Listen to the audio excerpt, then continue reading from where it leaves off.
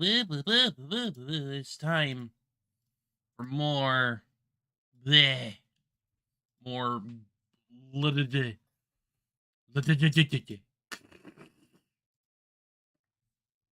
Anyway. Gonna be doing what we can here. I'm still suspecting it's probably gonna take another stream to finish this up, but we'll see. We'll see how that goes. Because I don't know. I don't know what to really expect beyond, like, you know, the huge.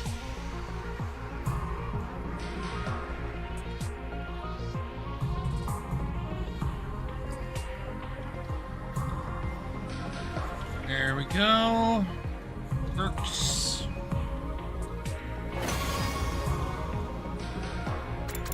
Alright, fix this.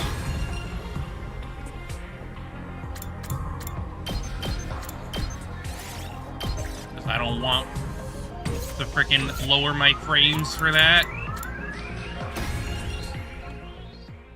We literally just started day 51, I think. Something. Literally started the day. Aha! Or 50, whatever. Okay, does everyone have one now? Except Miss Shizuhara. Oh, that's fine. She went on to explore early this morning. I gave her hers before she left. It's a lame metal. I think I may be allergic to this sheet metal plating. When was the recycling day again? Throw them out!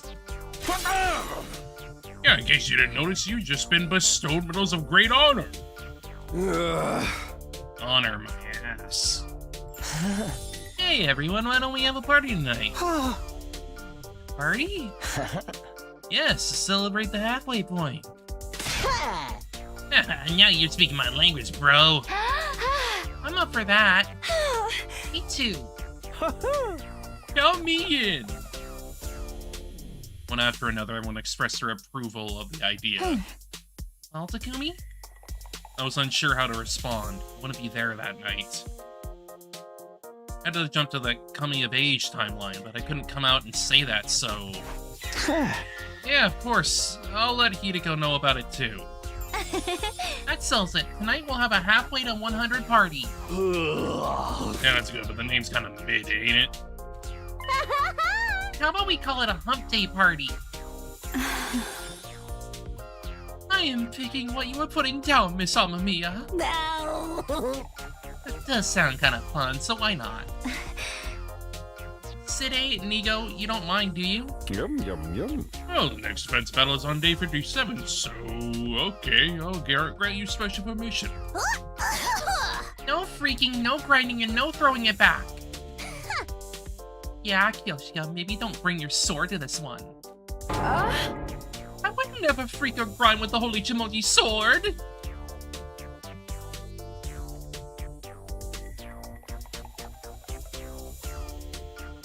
Spent the morning and afternoon preparing for the party. I knew I wasn't going to be able to participate, but I was also in no place to refuse, so I helped out too. Day wore on, the sun sank steadily west in the sky. It was 5:40 p.m. I still had some time until I had to meet Hideko. I didn't want to get yelled at for being late, so I decided to leave the school and head to the lab early.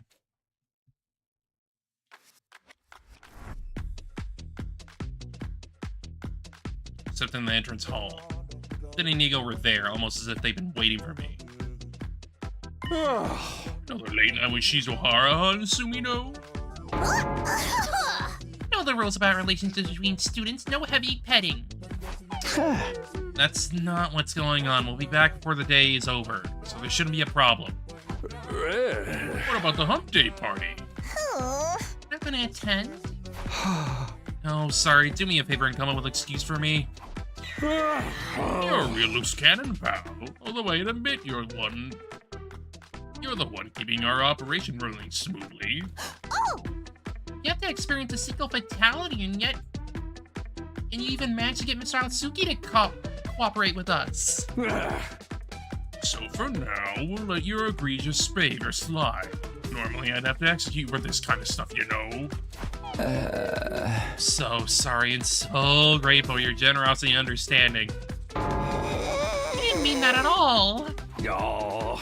Still, I would never have guessed a cerebral glitch repair program could be used like that. Yeah, I don't know why I don't know. Managed to fix Atsuki's defect and successfully used the element therapy on him too. Meh. Not like she's always any work more than yours, but it was still a brilliant idea. You're the one who created the program, sir. I think you're the true brains here. Oh, is that right? I mean, of course, only a 300 IQ genius like me could ever make such a thing. That doesn't even exist, man. Nigo, the thumb drive you gave Hideko must have had a copy of the program on it, right? I never made any copies. Me neither. Actually, I don't recall giving Miss Hideko any thumb drive in the first place. Aha. Yeah, there was only ever one of those. What does that mean? She stole it? On the night of day 16, Hideko and I leapt to the killer zombie timeline. We had 2 goals back then.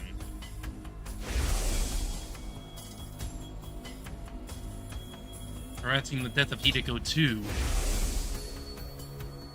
Purging the Gi data from Takumi 2's brain. Succeeded in saving Hideko 2, but failed to capture Takumi 2. I got cornered by him, fell out the bathroom window, and got knocked unconscious. Next thing I knew, it was day 17. When I woke up back in my room in this timeline, Hideko told me. Treating Takumi 2. That's been taken care of too. I actually had 2 thumb drives. Nigo gave me an extra one as a spare. I gave it to Hideko too. I revealed myself to her and explained everything. She injected Takumi too with anesthetic and used the repair program I'd given her to treat him. Maybe she lied to me? She never gave Hideko 2 the thumb drive? Which means in that time, Takumi 2 is... He's still infected with the Gi data. Oops!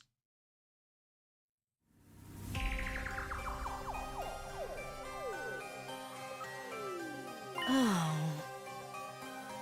I see. So Sire and Nigo exposed my secret.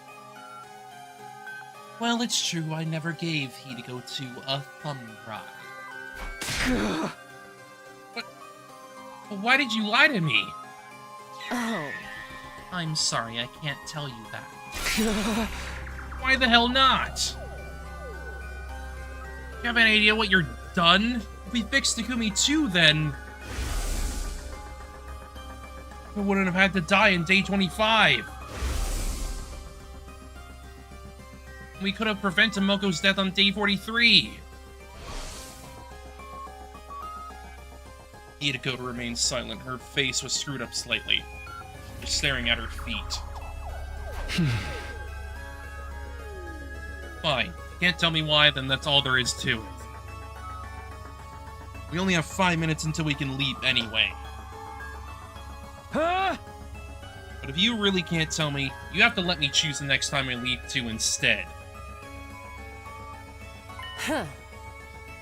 Where are you planning to go? Hey!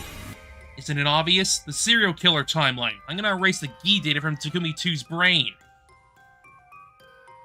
Hey, how you doing, Josh? Do something, everyone except you will end up being killed.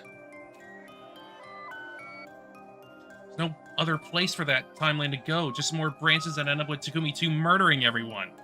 So, you want to create a new branching path. Good, good, good. I'm glad to hear that. I'm gonna be doing what we can here. At least as far as we can get, anyway. Maybe possibly go 5 hours. We'll see. Yes, we're gonna create a timeline where nobody else has to get killed. A future where everyone who's left can live out a happy life. What if I refuse to go with you? I need that thumb drive of yours to fix Takumi too. But there's only one, so... Hello, how you doing? Are you going to take it from me by force? Takumi, you promised me last night. You said we'd go to the coming of age timeline and find Darumi's liver mortis code. Oh. Remember what you said our top priority was? Making the 10 a.m. on day 100 in this timeline together and happy. Yes, I have. We are on my final route, so to speak. SF timeline. My final one is SF.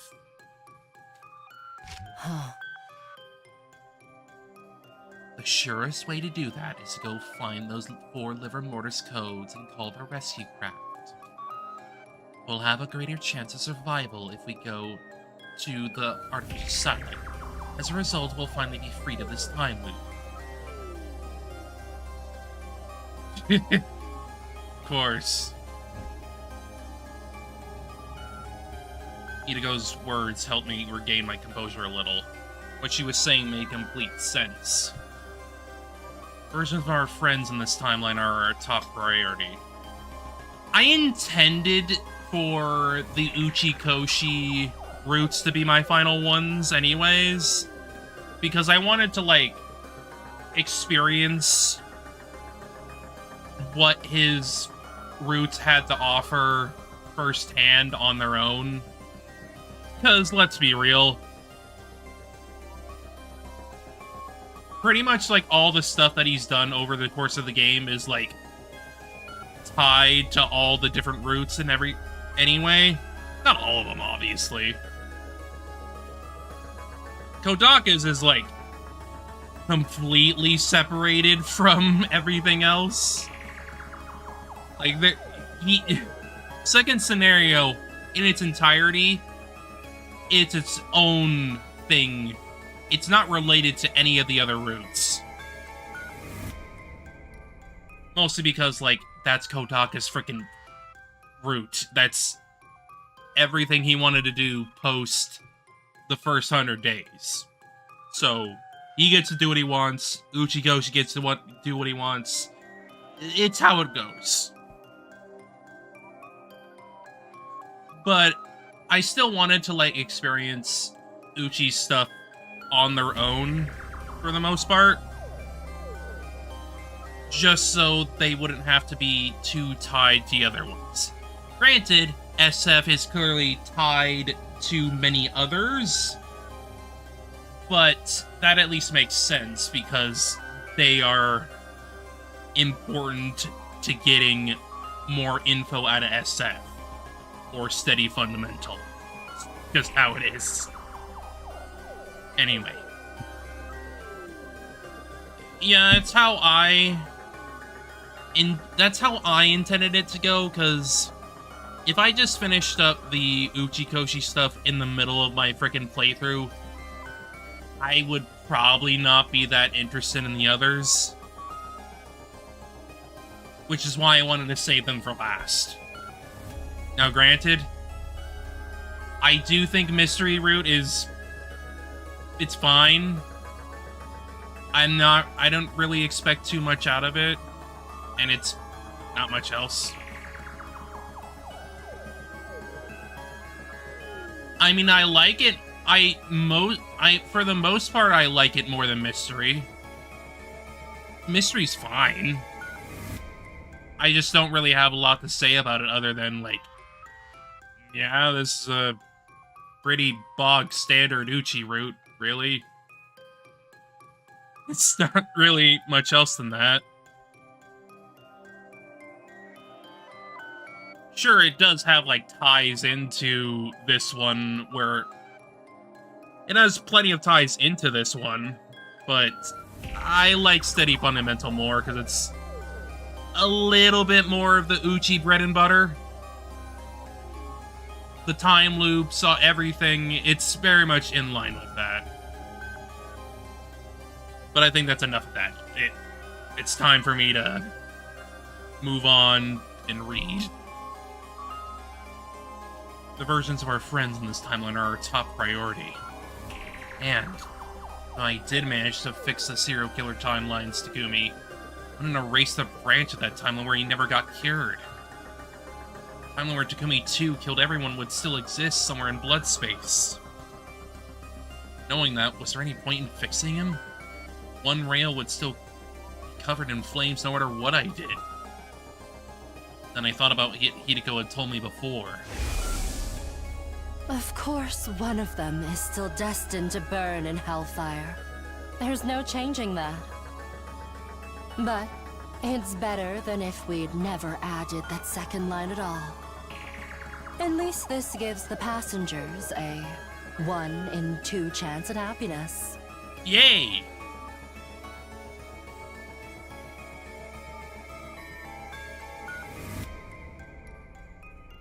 Pretty much.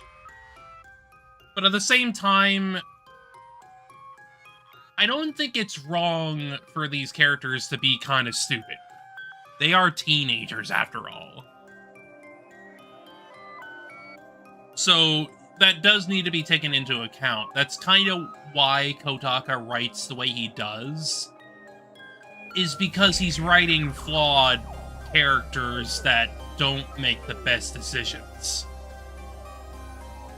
Especially in the case of most of his games, where they're typically teens, and they make a lot of mistakes.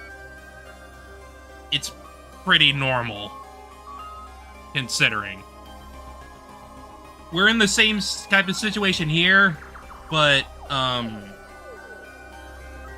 you know, Uchi has never really written too many, like, underage, or at least, like, of-age characters. Or at least about of age. Probably, like, 17, 18, around there. He's written, like, very few, like, child characters. Very few. Most of them always been, like, above college age, at least. Or at least, like, somewhere around there. So it's... I wouldn't say it's unusual, but it's uncommon. At least outside of, like, Mizuki and whatnot, but that's different. I sincerely apologize for lying. I was obviously in the wrong. In spite of everything I just said, I'll let you make the final decision. Oh. You lead, I'll follow. I'll keep my mouth shut and cooperate with whatever you want to do. Thought about it. Should we go to the coming-of-age timeline to find Tadami's liver mortis code? Should we go to the serial killer timeline to fix Digami 2? A lot of agonizing, I came to a conclusion. Hello. Hello, Hopi. Welcome to the probably the first decision in this freaking route.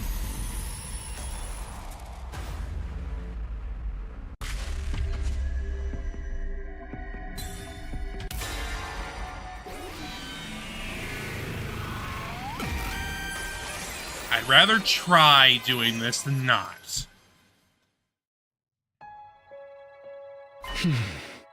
Sorry, Hideko, but my decision hasn't changed. We need to go to the serial killer timeline.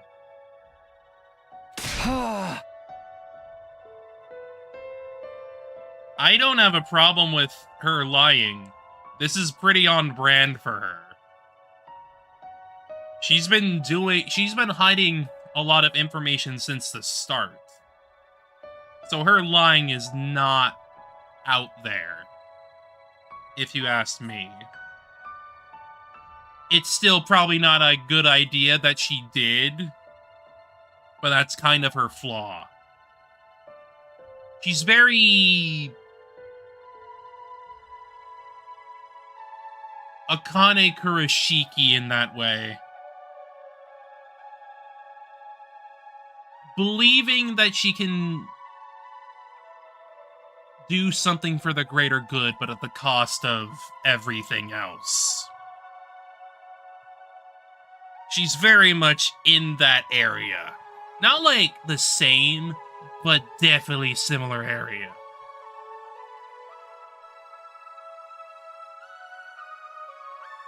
I mean, that's fair. That's fair.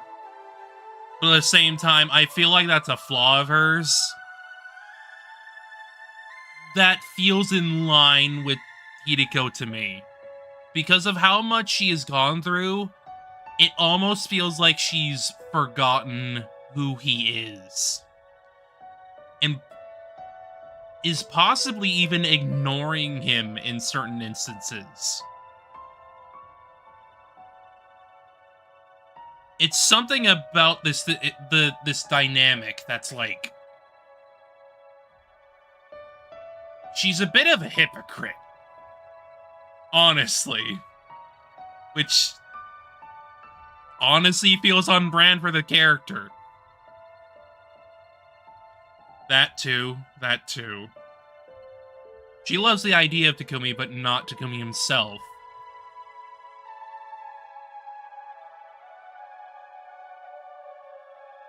Which it still means it's a flaw of her character. She could do so much more, but she doesn't seem to listen. She only wants to do what she wants to do. Can't just leave him. Leave myself. Like that. I wouldn't budge on that point.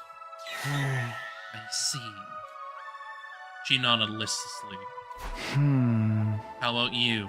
I told you, I won't object no matter what you choose. I'll keep my mouth shut and go along with it.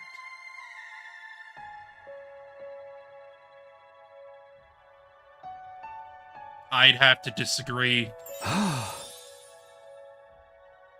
I don't feel that way about it at all. Either way. So you'll help me? Yes. Both of them! I don't agree to both of them. That does not feel correct to me.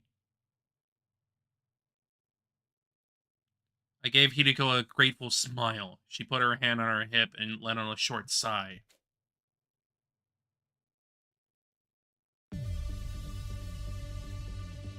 "7:40 p.m. It's been 10 minutes since the leap window closed. To regain the time we lost, I had to configure the machine quickly. Hideko and I put on our leap suits. Alright, let's go.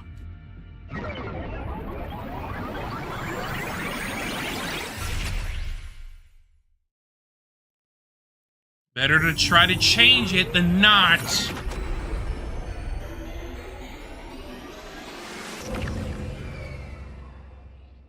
If you say why bother, I say do it. Oh. Alright, so we made it back to the school. Hideko spoke in a clear, calm voice. Are you sure you're okay with this? I'm the type to adapt quickly. I don't waste time worrying, unlike somebody I know.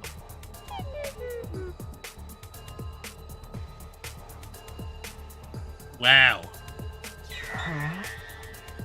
Wow. Now then, we're here to fix Takumi too, but where is he? I think I might know. Today's day 50, the day of the halfway to 100 party. Ah, so he's in the cafeteria with the others. Yeah, but we can't just walk in there dressed like this, can we? So I have another idea.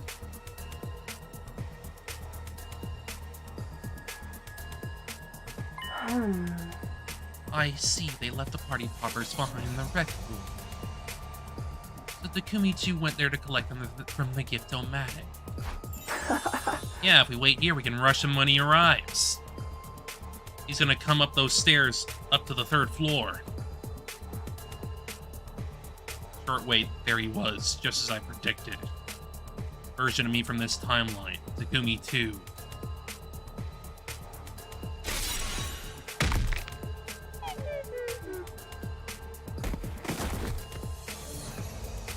Takumi 2 took a solid punch to the gut from Hideko and went down.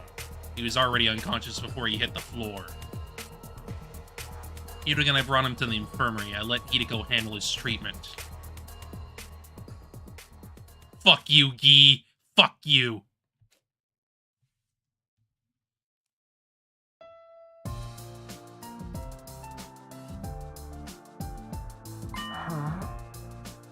Alright, his treatment is finished, all thanks to this. Huh? Cerebral glitch repair program, and the Gi data in his brain is... No. Yes, it's been completely erased. Means I won't hurt anyone else in this timeline. Indeed, he'll be back to harmless, dim-witted Takumi Sumino we all know and love. Yeah, get out of here, Gi. Her insults didn't sting in the least. If anything, they were music in my ears.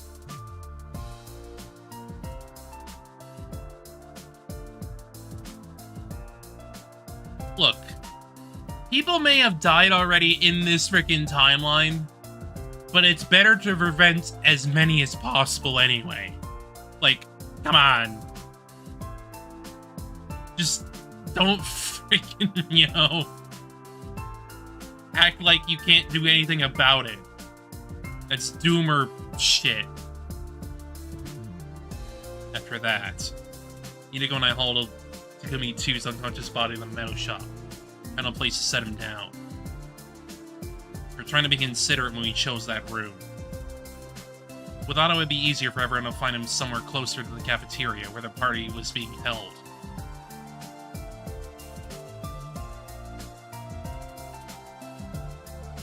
That was the end of our Takumi 2 problem. Hideko and I quickly returned to the lab.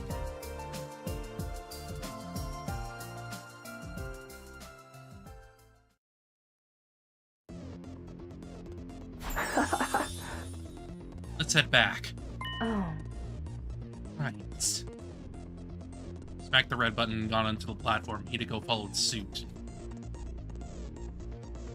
Oh. Here we go.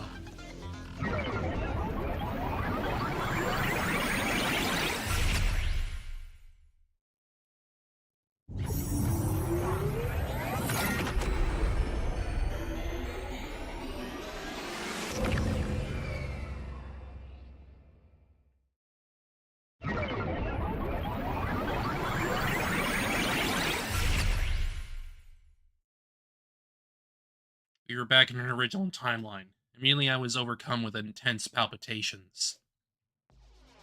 The floor was spinning around me, I could barely breathe. First I blamed the leap suit. I peeled it off, pulling my hand on my chest and breathing deeply. No sign of the pain getting better. My heart raced, my head spun, and my lungs ached. What's wrong, Takumi? Just as Hideko rushed to my side, I lost all strength and fell to the ground.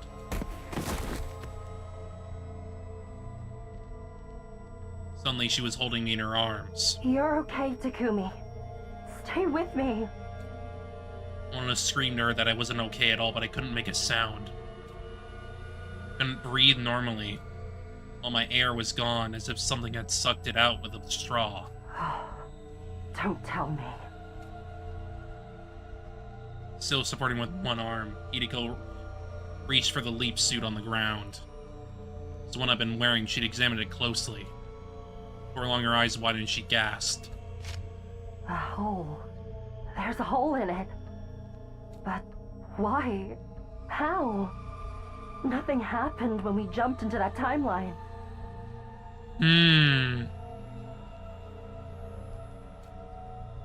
Looking closely, it's starting to fray in a few spots. Did one of these spots get torn open? It doesn't matter what caused it. Takumi, this has to be... Leap damage. I squeezed the words out of my throat. Everything around me was getting hazy. The very next moment, my conscience fell apart in 1,000 pieces, vanishing without a trace like dust in the wind.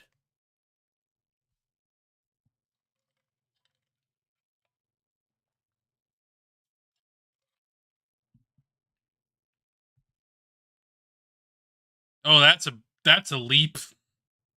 But I guess that's fair. 21 days. Bye-bye. I woke suddenly, my eyelids slowly opened, and I saw... Hideko?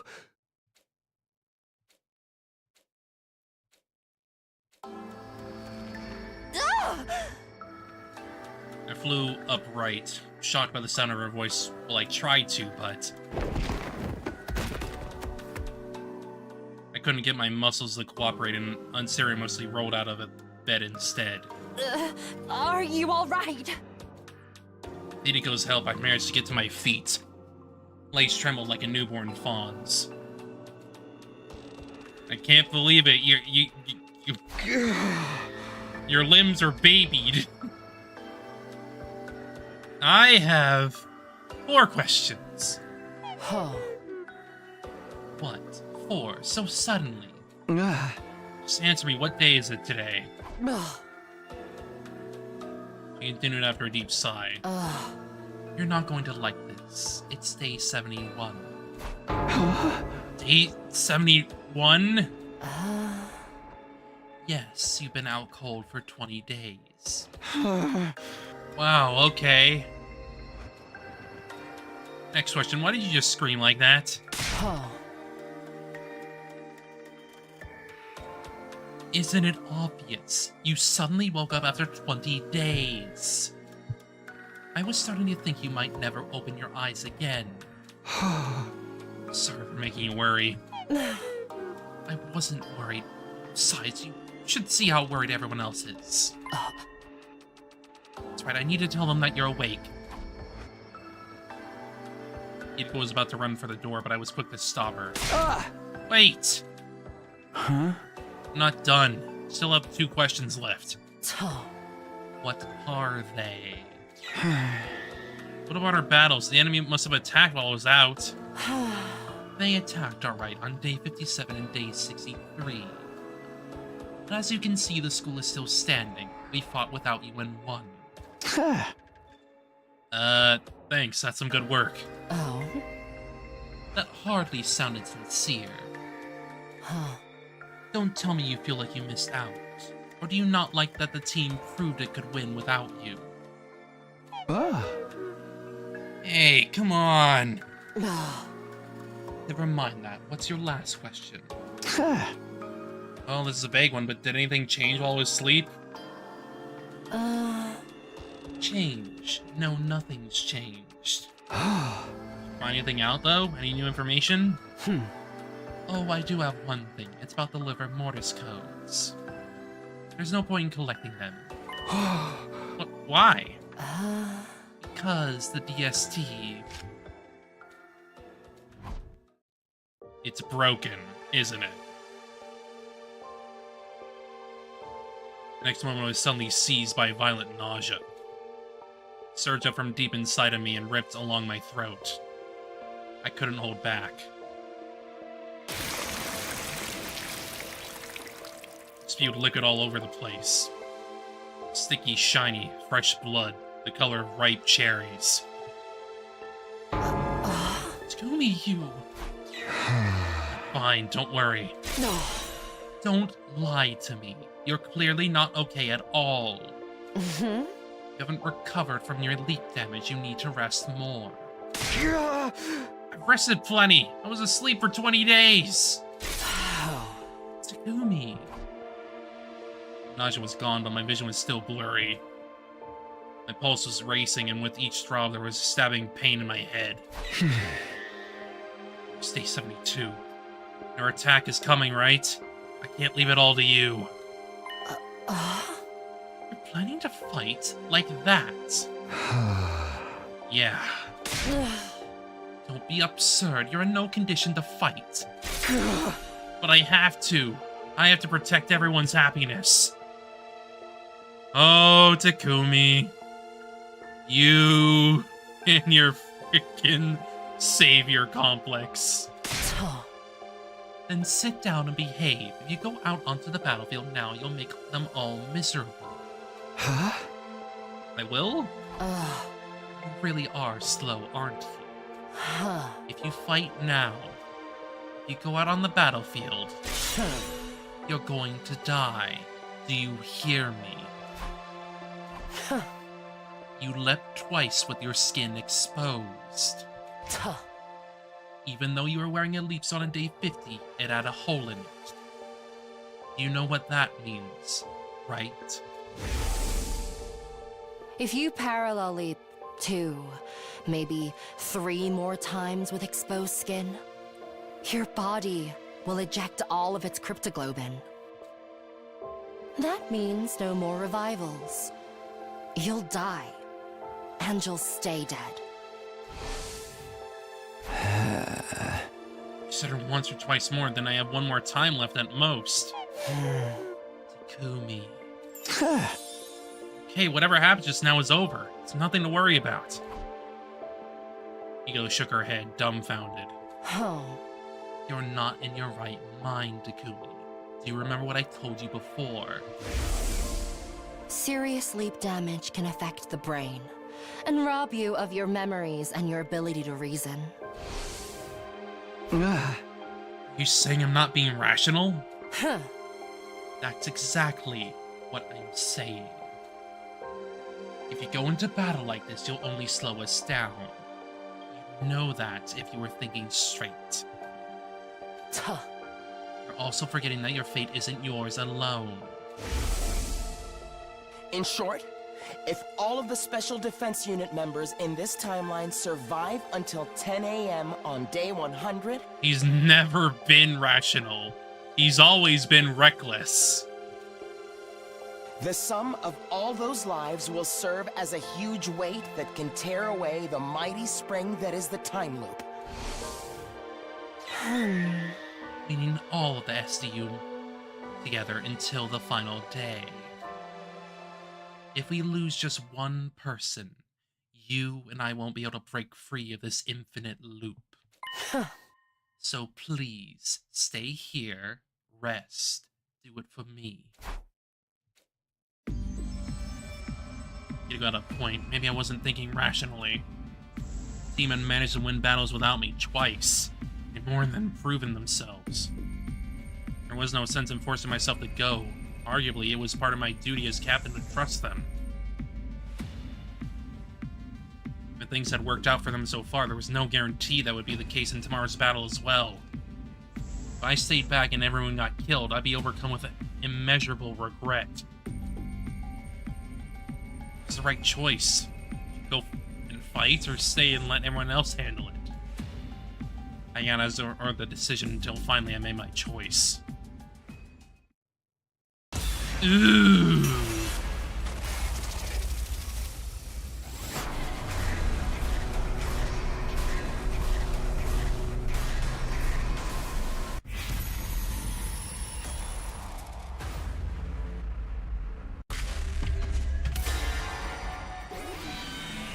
Ooh.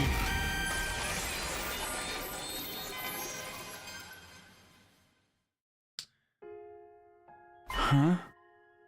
Well, it's either die or not, effectively. Hideko, I have to fight. Me. I'm telling you, I'm fine now. I won't hold you guys back in the fight. Hey! But I can't just sit here and watch. I can't just sit around while everyone puts their lives on the line in battle. Please hear me out. I really genuinely want to fight for all of us. Hideko shut her eyes. After a heavy sigh, she spoke. Fine, if you insist, but if it gets too much for you, let me know immediately. A servant can't die before his master. That's an order, you hear me? Yeah, of course. You accepted that! You accepted that you are the servant! Hideko quietly took her leave after hearing my answer. It didn't take long for everyone else to show up in my room. It must have been a shock for them to see me awake after I'd been unconscious for so long. They cheered, they cried, they sang happy tunes. Once all of the emotions settled down, they carried me outside and threw me into the air over and over again. As I flew through the air, I felt certain I made the right choice. I would fight to protect them. That was the right thing to do. It couldn't possibly be a mistake. Same time, it was more than ever that I needed to stay alive until 10 AM on day 100. The entire STU ignoring the blood puke pile.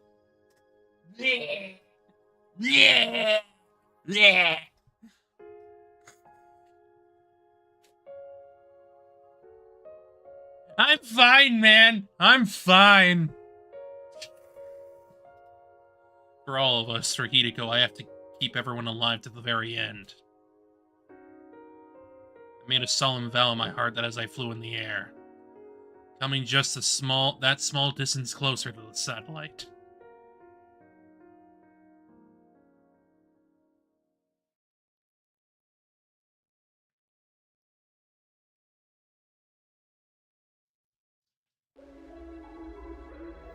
My head was fuzzy. Everyone was already gathered inside the war room. We're discussing all the details of our upcoming defensive battle. I could barely hear anything. It was like my head was submerged in underwater. Me? Are you okay? You seem a little out of it.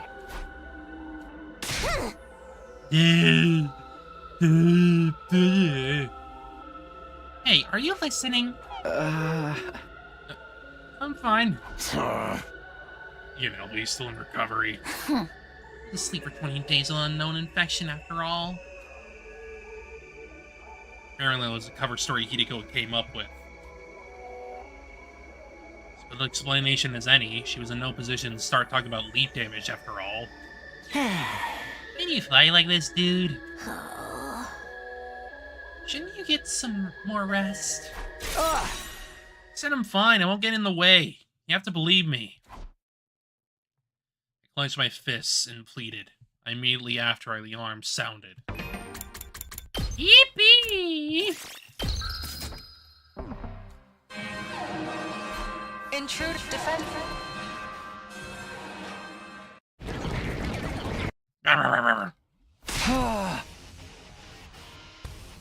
Okay, guys, let's do this.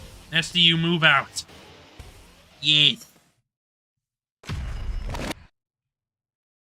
I think it'd be funnier if they did like a new freaking cutscene where it's just like he stabs himself and he just freaking pukes up blood and he just falls over.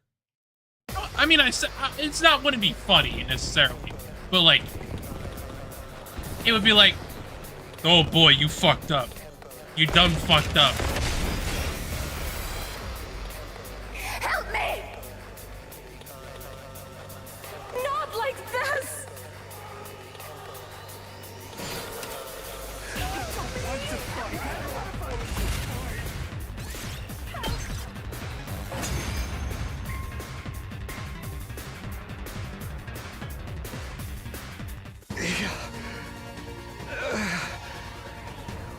Yeah, he is not doing so good.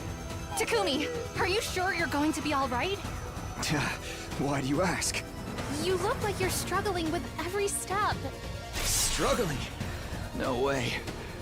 We're only fighting minions anyway. This is nothing. Are you certain of that, Sir Takumi? You're absolutely pouring sweat. It doesn't look like it's nothing. Drop it! I told you not to worry about me. Forget that and focus on the next wave. Here we go! This is gonna freaking do irreparable damage to his body, isn't it?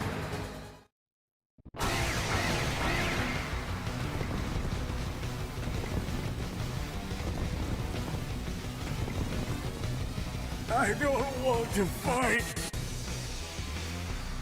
Help me! Not like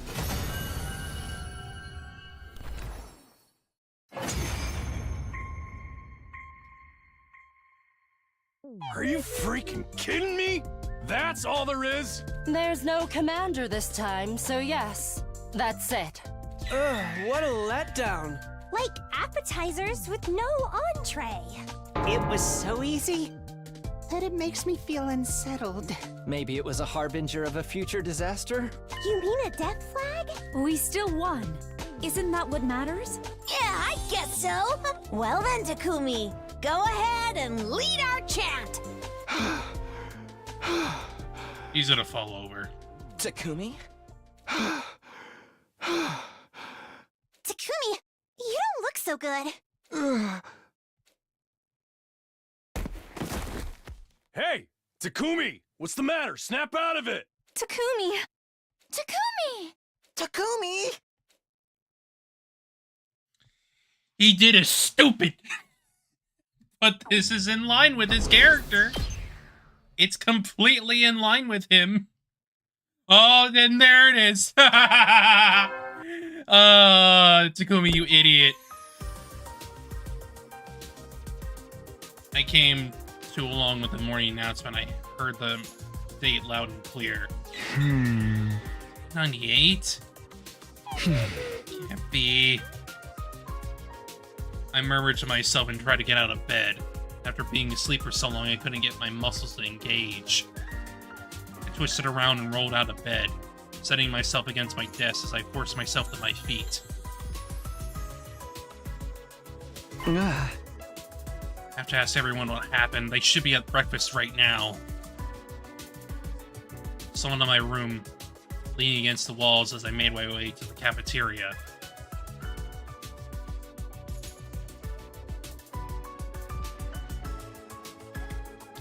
When I arrived, everyone was there, as I suspected. Frozen like statues, their jaws practically on the floor.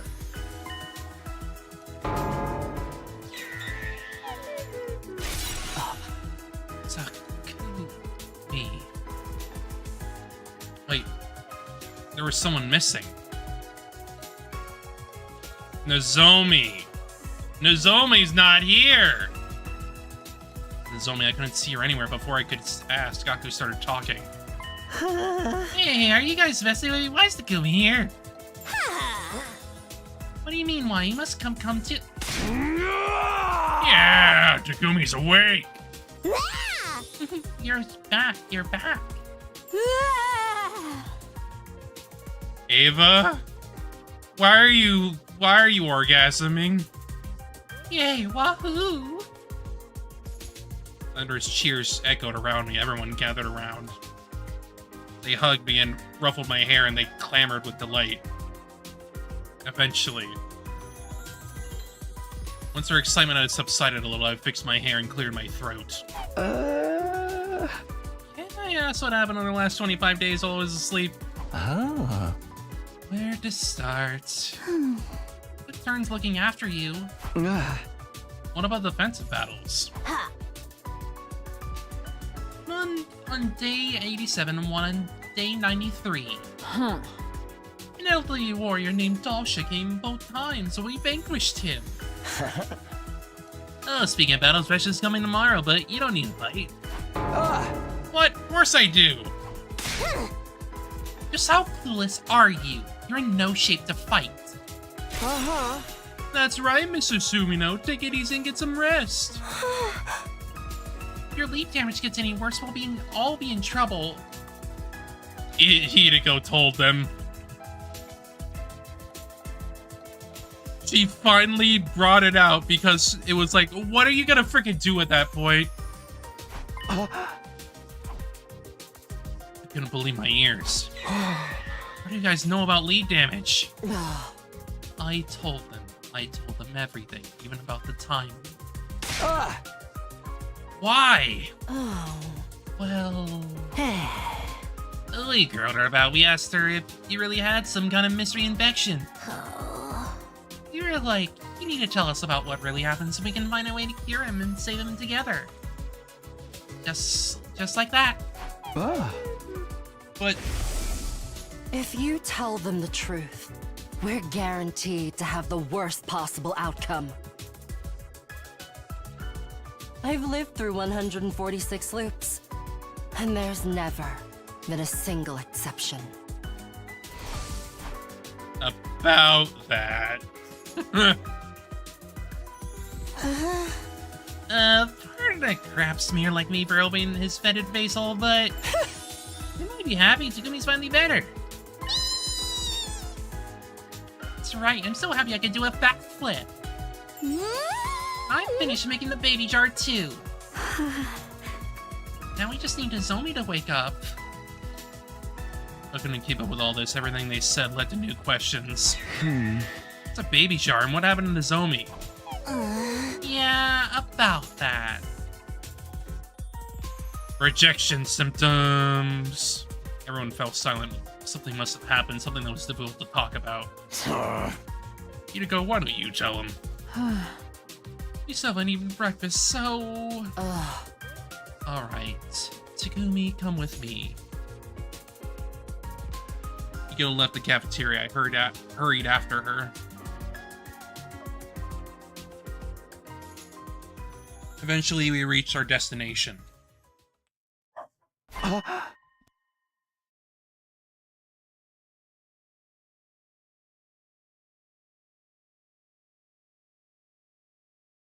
We're dead!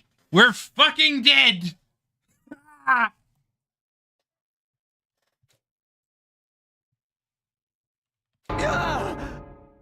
What?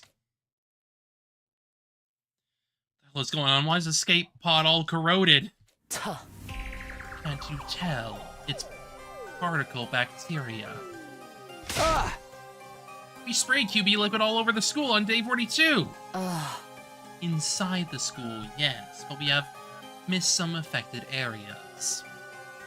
The bacteria found its way through the vents. We're fucked. We only found out 10 or so days ago. There wasn't any point in spraying it down with our remaining QB liquid. Even if we'd done that, there's no way we could have the pod repaired by day 100. Then the final attack launches day 100.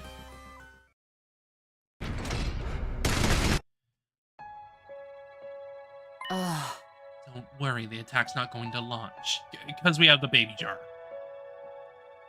We're gonna take Shion with us. And we'll be fine. I mean, we can't leave. But... we'll be fine, kind of. Why? Oh? We're going to stop it. How? We're going to take the baby out of the machine in the fence room.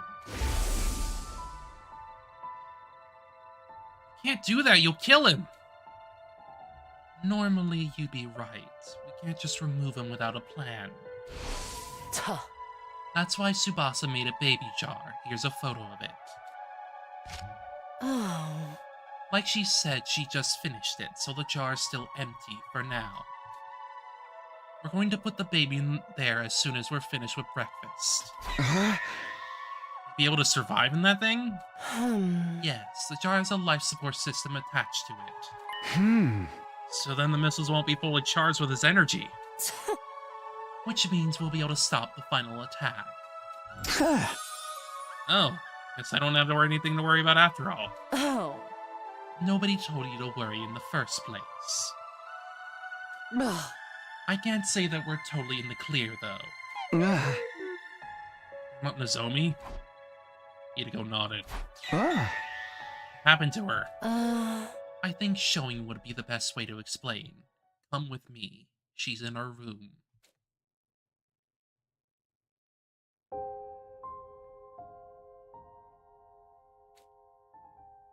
Nozomi? Shiny. Why is she glimmering? It was day 85. I brought everyone to the lab to tell them about parallel leaping. On the way back, a tiny meteorite came flying down from the sky. Whack!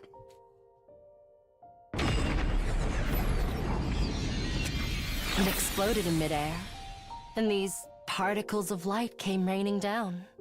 I can't believe it. She got freaking meteorite glimmered. Nozomi was completely covered in them. Thankfully, she doesn't seem to have any external wounds. But she lost consciousness immediately after it happened. She became That angelic. brings us to what you see here. Is her life in any danger? No. She's just sleeping. Her breathing and pulse are normal.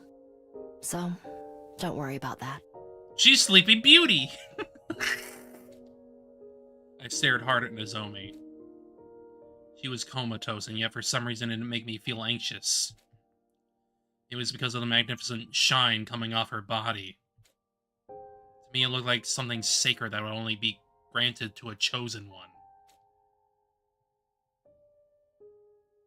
Oh. Now then, we've taken up a lot of time getting you up to speed. Everyone's waiting in the cafeteria. We need to head to the defense room and put the baby in the jar. What about breakfast? You're going to have to skip it. Are you insane? I've been asleep for 25 days! But you're still fine, aren't you? We were feeding you intravenously. One moment.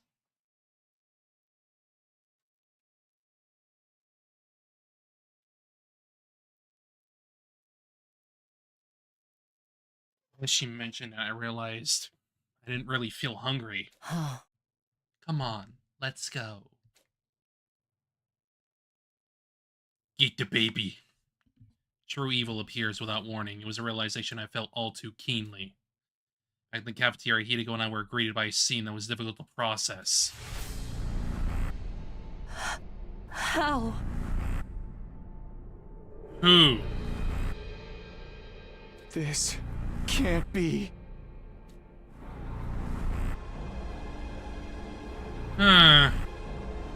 Blood drained from my face. I was wet, weak in the knees. I could hardly continue standing upright.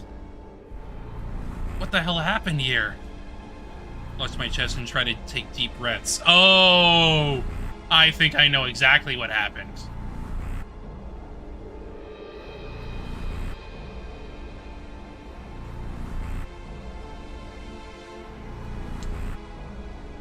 Kako Gi did this, didn't she? She traveled. Oh boy. Clutched my chest and tried to take deep breaths. Calm down, I told myself. I had to stop panicking and make sure I was really seeing what I thought I was seeing. Takamaru, Yugamo, Ima, Darumi, Yoshika, all five of them were lying limply in a sea of blood. There wasn't even a hint of movement. It's clear that they were already gone. It wasn't just them. The other 8 were laid out on the floor around them. No sign of blood on them. Were they okay? Snap out of it, Takumi. We need to get them to the infirmary. Right. Got it. Sooner than I took a step forward. It's I you. figured. She did say that she would come back and kill us all in one of the timelines. She did say it. The key infected Kako. It's Kako G. What a terrible nickname! Could you please not call me that? Anyway, you know me? You must have been to that timeline then. Have you been following me? Not that it matters now. Kako Ki continued speaking as she swung around her survival knife. What a shame. I was about to kill the rest of them too. You just had to show up and ruin it. You must be the one who ran away from the mystery timeline. Yep. Mystery timeline? I'm not familiar with that name, but you're probably right. Except I didn't run away. I just got bored and went somewhere else. Damn, can't believe the Gi gets bored. By the way, I made sure to slaughter every last one of them in that timeline. Why would you do that? Did I never tell you? Deep inside me, there's an unstoppable urge to kill other animals. It's part of my reproductive instincts. I was born that way. For me, killing feels like what your species does in bed. Of course. But if you ask me, the things you do there are far more grotesque and repulsive. I can't believe it. Saito managed to frickin' ease his way into the gi or something.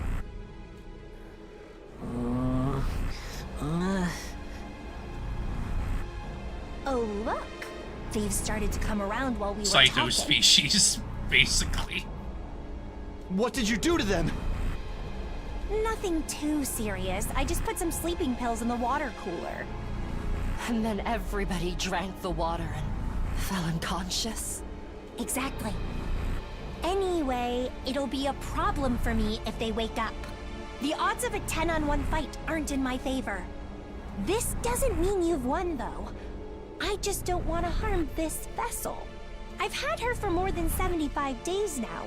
I've become quite attached. I love being Kako. That's basically what she's saying. I really must be going now. See you around. I was about to protest when Kako-gi ran out of the cafeteria at unbelievable speed. Duh! We have to chase her down! Wait, Takumi. We need to do something about our friends first. Damn! You're right.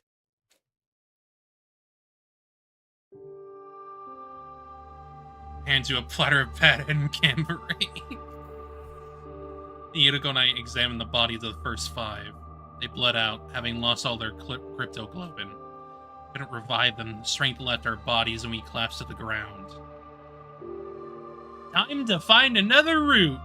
It wasn't long after that, the rest of the unit came too. We were all horrified to see the carnage before them. Kako was particularly distraught. She clung to Ima's corpse and held it tight.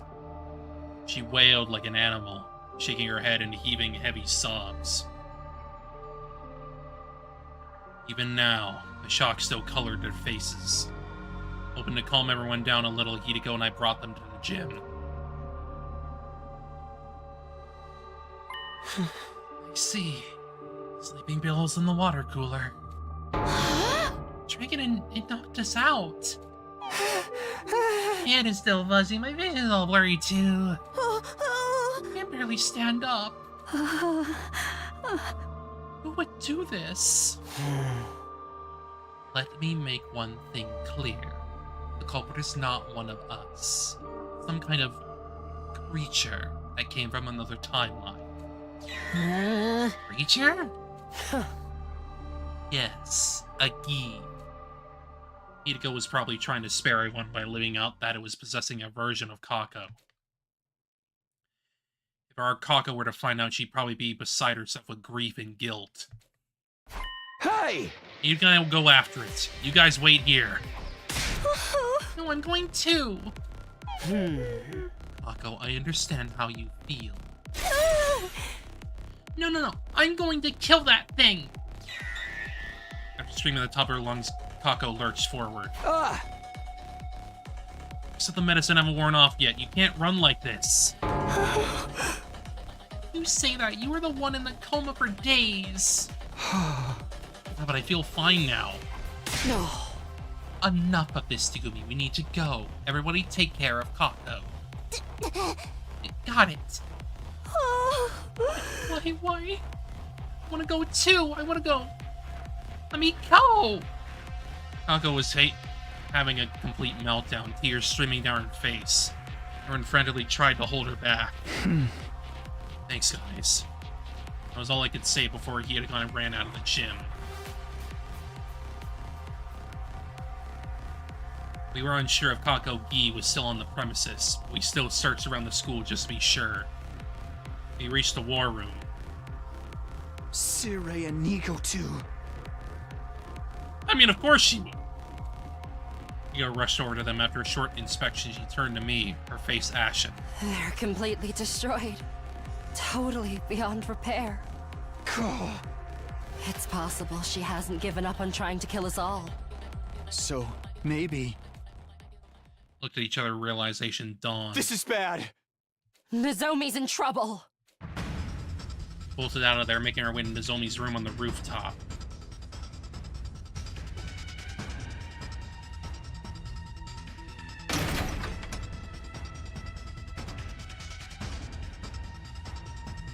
Burst into her room and looked at the bed.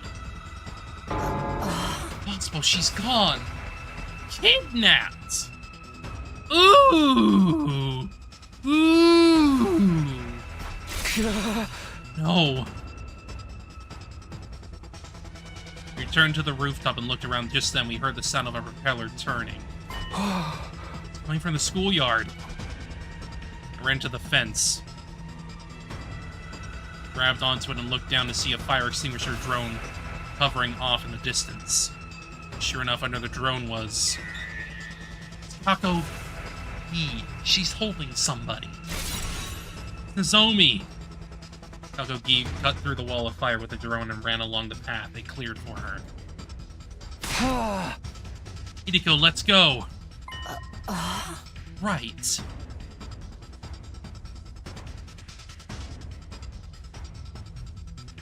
Rushed to the city ruins. There was no sign of Kako Gi. Where did she go?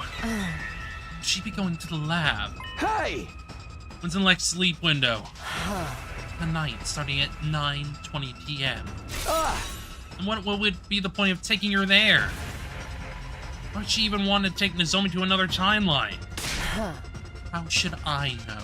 I don't even know why she took Nozomi in the first place. Anyway, the lab's the only place that makes sense, so... I know, let's go. Ran for the lab. After 5 minutes of sprinting, Hideko suddenly stopped. Look, there. She's pointing down an alleyway. I could see something stirring there. It's Kako Gi, but she had already spotted us.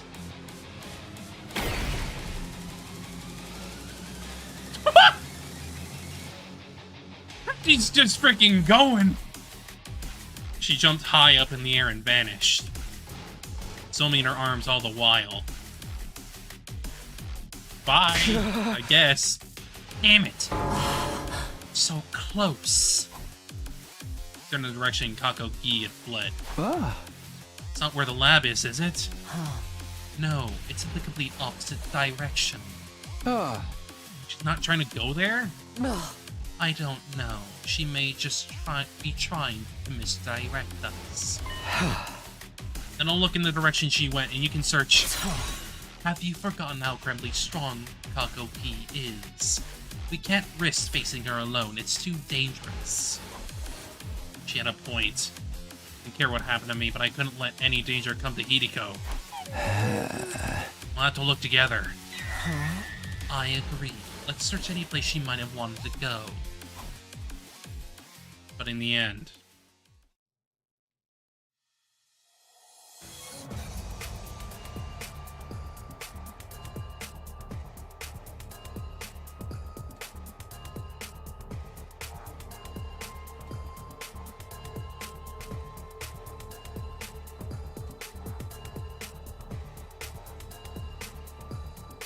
couldn't find any sign of Kako Gi anywhere.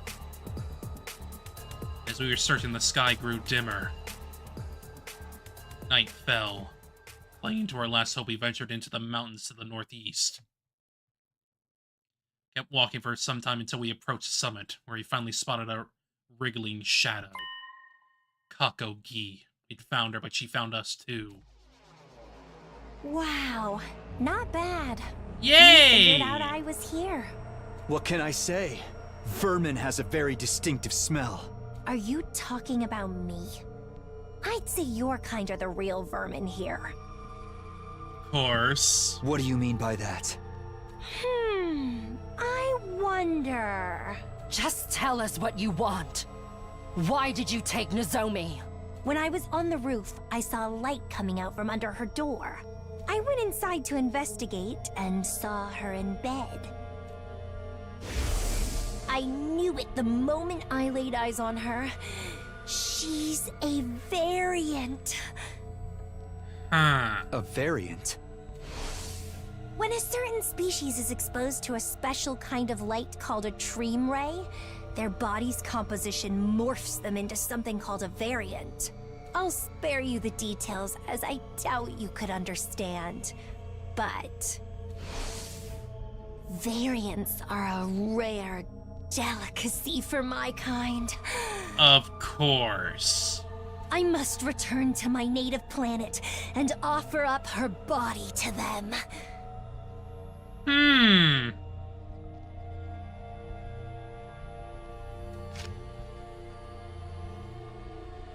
Well, I guess we're now learning about the frickin' Gee planet. I mean, granted, we were told that in the legends, they came from the sky, likely from a meteoroid or something of the sort. So, it at least makes sense. That's why I'm looking for a craft to take me back. Specifically, our own craft, which is capable of warp travel. I asked Kako-gi if that meant there was a craft nearby. She replied readily enough. There should be, but that doesn't appear to be the case in this timeline. Our spacecrafts can travel through blood space, so it may have ended up in another timeline instead. My thoughts were interrupted before I could ask any more questions. Suddenly overcome by a violent fit. Must be my leap damage acting up. What swayed in front of me, my legs went weak and I fell to my knees. Are you all right, Takumi? Kako-gi saw her opportunity and took it. Smirk, she held Nozomi close. And launched herself into the air, vanishing into the darkness. I loved Gi. Thank you for another month, darling. Appreciate it. 35 months, actually. It's exactly 35. 35 whole months. Yippee! Shortly after my fit subsided, I got back up on unsteady feet. I knew your leap damage wasn't healed yet. No, it's because I didn't eat. I'm out of stamina. Don't lie to me. Just go. Go where? Huh? Who's the dimwit now? Kako-gi practically spelled it out for us. What did she say just now? Spacecraft must have ended up in another timeline. She really is going to the lab this time. I nodded and took off running. Hideko was right behind me. Hurled toward down the mountains and raced between the buildings in the city.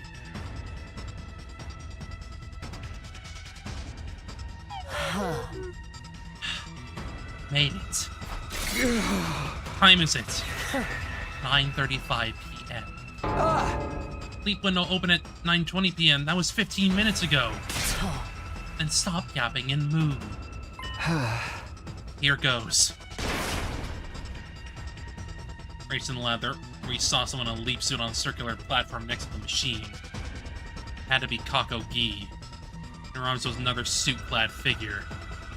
Nozomi, obviously. Light particles started to fill the air before our eyes. They were going to leap any second. We can't let them escape! Memory from the mystery timeline came flooding back to me. Nozomi defended me. She sacrificed her own life. I didn't want it to happen again. I couldn't lose her. I promised her. I promised to protect her no matter what. Unsure we're about to leap toward Kako-gi, but then Hideko yelled at me. Takumi, no! You can't! You need a suit! If you go again unprotected, you won't make it! You'll die! After hearing Hideko's plea, I knew what I had to do. You're gonna leap! You're gonna leap!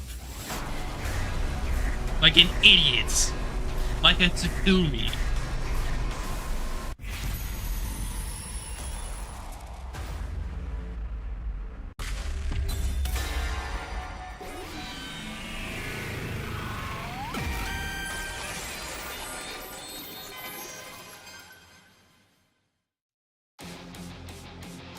I didn't hesitate or delay for one single second. My body moved before my mind did.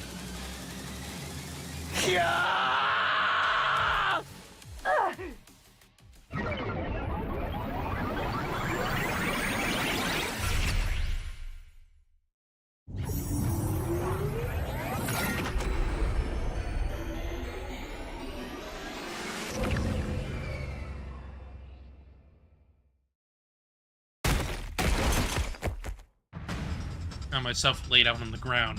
Kakogi must have knocked me away. Had re-jumped timelines. She wasn't in front of me anymore. Got up and whirled around to see her disappearing toward the exit. Nozomi still in her arms. And I need to chase her down. Certainly I took a step forward. Intense pain ripped through my spinal cord. I had spun, my stomach turned, and my body went numb and unresponsive. Couldn't let Kakogi get away. Stuck on my feet, I ran out of the lab. Found Kakogi right away. She was running full tilt toward the end of the street. You won't get away from me! Steps sprung off the ground as I swiftly started to chase after Kakogi.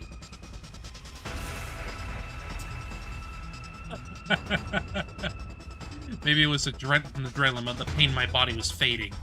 I could do this. I could catch her. Gradually closing the distance between us as I ran. Just a little more, I can almost reach out and touch her. I'm not letting her get away. Felt like if I lost her now, it would all be over. I'd never find her again. Body was almost reaching its limit. Pain was coming back. Every cell in my body was screaming for oxygen. Couldn't stop. Summoned all my remaining strength. I viciously lunged for Kakogi's back. Or tried to, anyway. However,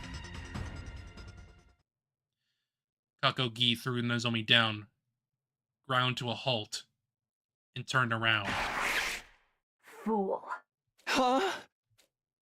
And then, still running when her fist smacked into my gut. It's one hell of a powerful counter. I flew through the air, twirling like a baton before landing hard on the ground. Kakogi was quick to follow up. She kicked me over and over as she spoke. You are an imbecile! Do you really not understand why I ran? If I stayed in the lab, I knew she'd come, and that she'd get in my way. I needed you to be alone, so I could torment you. That's why I led you here. Intense pain jolted through my body every time her foot connected with me. Couldn't tell if the pain was from her kicks or from my leap damage. As I took kick after kick, I eventually stopped feeling anything. It's like my body was made of rubber. Conscious soon detached itself as well. In the end, I couldn't even tell who she was stomping anymore. Time continued to pass.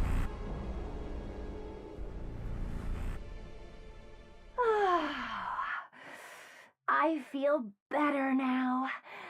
And you shouldn't have an unbroken bone left in you. Kakogi spoke and turned away. She started to walk away, that I saw Nozomi on the ground ahead of her. Nozomi! I murmured her name as I stared at her. More memories of the mystery timeline came flooding back. I hadn't been able to protect her then. She was the one who protected me. Died defending me. She was smashed to pieces. Takumi, this timeline is different. Do anything, even if it destroys me. I'll give my life to defend Nozomi. I will save her!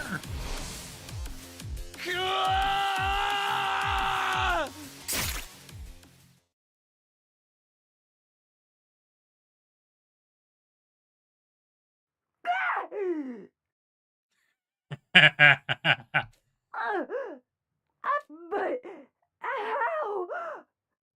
How could such an ugly species manage to?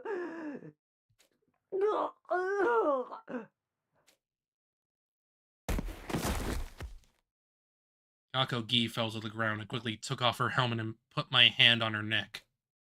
She still had a pulse. She was breathing normally. She was just unconscious. I ran over to Nozomi just like I'd done with Kako Gi. I removed her helmet to check her. She was fine, still asleep, but she would survive. Just then that I heard footsteps. Running over to me was... Huh? Hideko. Oh. Still alive, I see. Huh. Yeah, both of them. Oh. I meant you.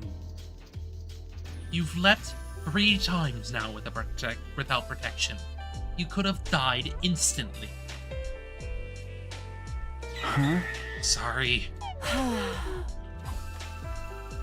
Hideko sighed and pulled something out of her jacket. Ah. What is that? Oh.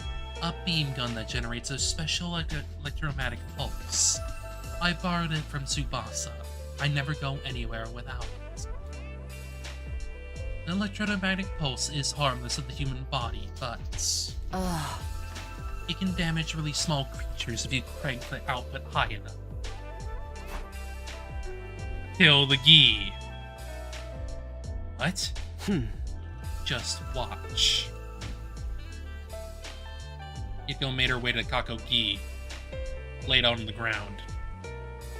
She stopped beside her, put the muzzle to her temple, and pulled the trigger. Immediately after, I was confronted by a grotesque sight. A horrible squirming creature began to wriggle out of Kako Gi's mouth. I'd seen one before, I could never forget. It was... a Gi Queen. To be more precise, it's a female spawner. The Zombie timeline, it was known as Alpha 1. Well, this one is originally from the Box of Calamity timeline. So technically it's not that Alpha 1. Thank goodness, so Kako Gi's back to being regular Kako now, right?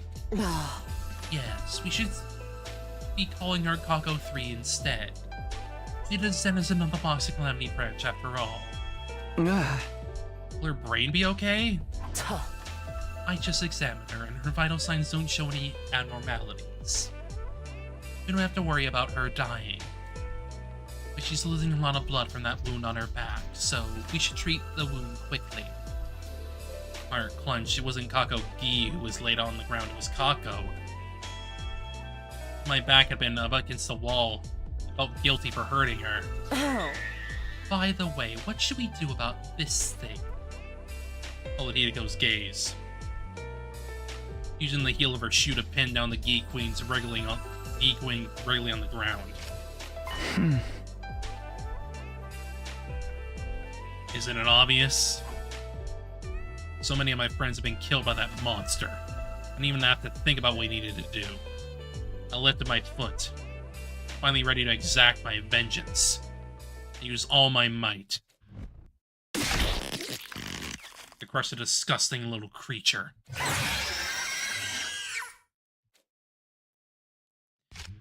So ends Kako Gi. The Gi let out a grating shriek, writhed in pain for a few seconds, then went still.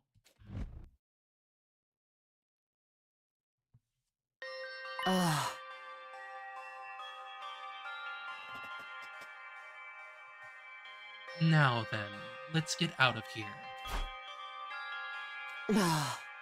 I'll take Kako 3, so you can take What is it? Everything was over. I'd finally been able to kill the horrible Gi. So I was relieved. I felt completely exhausted. Suddenly the elite damage-induced fit I'd been holding back this whole time hit me like a raging torrent. All at once, I lost consciousness.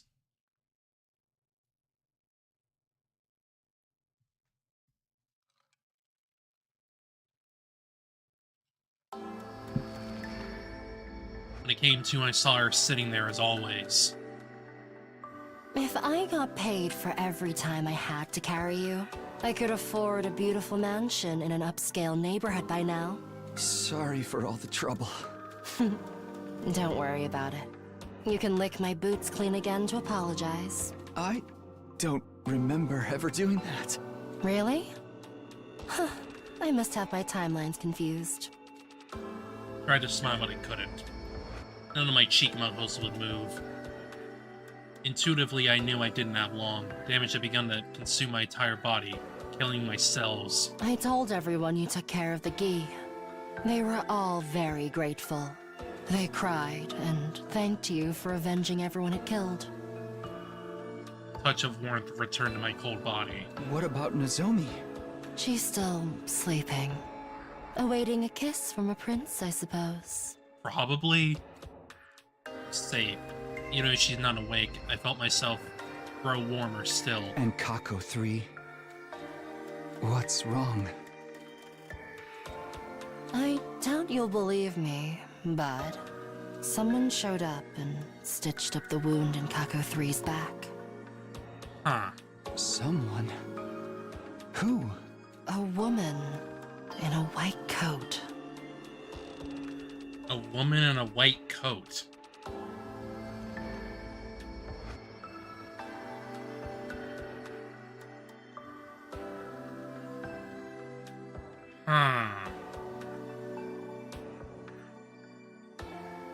That can't be Commune, right? That doesn't seem like Commune. What?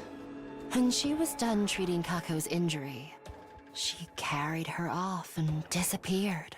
She got on board some strange silver vehicle. I didn't understand. Because of the leak damage, are my brain cells so broken that I'm starting to hear things? Anyway, she seemed like a good person, so I don't think we have to worry about Kako 3. A silver vehicle, though. Was it a freaking DeLorean or something? Wait, but... The alarm sounded immediately after I spoke.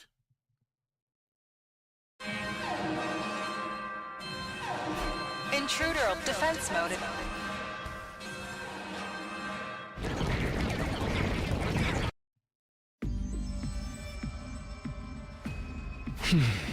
Looks like Vecious is here. Well, we need to go to the war room. Wait, why are you getting up? Do I really need to explain? Of course you do. Exactly what is it you think you're doing? I'm going to fight. No. Don't be ridiculous. Fighting in your condition would be suicide. I knew the lead damage has impaired your ability to Go ask your mom, Uchi. I don't know, a freaking female Doc Brown or something? I don't know. Who knows? I didn't die last time, did I? Your symptoms have gotten far worse since then. You've left 3 times without a suit. Next time you do it, you will die. Are you okay with that? I didn't have time to worry about it. The enemy was already beginning their attack. I need to decide quickly, and my decision is... die fighting.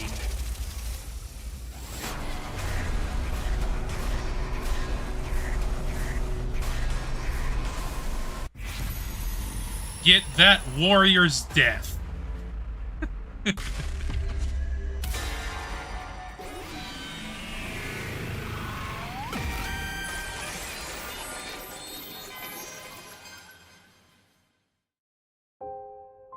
Hideko, they already died. What? 5 of our friends already died. So we can't break free of the cursed cycle this time. Yeah, so the outcome is the same either way. Whether I live or die, we're gonna be right back where we started. So if nothing else, I want to choose a path that doesn't leave me with regrets. I want to fight for everyone in this timeline and end this. Hearing my insistence, Hideko replied, "You really are stupid beyond any hope of redemption." She nodded quietly, her eyes welling up.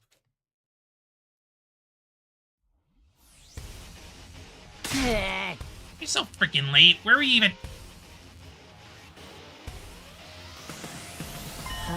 Wait, Takumi? Are you okay? Yeah, I found a miracle medicine, and as you can see, I'm back and better than ever. I lied without hesitation. There was no time to try to persuade anyone. Thank you. Huh? You avenged my dear brother, didn't you? I guess. Are you okay, Kako?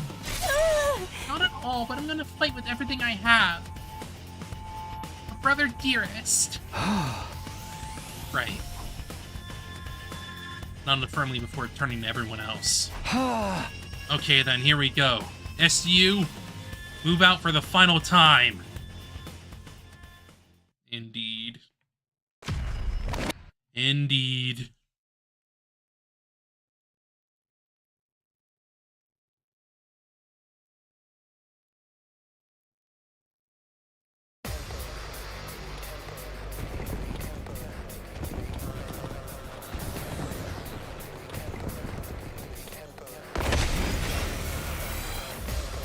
Not like this! I don't want to fight!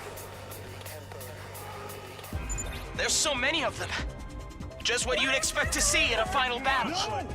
And according to Hideko, Veshness won't be showing up right away. Is that right? Yes. As you can see, it's all of her minions. We need to deal with them first. Then let's get to killing! Right! Let the battle commence!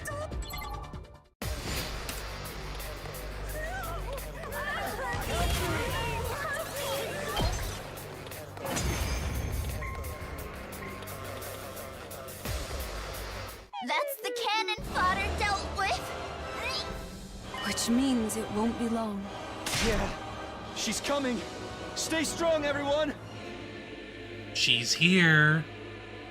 Just as we predicted, Veshness arrived, calmly approaching from the distance. You could hear everyone's breath hitch. Tension filled the air. At last, Veshness stood in place. She stared right at me as she spoke. You're still alive? I didn't see you last time. I thought you were done for. I still got life in me yet! Just try and take it from me! I've no need. I will live for another 1,000 years, after all. No, you really won't. Oh, like another 1,000 seconds? I only give her 100. Unfortunately for you, in 100 seconds, I'll be the only one left standing. How about you? Vesh, you've died like 50 times at this point.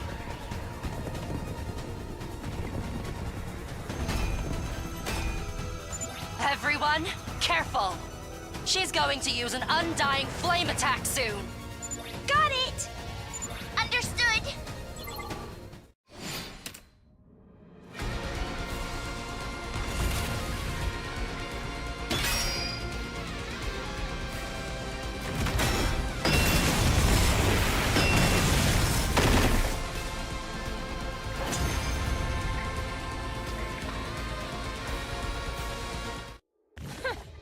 You certainly are tenacious. But your tenacity ends here. Nah. Prepare to taste my true power! Ugh, such corny villain dialogue. It makes me wonder why you didn't just show your true power in the first place. Because you have to savor it, obviously. Isn't that obvious? I I'd like to enjoy the sight of you hideous worms writhing in pain as long as I possibly can. As I said, savor it. Shut the hell up, you hag. Go burn ants with a magnifying glass if you want to be a sadistic bitch. Ava. You... Takumi, are you okay? Yeah. Just so excited to fight after so long. Making it hard to breathe. Are you sure? I'm fine. Don't worry about me. Takumi. Veshness, your wish is my command. So take a good long look. You can see all of the agony you want when you're down there in hell. Burning up with all the other psychopaths. Hell? The only one going there today will be you! Is that a challenge? What is this? What is this child pig playground bickering? Bring it on! Okay, everybody. Here we go. Everybody! This is our final battle. Give it everything you've got and take her down! What's going on? Bow down!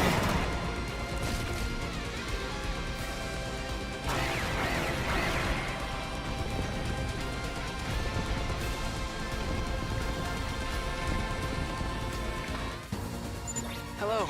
It's been a while. Shion! I couldn't stand to sit around and watch, so here I am. Sire and Nigo are gone now anyway. But why? I wanted to offer some support. I thought my power might be useful. Thank you, Shion. But don't completely burn up your strength. You did that in another timeline, and... I understand.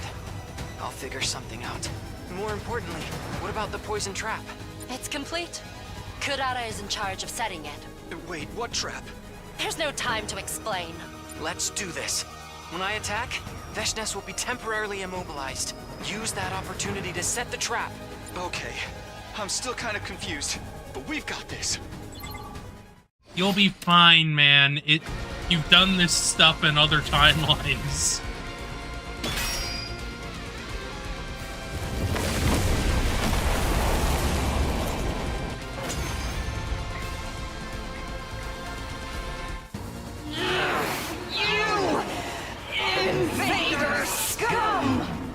Shion gave us this opportunity.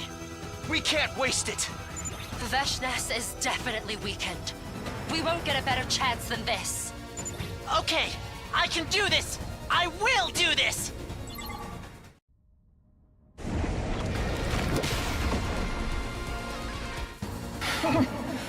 Your pathetic attacks are nothing.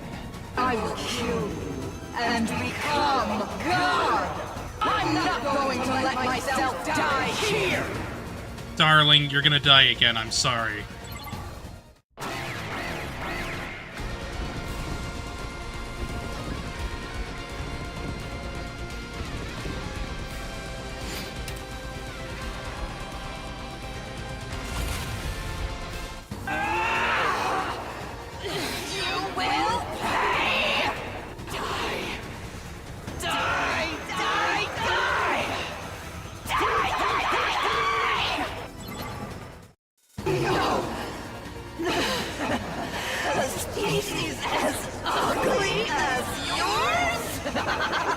Y'all look the same! This can't be! I refuse! I refuse! Someone as great as I can never be defeated!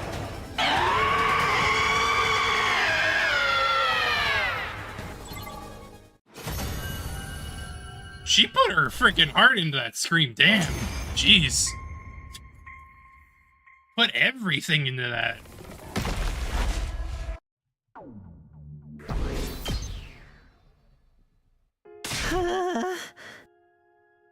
Yeah, we killed that freaking hag. Veshes is dead. Eat shit, you stupid bitch. Yeah, weird. You won? You won? Yeah.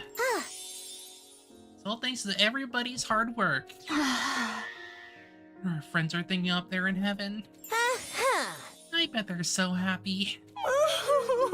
Brother dearest. It's over. It's all over.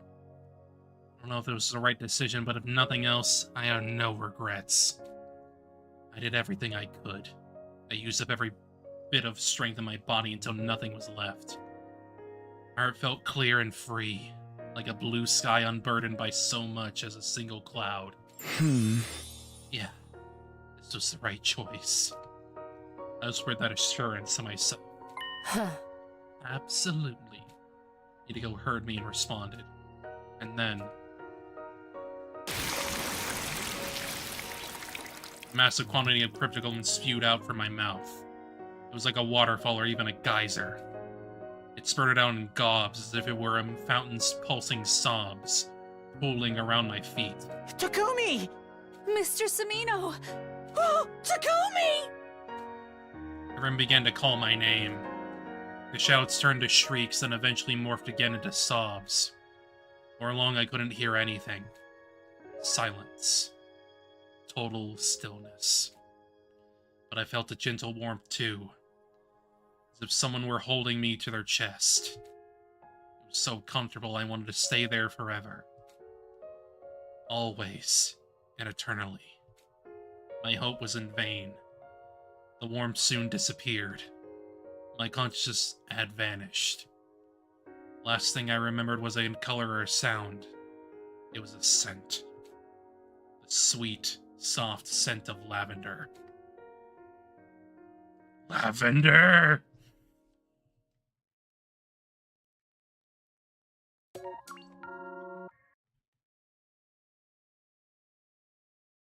scent of lavender.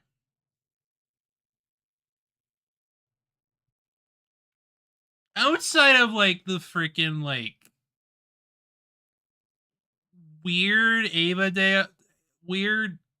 dialogue, that was a pretty decent, like, offshoot, because obviously this is, like, completely separate from what they're trying to do here. Let's get the other bits.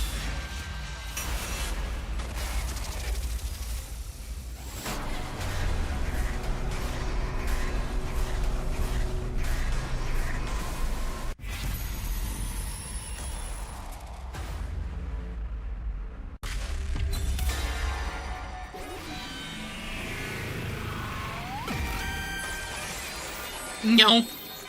Nah. No way. Huh?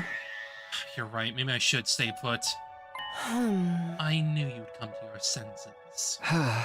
It's not because I'm afraid to die, I just don't want to get in your way out there. Everybody would be worried about me and try to protect me. I wouldn't be able to fully focus on the fight, so in the end, I'd only be holding them back. In short, you're making this choice with everyone's best interests in mind. Yeah. Good, you made the right choice. I give you 100 points for leadership. Sorry I can't be of any help. And now you've lost all your points. The captain is meant to boost the morale of his fighters, you know. You're not wrong. Okay, then you got this, Ichigo. I know you'll win. Know your place, servant. What? Anyway, I need to get going. Ichigo ran her fingers through her hair with a smirk before rushing out of my room. Immediately, I was overcome by a fit I've been trying to hold back. I'd been hoping to at least watch over everyone from the roof as they fought this final battle. Looked like that wasn't going to happen. Lost all strength and collapsed on the spot. I didn't even have enough energy to claw my way to my bed. Soon a piercing pain stripped me of my consciousness.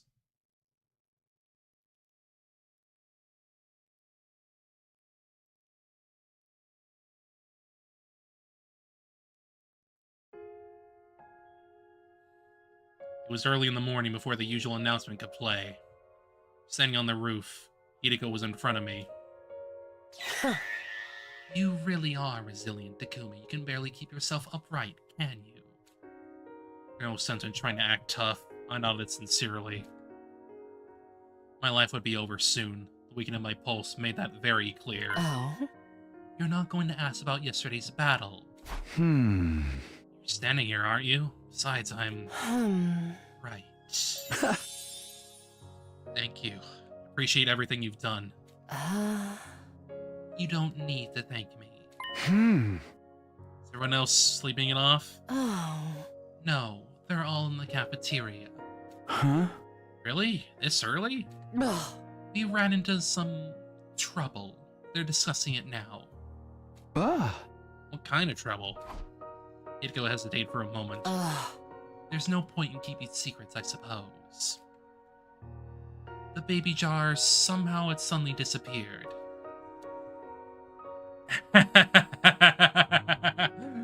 So that's how they got it, yeah. They got the baby jar from this specific timeline.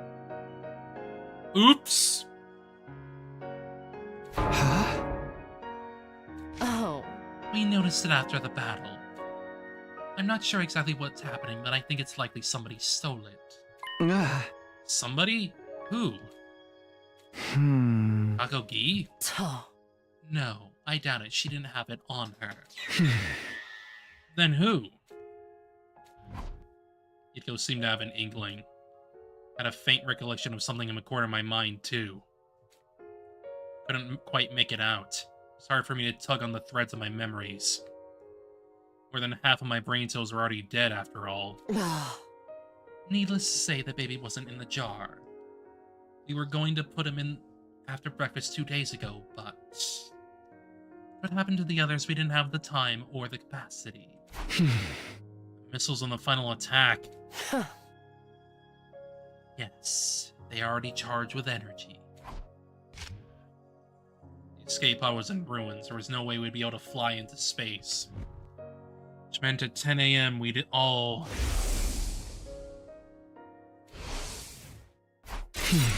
No. No way.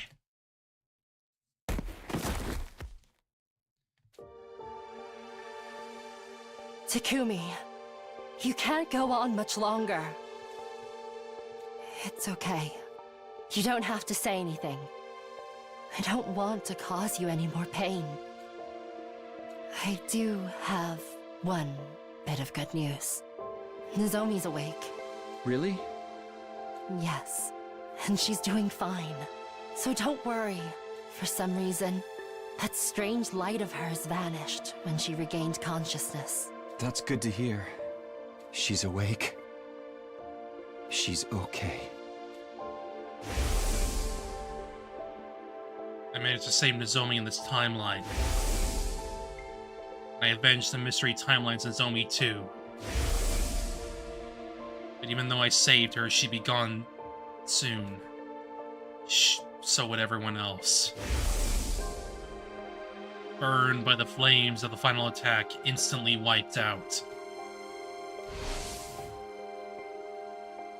Just then something sparked in my mind. The nearly vanished fragment of my memory suddenly turned vivid again. Summoning what little strength I had left, I asked Hideko a question. Hey, Hideko? When's the next time we can leap? Leap? Yeah. Why do you want to know? Just tell me. The window's already open. It'll last another 3 hours. I see. Pain ripped through my body. I somehow managed to string my words together as I wrote it out. Hideko, listen closely. Jump to the mystery timeline. What? The attack won't launch there. We can save everybody. Yes, that's how Mystery Timeline gets the end that it does. Everyone here can escape but Takumi. Eiko's face reddened slightly, but it soon faded, her brow furrowing as she bit her lip. I knew what the change in expression meant. We could save everyone if we jumped in the mystery timeline. Hideko and I.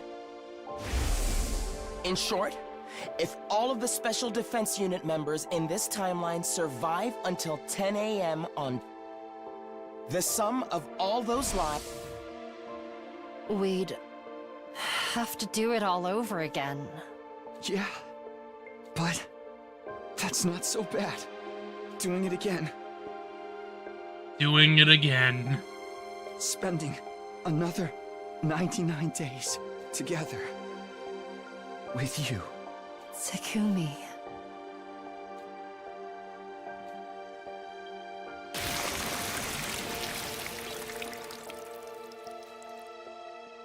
Oh, Takumi. Takumi.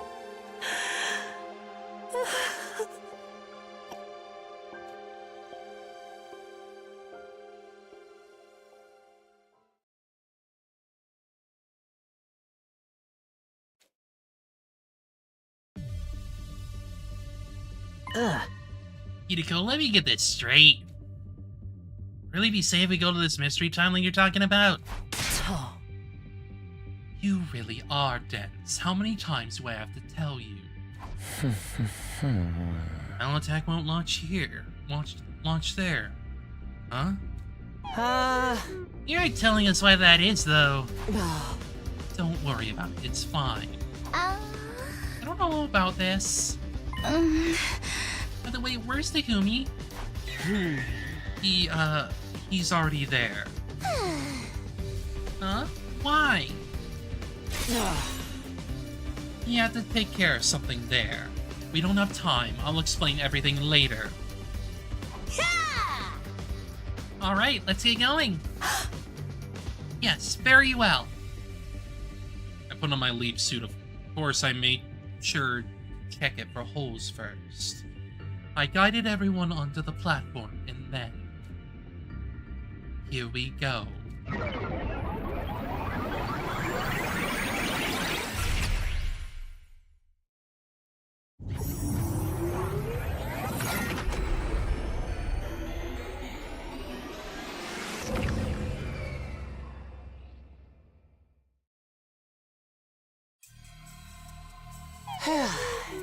Ew, here we are at LDA. Ugh. Is it really that mystery timeline or whatever? It looks exactly like our school. Everyone was looking around curiously. I took the opportunity to break away from the group. I hid in the shade of a tree and observed them shortly after.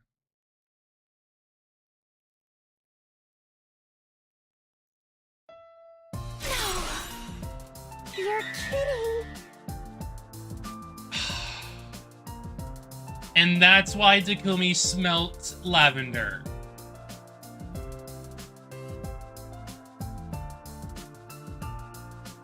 How? Why? It's not possible. I thought they were dead. How are you here? You took the words right out of my mouth. I mean, this is a miracle!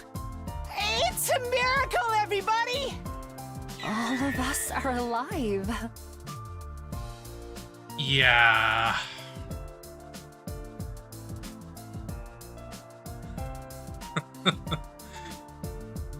Hideko 7. That's right. We're alive. brother dearest. Sister dearest. Brother dearest. Sister dearest. Ima and Kako ran to each other, flying into each other's arms, and after that... Nozomi? Nozomi! Takumi 7 ran to Nozomi and held her tight. Everybody crowded together, hugging each other, patting each other on the back, pressing their cheeks together. I heard their cries of delight loud and clear, even some sobs. I watched it all and then I quietly took my leave.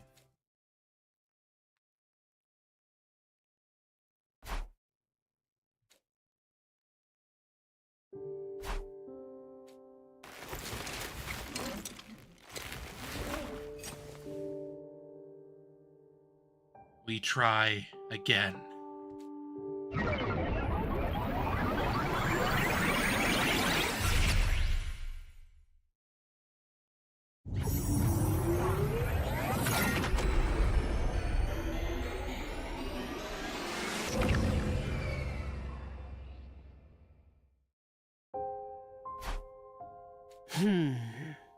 Takumi. I'm back. I picked up Takumi's body and quietly whispered to him. The next loop will be number 147. I don't know if it will be the last, but I'll never forget what happened here. I'll remember. Always and forever. One day, we'll get out of here. We'll leave this infinite loop together. I know we'll make it. If anyone can, it's us. You said so yourself. If you keep believing in something for long enough, you can make it happen. You can overcome any obstacle in your way. So, I'll continue to believe. One day, we'll wake up on day 101. Ah!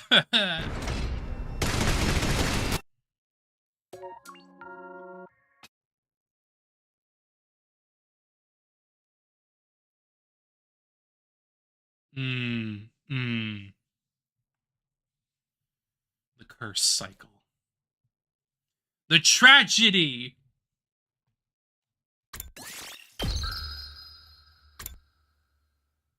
Uchi and his tragedies.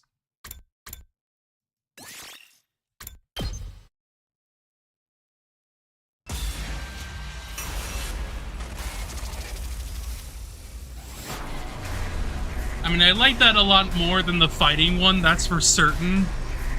It's a lot more in line with Uchi's stuff, certainly.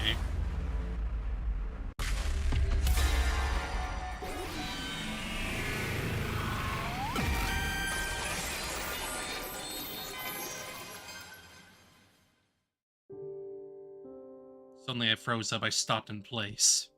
Was it because I didn't want to die? Because I valued my life too much? Nozomi had thrown aside her own precious life to save me. And yet, despite everything, I couldn't get my legs to move. When I snapped back to reality, the two of them had already disappeared. Particles of light flickered in the air, they jumped to another timeline. Takumi, snap out of it and chase after Kako-gi.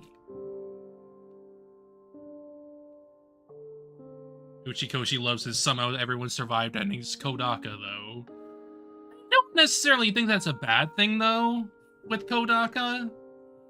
Like, I would say that, like, despite everyone dying in something like second scenario for this game specifically, that was one of the best endings in the game simply because of what it was able to do.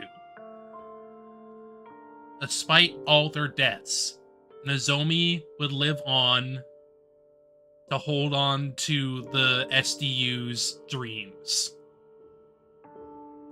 I think there's like both of them have their very specific strengths. And their narratives are enjoyable for different reasons. Like, I think it just really depends on what we're talking about, really. Like, I'm not necessarily a fan of, like, everything Kodaka has done. Not really.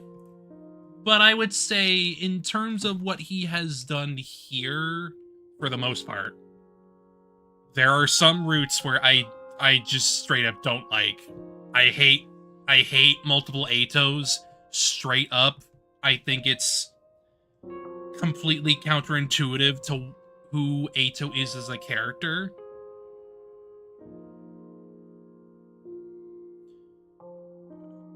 But, like, Goodbye Ato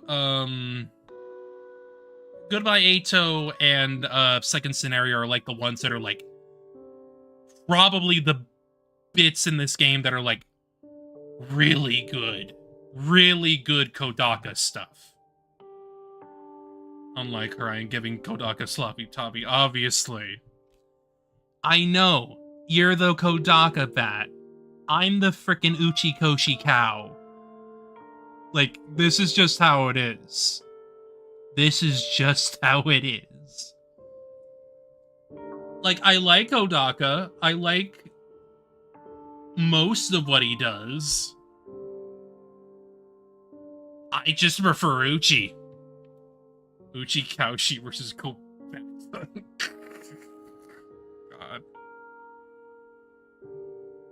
I figured out where they're headed from the log. The machine's all set to go.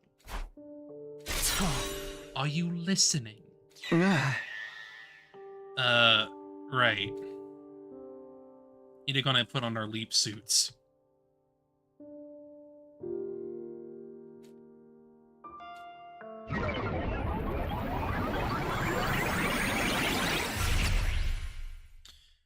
I think for me, though, it at least depends, but I think my biggest problem with, like, Danganronpa is mostly just the killing game format. I don't think the killing game format works for the series at all. Actually, no. That's wrong. That's wrong, actually. I think it only works for the first game. Because after that, the killing game feels kind of pointless, if you ask me. It doesn't really work for me in Game 2 and V3. Even though I like V3. I like V3 quite a bit. But... ugh.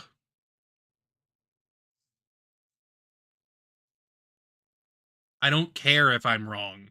That doesn't mean I like the freaking killing game format. I don't like the killing game format in 2 and V3. I don't. I just don't.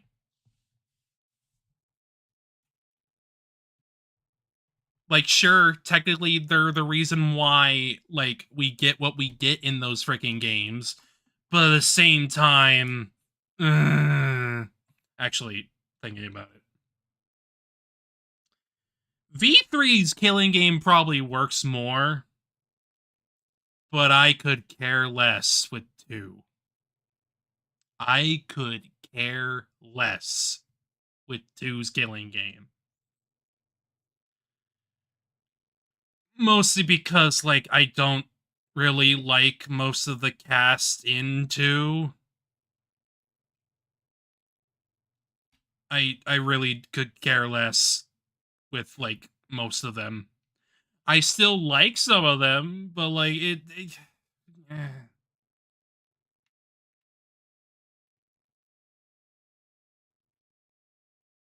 I know. I know.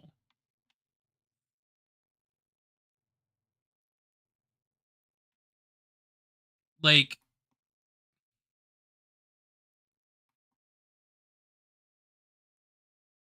I can't really propose an alternate format because that's just how these stories are.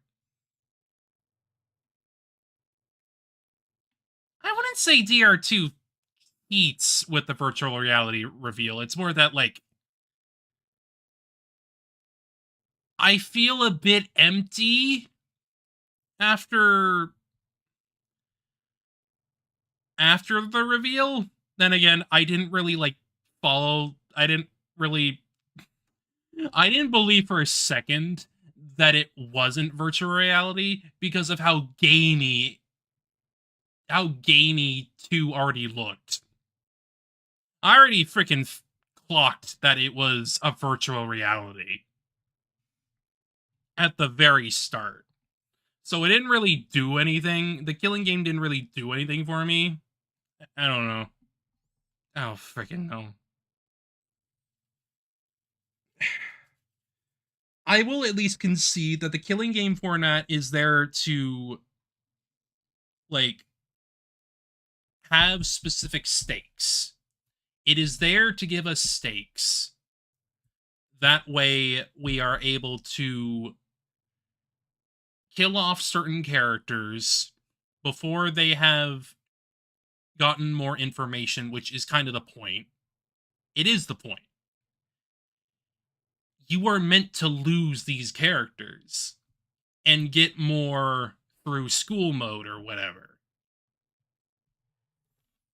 That doesn't necessarily mean that, like, I fully like it.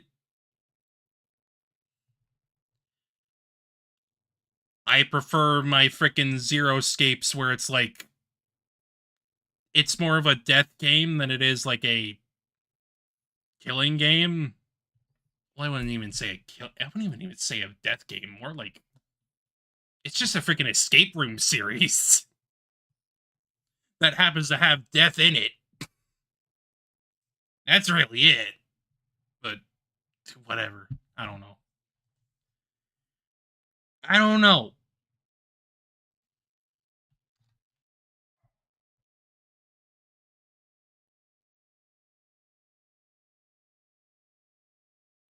That's not how I sound.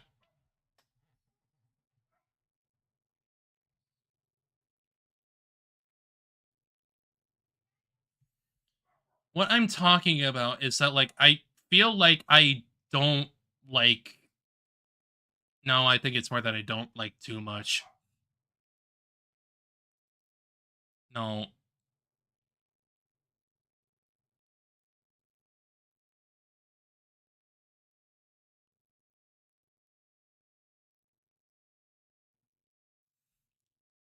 Whatever.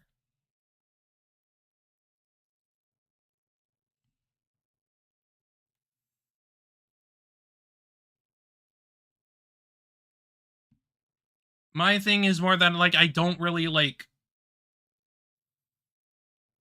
I don't like everything in a freaking Danganronpa game. At least with, like, 2 and V3. There are plenty of things I don't like, and I'm like, okay, can we move past this already? Can we move on, please? Like, I wish frickin' Kokichi wasn't in the damn game. Straight up. Frankly, I think he's kind of pointless. Like, he does not add anything to the narrative, if you ask me. He really doesn't. He could have been replaced with literally anyone else, and it would be fine. But that's kind of what V3 is going for. It's always going for, like, up and up and up because seasonal rot. I don't fucking know. Fine. The killing game is fine. There's just certain bits I don't like. Meh.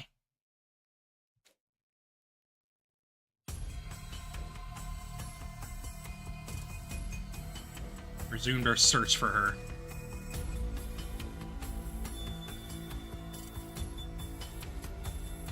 She was nowhere to be found in the city ruins. Turn our attention to the mountains to the northeast. Kakugi had likely gone there in search of her spacecraft. Fortunately, though... Yumi, I'm sorry, but this is it. We can't go any further. You crazy Kakugi's gotta be in those mountains. We need to keep going. The time limit is getting closer. As far as we can go if we're going to make it back to the lab in time. No. We're not giving up on Nozomi. We will find her eventually, I am sure of it. But now's not the time. There's nothing more we can do. We can't leave the others to fight Vicious without us tomorrow. Right, you weren't going to let me fight. I wasn't, but... Then I'm staying here. What? I'm staying in this timeline to find Kako-gi, in Nozomi too. Don't be ridiculous. Hey! Just go back without me. I'll keep looking on my own. Can't abandon Nozomi. I'll do whatever it takes to save her. Kumi. Good luck with the battle tomorrow. I know you'll do fine. Then I started a run off to the northeastern mountains. Wait! Takumi! Takumi! Takumi! I heard Hideko yell my name over and over again, but I just kept running, never once glancing back.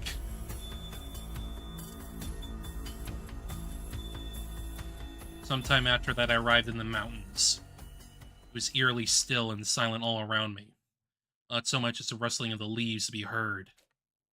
Found my way through the bushes, climbed up cliff faces, and crawled along the ground in search of Kako-gi and Nozomi.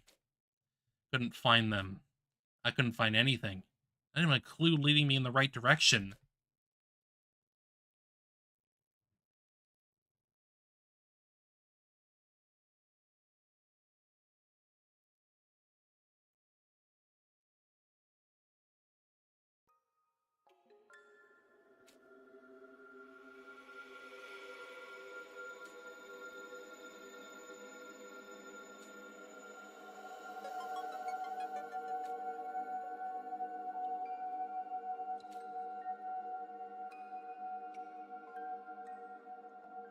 At last, it was day 100, 10 a.m.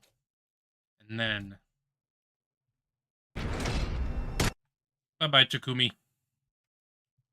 My conscience was rendered to ash, vanishing without a trace. All that remained was regret, lingering like an eternal grudge. You fucked it up, Takumi. The coward's final days. I mean... Yeah. Yep.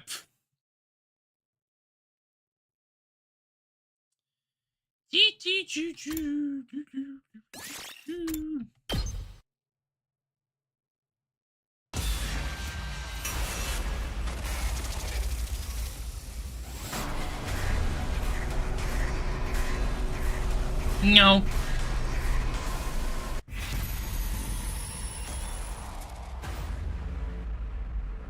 I mean, that last one was whatever.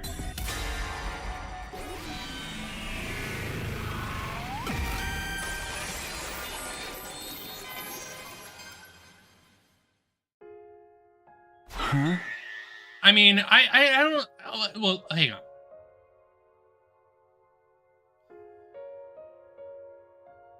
It was fine. It did give me... Once we got to, like, the day 100 there, it did kind of give me a bit of a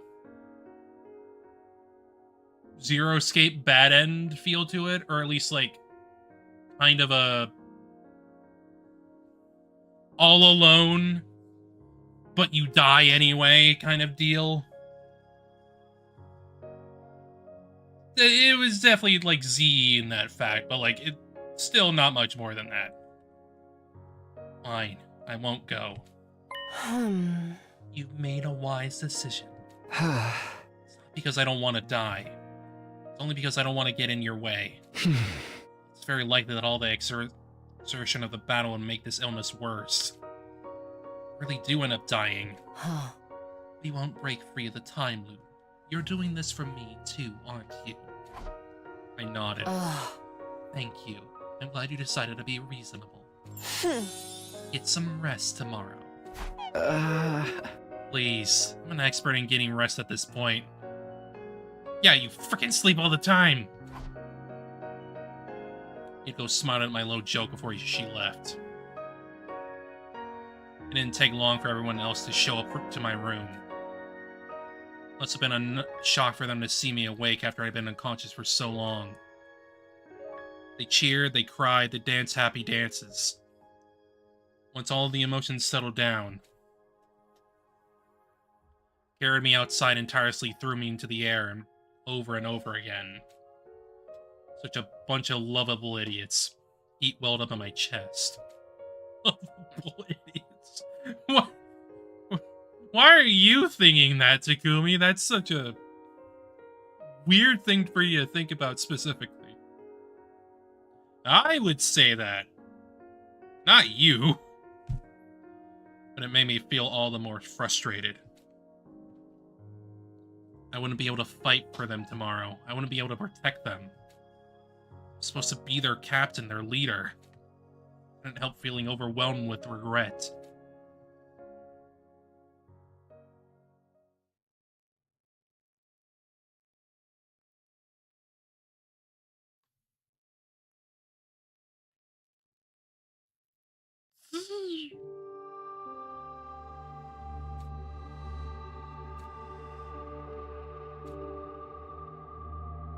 Good morning. Well, good evening. And welcome to day 73, actually. I had absolutely no memory of the previous day. I ain't sure how or when I fell asleep the day before that. I asked Hideko what happened and she explained. It's the leap damage again. If you take it easy for a while, the symptoms should subside. How long is a while, exactly? More than 2 or 3 days, I can tell you that much. And yesterday's battle? It was trivial. Nothing but cannon fodder. Oh, I'm glad it went well. You don't sound like you mean that. Are you upset? A little. I feel like I got benched before the game even started.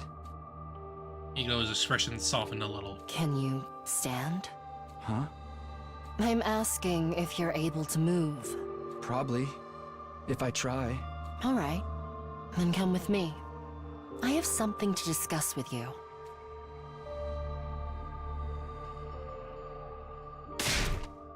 What? We went to the wrong timeline? Keep it down. What if everyone hears you? Wait a minute. So you're saying on day 50 we didn't go to the killer timeline, but the zombie timeline? Huh. That's right. Oops! Ah. When did you realize? This afternoon, I went to inspect the PLM and noticed when I was checking the logs. Oh. That's why the zombie timeline, Takumi, was normal. He was cured on day 50. By us. So I didn't end up becoming a killer in the zombie branch? Yes. How could you mess that up? Excuse me, have you forgotten you're the one who set the machine that time? She's right. I was the one who decided we should go to the serial killer timeline. I've been responsible for setting up the machine. We're 10 minutes past the beginning of the leap window at the time. Cleared the machine quickly to regain the time we lost. Clearly I screwed up. Careless mistake that ended up putting us in the wrong timeline. Gotta be kidding me. Oh, the serial killer Takumi 2. Takumi 2 still hasn't been cured. I'm afraid not. How are you so calm about this? Oh. I'm always calm.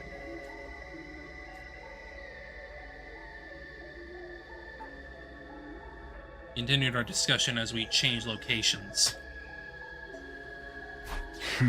Hideko, when are the blood space waves gonna surge next? Use the device to check for yourself. Tonight, 12:05 AM, just a little past midnight. Technically, that's tomorrow, day 74. Hey! I'm not arguing the details with you. Oh. So what do?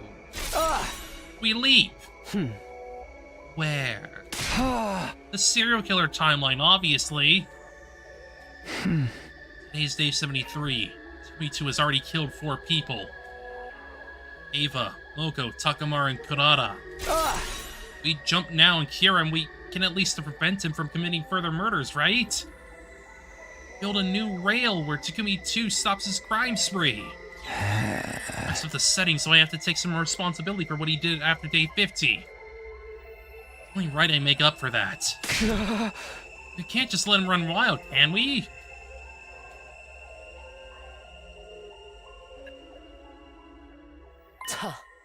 I understand where you're coming from. Unfortunately, there are 2 reasons we can't go and fix him tonight. Huh? 2 reasons? First, look at the device again. When does the leap window close? 12:35 a.m. Exactly, we'd only have 30 minutes. Even if we ran full speed from the lab to the school, that journey would eat up all our time. It's not possible to heal Takumi 2 and make it back.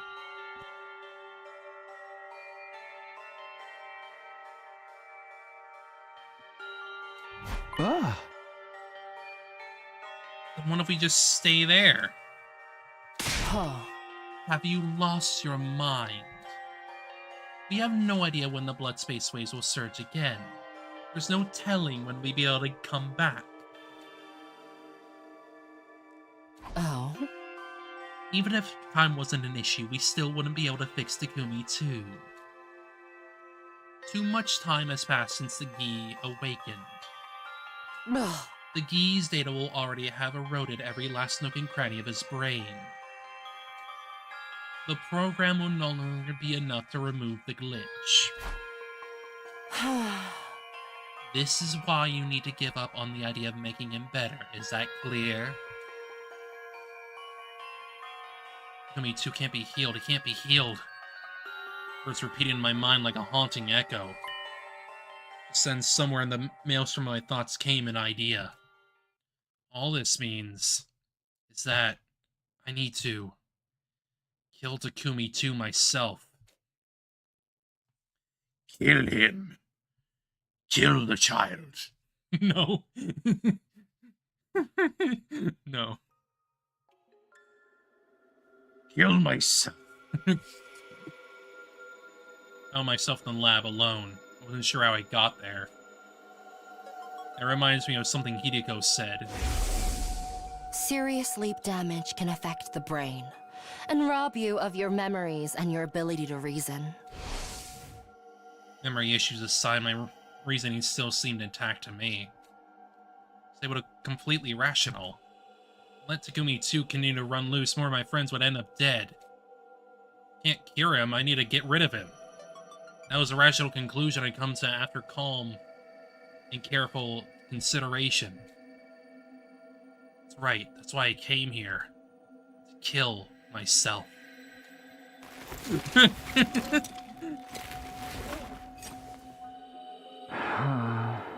Time to head to the serial killer timeline.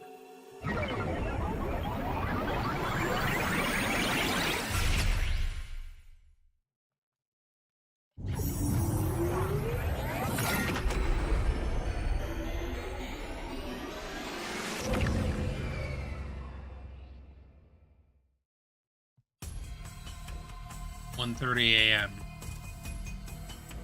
Time I made it to the school, the leap window had long since closed. You're all in now.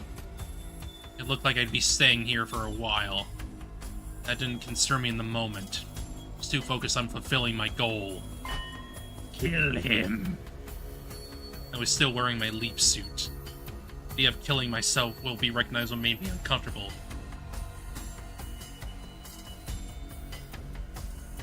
I mean, yeah, fair. It wasn't really necessary. I want to consider Takumi 2's feelings, too. Be able to rest easier thinking he was killed by a mysterious stranger rather than knowing he'd been killed by himself. Just then I realized I was holding something tightly in my hands.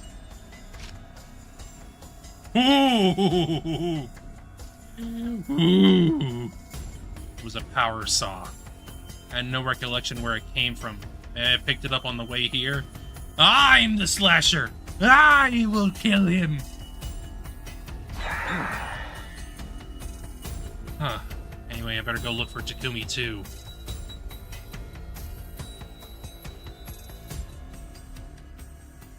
My conscious was fading in and out again. Suddenly I was in a first floor hallway. I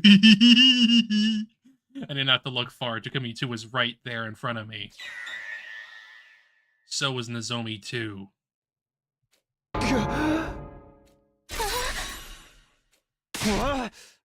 Nozomi, run this way! When they spotted me, their faces contorted in terror and they began to run. Well, that explains why a suited individual popped up during that bit. I couldn't let them get away. I had them my power sign gave chase. I chop! I saw! I'm coming!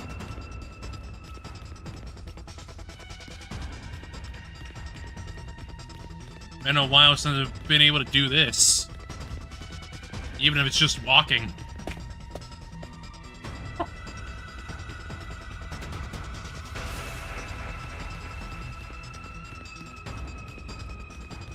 You're the slasher once again, Takumi.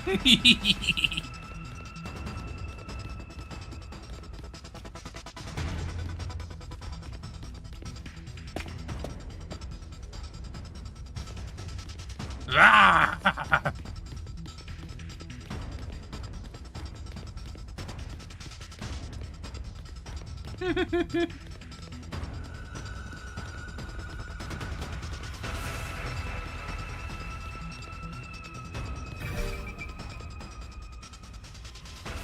Finally cornered Takumi 2 at the top of the staircase. Slowly closing the distance between us. Raised the power saw and then...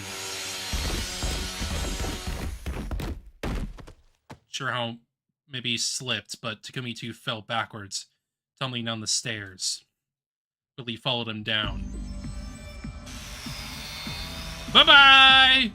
And there he was, splayed out on the ground. His face was twisted in agony. He seemed barely conscious. He must have hit his head. Now's my chance. I can kill him right here. Ferociously rushed over to Takumi 2, holding the power saw high above my head.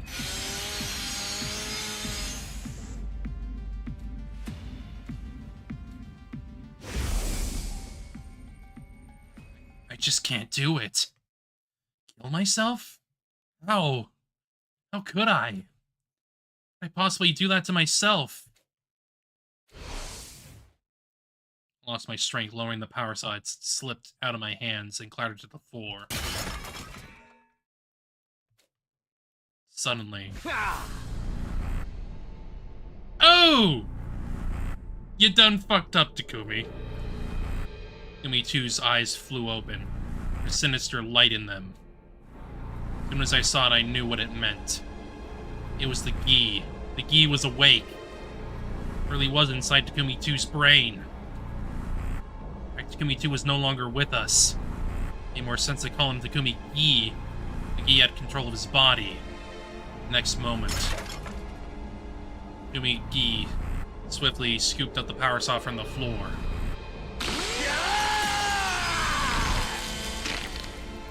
You done fucked up, Takumi.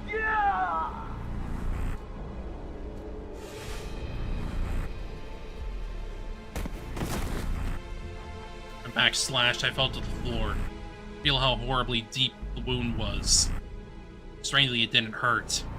Even my spinal cord had been severed, preventing the pain from reaching my brain. Soon after that, Takumi D made a series of strange decisions. He removed my leaf suit, and he dressed me in replica class armor made with the Gift-O-Matic. Not sure what the purpose of that was, it just happened. Once I was in the class armor, he got into position beside me. And as if to further torment me, he mercilessly shredded my back with the power saw.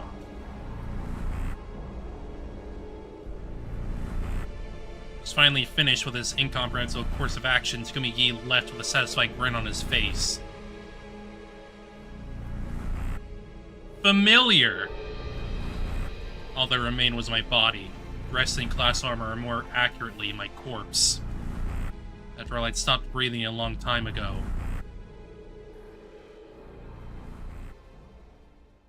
Good job. Good job there, Takumi. Good job. A form of suicide. Yes, indeed. Good job. Good job, Takumi. You did it.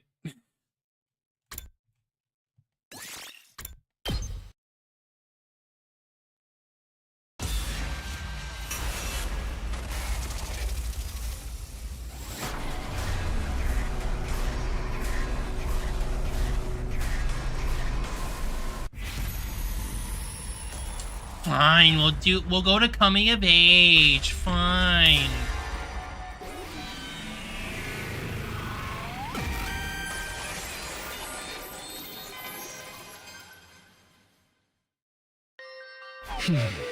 Decided I think he might be right. So we're going to the coming of age timeline. I nodded listlessly. This doesn't mean I don't feel anything for everyone in the serial killer timeline. Matters to me most as everyone here is this one. You don't have to explain. I know how much it pained you to make this choice. Takumi, this is the right choice. We won't regret it. No, I won't let it cause any regret. Nigo placed her hand on my shoulder and I felt some of the tension in my chest ease up. 7:40 p.m. It's been 10 minutes since the leap window opened. In order to regain the time we lost, we speedily put on our leap suits and configured the machine. And then... here we go.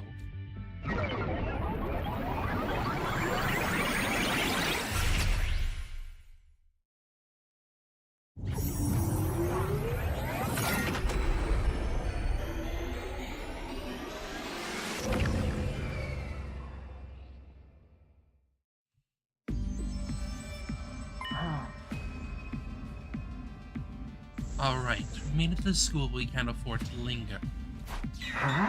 Why not? We still have until 11:10 p.m. That's plenty of... Have you forgotten what we came here to do? The code on Donomi's back, right? Yes, on her dead body, and what do you think that body is? Remember anything about this timeline? You should still know. Donomi was killed in the battle against Feshes on day 9. That day is the start of this timeline. In the Box of Calamity timeline. Oh yeah, I'm pretty sure all of us buried her. Now that you remember, you know what we have to do. We're going to dig up her grave. Yes, grave robbing. Do we have any other option? That's why I said we couldn't linger. But... I understand your reservation. I don't want to do this either, but our hands are tied. We have to do this if we want to go to the artificial satellite. Okay. I grabbed a nearby shovel, shut my eyes tightly, and drove it into the ground.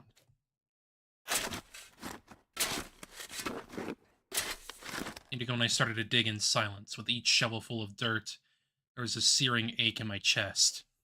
Eventually, we saw Darumi's body in the dirt. She was drained of her cryptoglobin, leaving behind nothing but a blackened mummy.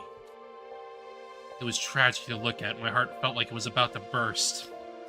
I averted my eyes. We have to do this. She fought valiantly to protect all of us in this timeline. Her body is the embodiment of all of the nobility and sacredness of that act. It would be rude of us to look away. I bit my lip and gave a small nod, and looking back down at Darumi. I'm sorry, Darumi. I'm going to have to move you a little. We're doing this so you can live on elsewhere. So please, forgive us. Nico apologized as she lifted up the body and turned it around. On the back was a single number. Does that say 5? Seems so.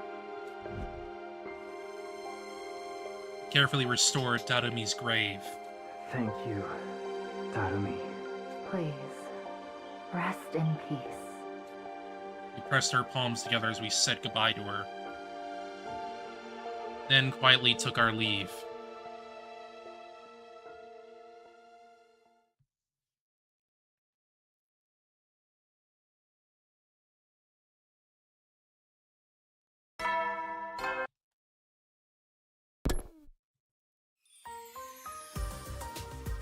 I made my way to the cafeteria for breakfast. When I got there, I saw everyone but Side and Nico. Gumi, how many times is this now, man? Yeah, would you kindly stop disappearing all of a sudden, Captain? We went over this last night, didn't we? Gumi went to the city ruins to destroy some enemy recon devices. Isn't that right? Yeah, exactly. I wasn't sure why Eita was covering for me, but decided I'd better just go with the flow.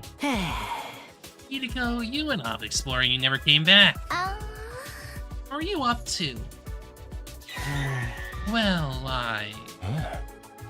you met with Takumi in the city, right? Then you finished the mission together.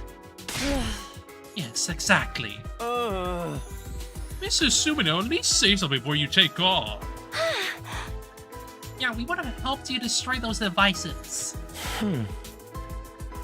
There weren't that many of them, so there was no need for us to send a huge group. I think Takumi was just trying to be considerate when he decided to go alone. He didn't want to ruin our plans for the Hump Day party, that's why he did it. And the Hump Day party was cancelled. You and Hideko were gone, there was no point in doing it without you. I see. Sorry, I didn't mean for that to happen. No, you have to deal with it, although I guess you don't need forgiveness from this degenerate trash heap. But I'm seething. If you want my forgiveness, you'll have to play Russian roulette with me. Eating Darumi say that brought tears to my eyes. It reminded me of her as I saw her last night, and here she was right here in front of me, alive. I couldn't stop the emotions from surging inside of me as I thought about it. Hey, don't look at me like that. It's not good for my mental state. Okay, then let us all enjoy some Russian roulette. Ava, do you know what Russian roulette is? Yes, of course. Just come on, I can just soup up the wheel so it goes full tilt. Madame is yours. Place your bets. Oh, for the love of murder. Yay! Thanks to Naito's cover story, Hideko and I weren't questioned any further. Everyone ate breakfast together and left the cafeteria. Only ones left behind were Hideko, Eito, and myself. Sorry about that, Eito. Thanks for the help. Yes, thanks to you, we have somehow managed to explain our way out of things. Why that story? Takumi, you vanished right before the Hump Day party, right? I thought if I didn't say anything, everyone would get upset and go looking for you. Then your clandestine activities will be interrupted. So I said what I said to appease everybody. Do you know what we were doing last night? Nothing specific. I had a vague notion you might be leaping to another timeline, though. I told Eito about the parallel leaping, by the way. Oh. Great, I know about your little secret. I know better than anyone that your objective is to keep everyone alive. Huh? So that's why you covered for us. I told you before, right? I'll do everything it takes to regain your trust. That's why I came up with that story.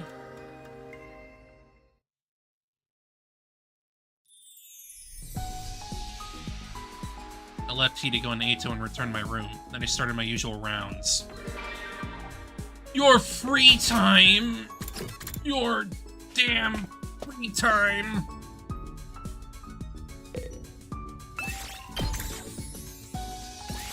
Move out! 90? Huh? I had a feeling you were here. We don't need to arrange meetings anymore, do we? If we have something to talk about, we can just come here. Does that sound good? I nodded. By the way, have you looked at your device yet? Not yet. What? You don't care when we'll get our next liver mortis code? Not really, it's just... Then look now, you'll be surprised. I pulled up the device and looked at the screen. I saw the numbers on the display and... Are you serious? What? 12:05 to 12:35 a.m. on day 74? Yes, that's the next time the blood space waves will surge. It's more than 20 days from now. That's right. The mortis codes we know right now are... Tsubasa, Eito, Madoka, Kako, Shoma. Dadomi, that's a total of 6. But we need 9 codes in all. 9! So we need to wait until day 74 until we go find the other 3? Unfortunately, you're still not quite right. It's likely impossible to be able to get any on day 74. We only have 30 minutes to leap on that day. It's longer than that to get from the lab to the school. If we sprint, it's just not possible. Hideko nodded with a deep sigh. The blood space waves increase after that. That's not on the device yet, so we have no idea. Just do what we do then. Either way, our goal stays the same. We need to get to the artificial satellite as soon as possible. Whether that ends up on day 80 or day 90. Even if we leave with only 10 days left, it beats being stuck here. Now let's stay focused, Takumi. For now, we continue with our school routine as usual until day 74. Things will be fine. Don't worry about the defensive battles. We know exactly who will attack us and when. At the very least, we can be sure no one's going to die permanently on the battlefield. Of course, I'm not gonna let them. I'll protect them on the battlefield or anywhere else. Well said, Captain. I expect great things from you. The artificial satellites suspended in the night sky seemed just a bit further away than usual. But I couldn't let things get me down. I narrowed my eyes and cast a sharp gaze at the satellite and its cold glint. Indeed.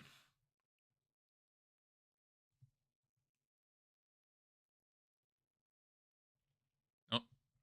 I thought I was about to go through the frickin' morning announcement, but okay. Fair enough.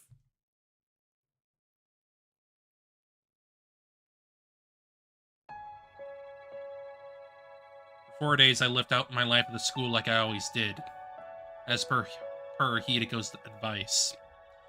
I laughed and trained with everyone, and sometimes got into arguments too. I didn't experience any serious issues, and time ticked away in relative peace. There was nothing we could do about the liver mortis codes until the blood space waves peaked again. I allowed myself to temporarily forget about that, and focus on living as normal a life as possible. Day 76 came to an end. Day 57 would soon be upon us. The day of the next enemy attack.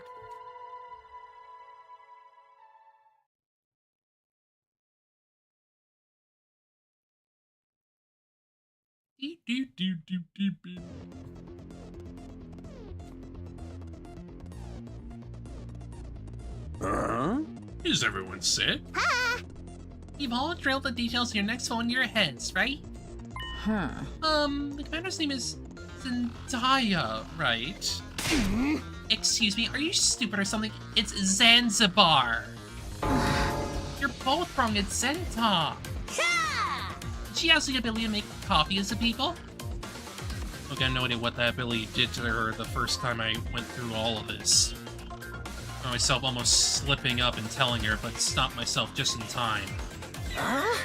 Sounds like a real pain in the ass. It's fine. We have nothing to worry about. This time, Zenta will show up with her factory settings, for lack of better words. What does that mean? Inigo must have been trying to explain that Zenta would show up as herself, rather than a copy of one of us.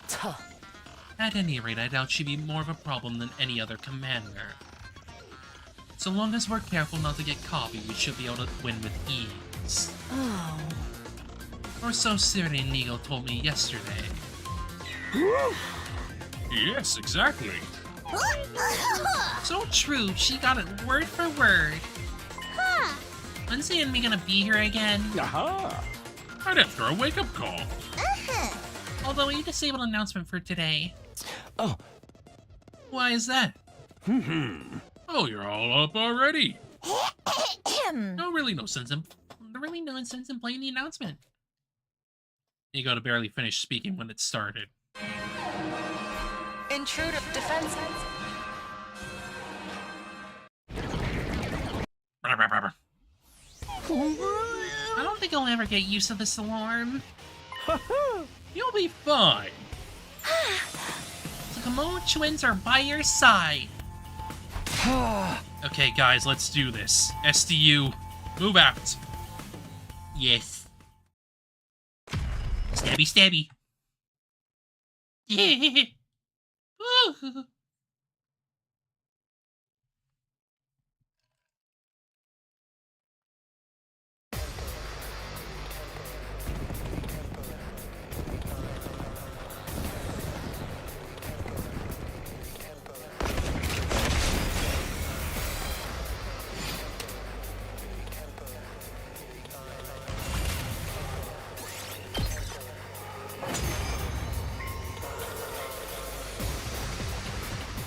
That's one problem dealt with. Now we just have to defeat their commander, Zendaya. I told you, it's Zanzibar! It's Zenta! Never mind her name. We must simply kill her. Here we go! Kill the orb.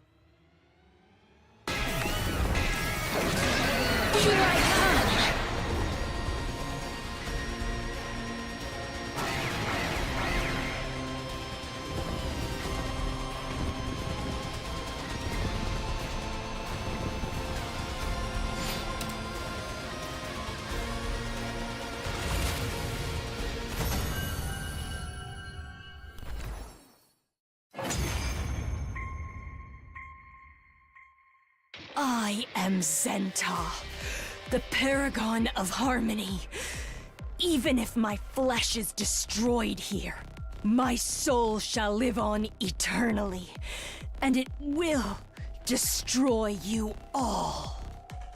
Those final words, something strange happened to Zenta's body. Yeah, she blew up again. Splintered her all over and burst into tiny pieces, disappearing into a plume of smoke.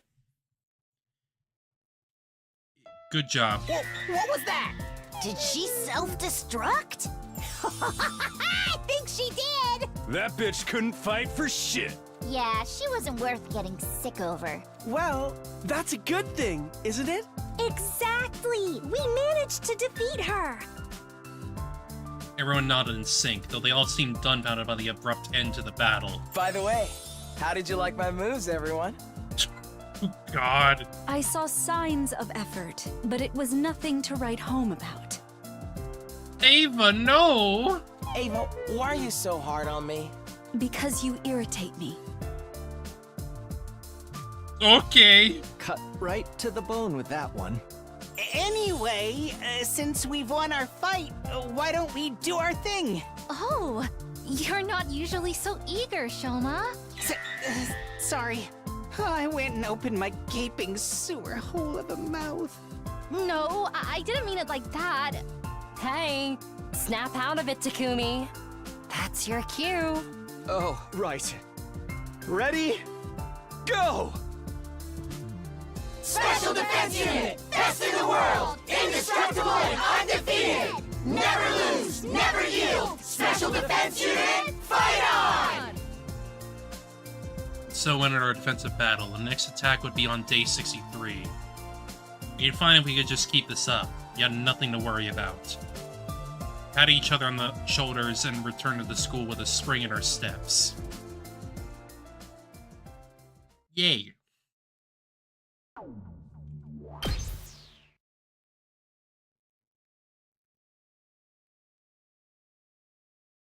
Oh, we're just going... Yeah, we're doing that again? Okay, fair enough. Get right to the battles and stories, I get it. Another 4 days passed quietly, with the calm after a storm. Nothing exciting happened. If I had to mention something, I guess it would be that the spice blend in Karada's curry was extra hot. It upset Shoma's stomach, leading to a somewhat explosive situation. We had to do some thorough cleaning afterwards. Other than that, nothing of serious significance happened, and the days went by almost too peacefully. I was honestly starting to forget about the Livor Mortis codes. Things kept going like this, there may be no real reason to go looking for them after all. I have the feeling you might be able to manage the last 38 days without doing anything too special. As long as we kept holding strong against the enemy attacks anyway. We're due for another battle soon. Tomorrow, on the morning of day 63. It's okay. These will turn out fine for us again. I reassured myself, crawled into bed, and fell asleep.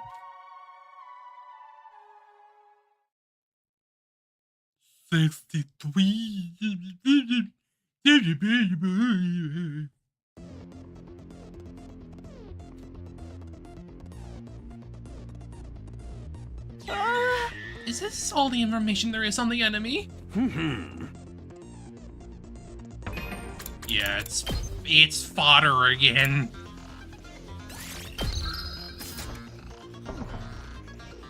Yes, it doesn't seem like we'll be a commander this time. So we're just gonna fight a bunch of weaklings? That's right. Man, that's already been a real battle. Nevertheless, it won't be without its challenges. Challenges? The cannon fodder they sent this time, they talk.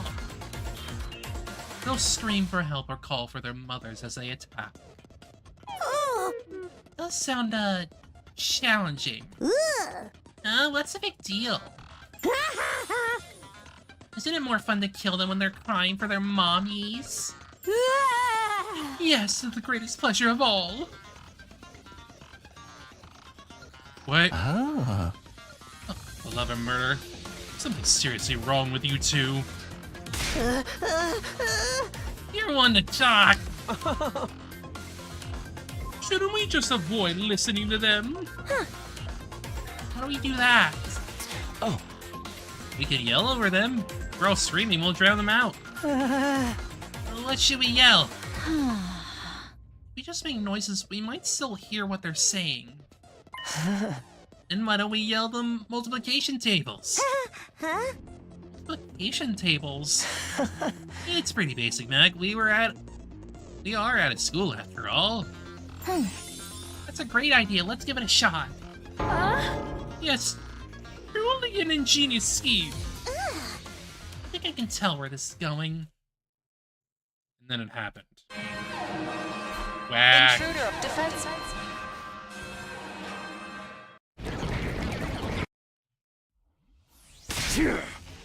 Look who finally decided to show their ugly mugs. Okay, guys, let's do this. SCU, move out. Do your thing. Do your battle. Do your battle.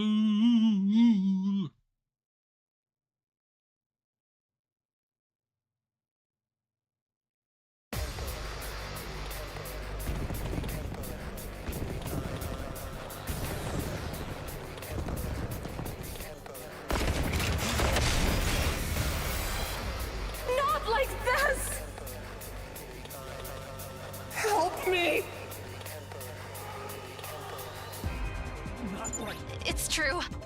I can hear them. I can hear them talking. I cannot get enough of this. It's making me hot and bothered. I cannot believe I get to kill them while listening to their pathetic cries. Ava? It feels amazing, doesn't it? Let's just ignore those two. Everybody else, stick to the plan! Here goes! Starting with 2. 2 times 1 is 2. 2 times 2 is 4. 2 times 3 is 6. 2 times 4 is 51. Yeah, I had a feeling that's how it was gonna go. I saw it coming from a mile away. Mommy, save me!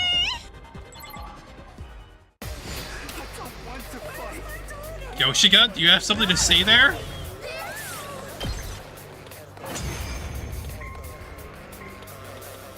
Do you have something to share with the class?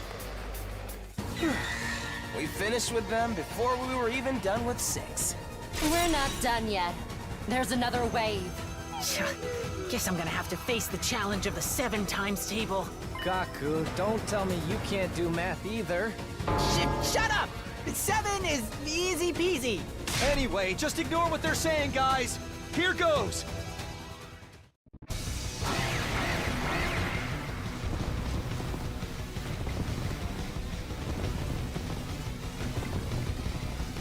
Not like this! No!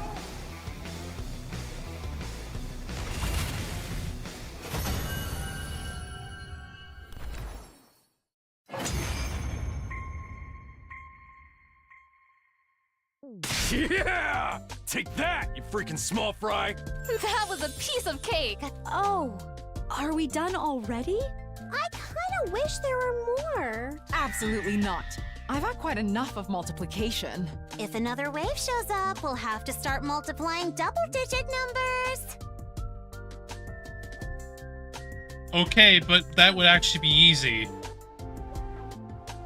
Like, 10 and 11 and 12 are like really easy. I think you could do it. No! Please! Mercy! Oh, the stupid ones. Everyone burst into laughter.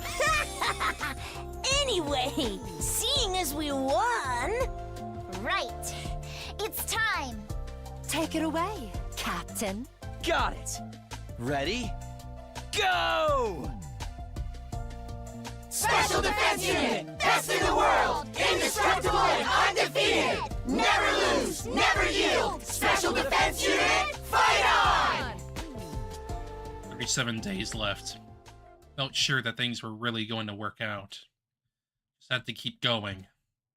But unbeknownst to me, somewhere in the shadows, things were starting to come apart. Little by little, it would start to gnaw at us. Yay!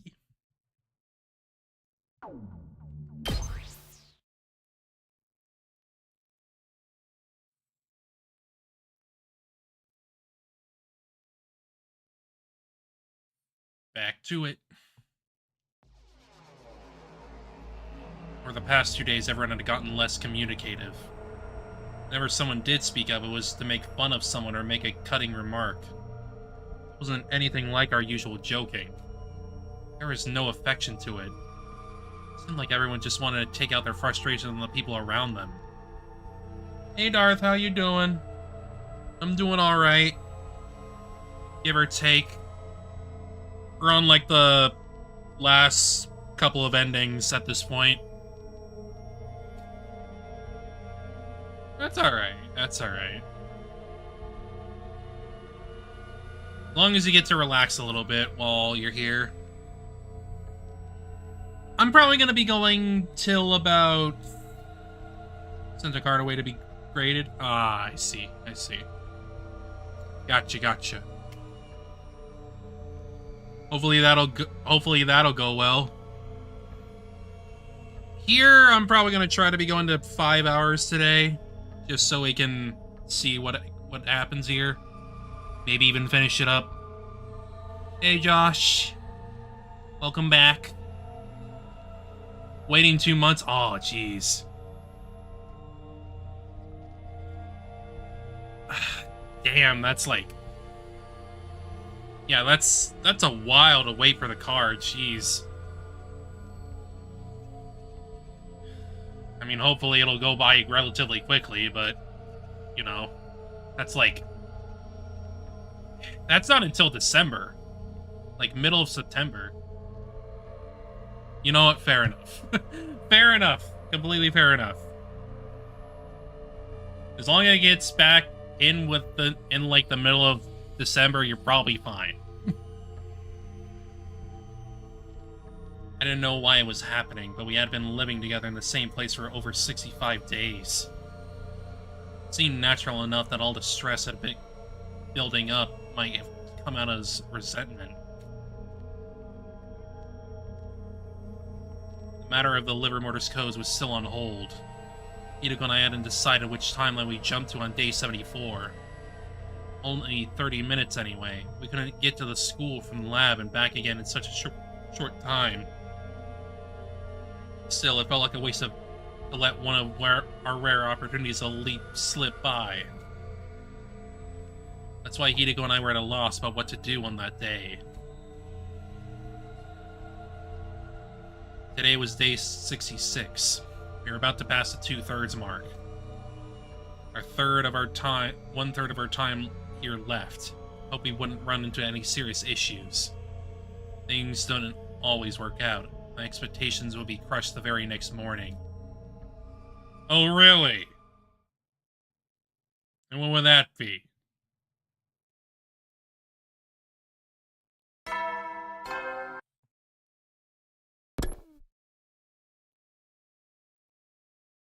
I went to the cafeteria to get breakfast. As soon as I walked in, I heard screaming.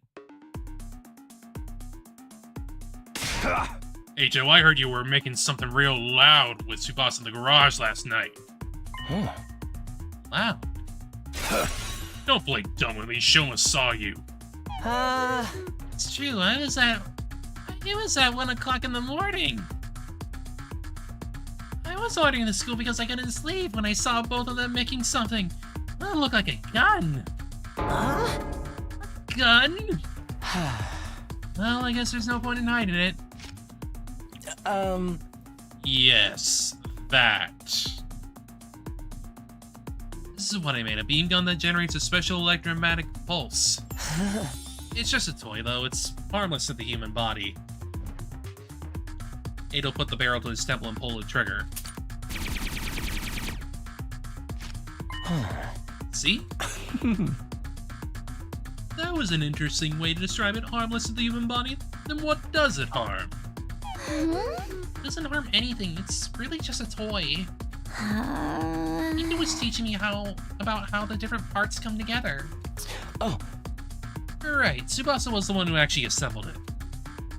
I did a lot of the reading while I was confined. That's where I learned how to make it. I just shared what I learned. Why do you waste your time on a silly little toy? Keep it down. I don't want Serenity and Nigo to find out. It's even more suspicious. I believe you, Ato. You should always trust the shadiest character in the mystery. What do you know about mysteries? She knows plenty from her gaming and eroge. The mere fact you rely on assumptions about the genre shows what an amateur you are. Shut up, you nasty brat. I played dozens of mystery adventure games. I play them all to death. Duh? I'm gonna have to stop you right there, Miss Amamiya. Nobody talks to my dear sister like that. Please, everyone, calm down. Eva, I'd appreciate if you kept your thought to yourself. You're a prisoner in case you forgot. That's not fair. Ava's our friend. Wow, aren't we blessed? Goody Two-Shoes has weighed in with another heroic opinion. Aren't you embarrassed? Your mess is the most embarrassing thing in the room. It smells like poop. I was so sweet to you, traitor! Sheesh, man. This is the problem with girls. Really? Tell me all the problems then, you goddamn misogynist. He got on abashed sexism. Your tiny gimmick is so lame. Who asked you to pipe up? You wanna go? Come and get it, loser. Shut up, all of you. Knock it off. Higo shouted at the top of her lungs. The room immediately fell silent. I'll hold on to that beam gun of yours. Higo held out her hand and Eito gave her the gun. I'll be the one who decides if this is really just a toy. Everybody be quiet and behave until then. You guys aren't yourselves right now. Something is very wrong. Go back to your rooms and cool off. Understood?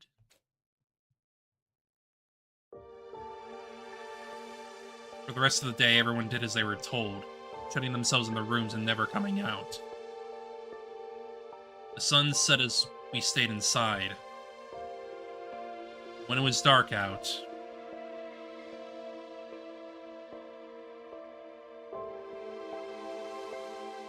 someone suddenly opened my door. It was Hideko. I have an update about the beam gun from this morning. Oh.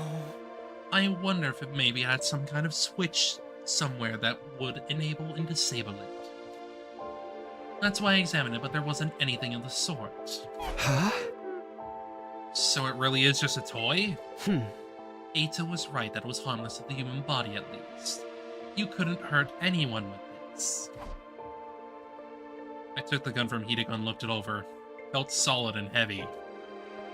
Definitely something mechanical inside, but nothing happened when I pulled the trigger. All it did was play a tiny, cheap sound effect. So now we know Eito and Tsubasa were telling the truth. That's not the real issue here, is it? The beam gun was only the catalyst. A ton of resentment building up inside of everyone, waiting to go off. It just so happened to be the spark that started the fire. If you know that's a problem, why didn't you say anything this morning? It's your job to keep everyone calm and mediate between them. Guess so, but I'm sure everyone is just exhausted. We spent 66 days living under serious pressure. Whatever it is, something has to change. Next event to battle is day 72. We have to do something before then. Hiko fell into deep thought. Her gaze wandered. Shortly after, she pushed her fingers through her long hair and looked straight at me. Oh? Takumi, this may sound harsh, but it's your fault things ended up this way too. You've acted a little too distant from everyone in this timeline. Oops! I know. I've done this loop 146 times. There were timelines where you were a lot more proactive about integrating with the group. In those timelines, the others admired you more than they do now.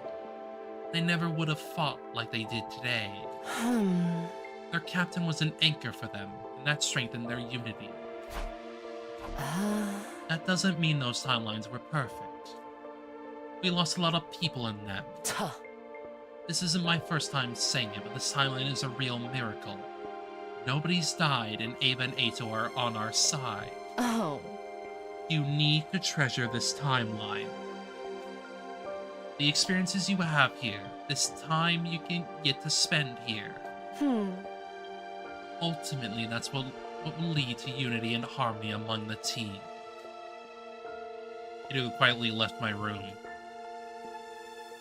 I couldn't move. She was right. There was no doubt about that. Her words weighed heavy on me, sinking into the pit of my stomach. But I couldn't just stand there and dwell on it. I already knew what I had to do. I think I know just the thing to fix this. Clenched my fists, I murmured, trying to encourage myself.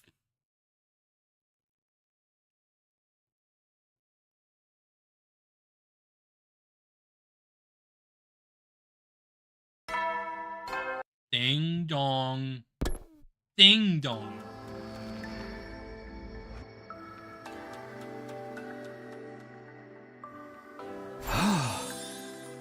Ito and Tsubasa were telling the truth. The beam gun is just a toy. Had everyone pass the gun around, they each had a turn to inspect it, nodding when they were done. Oh. But Ito, what did you even want this for? There was a picture of this beam gun in one of the books I read while I was locked up. I found the shape and design appealing, that's all. Anyway, now that we know, I'm gonna give this back to Tsubasa. Me? Huh? You're the one who made it, right? I can give it back to Ito, but I think it would put everyone on edge.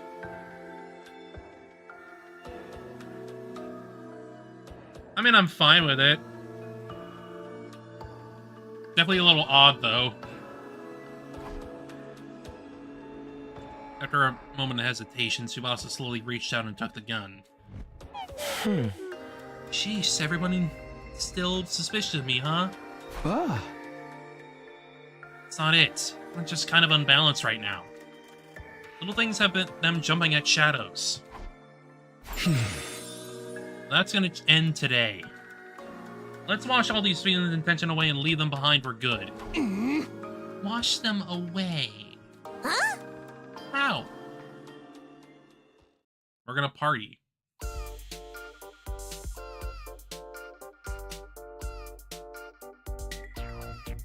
Oh, this is bright. I don't remember the frickin' pool looking this damn bright. This is one of those night pools I've heard so much about. Young women and men go wild together in the pool at night, colorful lights everywhere. We're having even debauchery and hedonism, aren't we? It's not nighttime, it's not any of that other stuff either, but sure. Are you serious? This is like so crazy. Takumi, did you do all this? Well, I had a little help. From me. It's our fault the hump day party got canceled, right? So in a way, this is an apology for that. Don't worry about swimsuits. We made sure to get them for all of you. Hold on a minute. Yeah. Are we gonna swim here? I told you, we need to wash all the negativity away. You meant that literally? I mean, this is the dream. You know exactly what the people want. Gaku, this is not about that. This is about relieving stress. With your ulterior motive, I should just off you right now. You mean what you want? What about Sita and Nico? Of course, I got their permission. If things stay as tense as they have been, it will hinder the mission. I can't have that. So you get special permission. Everybody needs a break sometimes. But don't forget to keep it in your pants! Yoshika, that also means you need to keep your pants on. I would never expose myself at the pool. Oh, for the love of murder. Although everyone griped and complained, they ended up changing the swimsuits we brought for them. So began our Paradise Pool Palooza. Yeah, I've seen this CG before. I had a feeling all the complaint was just to cover up how embarrassed everyone felt. However, I think this is like the only other time we have seen every single character in the CG. The other one was on Goodbye Ato, And that was an illusion for him. So... much different feeling here. It took less than 5 seconds in the water for them to start shouting in excitement. Pretty soon they all had playful smiles on their faces.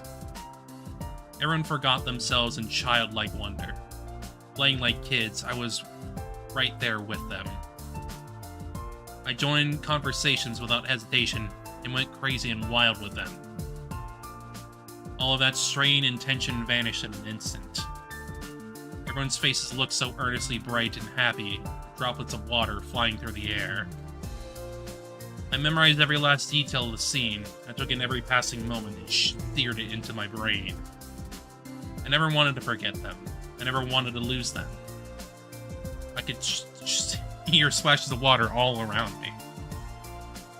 And everyone's joyous laughter echoed in the pool, drowning out the sound of water. Just having some fun, man. Just having a good old time.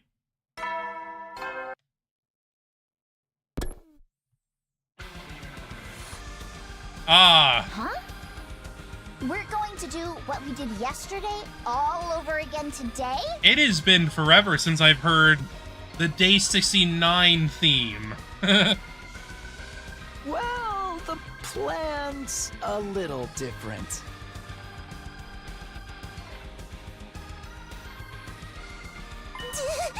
What is this? It'll be a festival? I've heard of these. Young women, men and women go crazy chanting as they dance wild and free around the watchtower. It's a gathering of wild abandoned artistic expression of release pent-up desires, isn't it? Absolutely not. You're right about it being a festival, though. Oh, this is amazing. Best thing I've ever seen in my life. You're not gonna have her behave herself in her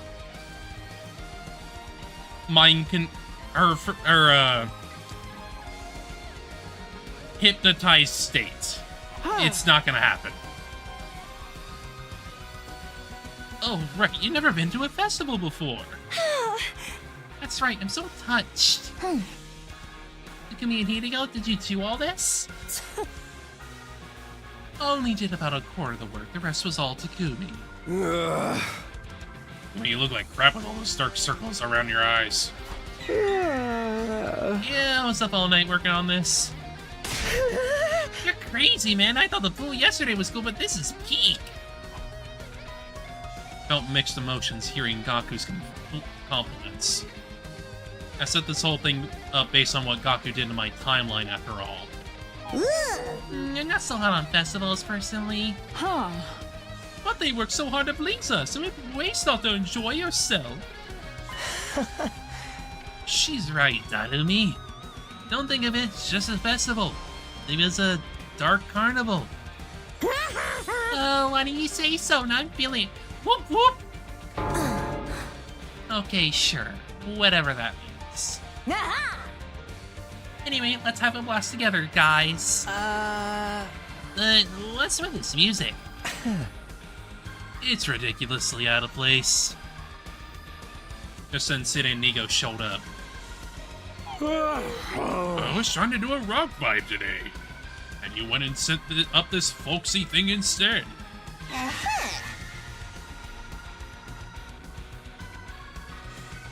Couldn't you have made it more like a modern music festival? I can see you put in a lot of effort, though. I'll give you what you want. Wait just 1 second. The two of them disappeared. Some time passed, and then... there it is. Yeah, this is more like it. This is the kind of song you need for a festival. Aha! And let's get this party started. Everybody cut loose and have some fun. So began our fabulous, frolicsome festival fiesta. festival was alive with activity. The air was filled with the sounds of happy chatter all around me. Everywhere I looked, I saw radiant smiles. There wasn't the slightest hint of gloom on their happy faces. Halfway through the festivities, Kurata started cooking. She made the Usuzuki family's special curry recipe, handed down through the generations. It was so popular we had to line up for it. Before long, we'd eaten every last drop. After we were done eating, it was Gaku's turn to entertain us. Oh boy, here we go. Gaku climbed to the top of the tower, and got on the DJ equipment and showed us his skills on the turntable. The rest of us danced to the rhythm wild and free, went crazy chanting and singing. We spun and flew, sweating so hard we practically melted away. Continued to dance around the watchtower all night long. All night long.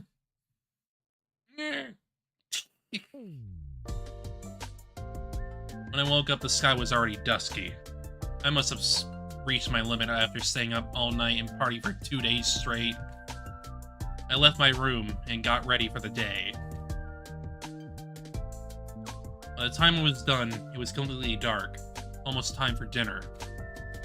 I hurried to the cafeteria and announced my plan for the evening to everyone.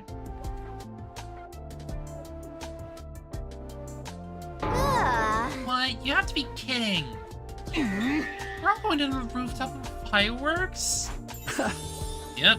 Sparklers, Roman candles, aerial fireworks. I got them all in my room. I mean, don't people usually space out these kinds of events? Yeah, you gotta be out of your mind to go 3 days in a row. Don't listen to him, bro. I'm all for it. Honestly, the pool and festival weren't quite enough for me anyway. How does a broke bum like you have such taste for parties? Huh? Did he say something?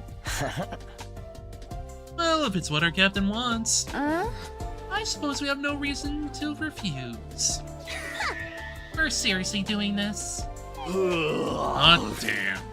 You're gonna twist my arm, I guess. Despite their complaining, the smiles on their faces betray their true feelings. Then it's on.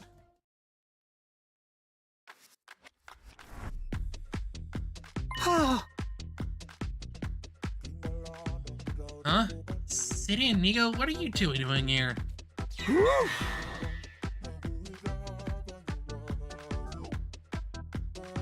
You need adult supervision to play with fire. We're just here as chaperones. Oh, for the love of murder, you managed to do a lot worse than light some fireworks. I bet they're just being coy. You actually wanted to join us, didn't you? With the pool and the festival. Absolutely not. Not at all, not at all. And then you guys can hang tonight. Let's lose our freaking minds. Doesn't it feel like something is missing? Are you talking about my mask? You are, aren't you? I just can't see the fireworks with it on, that's all. I left it in my room. So embarrassed, don't look.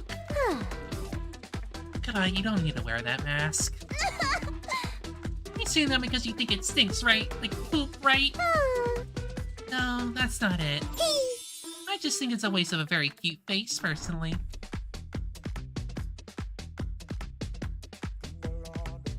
I could feel the freaking gay right there. Kind of froze at a loss for words. Her face was as red as a ripe tomato. I think there's been a misunderstanding. I wasn't talking about Kurata's mask. Come to mention, we are missing some people. 4 of them. Hideko, Moko, Ima, and Ava. Where the hell are they? Everyone looked around. Just then the missing 4 showed up. Oh. Sorry we're late. No. It took some time to explain what we're doing. Explain? We have surprise guests for everyone tonight. He's all ready for us now. Introducing our special guest for the evening. Shion. Shion. Shion. Yo, Shion! Everyone called out his name in surprise. Huh? What's going on? Why does everybody know his name? Oh! We've met him plenty of times before. Yeah, while you were busy trying to knock up Hideko.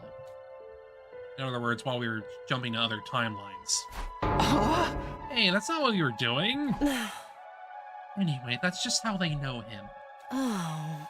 I only found out yesterday at the festival. I heard it from Moko, Ima, and Ava. We thought we should bring Shion to the festival since it was such a big event. The four of us left the gym to ask him to come, but... Come to think of it, the four of them had disappeared for a while the night before. Sid and Ego wouldn't allow me to come. Besides, I'm not a real SDU member.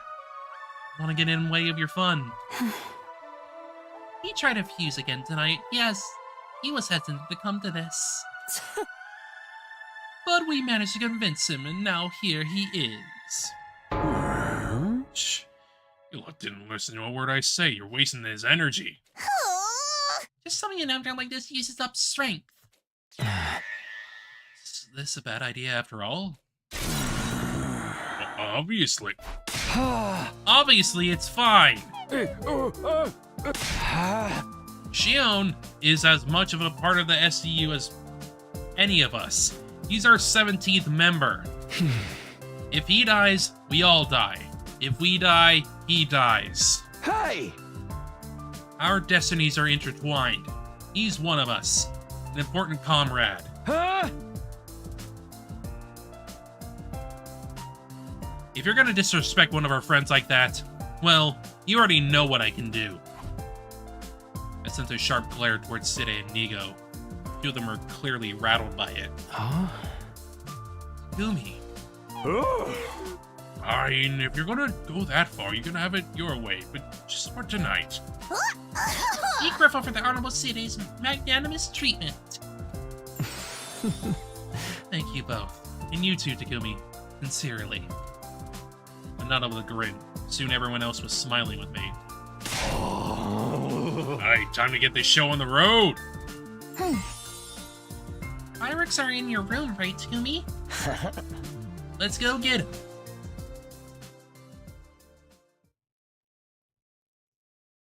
So began our SDU Shining Fireworks shindig.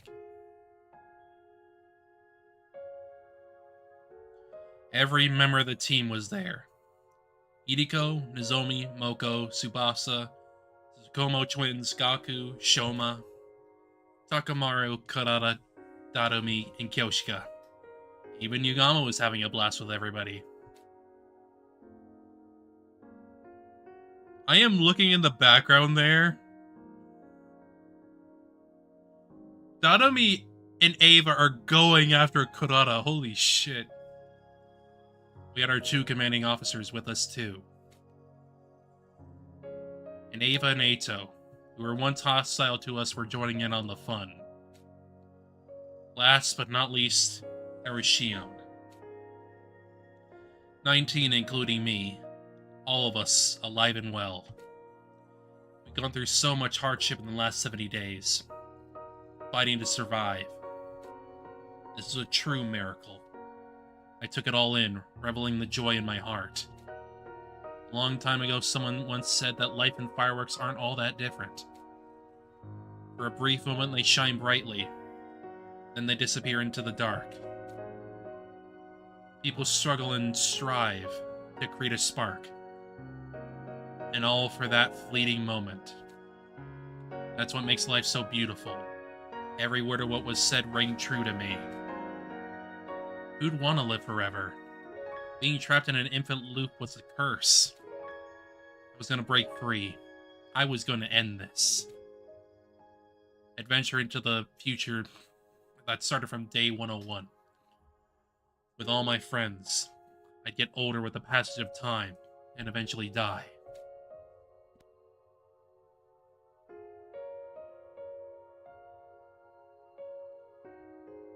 One day, my firework would fizzle out. This was going to be the last time I lived through this war. I never experienced these 100 days again. The thought made my heart swell. The instantaneous flash, the spark vanishing into the darkness. The flicker of the decaying embers were all breathtakingly beautiful.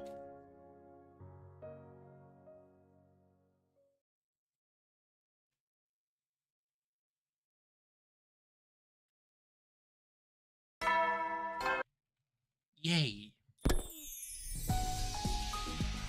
Our 3-day party binge finally ended yesterday. Next enemy attack would be tomorrow, day 72. We couldn't help keep up the merriment forever. We need to switch gears. Once I was done with my breakfast and back in my room, I headed back out to make my rounds.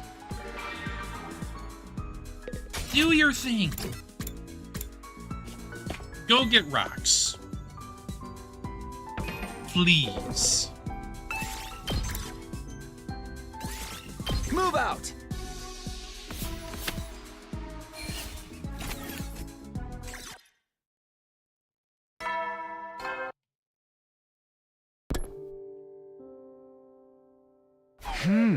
Doubt I'll be getting much sleep, even though I'm totally wiped out from all the partying. They say it's hard to sleep when you're overtired. Is that what this is? No sense in just waiting here. If I go out for a little walk, it'll make me sleepy. I convinced myself to leave my room.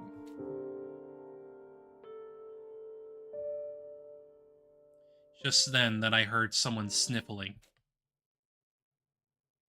I could see someone on the other side of the fence.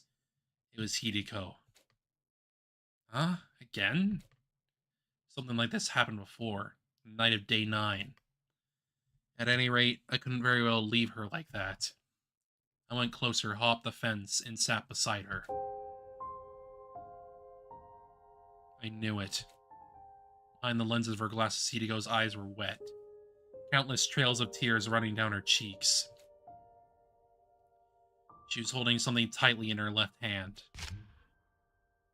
It was the calico cat I'd given her on day 10. She hurriedly put it back in her pocket when she noticed me, moved her glasses to wipe away her tears.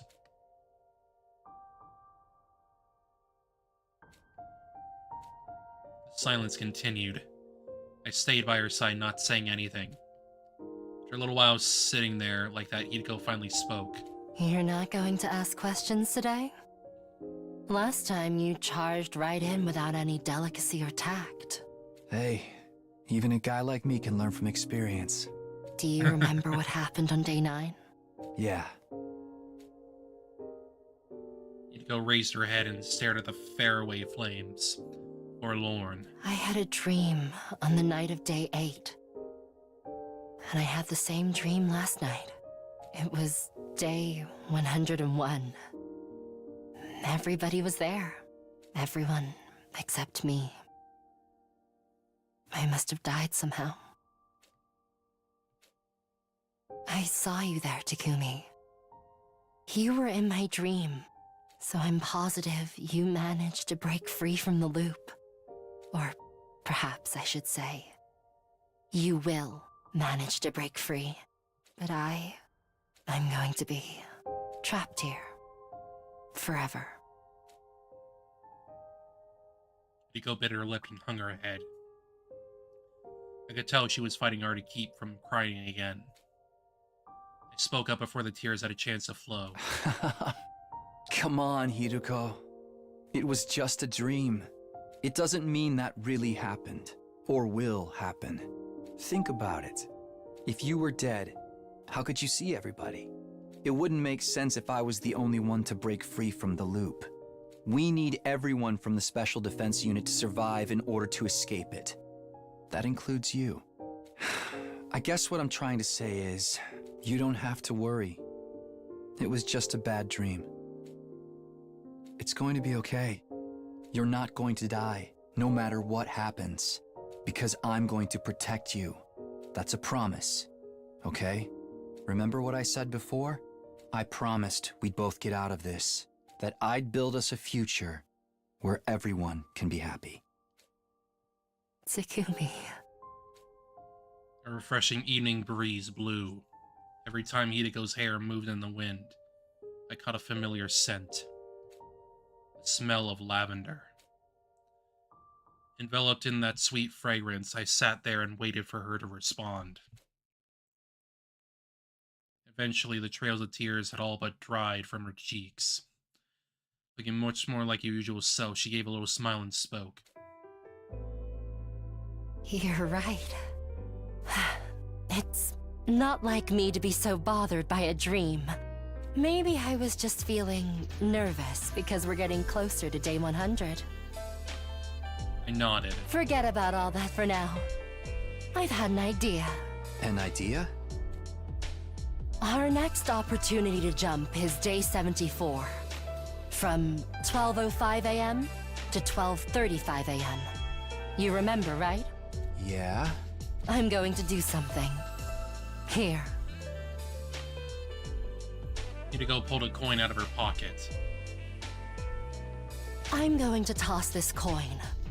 And you're going to call heads or tails. ZGD is back, baby!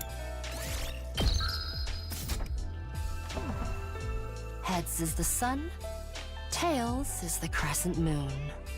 What happens if I get it right? How about we go explore the ruins together the day after tomorrow, on day 73? You're bringing... Uchikoshi's bringing out the freaking Delta bit again. Why then?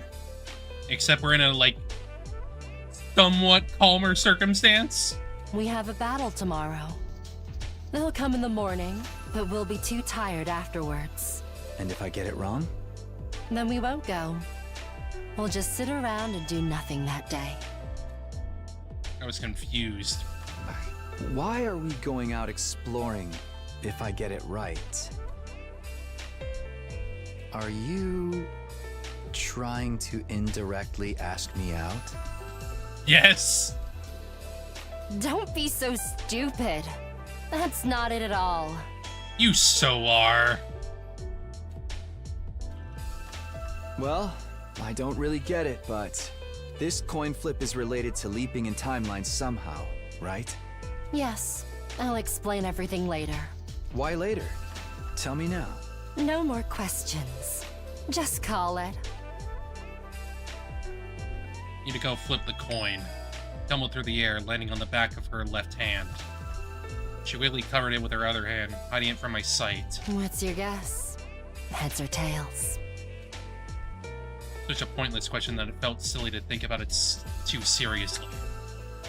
Even I was wrong. All it meant was that I wouldn't spend the day outside with Hideko. There was no real risk involved.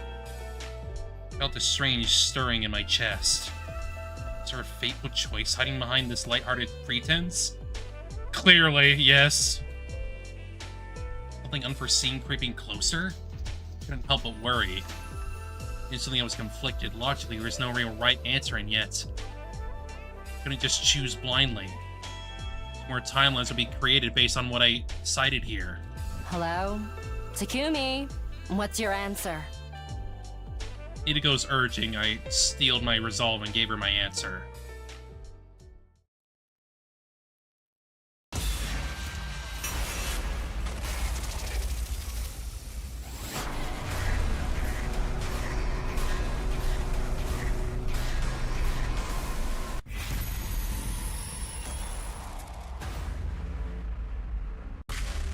Show me the moon!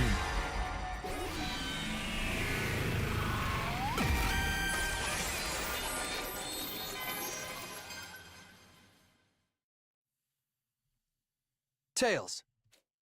I gave my decision with confidence. Hideko moved her hand to reveal what was underneath.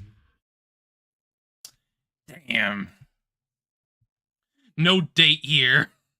A sun symbol, which meant... I was wrong, huh? Sorry, Hideko. Guess this means no date for us. I don't care. And I told you. It wasn't a date. Oh, shut up. You know it was. Yeah, okay. Anyway, tomorrow's another defensive battle. I'm going to bed. See you. That she climbed over the fence and left. I was left on my own, staring at undying flames in the distance. Hey! You said you were going to tell me everything! Spent the night without ever finding out what the coin toss had to do with our next lead. Or about Hidiko's real intentions behind our potential non-date.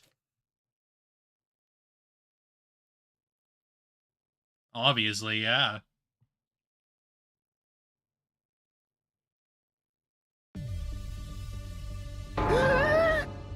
For real, it's all cannon fodder again? Yum, yum, yum. That's right. Explain Vashna that there's only one commander left, Dalsha. He's not coming today, so...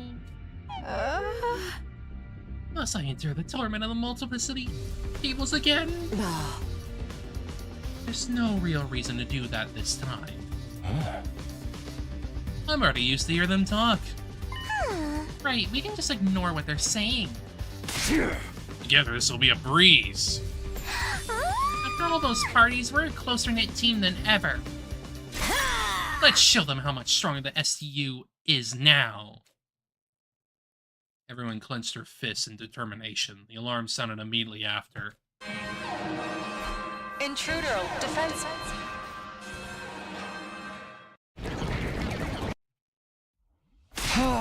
Okay, guys, let's do this. STU, move out. Just do it. Just do it, man. Just do it, my man.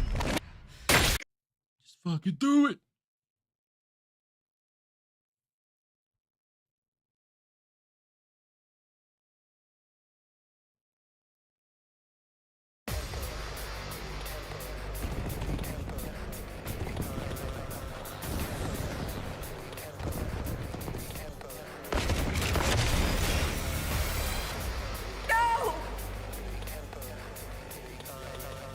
Help me!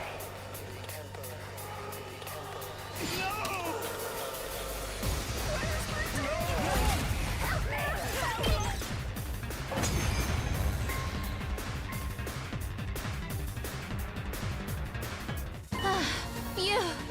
That's all of them for now. Don't be so sure. There's more of them lining up for punishment now. Step right up, little monsters!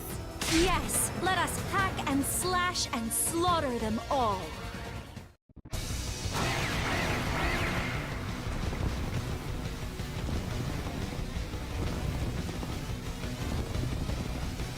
Not like this! Help me!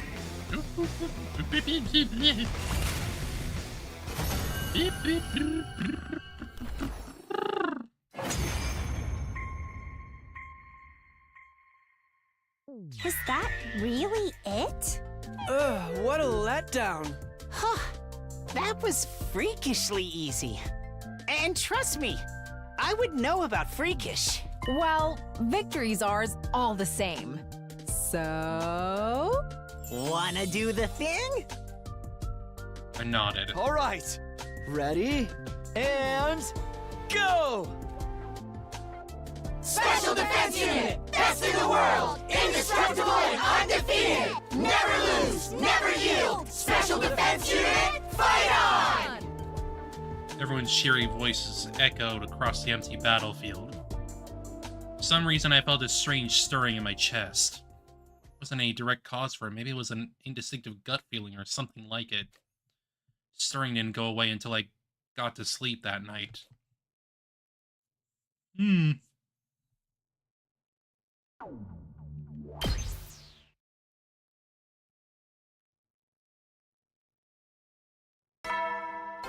Ding dong. It had been almost 3 hours since I finished breakfast. Hugo and I were standing behind the school building in a daze. Hey, Hideko, what exactly are we doing right now? I told you when we did the coin toss 2 days ago. If you lose, we'll just stand around and do nothing. And that's what we're doing, isn't it? Nothing at all. I don't get it. Huh? Seeing as we're here, how about that explanation you promised me? You want to know? Yeah, of course. Then get on all fours, spin 3 times, and bark. Why would anybody do that? No. Because I want you to. Do you need any further explanation? Sadistic psychopathic four-eyed freak. I cursed her mentally, but... Round and round I went. Woof. Woof. Very well, I'll explain. With a smug grin on her face, Hideko began to walk eastward. I followed close behind.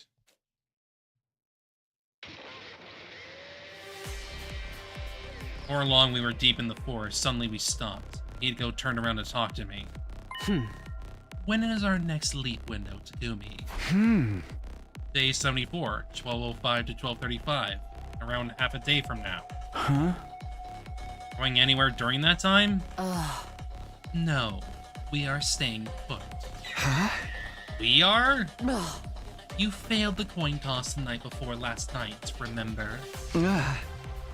Yeah, I called tails. Oh? But that means there's a timeline where you called heads. In other words, a timeline where you were right and went out today. To keep it simple, let's call the versions of ourselves in that timeline Takumi 6 and Hideko 6. Tonight, Takumi 6 and Hideko 6 will come to this timeline. Wait, we're gonna visit ourselves from some kind of right guess timeline? That's why I said what I said.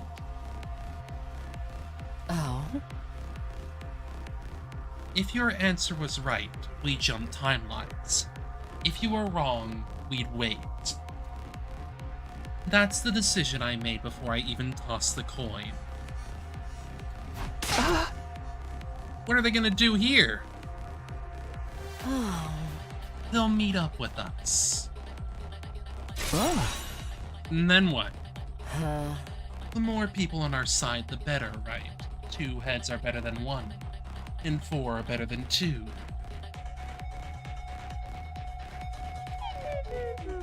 What? I assume you haven't given up on using the DST. Of course not. The chances of everyone's survival goes up if we can get to the satellite even 1 day earlier. Don't you think it would be more efficient we split into 2 teams to find out the Liver Mortis codes? The teams can meet up later and share the codes they've learned. We only have 3 left, so yeah, if we can make a... if we make that work, we'd get them a lot faster. Now things are making sense. Deliberately made us stand around and do nothing so that history would branch off, right? We needed to make something happen this timeline that was the complete opposite of that other one. When we're on a date right now. What's the matter? Are you disappointed you didn't get to go out with me after all? No. I told you it wasn't a date. Hideko yelled viciously and put me in a headlock. My arteries are being squeezed. The oxygen wasn't reaching my brain. 3 seconds later, I was out like a light. Good job, Takumi. Good job.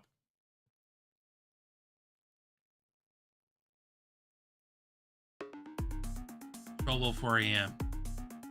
Hideko and I stood in the center of the lab, waiting for Takumi 6 and Hideko 6 to appear. 1 minute left. Be careful. The window's only 30 minutes. Got it. We need to use our time to talk to them. Go too long, they won't be able to go back to their timeline. Yeah, so let's not waste time on idle chit-chat. What do you mean by idle chit-chat? I don't know. Gossip about dirty manga. Why would we do that? I was playing, the clock ticked over the 5 minutes past the hour.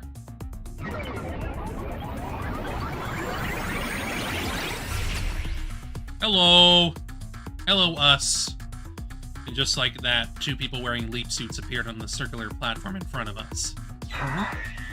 Oh, you must be me and Hideko from the right guess timeline. Yeah, I guess so. You're right on time. Hold on, we're going to take these off.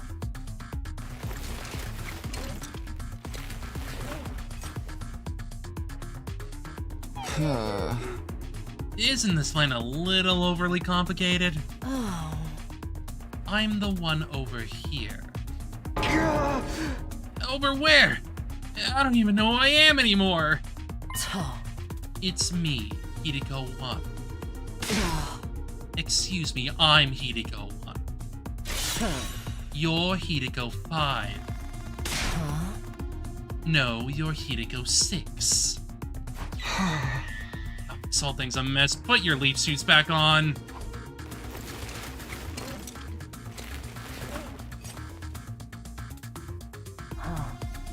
Is this better? Yeah, I've seen your faces now. Let's just move on. We don't have time for this. Let's get down to business. We still need 3 liver mortis codes, right? Yes, the ones we haven't found yet are Takamaru's, Ima's, Takumi's, and mine. We need to find 3 out of 4 of them. Next time we jump is... in 5 days from 1:30 to 4:30 p.m. on day 79. So at that time, we need to split into 2 groups and check a total of 3 liver mortis codes between us. The question is, which timeline does each team jump to? Started to investigate and narrowed it down to the 2 most efficient timelines. First up, the serial killer timeline. 6 of our team will be dead by day 79. One moment, actually.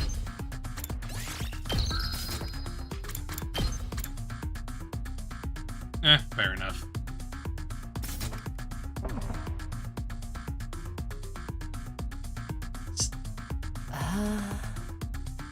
Eito, Ava, Kurata, and followed by Moko and Shoma, and lastly Takamaru. I couldn't bring myself to say anything. There was a suffocating pain in my chest.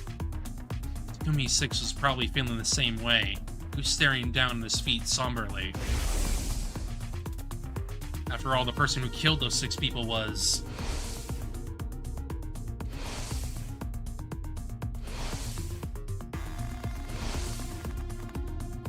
him, me, us.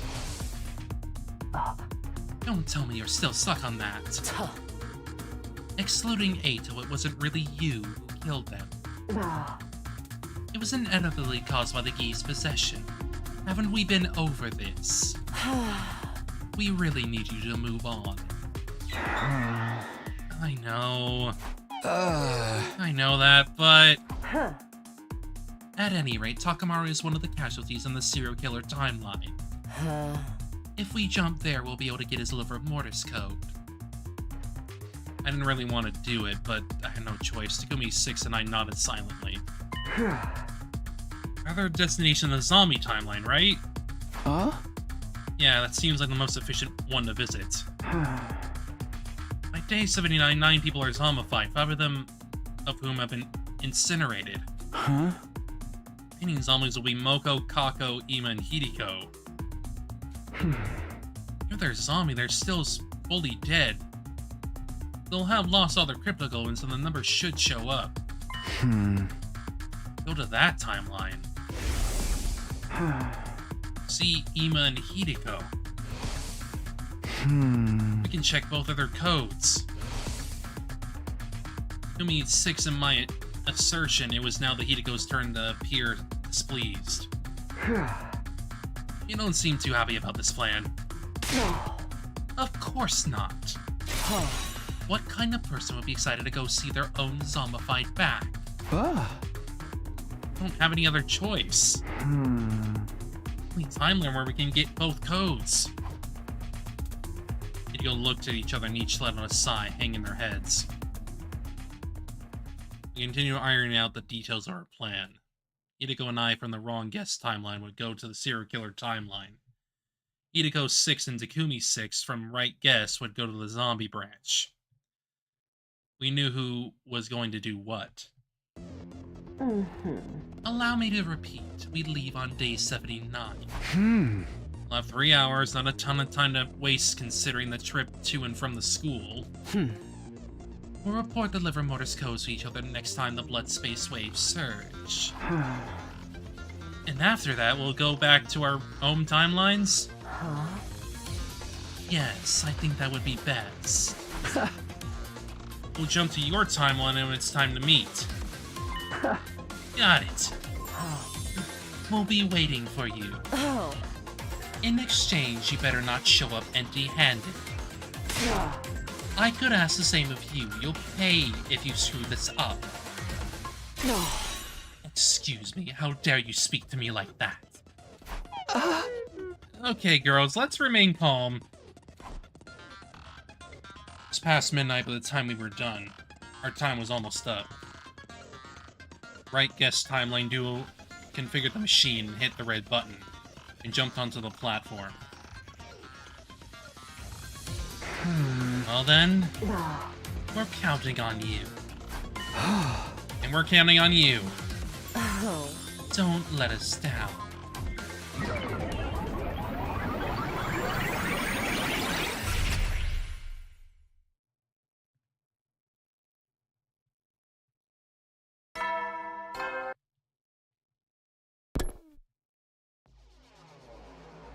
I wasn't hungry, so I didn't go to the cafeteria. I didn't feel like making my usual rounds either. Just throw up on the ball in the corner of my room. 5 days from now, Hideko and I would have to go to the serial killer timeline. The thought depressed me.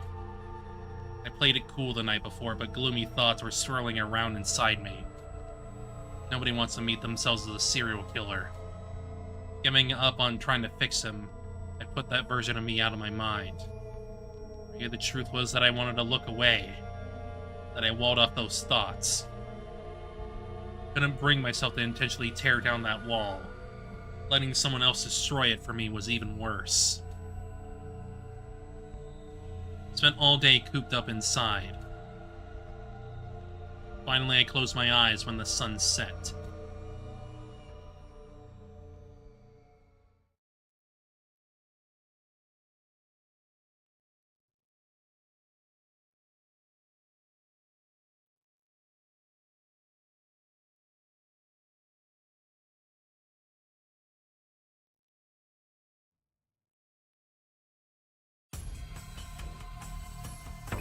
It's time!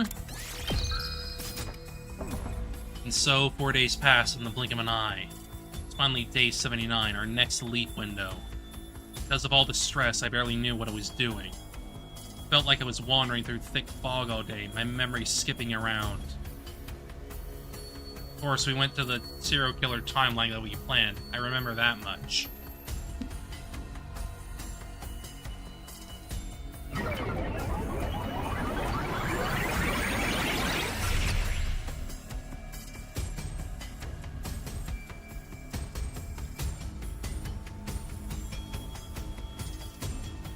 Once we jumped, we went to the school, still in our suits. Our objective was to find out Takamaru's liver mortis code. His body would be stored in the morgue on the 2nd floor. We took the stairs to the 2nd floor.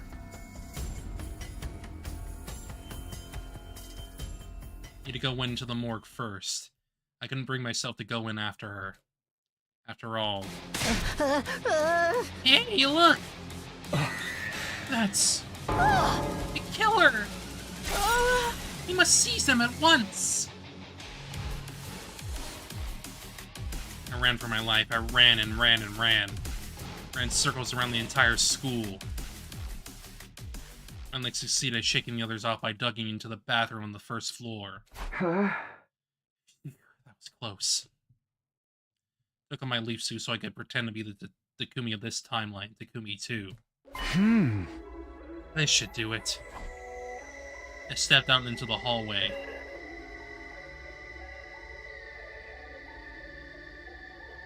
Somewhere near the stairs, I ran into the four who had been chasing me earlier. Those Dadomi and the twins. Hey, Takumi, why are you walking around like nothing's wrong? Didn't you hear? We saw the killer! You shouldn't be walking around alone. Alright, don't worry, I'm fine. Gave them all a thumbs up and hurried up the stairs, rushing into the morgue.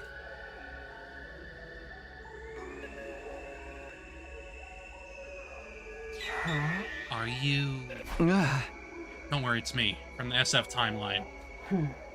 What happened to your leap suit? Some stuff up and I had to take it off, don't worry. I'll get it back from when we leave. I see. So what's Takamaru's number? Hideko approached one of the bodies and peeled back the white sheet. 7? That's right. Seeing Takamaru's disfigured body in front of me made me feel like someone had pushed a dagger through my heart. That's all I can clearly remember. In the end, for the better or worse, I never saw that timeline's Takumi, or I knew I was back in my own timeline.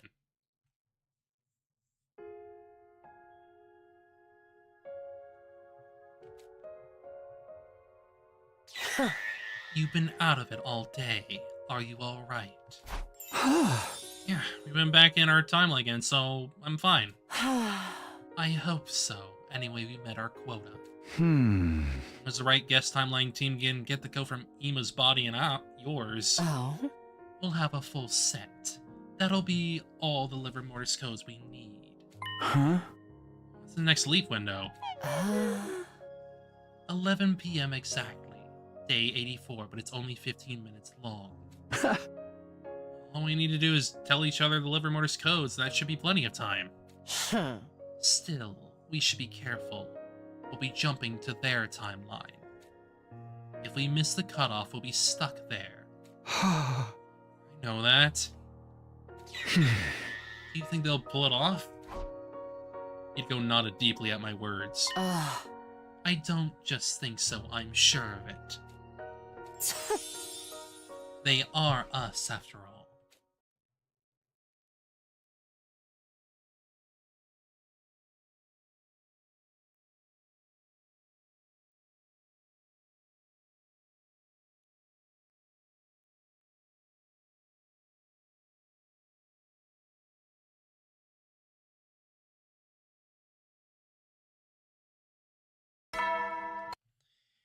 '84.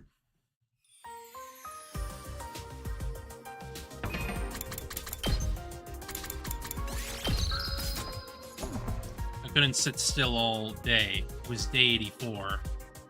To be a fateful day for Hideko and me. No, for the whole SDU. Tonight at 11 p.m. we would see the versions of us from the right guest timeline. Once they told us Ima and Hideko's liver mortis codes, we'd have all the digits we need. After breakfast, I went back to the roof in a good mood. There I saw a silhouette. It was Hideko. She was standing there with her back to me. For some reason, I had the sudden urge to startle her. Maybe the excitement pumping through me just put me in that kind of mood. Careful, quiet steps, I slowly came up behind her.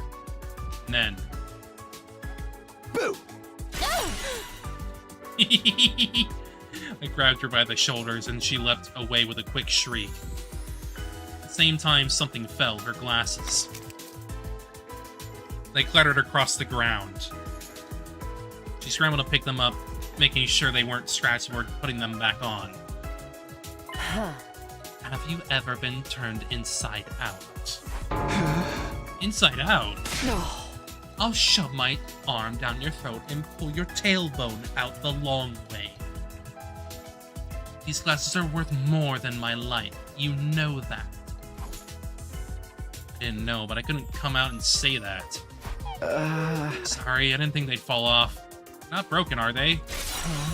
No, the lenses are fine, but don't think that means you're forgiven. That's why I'm apologizing. Too late. You'll pay for this. Hideko stared at me down with a sharp glare. She was standing her ground. My back was against the wall. It was time to resort to desperate measures. You totally went eep just now. What? I didn't know you were the kind of girl who shrieks like that when she gets a prize. I never would have guessed. Hmm. Maybe I should tell everybody. I bet Gaku would love to know. Fine, I'll wipe it off the record. Anana with a smirk. Hideko looked away, her face beet red. Hee hee hee. After that, I couldn't help but skip back to my room. You'd be able to jump at 11 p.m. Still plenty of time. I couldn't just sit around, so I'll go see what everyone's up to. Murmured to myself and went off to my usual rounds.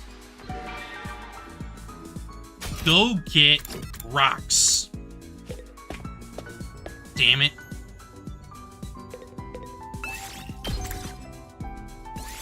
Move out! Another 90. At least I'm not getting none. I was all finished repairing. I had my leap suit on. There was one thing missing. Where's Hideko? It's already past 11 p.m. This earlier meeting, we agreed to meet here at 10:30 p.m. Yet there was no sign of her at all. What's she even doing? We only have 15 minutes. Knees grew stronger, and unpleasant sweat broke out all over my body. Just then, Hideko burst into the lab. Takumi, this is all your fault. Huh? What? You broke the internal clock in my glasses. That's why I'm late. You mean this morning? Obviously, the impact must have done it. Oh, I'm sorry, but we really need to get going. With an irritated grunt, Hideko raced over to the locker. She flung the door open and quickly changed into her leap suit.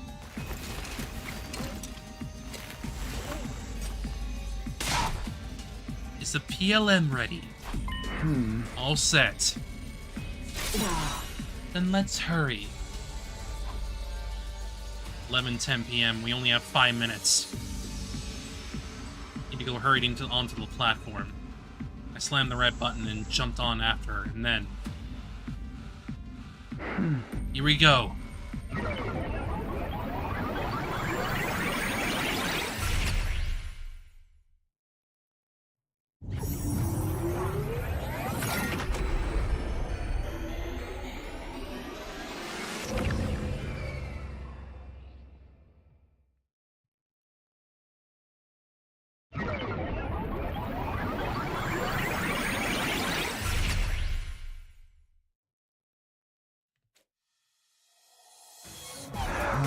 Sorry you were late.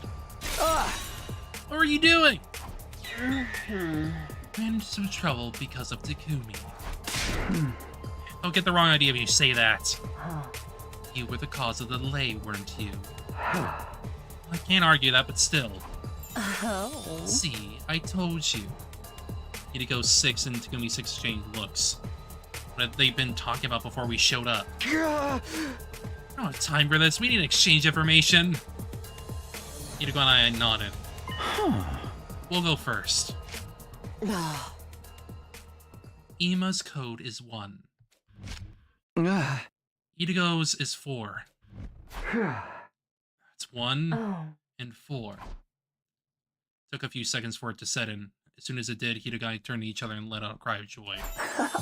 We have all the codes we need. Thanks, guys. You did very well, even more considering you had to get them off the backs of zombies. Well, enough thanks to some goggles Tsubasa made for us. Enough chatter, what about us? Stop celebrating and tell us the code you found. Got it. We recovered Takamaru's code. Number on his back was... 7. 7, huh? Lucky number 7. Now we got all the codes we needed. Thank you, you two. Or should I say, us. I knew we could do it. Took the words right out of our mouths. You've been a huge help. Thank you, truly. No need to thank us. You need to get back. Quickly. No. Yeah, you're right. Good luck to you two, then. We dashed to the console and configured the machine. Except it failed because... it's 11:16 p.m. Shit. Hideko and I stood stunned. Hideko 6 spoke, looking at us with sympathetic gazes. I'm sorry to say it looks like the window is closed. No. This can't be. Shit. Hideko and I hung our heads. We couldn't bring ourselves to say anything. It took some time for us to recover. Finally, I raised my head and spoke quietly. There's no point in getting depressed about it. We just have to change our mindset. Sorry, guys. Oh. We should exchange info faster. You don't need to apologize. We were the ones who were late. Although Takumi's the one responsible for that. Stop making it sound like it was all my doing. Huh? Looks like you two will have to stay in our timeline until the blood-space waves rise again. Oh? When will that be? Let's find out. Oh. Good. It's sooner than I thought. Day after tomorrow. Huh. Yes, day 86 from 8 to 11 p.m. 3 hours, plenty of time. If someone shows up late. What's that supposed to mean? I'm not sure what happened between you two, but you should try to get along. Yeah, you're gonna be stuck together here for another 32 hours after all. Right here? Sorry, but there's no way we can take you to the school. That makes sense. I'd say the same thing if I were in your shoes, at our shoes. I don't believe this. We'll bring you some food tomorrow morning. I'm really sorry about this. It's fine, don't worry. Well then. After thanking us one last time for the liver mortis codes, they quietly left with apologetic looks on their faces. Hideko and I removed our leap suits, forcing our sluggish limbs to cooperate.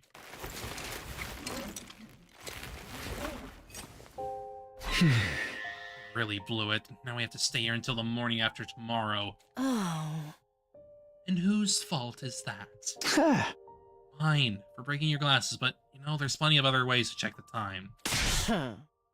Now you have the nerve to be insolent with me. Sorry, I was just playing. I'm kidding. Well, whatever. Those two were right. I'd rather not spend the next 32 hours being hostile with you. We went to sleep without any further conversation. We had all of the liver mortis codes, but we weren't in any mood to indulge in celebration.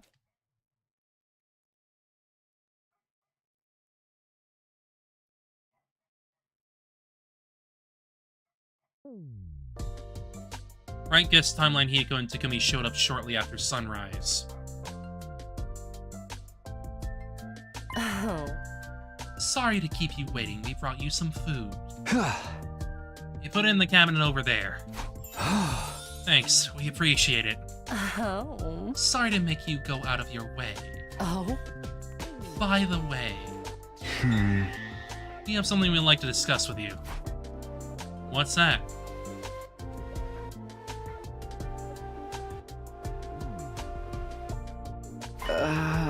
You were worried about that? We have no reason to refuse. Are you sure? Yeah, don't worry about us. Just go ahead and boot up the transmitter when you get back. We'll be able to get back to our timeline tomorrow anyway. And then we'll be calling the rescue craft just like you. There's no need to spare our feelings. Oh. Good. You agree. You're me, so you knew exactly how I was going to respond, didn't you? I had a hunch. This is goodbye then. Well, I wish you the best of luck. You're not going to enter the code wrong, are you? I'll be fine. Oh? Are you sure about that? Just what kind of guy do you take me for? A slow-witted, careless servant. What are you laughing about? They're talking about you too. Alright. Hideko and I Hideko 1 and 6 laughed amused. Takumi 6 and myself hardly avoided looking at each other. Alright, you two take care.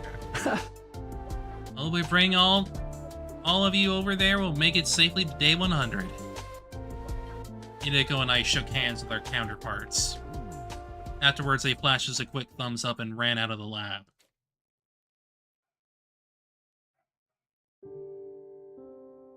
Nothing of interest happened after that. Time just slowly ticked on by. Eventually, night fell.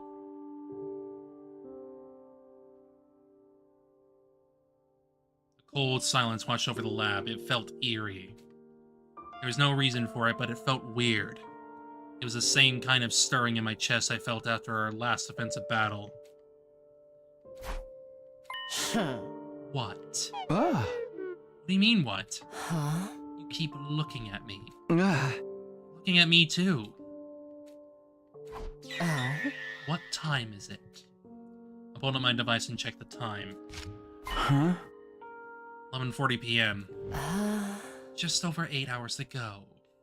Then we can go back to our own timeline. Yeah. We've only been stuck here for 1 full day so far. Yet still, for some reason, I was starting to miss everyone from our timeline really badly.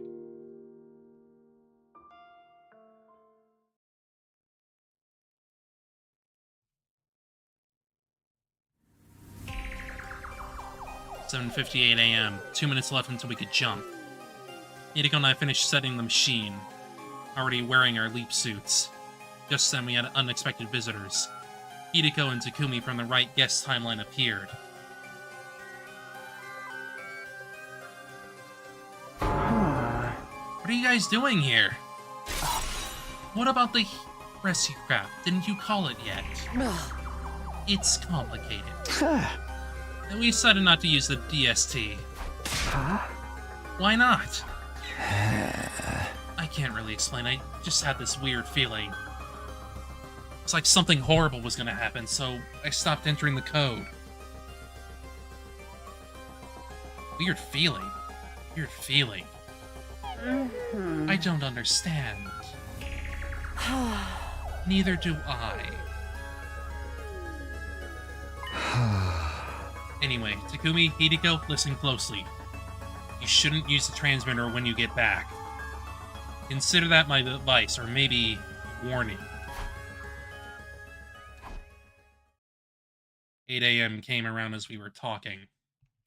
Not sure I follow, but I'll keep your warning in mind. At any rate, we should get going. Yeah, we'll be wishing you good luck out there. Oh. You guys be careful, too. We'll be praying that all of you over there will make it safely to day 100. Yeah, for sure. Wait, we had the same exact conversation yesterday. Hideko and I made our way back to the platform. I hit the button and followed right after. Be seeing you. Be seeing you!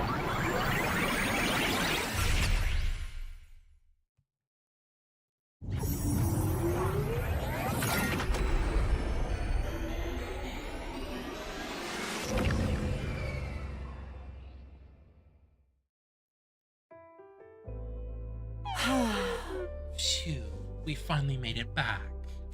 I really miss this place. Oh? What are we going to tell everyone when we get back? I don't know, but we'll think of something. I see. Well, let's get going. I want to see the others. I ran off to the school. Hideko was close behind me, but...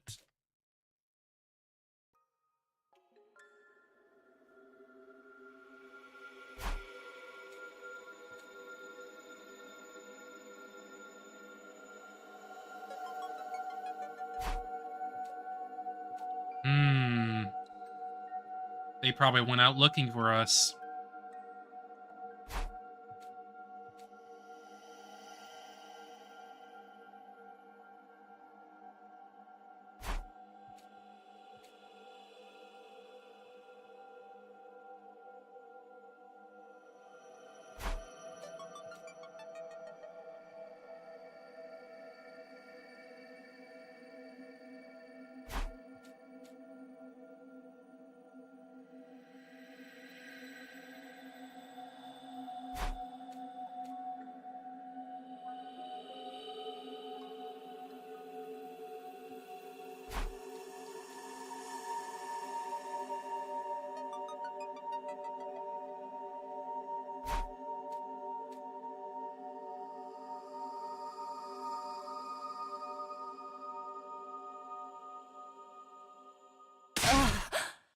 What's happening here? Where is everybody?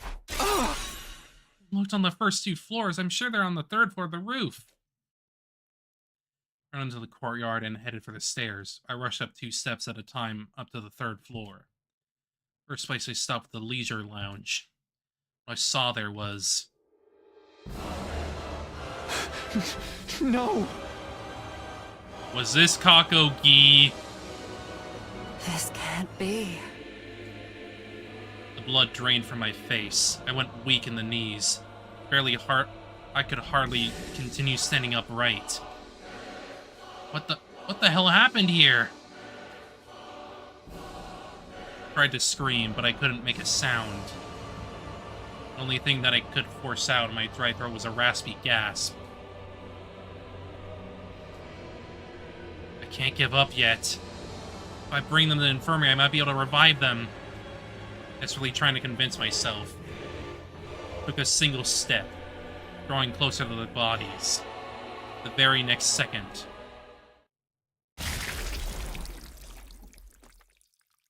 my vision was soaked in red. I turned around to see Hideko spurting a massive amount of blood from her neck. Hideko! Her body fell to the floor like a marionette whose strings had been cut. The light was already gone from her eyes. Hideko! Hideko! Hideko! I screamed and ran over to her, but the moment I knelt down,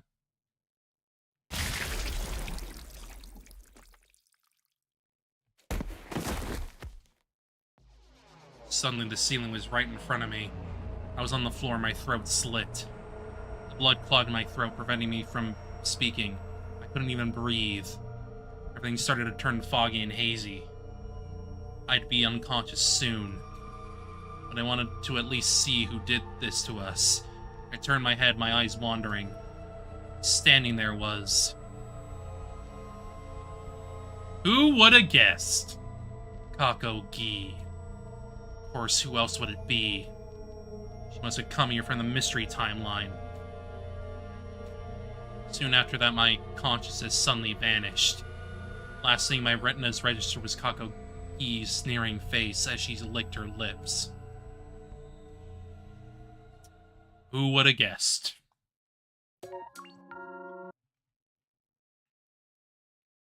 Revenge of Kako-gi.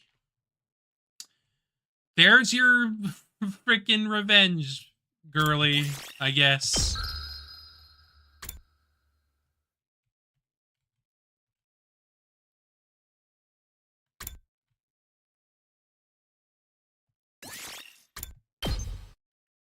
Now we get to experience a zombie bit.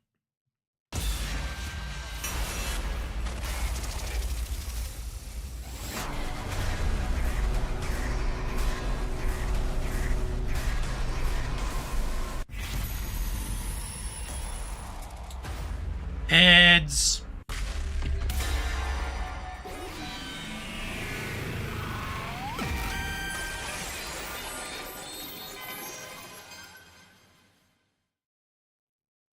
Heads.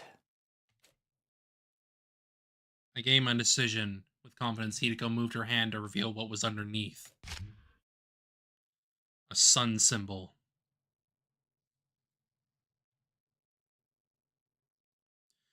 Which meant... I did it! Nice job. Hideko was absolutely beaming. What are you so happy about? Excited to go on a date with me? It's not a date. We're just exploring ruins. Sure, whatever you say. Honestly. Never seen Hideko like this before. Wasn't sure why, but it made me feel warm inside. Anyway, tomorrow's the defensive battle, so I'm going to get some sleep. See you around. With that, she climbed over the fence and left. I was left on my own, staring at the undying flames in the distance. Hey! You said you were going to tell me everything! I spent the night without ever finding out what the coin toss had to do with our next leap. About Hideko's real intentions were a bitch non-date. Yes, sweet. I'll probably skip a little bit depending on what happens. Like, if it's the same information, I'm just gonna skip over it.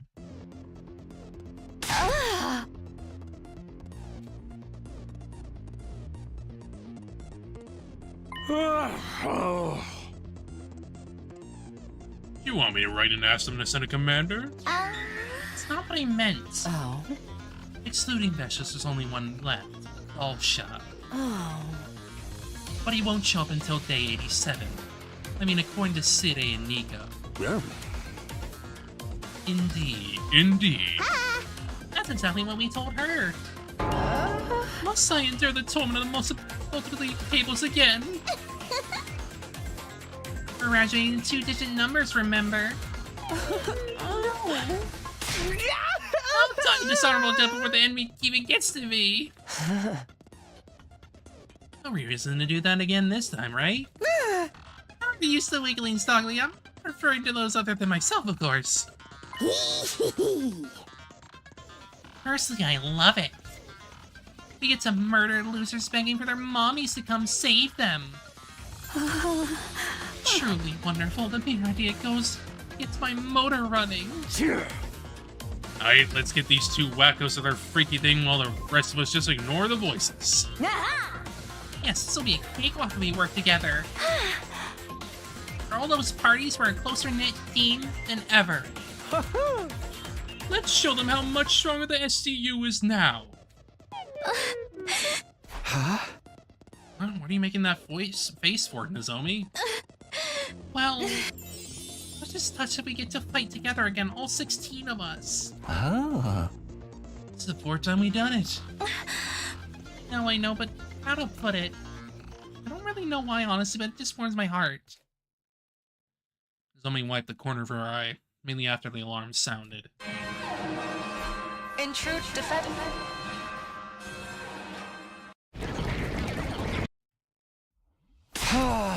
Okay, guys, let's do this. SDU, move out. Yes.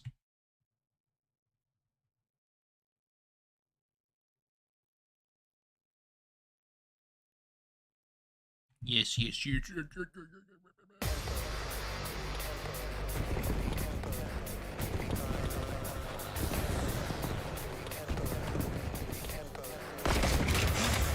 The way that red and blue one moved for a second was, like wild. I don't want to fight.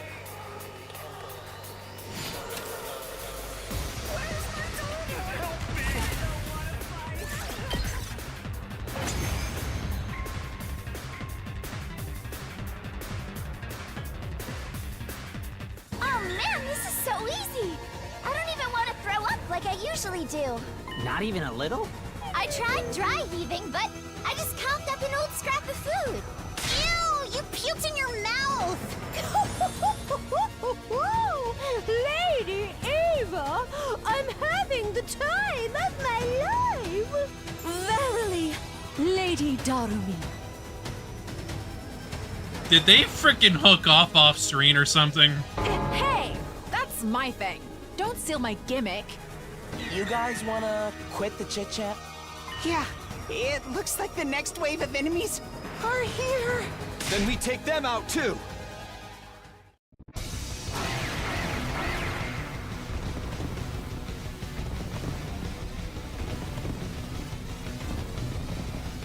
Not like this. Help me.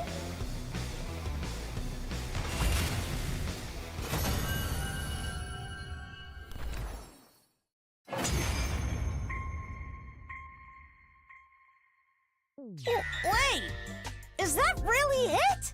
What a letdown. That was almost too easy. I almost passed out from boredom.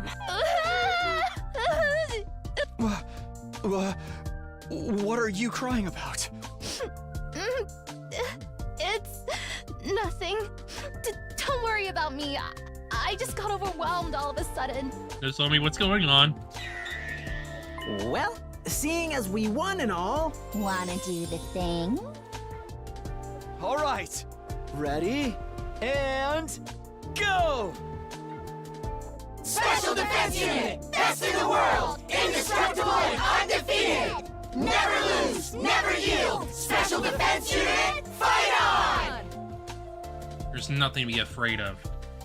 At the head looked as bright as the clear blue sky above. Everyone was smiling from ear to ear. In that moment I could believe that we were truly invincible.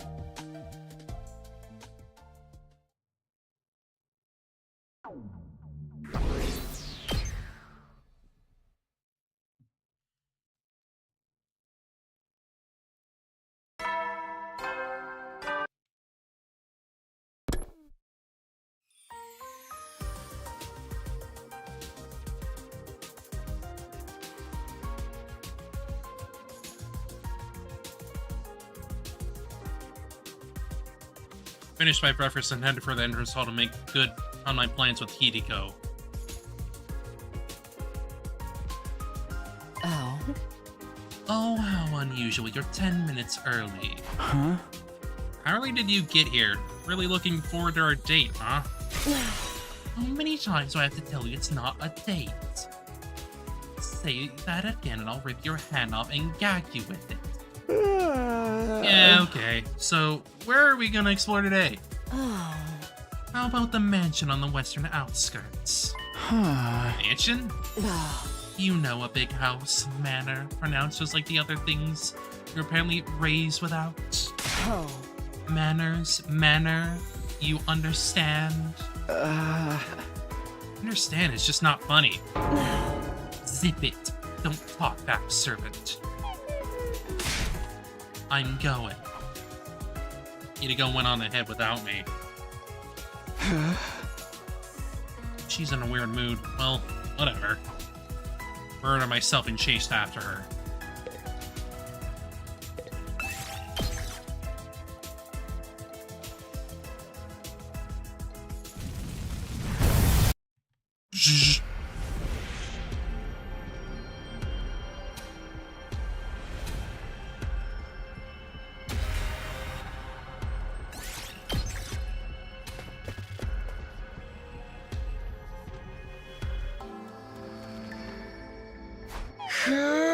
Phew, finally here. Oh? Okay, time to head back. No. I said time to go back. Turn up your hearing aid. We just got here. We don't have any business in the place. Too bad there isn't a typewriter here so we can save.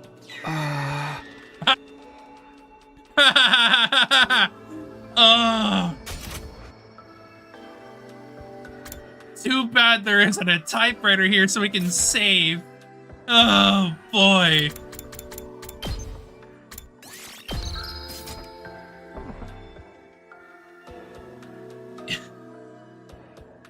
Uchi really wanted to sneak in a little bit of a frickin' Resident Evil bit, huh?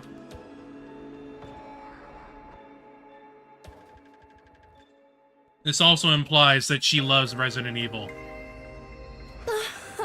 The whole point of this was just to go exploring. It didn't matter where we went, or what we did. So it really was... I was about to tell her it was exactly like a day, but I stopped myself just in time. Well, let's get going. Or if you're in the mood to hunt some zombies, I guess you can stay.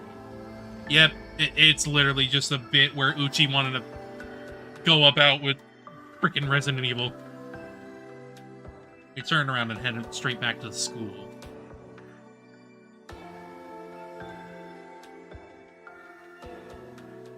We took our time returning to the school, and as a result, it was already night when we made it back. 10 o'clock already, we can't afford to dawdle. We need to eat dinner and shower before we get out of here. Wait, hold on, we're going somewhere else? No. Did you forget already? When is our next leap window, Takumi? From 12:05 to 12:35 on day 74, so we're going to the lab. Right, only 4 hours left. No more pointless questions if you don't mind. We have 30 minutes. could possibly do in such a short time? Oh? No matter which timeline we jump to, we still only get 30 minutes. You called the coin toss the night before last night, remember? Yeah, I called heads, and I was right, so we went out exploring today. That means there's a timeline where you called tails. In other words, a timeline where you were wrong and we didn't go anywhere. Oh. And that's where we're going out tonight, to that timeline. What for? Oh. More people on our side, the better, right? 2 heads are better than 1, and 4 are better than 2. Don't tell me. Oh, you better believe it. We're going to see for ourselves in the wrong guess timeline. Hideko nodded and continued. Oh? Let's call the version of ourselves in that timeline. It could be 5 and Hideko 5. They should be waiting for us to arrive right now. If your answer was right, we jump timelines. If you were wrong, we wait. That's the decision I made before I even tossed the coin. What do we do when we meet them? I assume you haven't given up on using the DST. Of course not. The chances of everyone's survival goes up if we can get to the satellite even 1 day earlier. Don't you think it would be more efficient we split into 2 teams to find out the Liver Mortis codes? The teams can meet up later and share the codes they've learned. We have 3 left, so yeah, if we can make that work, we'll get them a lot faster. See, it all makes sense now. In essence, you did this deliberately so the history would branch off, right? I need to make something happen in this timeline that was completely opposite to what happened in that one.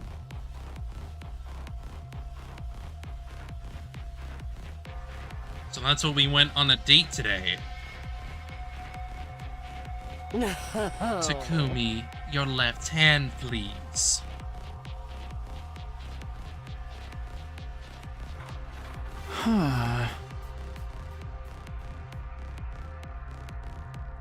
Why? So I can rip it off and shove it down your throat. Hideko screamed at me, her cheeks flushed scarlet red. It was loud enough that I was worried that it would bring the satellite crashing down.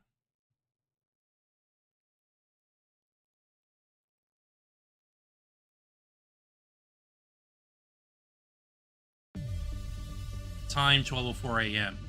Hideko had already put on our suits and configured the machine.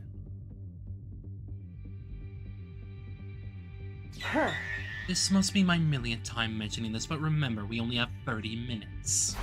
You know that. We need to use that time to talk to Takumi 5 and Hideko 5, right? Yes, so let's not waste time on idle chit-chat. Like what? I don't know, gossip about the weather, maybe. Why would we do that? I was complaining the clock ticked over the 12:05 a.m. I slammed the big red button and jumped on the platform with Hideko. Alright, let's go.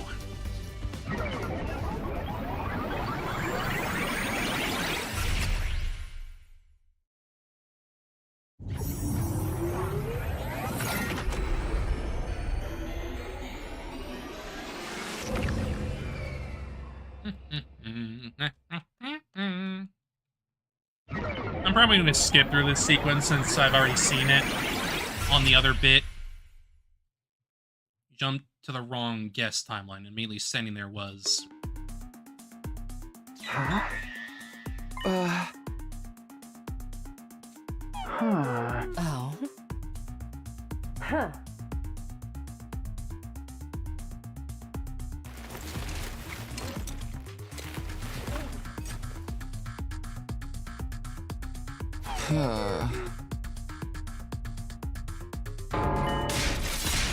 Yeah, it's the same bit.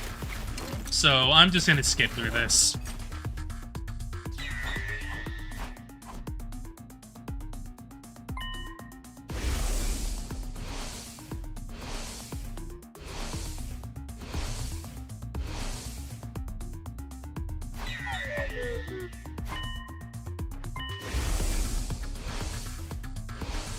the same information but swapped. That's really it.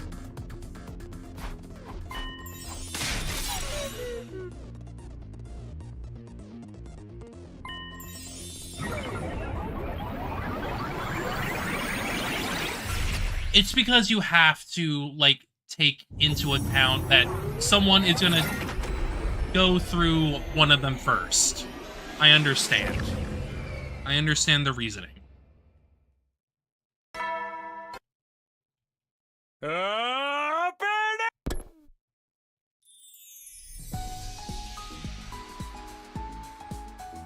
One moment. Alright. I devoured an egg breakfast in the cafeteria and returned to my room, holding back yawns.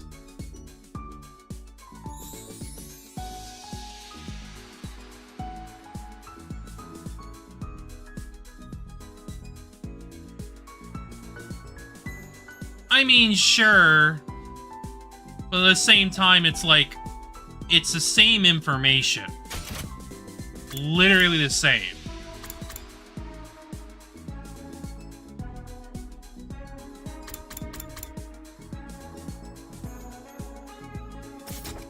Okay. Yes. I skipped it because I saw it was the same exact stuff. So, it's better to just skip it. We understand what was going on there, so that's why. Last night after Hideko and I got back to our home timeline, I crawled into bed and immediately dozed off. We're going to talk about our jump on day 79 this evening. Since it was past 2 in the morning by the time you were back, I was still sleep deprived. Well, I'm probably going to do the same thing when we meet up with them again. My head felt kind of fuzzy. I tried to shake off the fog in my brain. Hey, time to get going. Only myself, I started my usual rounds.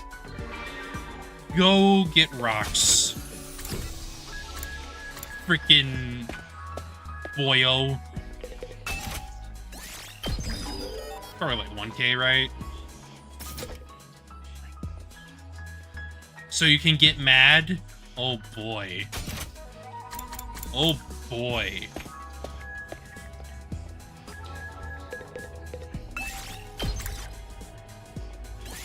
Move out!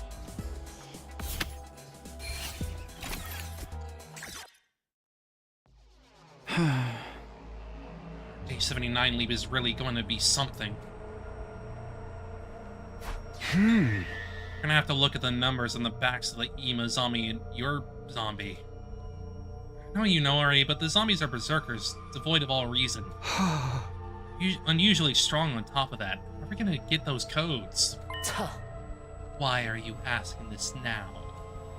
You're the one who okayed us going to the zombie timeline. Guess so, but I assumed you had some kind of plan up your sleeve.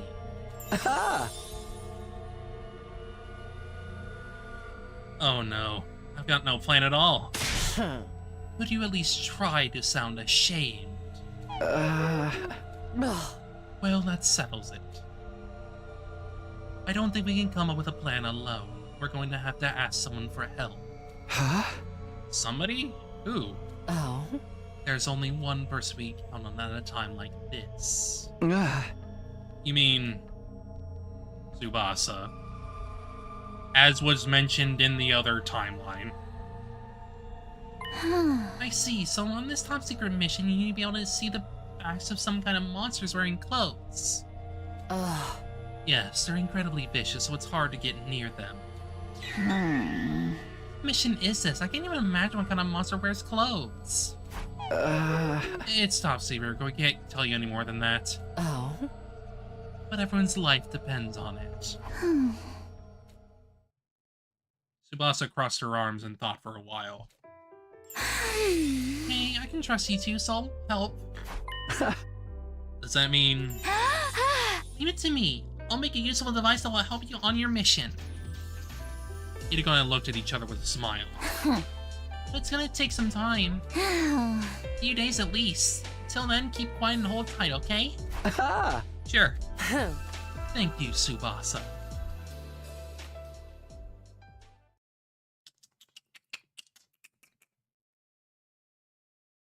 Sammy 5 again. Sammy 6. 7. 8.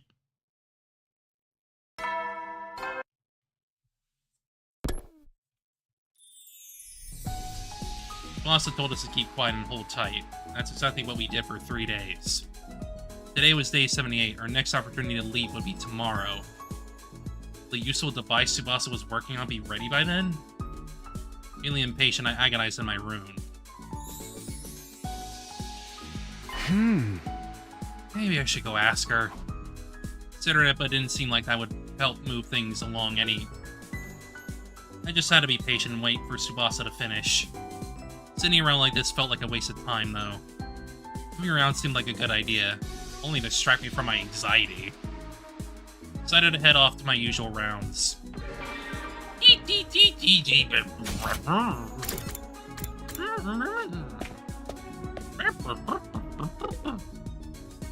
Go get goddamn rocks. Move out! Please.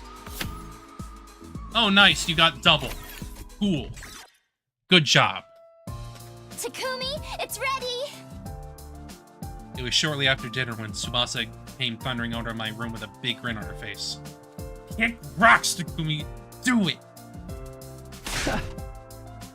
Really? Why would I lie? I'll save again. And we have to tell Hideko.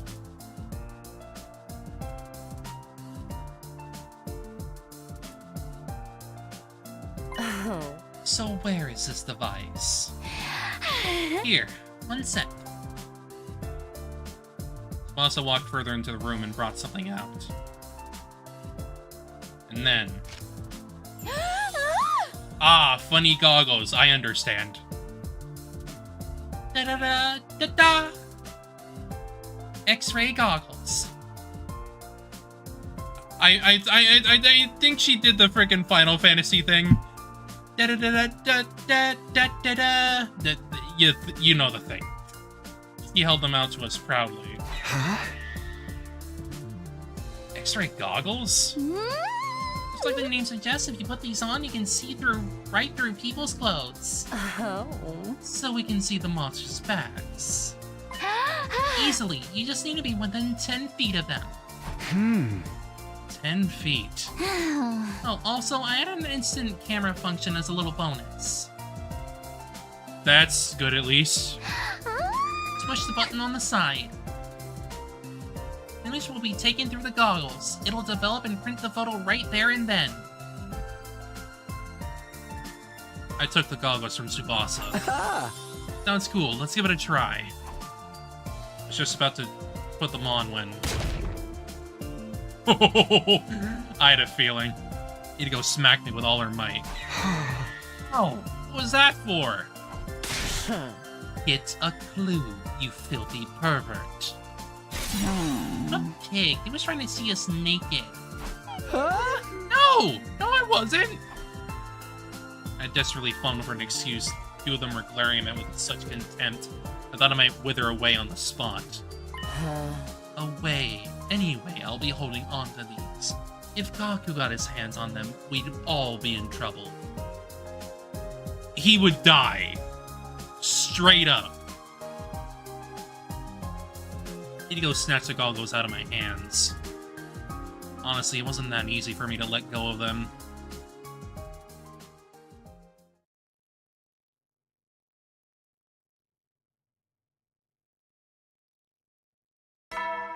Ding dong. Bing bong. The afternoon rolled around. After a quick break for lunch, Hideko and I made our way to the lab. I already had my leap suit on. The machine was all set up. 1:29 p.m. 1 minute left until we could jump. Brought the X-ray goggles, right? No. How could I forget I have them right here in my suit? You have 3 hours this time. Should be more than enough. All we have to do is look at the backs of the zombie Ima and zombie Hideko. Don't make it sound so simple. I'll be the one wearing the goggles after all. Huh? Huh? You? Of course. Why? I don't want you to see me naked. That goes for zombie me too. Okay, but zombie Hideko body. Despite how harmless you look, you're a closet degenerate. It's honestly creepy. At least Kako has the decency to embrace it. I wouldn't say that's the decency to embrace it, more just like, he's fucked up and I want him to die. Wasn't planning on doing anything like that. We were bickering the time the leak arrived. Hideko hit the button and hopped on the platform. I was right behind her. Here goes.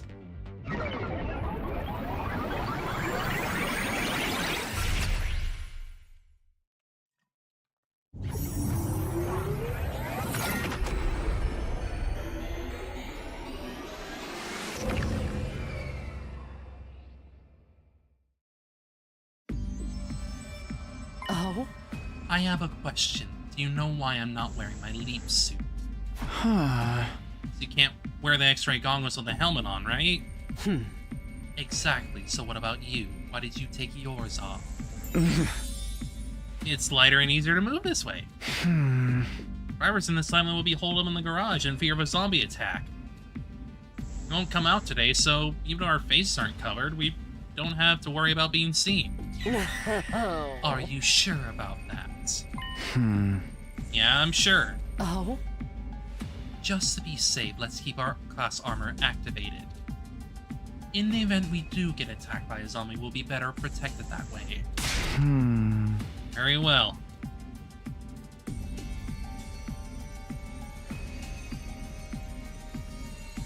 Oh. Now then, where are all the zombies? Just walk around for a while, they'll come attack us eventually. How are we supposed to see them from behind that way? Zombies are sensitive to sound. We need to silently sneak up on them. It's within 10 feet, right? Oh? That's the limit of the goggles' range. Come on, let's hurry.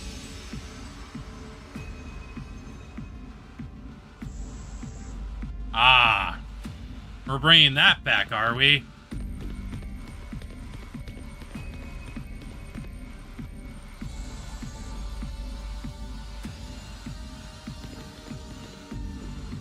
Oh, we're not even doing the stealth? We're just gonna walk up to him? I mean, to be fair, at least. We're not looking at Zombie Kako's back, so... We need to run.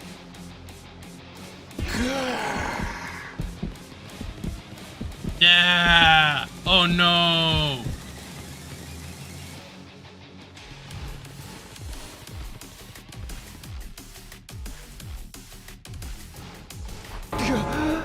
Now Zombie Moko! Retreat! Ah! Ah! I'm so scared! Ah!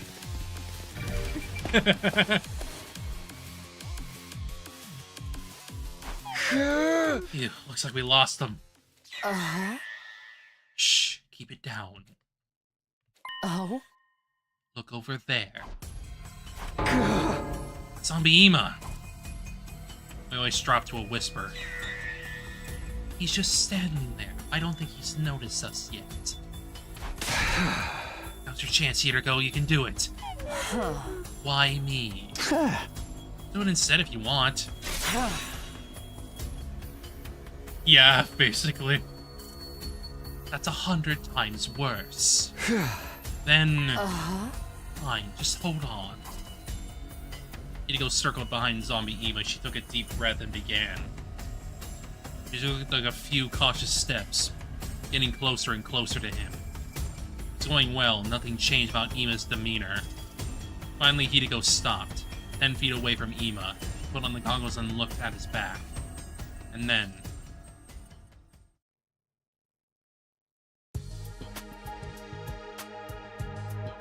How did it go?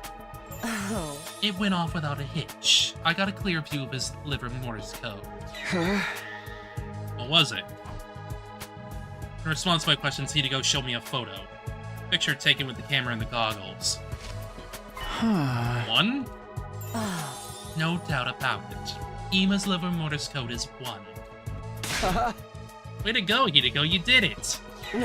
How annoying. What did I say? I don't like getting complimented by a servant. She may have said that, but the slight smile on her face betrayed her. He did. Next up is Zombie Hideko. I'd really rather not see her, but what choice do I have? Let's look for her. Wandered around the second and third floors in search of Hideko's zombie counterpart. There's no trace of her. We gave up and returned to the first floor hallway. Oh, hi. Hello. Speak of the devil. We spotted her the moment we came down the stairs. She is Zombie Hideko. How depressing. Looking at myself literally decay is even worse than looking in the mirror in the morning of a terrible hangover. Hangover? How I imagine, I mean. I wouldn't know. You're lying. You're lying. I know you like drinking wine. We're in a bad position. She has her back to the wall. Be able to see her liver Morse code until she moves. Oh? Why don't we wait here a while? She might wander off. No, time's running out. We have to do something now. Like what? No other option. I'll have to decoy and lure her away. While I'm doing that, you look at her back. What? I'm not gonna let you walk into danger alone. Come on, let's do this.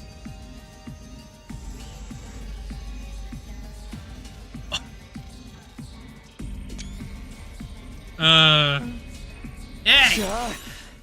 Hey, over here, zombie!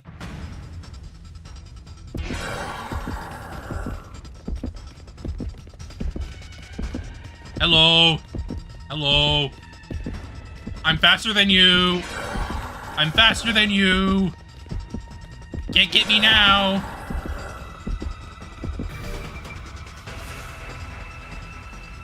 I turned and bolted away at full speed. Zombie Hideko came lumbering after me.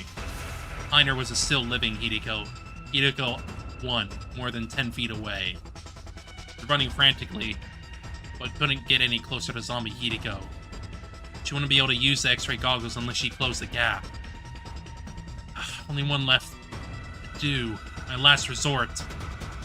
Came sitting to a halt and turned around, grappling with Zombie Hideko as she charged me.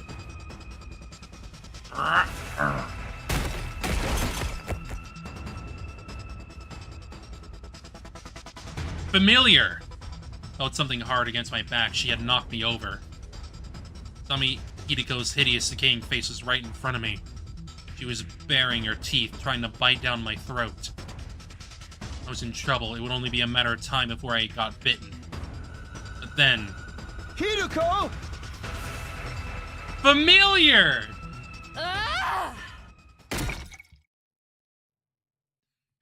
A familiar sight.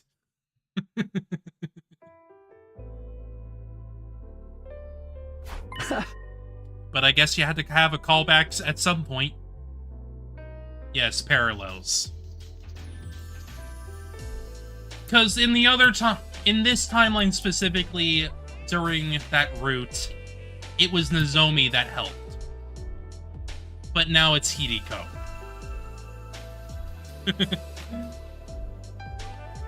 Thanks, you saved my life. Don't thank me. A servant should know their place. What should I say then? Don't say anything. Your reckless behavior allowed me to see the code. So let's call it even. Huh. What was it? Oh? Take a look. 4. Huh. Yes, 4. That's an unlucky number back home in the complex. It said that it represents death. Huh. The irony. The irony indeed. Strangely fitting that we'd find it on a member of the living dead. Anyway, we've met our quota. As long as the wrong guest timeline team can get Takamaru's code, Oh. we'll have a full set. That'll be all the liver mortis codes we need. Do you think they'll pull it off? I don't just think so. I'm sure of it. Oh. They are us, after all.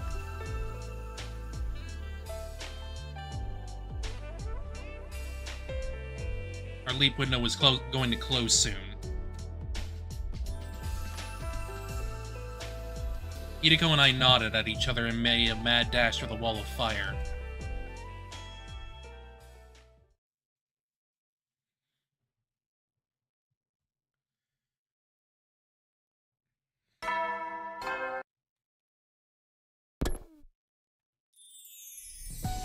I grabbed my breakfast and went back to my room.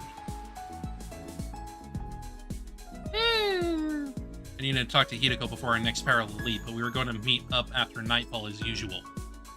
In the meantime, I set off to do my usual rounds. Get your frickin' rocks off!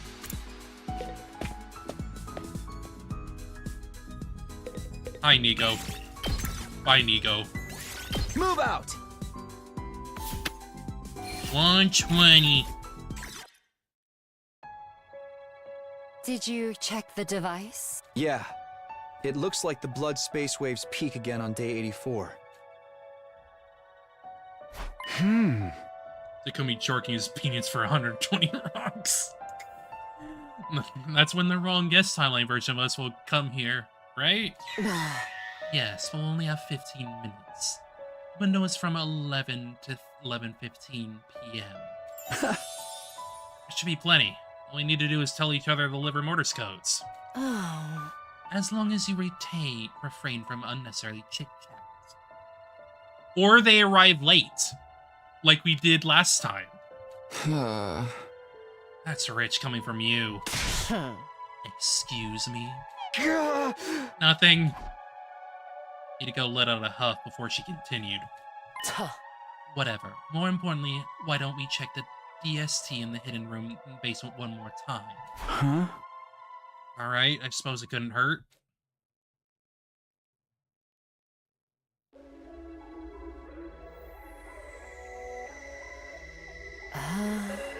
Nothing out of the ordinary here.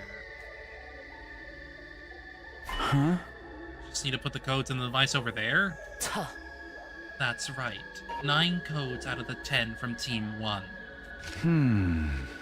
Alright, I'll send a district signal to the artificial asylum and the rescue craft will come to the school. Oh? The maximum cargo of the rescue craft is 2 tons. Enough for all 16 of us. Then we'll be able to escape to the satellite without leaving anyone behind. Have you noticed how all the liver mortis codes we've found so far are only 1 digit? Huh? Yeah? Bosses, yeah, let's just skip those. It's just the numbers. 28093514. Everybody has a different number. What are you getting at? I was wondering if liver mortis codes are unique numbers assigned to each of us. You mean there are no duplicates? I'm not sure, but if that were the case, Takamaru's would be 6 or 7, right? Ego smiled devilishly. But don't tell me you're just going to guess.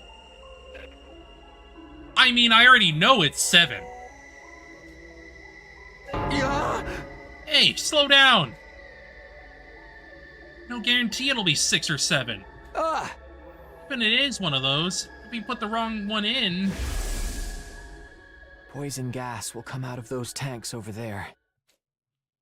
It's a terrifying toxic gas, capable of melting any object into a soupy mess.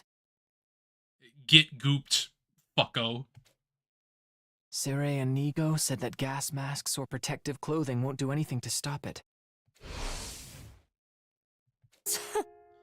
Right, we better not.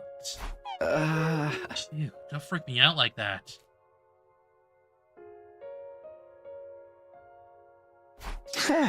Shoot your coop. Let's just wait patiently for day 84.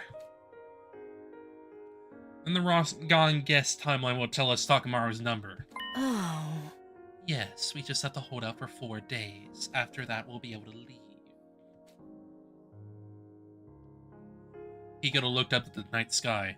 A shining silver artificial satellite hung in the void of space. If we can just get there, we won't have to fight anymore. In doing so, no one would die. We break free of the time loop. Thinking about it made my chest grow hot. My pulse was thundering in my veins. Beside me, Hideko didn't look happy at all. Maybe she was still worried about the dream she had. Everyone except me. I must have died somehow. I'm going to be trapped here. Forever. The forever loop! Mm. Well, good night. With those forlorn words, Hideko returned to her room. The only thing she left behind was the sweet scent of lavender. Lavender. Again.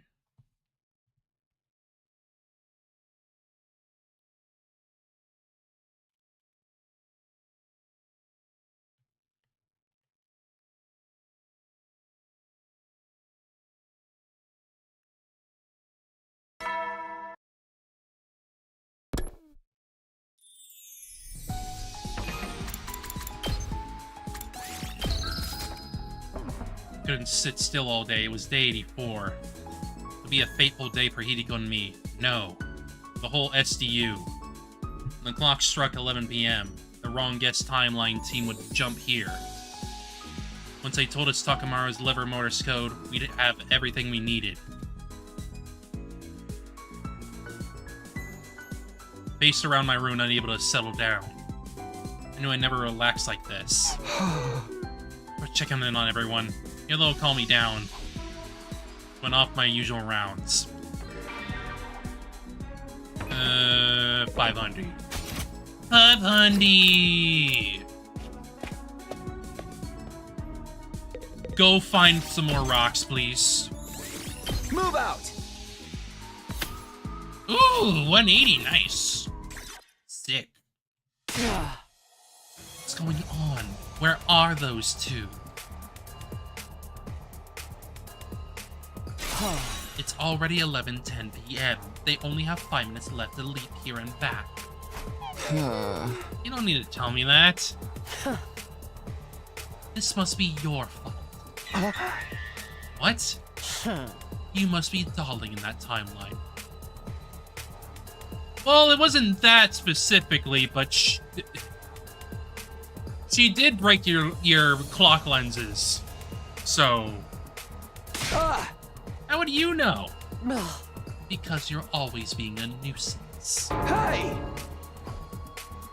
I was just about to retort when they showed up. Alright, here we can skip again, because it's going to be the same information.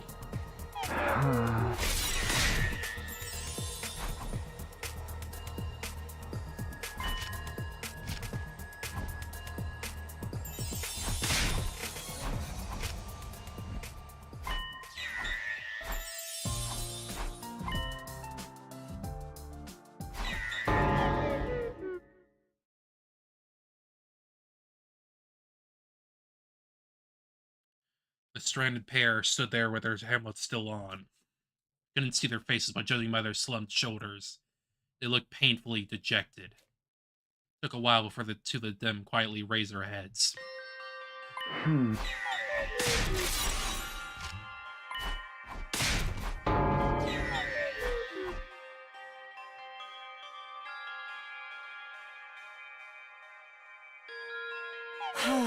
We have all the codes we need, but it's hard to get in the mood to celebrate.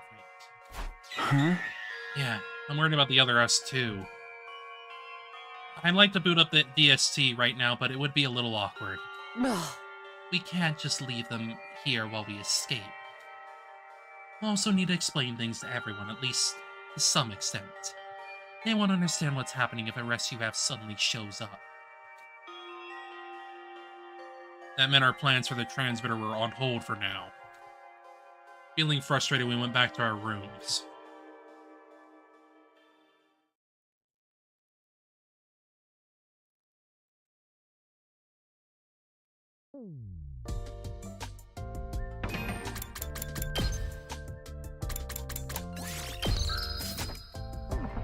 It was morning.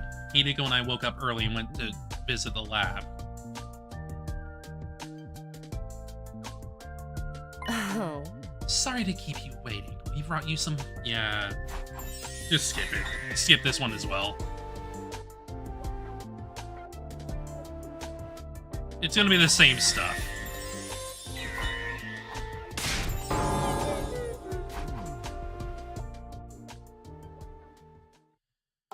And then we get to experience them putting it in.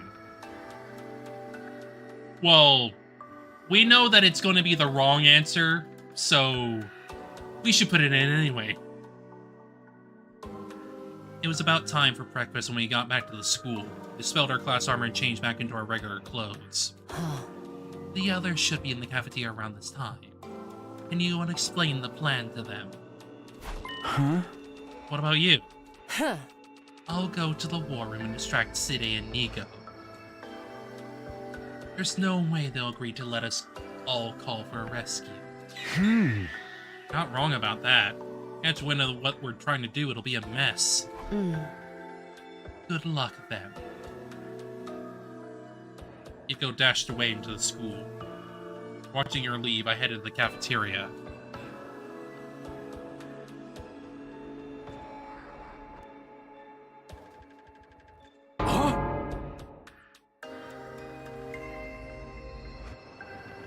You gotta be shitting me.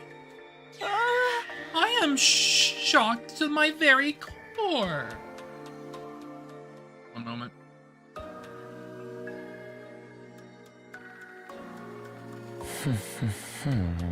A DST. Huh? Can't believe a device like that was in the basement. Is it really true? Of course it is. Come on. Seeing is believing.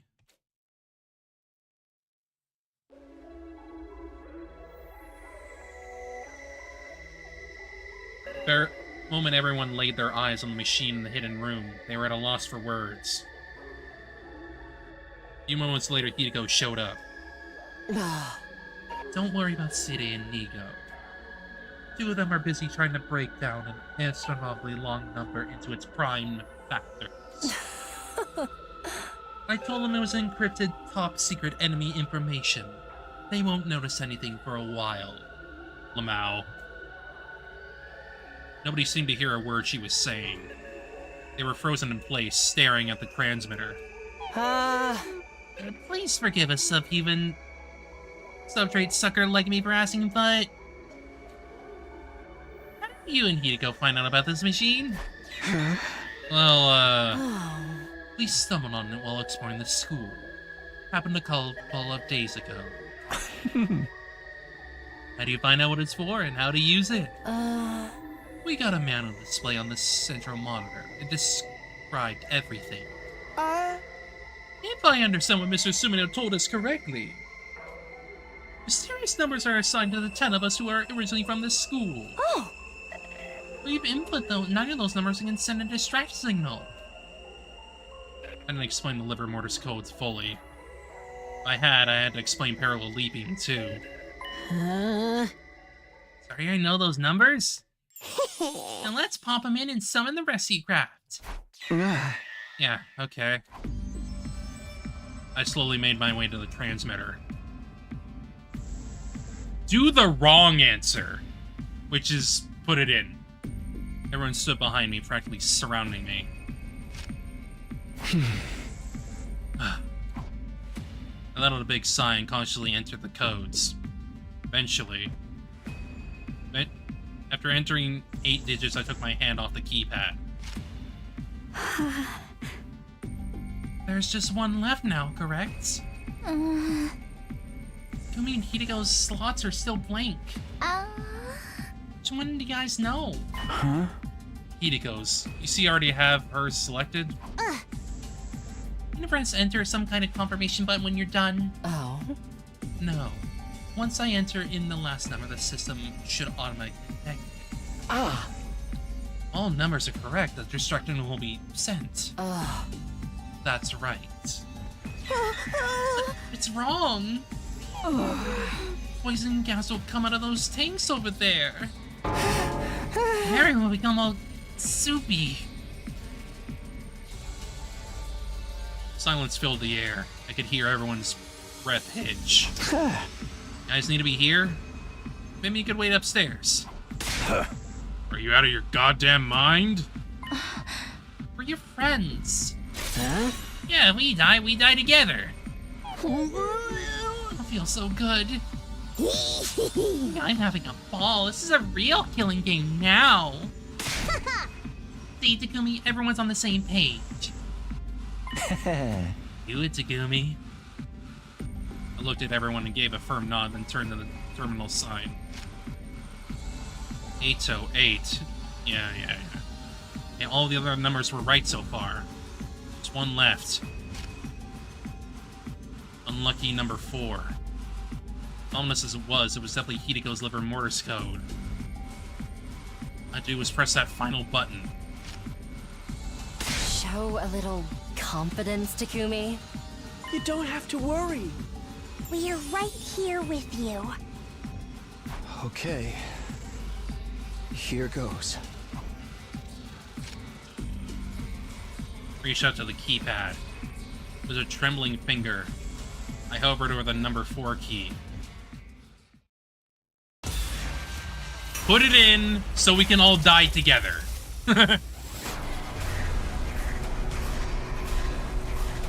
Because we were told, don't put it in. Yes. Become goop.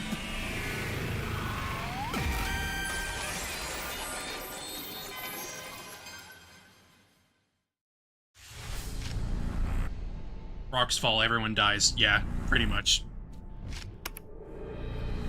I pressed it. In the very next second.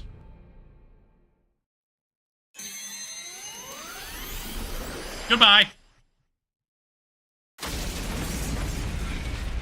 Oh, it's just a straight up freaking explosion! I was expecting the freaking, like... the freaking gas to come out. No, it's just boom. There is no saving. It means they never expected a... It means if everyone dies, the Academy is destroyed. Because they don't want the Futurans to gain access to it whatsoever. It makes sense.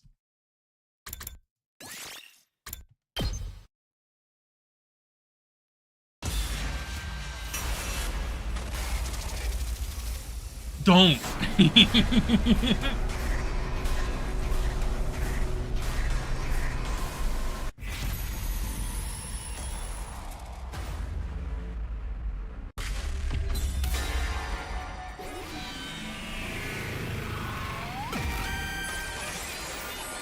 Yeah, Takumi, I think that's a bad idea. What happened, Takumi? Hold on a minute. Pull my hand away from the keypad. What is it?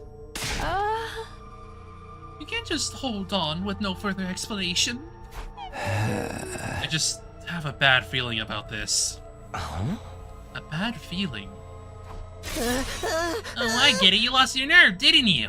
I thought you were you're better than that, Map Man. Here, tell me the number. I'll smash it in myself. I hadn't said the final number out loud yet. No one other than me and Hideko knew it was 4. Spit it out, asshole. I told you to tell me. Hideko, you know the number 2, right? You can tell us. Hideko held her tongue. Maybe she knew what I was feeling. I'll just put it in any random number. You cannot do that, Mr. Yakushiji. The gas will be released if we put in the wrong one. Our guys all chickening out. You can finally call for rescue. What the hell are you hesitating for? Takamar stopped his foot angrily on the ground. I mean, can you at least tell us why you're hesitating? Groan crawled out of the depths of my throat. I tried to swallow it back before answering. Sorry, I can't explain it very well. But we can't activate this transmitter. I don't know why. I can just feel it. What? Seriously? Huh? Unbelievable. Not to me. I know what it's like to have visions. Visions? That's right. Vibes off, shit's cancelled. Yeah. Gako's words gave me an idea. Next day, the blood space wave surge would be tomorrow, day 86. Between 8 and 11 a.m. in the morning. The parallel leapt then. Be able to know an unknowable branch of history. Not exactly a vision, but enough to prove my point. It's worth a try anyway. I might be able to prove it. Prove it? Prove what? Prove that I just made the right decision. Are you out of your— Hey! Enough, Hideko. I know what I'm doing. Anyway, guys, I just need you to wait until tomorrow morning, please. For me. I lower my head as I plead with them. Everyone looked at each other with troubled faces. Alright, if that's what you think is best, Captain. Tomorrow morning, you'd better have your proof ready by then. Are all of you okay with that? The others reluctantly nodded, in spite of how unwilling they looked.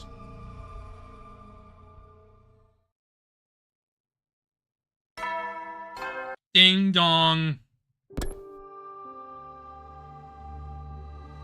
Shortly after the nighttime announcement, Hideko came to my room. I don't have to ask you what you're planning to do tomorrow. Are you really going to bring everyone with you? Huh? I am. If they learn about Parallel Leaping, then... I know. We'll have to explain everything we've been through in other timelines. I'll figure something out. As long as I don't mention the loop, it should be fine, right? Oh. Do you think you can handle that?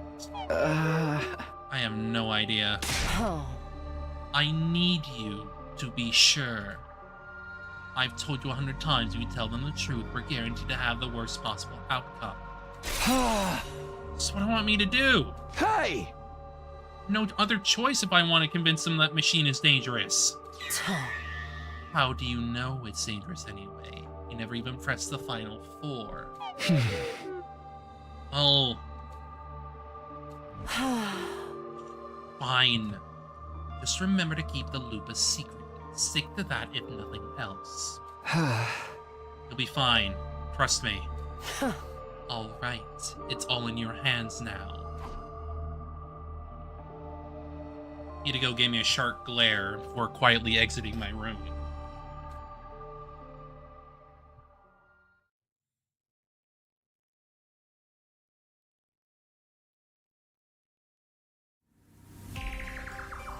It was 7:55 a.m. Hideko and I had brought everyone to the lab.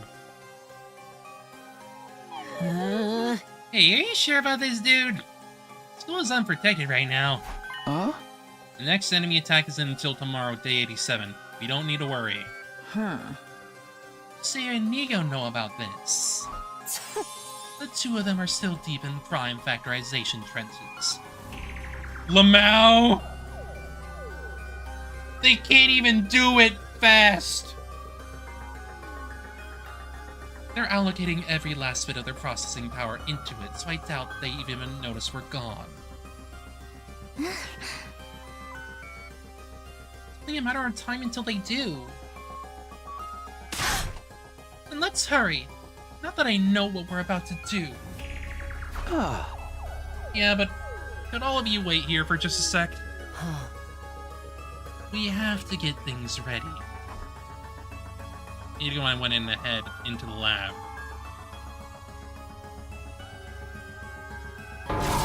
Skip this bit.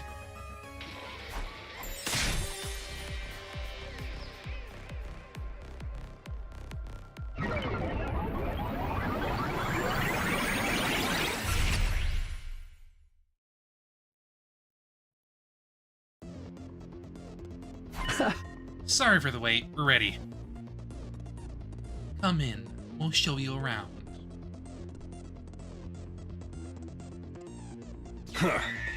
Yo, what's all this dork-ass researchy looking shit? It's not researchy looking, as you put it. It's an actual research facility. I mean, you'd go call it the lab. How come you know that? Oh, little birdie told me. A lab, huh? Sounds futuristic. Euphemistic? I knew Hideko and Takumi were up to no good here. I said futuristic.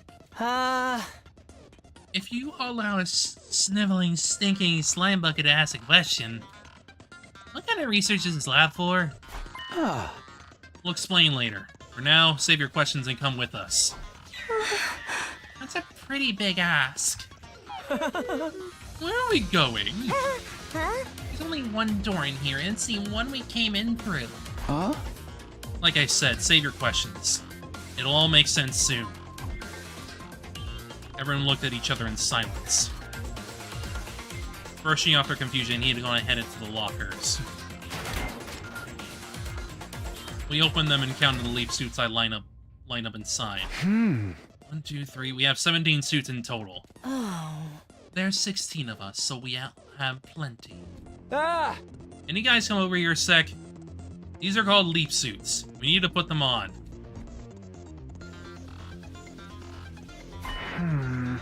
The army! Okay, everything's ready. Finished preparing the machine while everyone else was putting on their suits. I motioned everyone to get into position. 15 people stood crowded together on the cramped circular platform. I pressed the red button on the console and leapt into the crowd. Alright, let's go.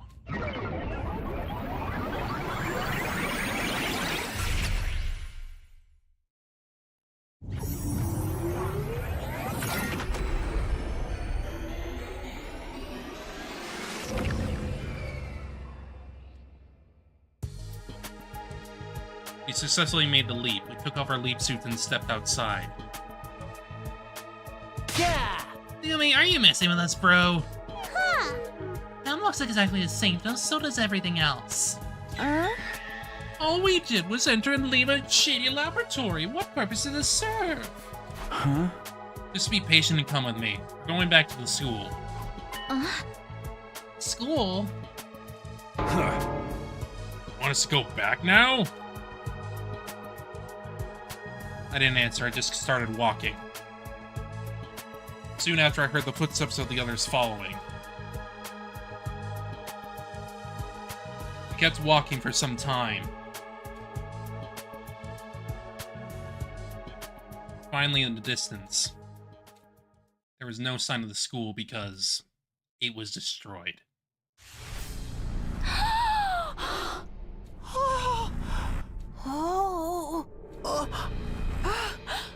Yo, what the hell? What's going on? The Academy. It's not just the Academy. It's a crater! It's just gone! The entire area! Deleted! It's all been blown to pieces! But why? How? Isn't it obvious? Enemies must have attacked. No, that's not it. It's not? I'm not sure how to explain it. First of all, We're not looking at the ruins of our school here. Our school is still fine. Don't worry about that. Well, then where are we? Remember how I didn't enter the last digit in the distress signal transmitter yesterday? Well, there's an alternate timeline where I did punch it in. That's where we are now.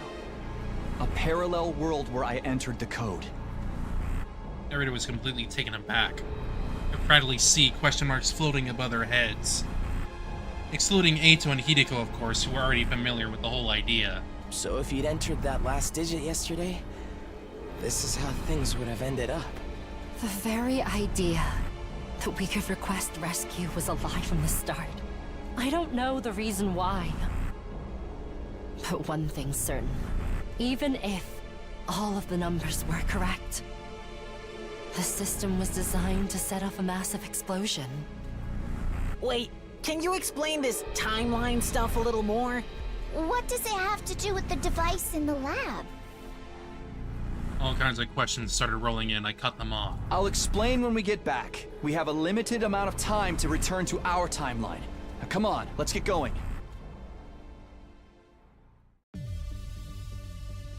Back at the lab, we put our leap suits back on. There were still 17 there, just like we left them. Hideko put on one of the last 2 suits, then everybody was dressed. Okay, that's everyone. Then just like before, I guided everyone onto the platform. And then... let's head back.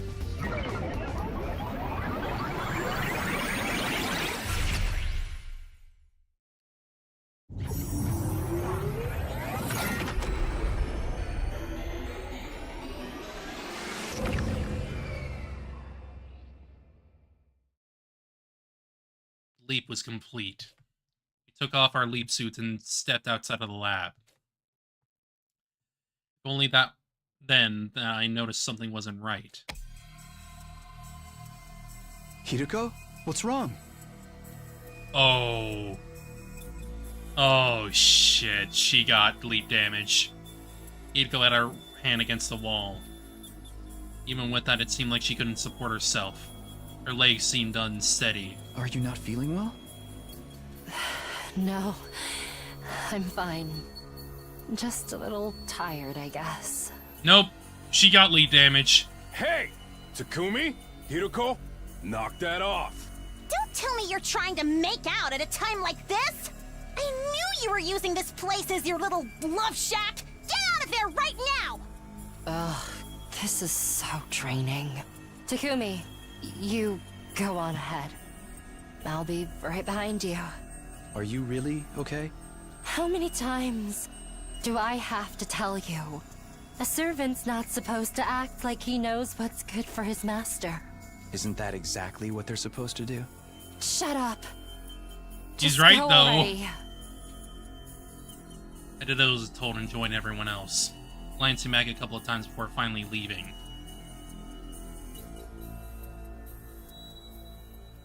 It took a while for Hideko to show up. Huh. Pardon the wait. Well then, let's get going. Back to the school. Back to where we belong.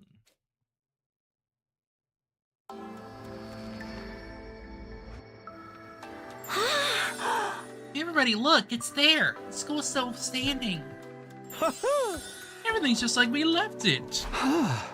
What did I tell you? Still haven't explained anything!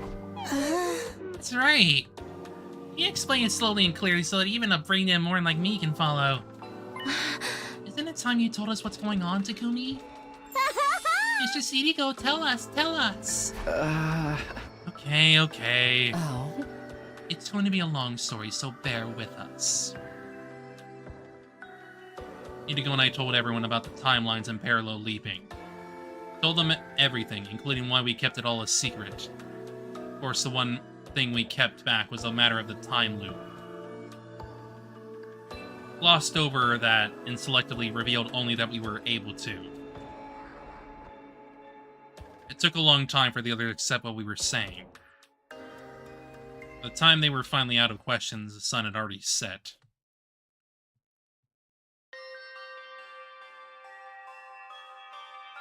My head hurts after all that information, but it's fine. It all makes sense now. We basically went to another timeline where we entered the last number in the transmitter. If we'd actually done that yesterday, we wouldn't be alive right now. Thank goodness we didn't enter the code. Yumi, you made the right choice. We were trying to force him to do it. So are you, Lady Kurata. Why did it explode? Did that timeline Sakumi get the number wrong? No. It's because... it's to prevent any form of... It's so Shion does not end up in Futurum's hands at all. No evidence. Insurance. All that shit. Impossible. I'm certain all our codes were correct. Huh? If we got them wrong, I can't imagine what would cause an explosion on that scale. All the manual mentioned was toxic gas. Then why? Huh? Why did it explode? Ah. I don't know. If I can say anything for sure, it's that there wasn't poison gas in that tank in the basement. Those things were more likely filled with some kind of liquid explosive. As for what it said at all, Hideo shook her head listlessly. Now we know about Timeline's Imperial leaving. Hideko, Takumi, you've led timelines multiple times, right? I'm so jelly. Yeah, I want to visit other timelines too. Sorry, but no. I think we best avoid that. Huh? Why? There's no happier timeline than this one. Here and now, all 60 of us are still alive. Same cannot be said of the other timelines. Someone is always dead. Either casualties in defensive battles or killed by one of us. No way. You're kidding. So please don't even think about sneaking off to other timelines. We need to stay in this one and keep everyone alive. That's what will lead us to the best possible outcome. After hearing our earnest protests, everybody firmly nodded in agreement.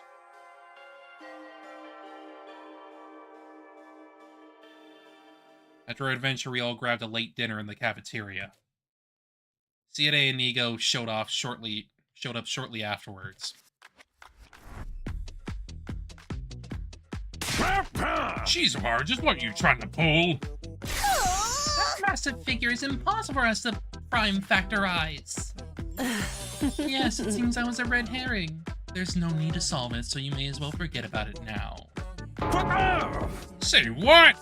I fought so hard I gave myself a fever. Our two commanding officers waved their arms around and pouted. Aaron desperately held back laughter, watching them out of the corner of their eyes. Get punked.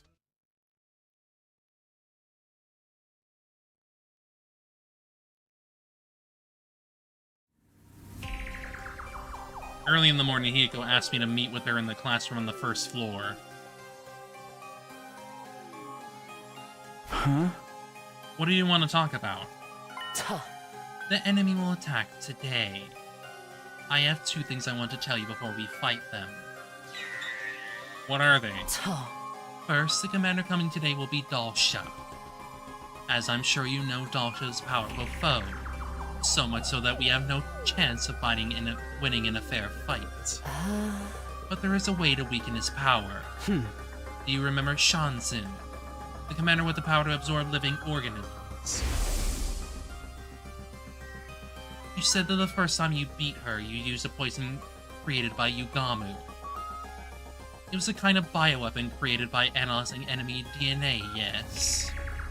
It will work on Dalsha as well, however. I haven't given Sid and Nigo that piece of information yet. Ah!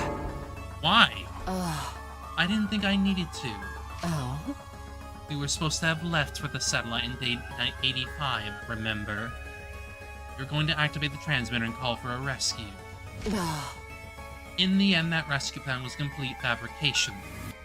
So thankfully you didn't re-enter that final 4. At any rate, I didn't imagine that we'd still be around to have to fight Dalsha today. Huh? I could have said something yesterday. We didn't have time, and also... Nigo stopped herself, putting her hand against her forehead. She didn't look well. Could it be... Ah. Are you still feeling sick after yesterday? Is that why you didn't have time to tell them? No. Ah. Come on, that's obviously it. You should go back to your room and rest. You won't be able to fight if you... Shut up. I'm fine. Anyway, that was the first thing I had to tell you. Huh? It's the second thing. It's about you. Don't let your guard down in the battle today. Your Dalsha de-transforms. He'll seize on that opening and kill you. Kill me? Yes, she's talking about the beheading. That happens a lot. Strictly speaking, he'll just behead you. Well, in that case, I have nothing to worry about. Are you kidding me? This is a serious matter. In the timeline I know of, you get revived immediately after. But that doesn't mean the same thing will happen in this one. So be careful. Keep your guard up, even if it seems like he's relaxed. Understand?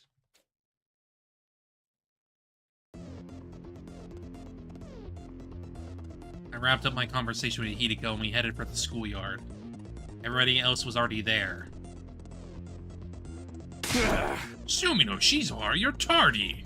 Are you making babies again? Oh, for the love of murder. How many babies is this now? Are you guys after 6 tuplets? I wasn't even in the mood to retort, so I just ignored them. We've already finished our briefing. Not that we had much to talk about, we hardly have any information this time. We heard that Dalsha would be coming alone. And he's a very powerful foe, and that was about it. Don't forget that the defense system doesn't recognize him, so the alarm won't go off. That's why we had you all come out to the schoolyard. Do a visual check for enemies. I looked at Hideko, she nodded in silence. Probably given all that info to Side and Nigo in advance. Speaking of the fucking devil, look who just showed up. Everyone looked in the distance where an imposing figure was standing. Hello, Dalsha. Hello. Nigo suddenly lurched forward. She looked awfully pale, even her eyes looked hollow. Like she might collapse any second. Huh? You okay? This is why I told you to rest up. Insolent servant, worry about yourself. Hideko. Okay, everyone, here we go. Let's give our guests a warm welcome. At Hideko's signal, everyone pulled out their infusers. Stabby, stabby.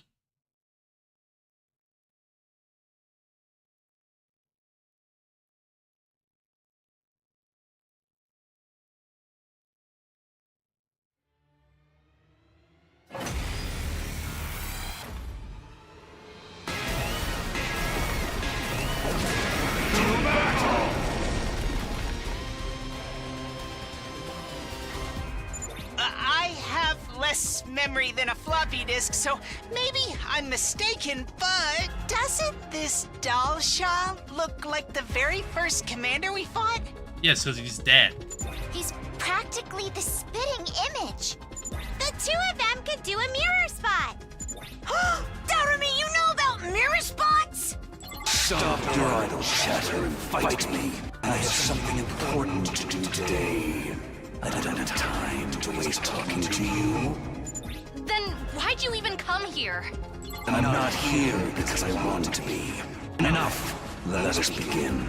First, I want you to show me your strength.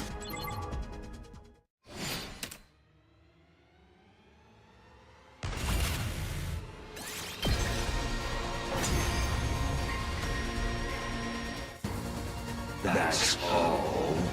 What a disappointment. I expected more.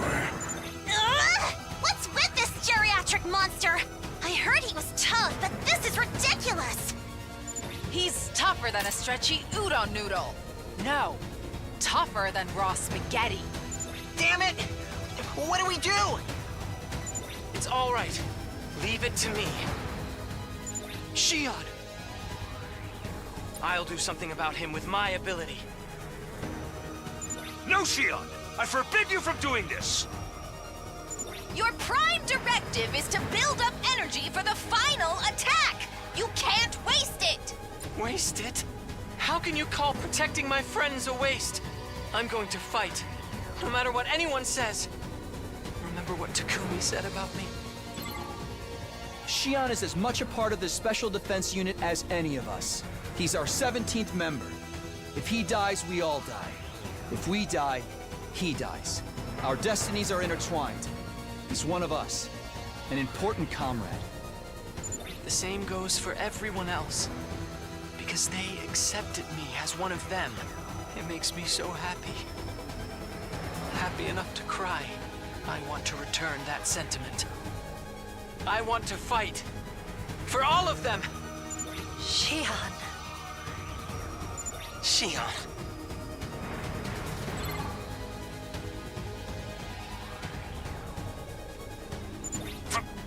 Fine! If you feel that strongly. Mr. Shion, don't overdo it, okay? Are you quite done yet? All right, Shion. Take it away.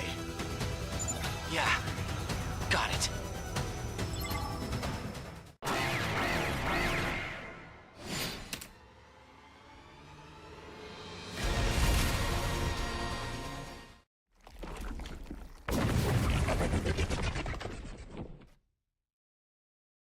Huh?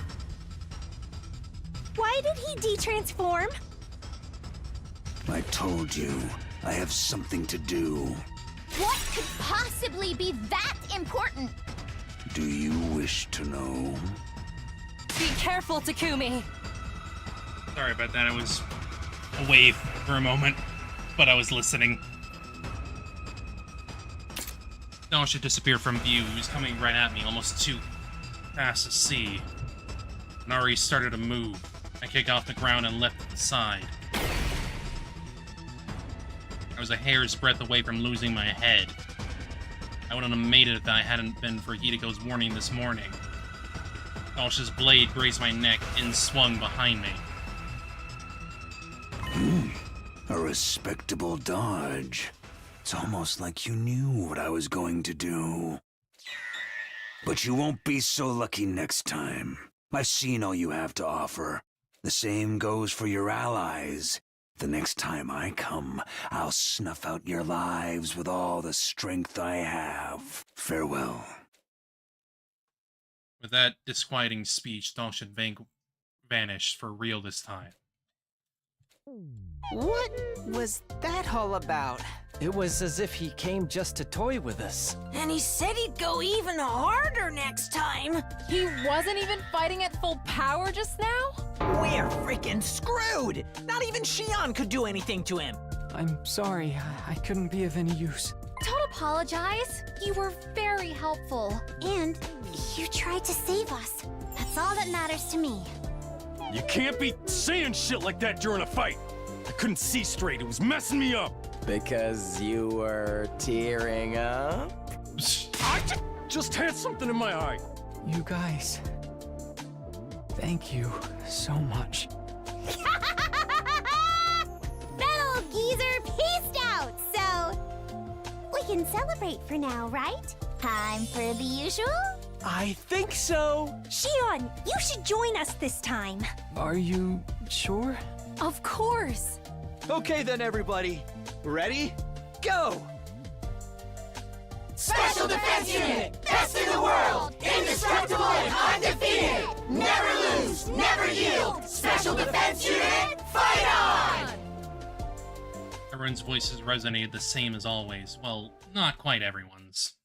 One voice was missing. Hideko. Hideko, are you okay? I'm fine. Oh. On second thought, sorry. I guess I am a little tired. I'm going to go ahead and rest a while. See you. Hideko stumbled away. I watched her walk further and further away, as unsteady on her legs as a newborn deer. Leap damage!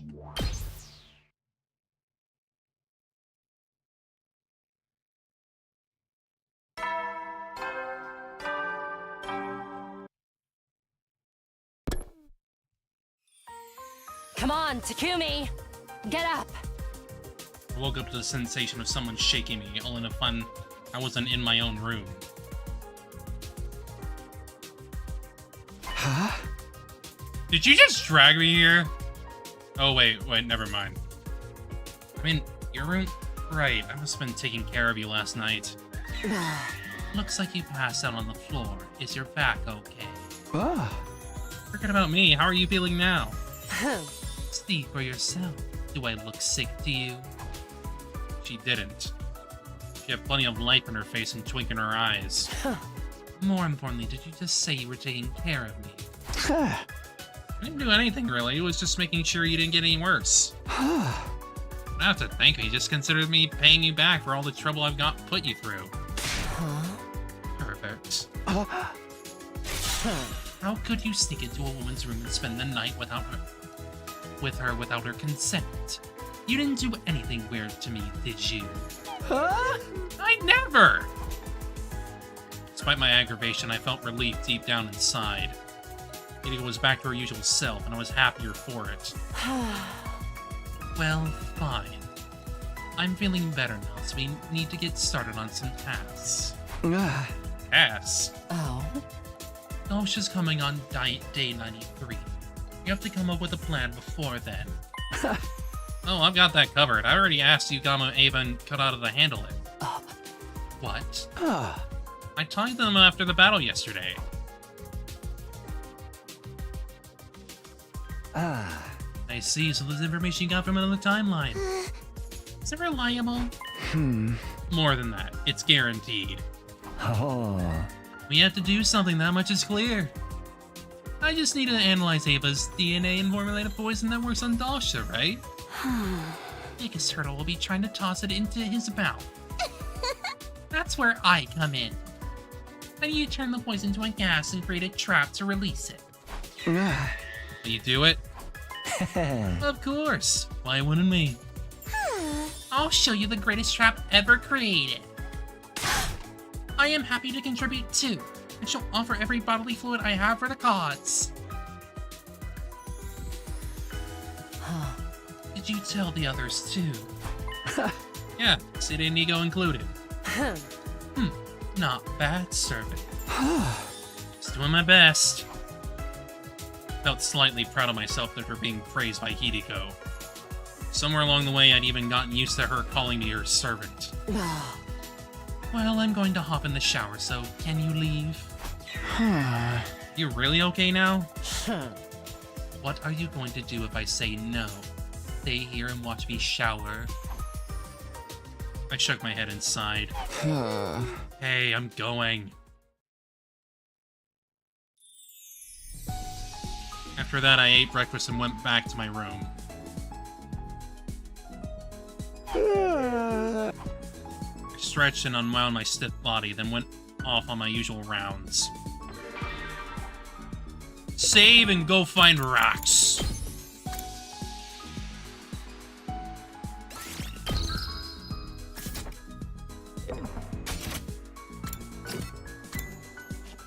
Almost there. Almost there. Move out! Oh, 30! You failed me, Takumi! You failed! At night, I headed to the usual secluded spot to talk to Hideko. What did the DST cause that explosion? I can't make sense of why it would explode even with the right codes.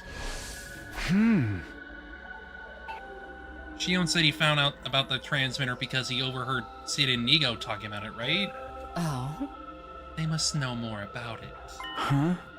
Why don't we ask them? Huh. Alright, let's try that. Hmm?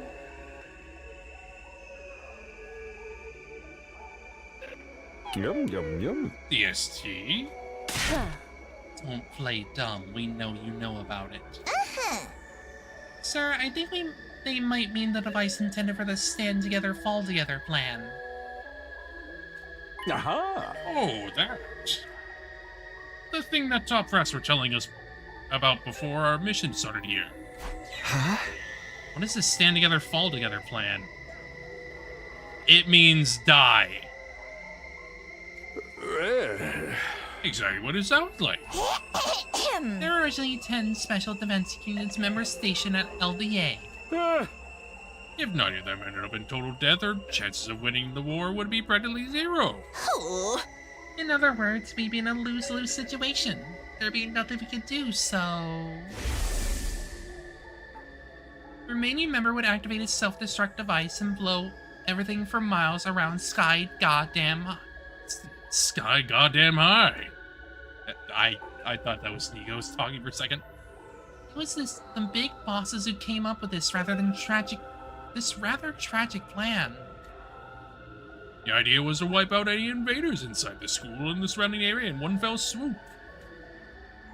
It wouldn't kill them all like the final attack, but we'd at least be able to retaliate a little. Like the name says, stand together, fall together. But we couldn't just come out and say it was a last resort self-destruct device. No. You gotta imagine that the last survivor wouldn't jump at the last chance to use something like that.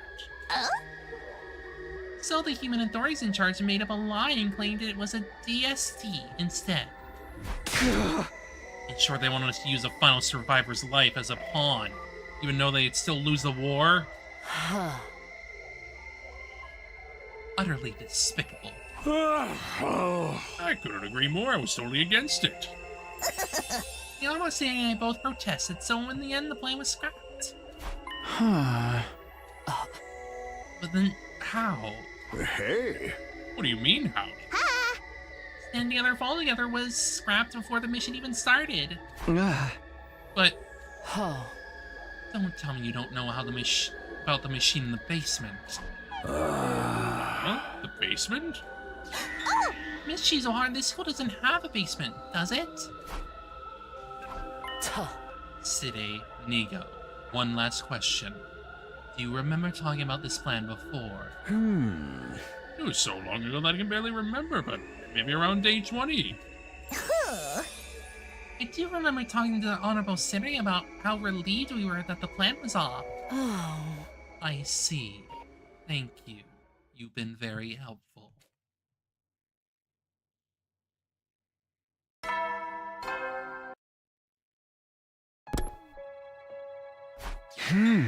Top Brass didn't tell Sid and Nigo about the self-destruct device. They set it up in the secret because they knew those two were opposed to it. Either way, Shion only heard a part of their discussion out of context. He must have assumed there was a real DST somewhere in the school. He just missed the part about making the school explode. I think it's safe to say we can forget about all that device now. Yes, no rescue craft is ever going to come for us. It's only be a waste of energy. We still have 12 days left until day 100. What do we do now? There's nothing to do. Our goal remains the same. Sure, we'll all survive until day 100 and build a happy future together. Then we'll be able to break free from the time loop. You'll get no argument from me. In other words, there's only one thing to do. Fight, survive and win the war. Escape pod will be deployed on day 100 and we can all get on board and head to the artificial satellite. We'll be out of here before the final attack is launched, right? Of course. There's just one problem. What problem? Shion. I gasped. I failed to realize something so important. Right, Shion. What happened once the final attack starts? It was silent. She bit down her lip and averted her eyes. Do you know? Hideko nodded with a sense of dull resignation. I do. And tell me, what happens to Shion? Did you figure it out? Flames from the final attack will raise all life on the surface of the planet. There's nowhere to hide. Not underground, not even behind the thickest walls. The flames will consume everything, the defense room included. So when the missiles are fired, that means...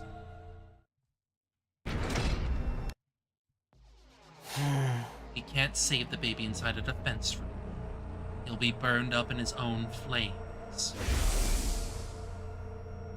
As you already know, that baby is Shion's real body, so Shion will be... Oh. Yes.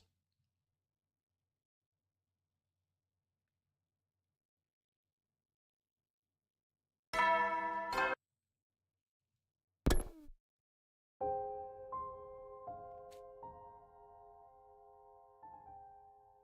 sat in my room without going to breakfast. We saved Shion. I couldn't think about anything else. Hideko didn't seem to have any ingenious plans this time. I could tell from her face last night that she was desperately trying to come up with something. As I pondered the matter in silence, the sun started to set. Day turned to night. I wasn't going to come up with anything on my own. Decided to ask the others for help. I wanted Serenity to find out. I invited them all to a secret meeting spot.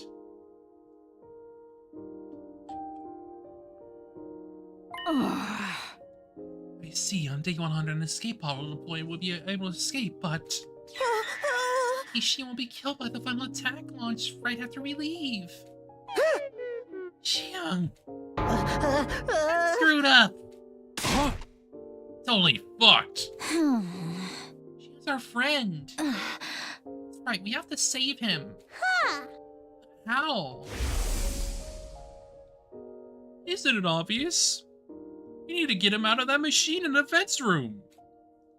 It looked like everyone had seen the baby for themselves. Shion must have shown them while Hideko and I were away.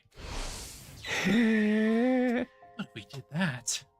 His energy wouldn't get channeled into missiles anymore. Which means the final attack on day 100 would never be launched. That's right. Those missiles won't fire unless they're fully charged. Side said as much before. So then humanity would lose the war. Who cares? What does it matter if we lose the war? Is everyone on the artificial satellite just going to die instantly? No. All it means that our 100-day mission here would end in failure. That's all. We can't sacrifice a baby just to stop that from happening. Save ourselves, destroy all life on this planet, and let our friend Shion die? How can we possibly do that? There was silence for a while before Takemura finally spoke up. Dude said he wanted to talk to us, but seems like he's already got his answer. Problem is, what's gonna happen after that? If we take him out of the machine, he'll be consumed by his own flames and die. Say what? No.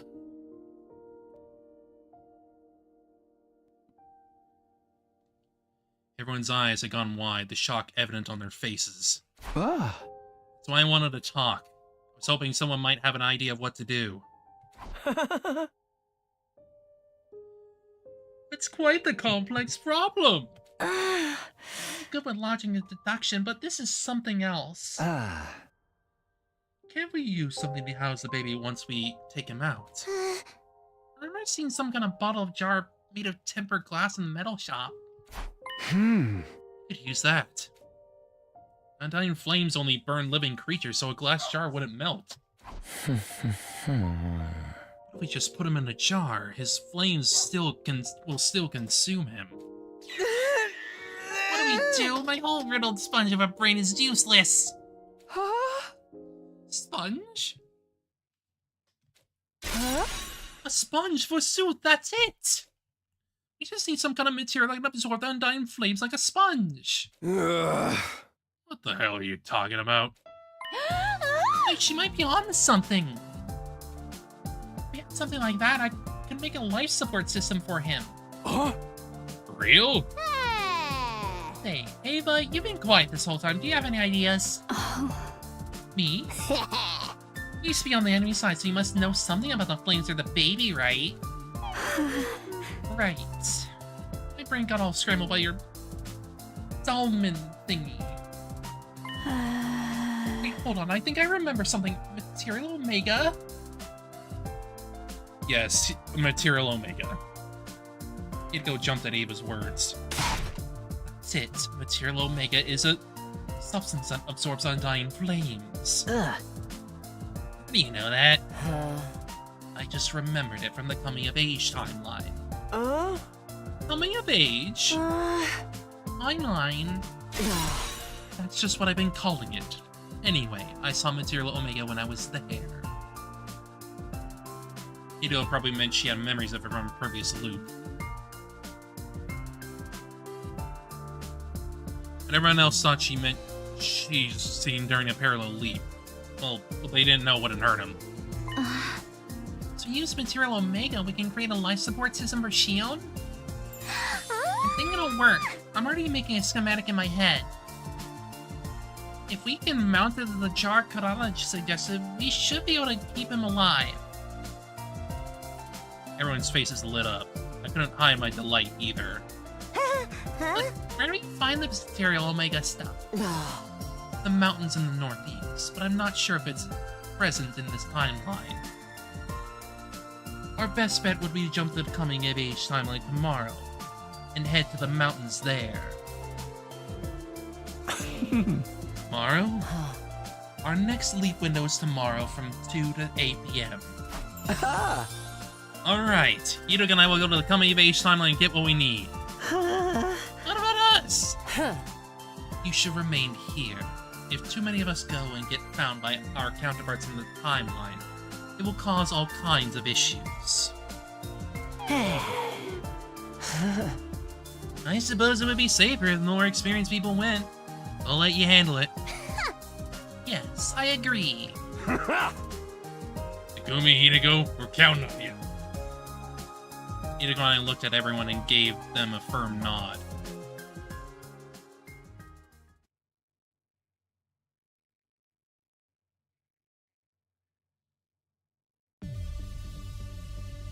That afternoon, Hideko and I made our way to the lab.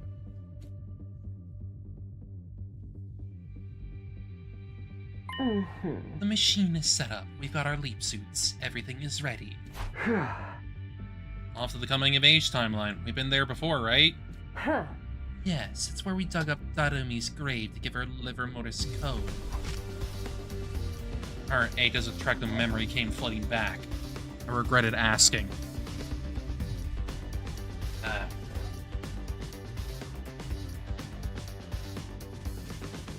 Dog go bork bork. Dog go bork bork.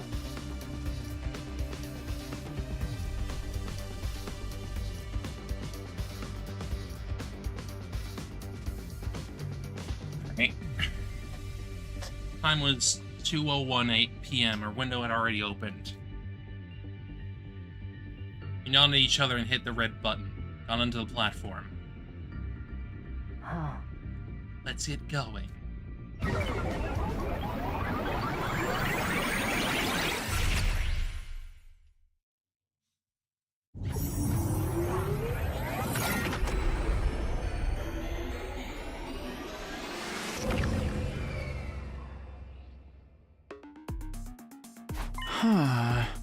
Hey, are you sure it was okay to take off our leaf suits?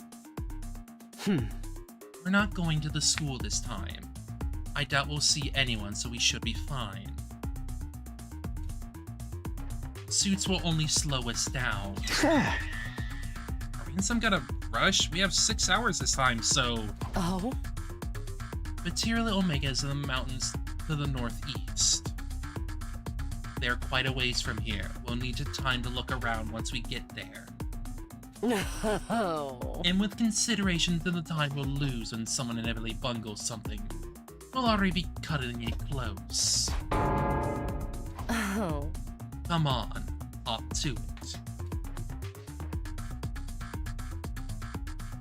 I followed Hideko in silence until we finally arrived at our destination. Mountain range thick with greenery. I'm certain it was around here.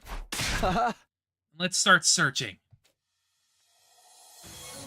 Hideko and I split up and started looking for Material Omega. Even after searching for some time, we didn't find anything. Just when I thought I was about to give up and head back to our starting point, I happened to catch a voice coming from the bushes. It was Hideko. She was talking to someone. As I was wondering who, she popped out of the bush. Are you talking to someone just now? Oh? Yes. Who? A lady. Is this the freaking lady in the white coat that I have been told about? A lady? No. That's what I said, isn't it? She was possibly in her 50s, wearing a white coat. Maybe she was a doctor or a researcher. An older woman, you say?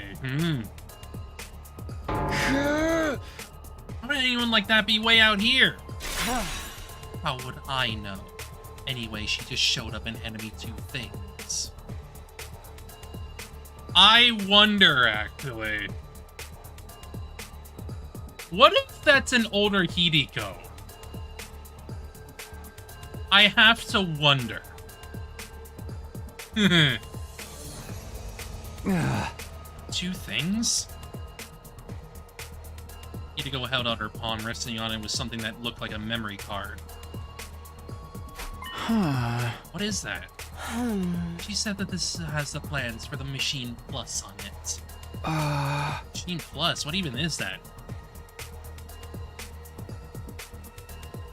Kodaka has said it's Ushizo, so you have to ask him. I mean, yeah, figured. But at the same time, it's like... I wonder if it's an older Hideko still going through the timelines and whatnot to help a younger one. Maybe.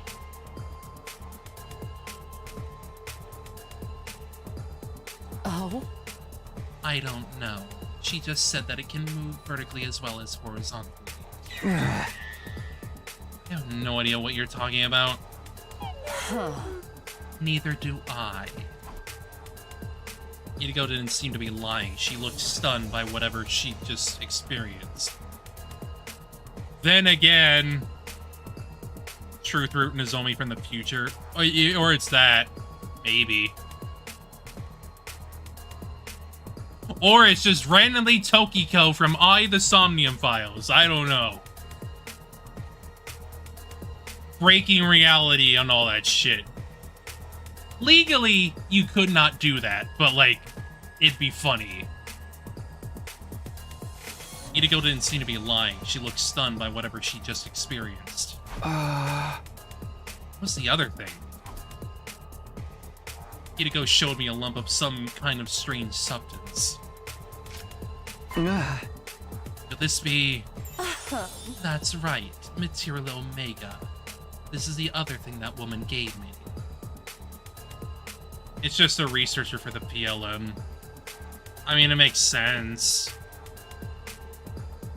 Like, it would make total sense that she would, like, be going around and helping people who are going through the PLM and shit. She said she found it on the ground and wanted to give it to me. Then she left.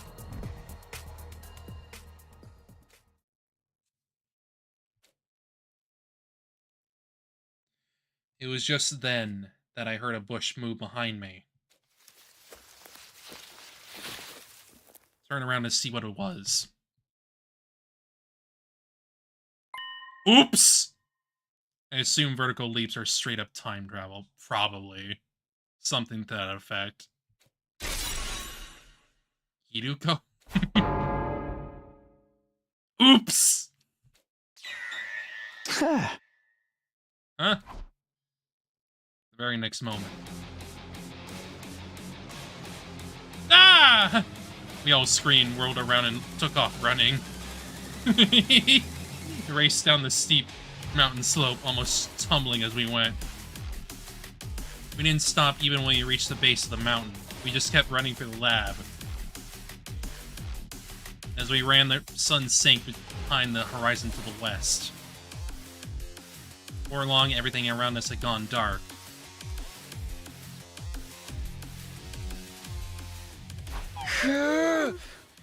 I think we're far enough now.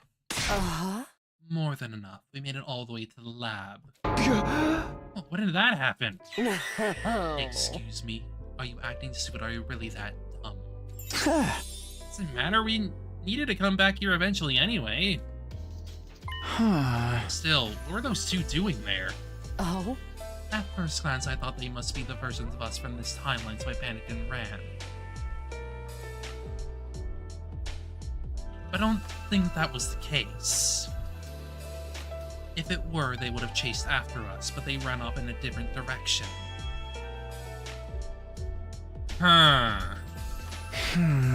Mean they're from another timeline like we are? Maybe. Maybe not. Should we wait here for them? They did come from a different timeline. They'll want to use the lab too. You're right, but it doesn't look like we have that kind of time. I pulled out the device and checked the time. 7:45 p.m. No way, we've only got 15 minutes left. Exactly. I think we're just gonna have to forget about them. I'm sure they'll be fine. They are us, after all. Things will work out even if we leave them to their own devices. Yes, that's true. Oh. Now let's hurry. We need to get everything ready for our leap. Roger that. Hideko, do you have the material Omega? No.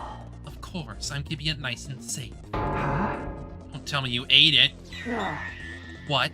I was just playing. Don't waste my time with such nonsense. Let's go back. Hey, let's head back.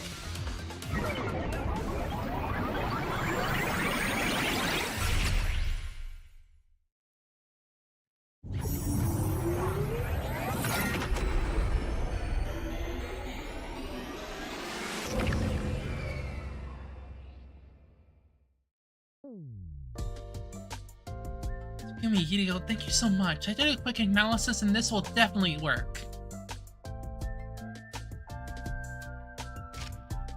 Tsubasa put the material Omega she got from Hideko on the disc. That means you can make a life support system for Master Shion. Yep, just gotta mount it on that shard Karada told us about and we'll be all set. Put the baby in there where he won't be consumed by his flames. Then, since we'll be able to take him out of the defense room, we can save Shion. Hooray! We simply have to bring him on the escape pod with us on day 100 and all will be well. Got ourselves a way to keep all 17 of us alive and kicking. We're all gonna live happily ever after. Time for a frickin' party! Hold on, isn't it a little too soon to celebrate?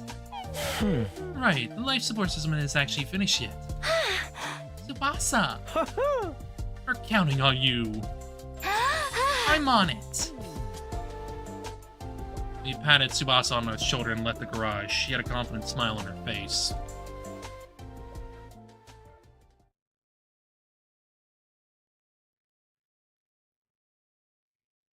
Anyone?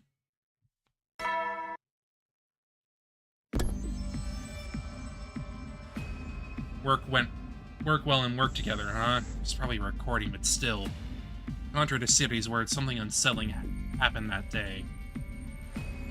It was shortly after the sun set, right after dinner. We were watching over Tsubasa's work in the garage when we received some unexpected visitors. Hey?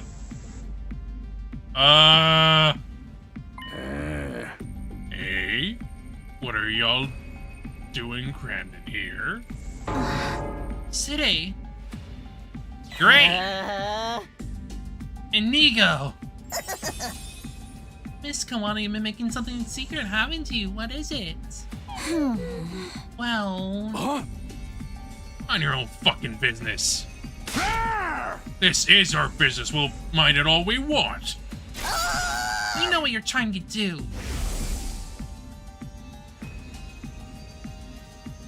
You're gonna take Shion's real body out of the defense room device. Honorable Siri, and absolutely forbid it. If you do that, then we'll be able to charge up the missiles for the final attack. We need those missiles charged to 100%. If they're not, they'll barely be able to cause a dust storm. It will make launching the missiles completely pointless. Take the baby out of there before day 100 is preposterous and out of the question, and nothing you can say will convince us otherwise. Now that the Honorable Siri has made himself clear, could you bring out the life support system you're working on?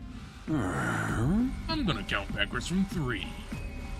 If device isn't out here before I'm done, I'm going to blow you all sky high one by one. Okay, here I go. 3, 2, 1. Wait. Remember when I screamed? Oh. Eito? Tsubasa? I wasn't sure what exactly happened, but suddenly Sire and Nigo were completely frozen in place. Oh, it was definitely the freaking toy gun. Oops. The others were equally dumbfounded, all except Tsubasa and Eito. Come on, is that... Tsubasa placed whatever it was she'd been holding tightly in her hands on the desk. On closer inspection. Huh? Beam gun? You shoot them with that? That's right. But don't worry, okay? They're not completely broken. I just disabled them temporarily. Lol. Get zapped. Kurata ran up to Sire and Nigo. She gave them a quick inspection, then turned to Tsubasa. They're dead. What? Just kidding, Tsubasa's right. Few circuits are shorted, but they're not totally broken. With a few repairs, it should be easy enough to bring them back. Huh? But how? I thought that beam gun was harmless. Same one that caused all the arguing on day 67, isn't it? Said it was just a toy. I wasn't being completely truthful. I didn't know how to explain to all of you, so I lied. But the part about it being harmless to the human body was true. If you really cranked up the output, you might be able to hurt a really small animal, but... it's basically an anti-robot gun designed to disable electronic systems. But how do you make something like that? I knew one day you'd all want to save Shion. It was only a matter of time before you suggested it. I was equally sure that Sire and Nigo would get in the way, so I came up with a plan in anticipation of that. I asked Tsubasa to make the gun for me on the night of day 66. I didn't know you rolled like that, Eito. Am I finally gonna get my praise? Later, honey. I'll pat you on the head so much your hair will start falling out. You don't mean that literally, do you? Aaron burst into laughter after it died down and Nozomi spoke up. Should we really be laughing right now? Sire and Nigo are out of commission. Is it really such a big deal? They haven't done a lot for us during a defensive battle so far. Oh! The only times they were helpful were when they unleashed that new weapon on day 15. They play the folk song in day 47. Let's just forget all about them. I am honestly fine with that. I couldn't agree more. I'm so glad someone finally shut them up. There's only 9 days left. We should be fine without them for a while. The others nodded approvingly. There wasn't a single person who disagreed. And it's settled. Tsubasa, do you mind getting back to your work? No, I'm gonna make the perfect life support system for Shion. But I'm still gonna need some time. We're at 98. Literally at the end.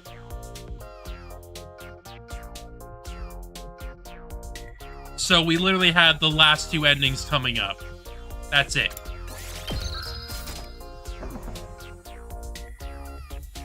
No, I'm gonna make the perfect life support system for Shion, but I'm still gonna need some time.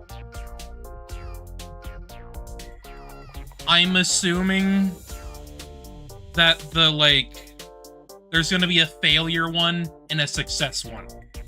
So I would assume, we should probably do the failure one first. Pretty complex work. I estimate it will take me 7 more days to finish. 7 days? In other words, it'll be ready by day 98. That's cutting it real close. We're just gonna have to trust Tsubasa. Let us know if we can help. Takumi and Shoma wouldn't be happy to do even the most trifling chores. What about everyone else? It's okay, I don't need any support or anything. One thing I do need is silence, I guess. I need to be able to focus, so... You want us to leave you alone? If you don't mind. Got it. Okay, everybody out. Tsubasa will take it from here. Patted Tsubasa on the shoulder just like yesterday, giving her words of encouragement as we exited the garage. 9 days until day 100. My heart is racing, know that the fateful day is drawing ever closer.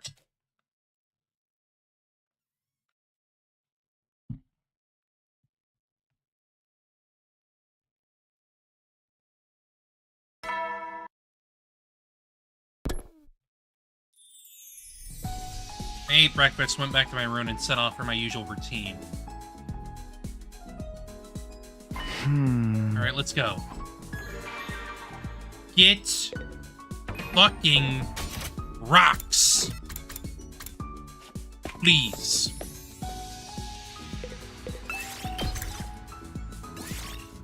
Move out! 90's fine, I guess, but, Everybody have good news and bad news. Which one should I start with?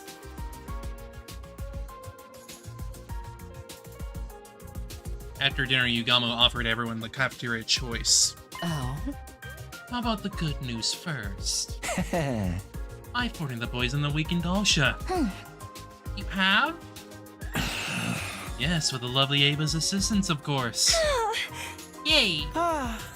Fine work, Mr. Omokage! Gratitude to Lady Ava as well. Oh, all I do is donate blood. What's the bad news? I won't be able to stick needles in Ava's pretty flesh anymore. The tragedy's so great I might never ever be able to recover. That's just a you problem. How about you, Kodada? Did you finish it up yet? Yes, the trap is ready. All that's left is to load it with Yugamo's poison. Oh yeah, now we can pulverize that geezer. Sir Dosha will be back tomorrow morning, right? There's no need to hold back, everyone. Let's kill the senile old freak without a trace of mercy. Ava thrust her fist high in the air. Everyone else looked just as determined. Hey, how's Tsubasa doing?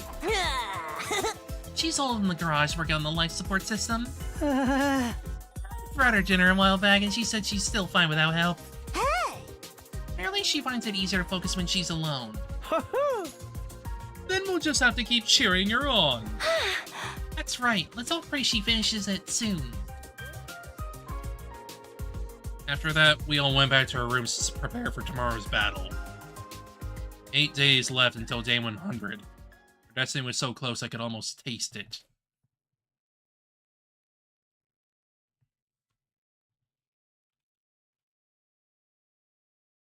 Three. We gathered in the war room before the morning announcement played.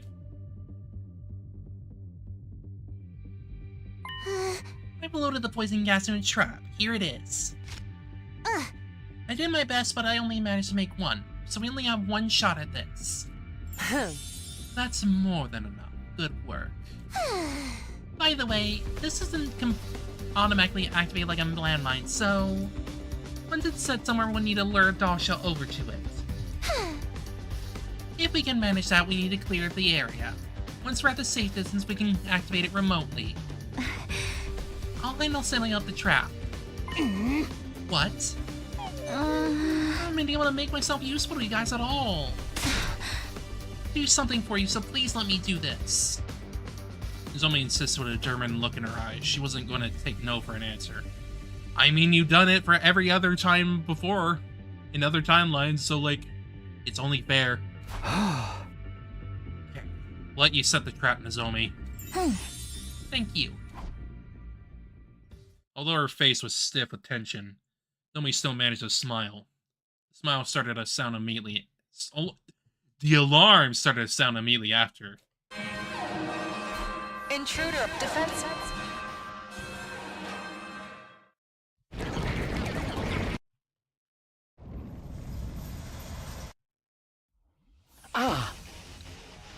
Dalsha's not alone this time. He got so scared he had to bring backup. So annoying, he's hard enough by himself. It's fine, if our trap strategy works, we'll be able to weaken him. Yeah, me too. Shion. Serenity and Ego are out of commission, aren't they? That means they can't stop me. I'm free to fight. If you need my power, just call for me. I'll back you up with everything I have. Glad to have you. Yeah, now I don't have to barf up the BLT I had this morning. Ugh. I saw a slice of tomato come up. Let's do this, everyone. Kill, kill, kill. Yeah, we didn't come this far just to lose now. If we all work together, we can win this. Yeah! Here we go. SCU, move out. Yes. Yes, yes.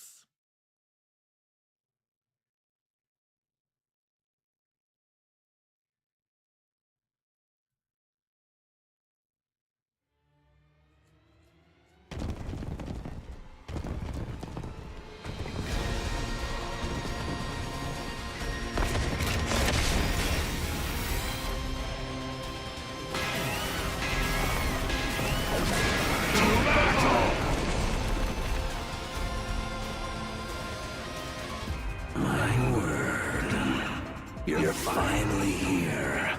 I was tired of waiting. You brought friends this time, huh? I wanted to come alone, but that woman went and sent them with me. That woman? Vashnes? Well, that hardly matters. More importantly, let us begin. Or you can just go ahead and surrender.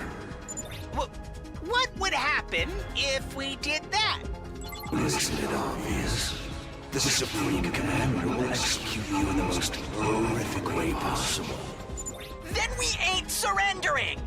You won't fare much better by fighting me. No matter your choice, your lives end here.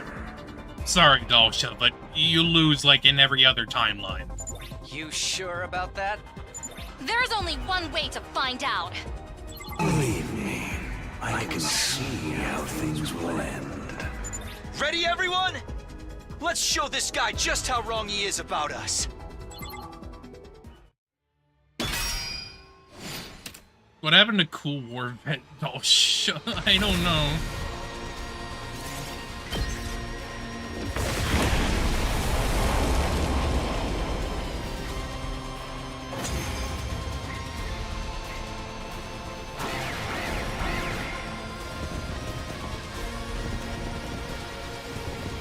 I don't know if I would say edgy, it's just kind of weird.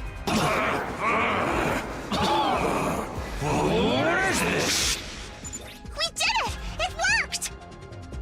The poison is taking effect. Let's pull his guts out before he can recover! No, we shouldn't approach him yet. There's still poison in the air. Then let's deal with the jobbers he brought with him first. Yeah, take them out!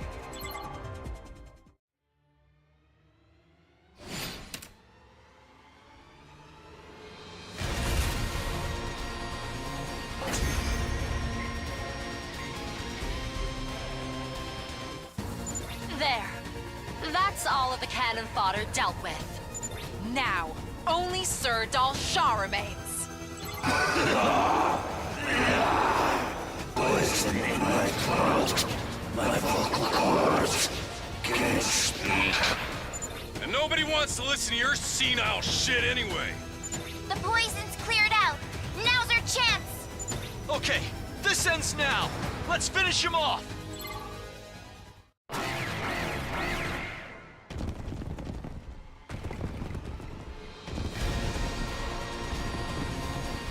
Not like this! I don't want to fight!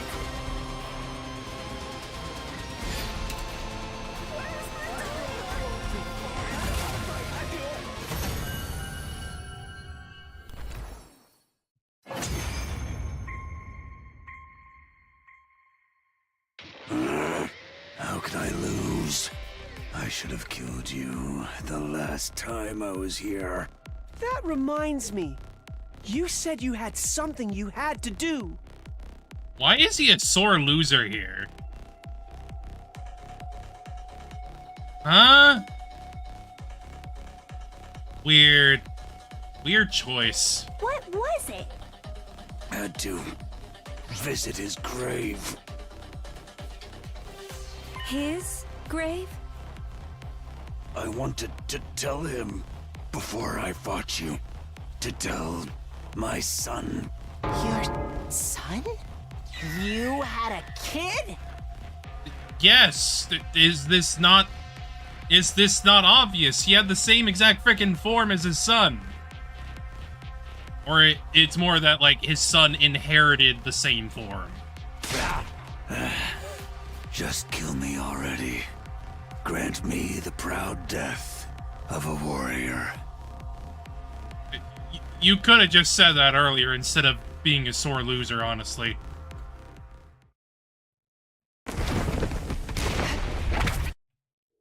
Dalshah, Dalshah, I've granted you the proud death you so desired. There is no higher honor than being absorbed by me. I'm sorry, but that's not what he wanted. He wanted to die by their hand, not yours. But Veshnes would probably do this. Veshnes, why did you? His cryptoglobin! Have you forgotten? I told you the last time I was here. I will win this war, even if I have to violate the teachings to do it. Don't tell me you did this to the other commanders too! Yes. Pakram, Adamakyu, the cowardly Turum Tammy and Nugank who fled. And also Quenzele, who I captured later. All of them offered me their cryptoglobin. I seriously doubt that. I seriously doubt they offered it to you. You liar. I don't believe you met the ever-useless Parmeth, but I took their cryptoglobin as well. Oh no. I now have formidable power. It would be trivial to crush you here and now. Zenta probably would have given it to you if she didn't blow herself up. But now isn't the time. I must prepare. Prepare? Prepare what? I will return in 6 days. Wait in anticipation. Farewell. With that Vesh's vanish, I watch her disappear into distant skies above in stunned silence. 6 days. That's day 99. That's likely to be our final battle. Veshna said she's gotten even more powerful. Can we beat her? Of course we can. With all 16 of us. There's no way we won't win. Hey, aren't you forgetting someone? Shion. You're right. With you, that makes 17 of us. Right! Shion raised his voice with conviction. Everyone else nodded bravely. Anyway, that's another victory for the Special Defense Unit! Time for the thing? Let's do it! Take it away, Mr. Sumino. Got it! Ready? Go! Special Defense Unit! Best in the world! Indestructible and undefeated! Never lose! Never yield! Special Defense Unit, fight on! 17 voices resonated together. Next victory chant would be our last. The thought excited me, but at the same time some feelings of apprehension lingered inside of me.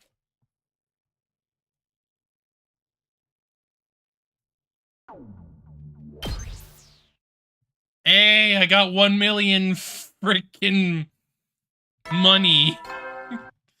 That's useless to me.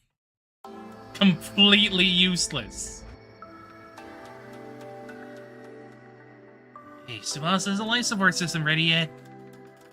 I told you it would not be done on day 98. Tonight, don't rush me.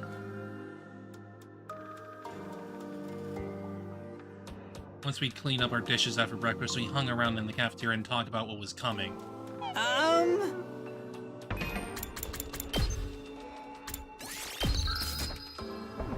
Sorry to open my prolapse hole of a mouth, but I've been wondering something. You ain't managed to put baby Shion in the jar on day 98. Will we still have to fight Vesh's on day 99? If we take the baby out of the fence room device, the energy supply to missiles will be cut off. Since the final attack won't launch, this missile will be humanity's loss. You suggesting that the hag won't bother fighting if that happens? Oh? Unfortunately, that's not the case. She's most certainly coming here to take the baby herself. We can hardly just hold up a white flag. The Osha said we'd be executed if we surrendered. In essence, there's no way for us to avoid fighting Vesh's on day 99. Mo and everyone looked uneasy, but the twins were undeterred. It's fine. Like Takumi said yesterday, we're sure to win. That's right, we don't have anything to worry about. And once we beat Vesh, this escape pod will be deployed on day 100. And we got all boarded and head for the artificial satellites. That's how we get the happiest of all endings. Everyone's faces turned cheerful again. There's a lead to see it. Just to be sure, the escape pod thing is really for sure definitely gonna deploy, right? It's hard to trust something that's basically just hearsay from City.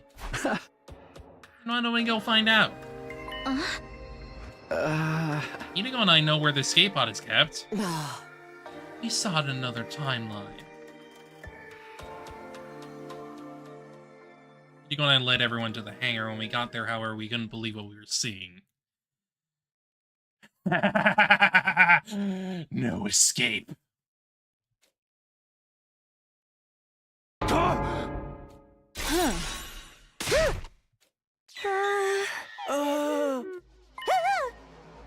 Is this an escape pod?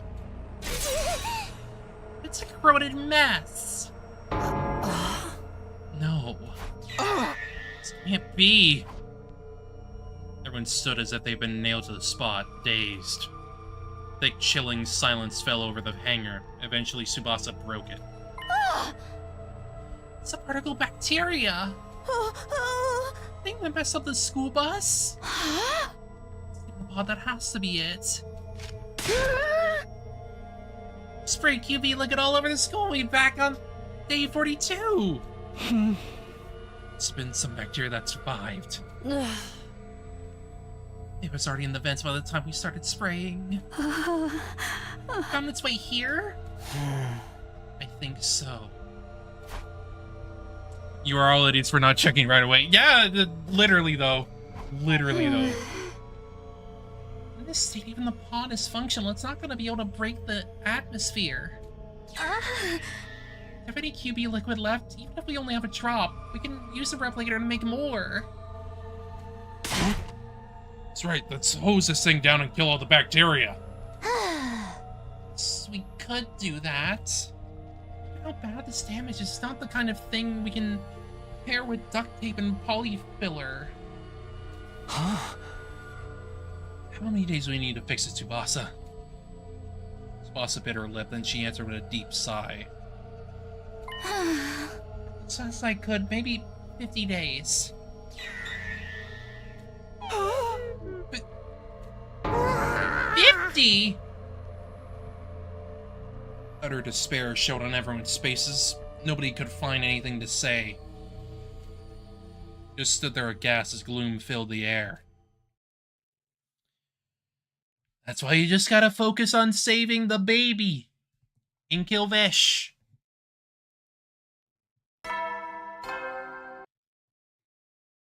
Probably can't do much more than that. After the morning announcement, I headed for the cafeteria. I had the feeling I wouldn't have much of an appetite, but I wanted to see everyone. They were all there already when I arrived. Well, not all of them. One person was missing.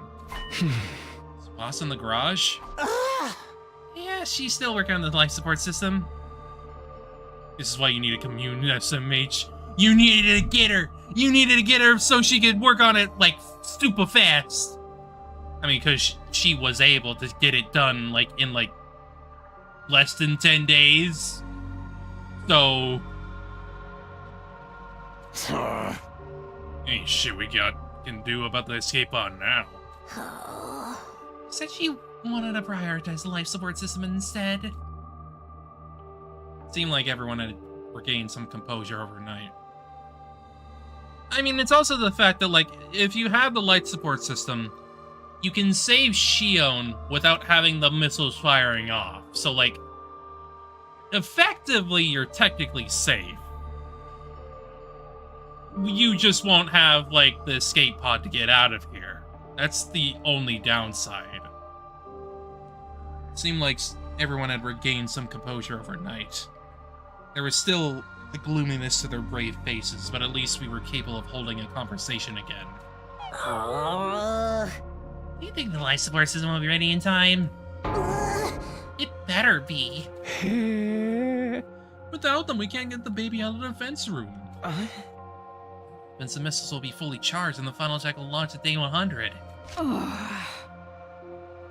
The escape pod in such a dire state we wouldn't be able to leave the planet. Not the life support system, the rest of us are screwed too. It isn't finished. We'll all be killed. Huh? I won't let that happen.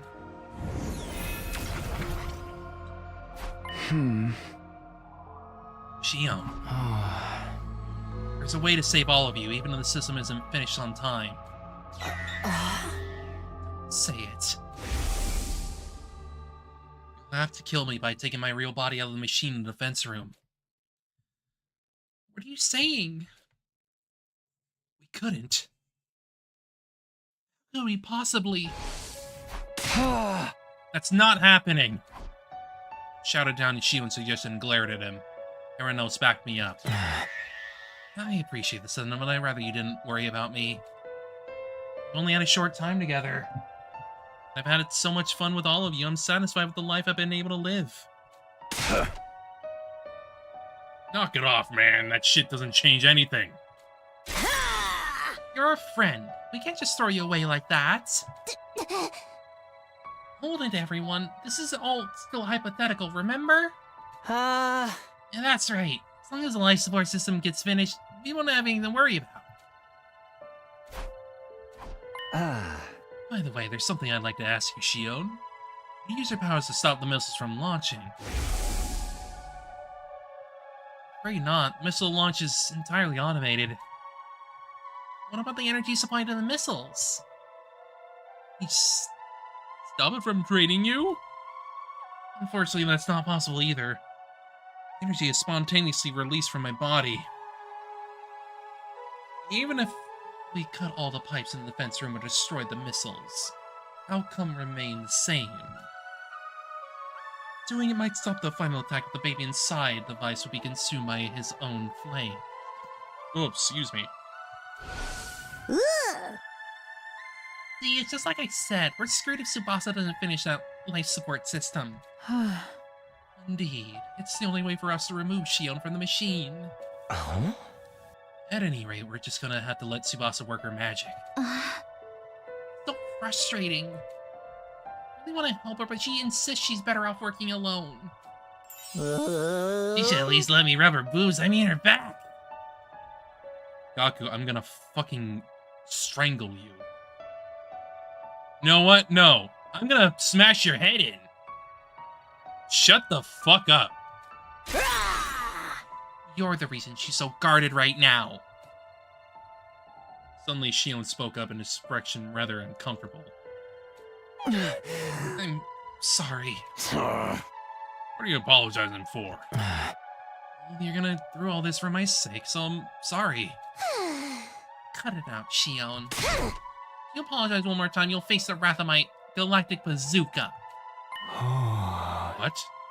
Boy, howdy, I sure do hope no other entirely arbitrary roadblocks come up. It's not like we're being forced to help you against our will. We love you. That's the only reason we're doing this. So you don't have to apologize. We're saving you for our own sake, Sir Shion. Thank you, everybody. Tears welled in Shion's eyes. He wipes his face to hide them. And the boy that made fire's crying. That's not it. I just got smoke in my eyes.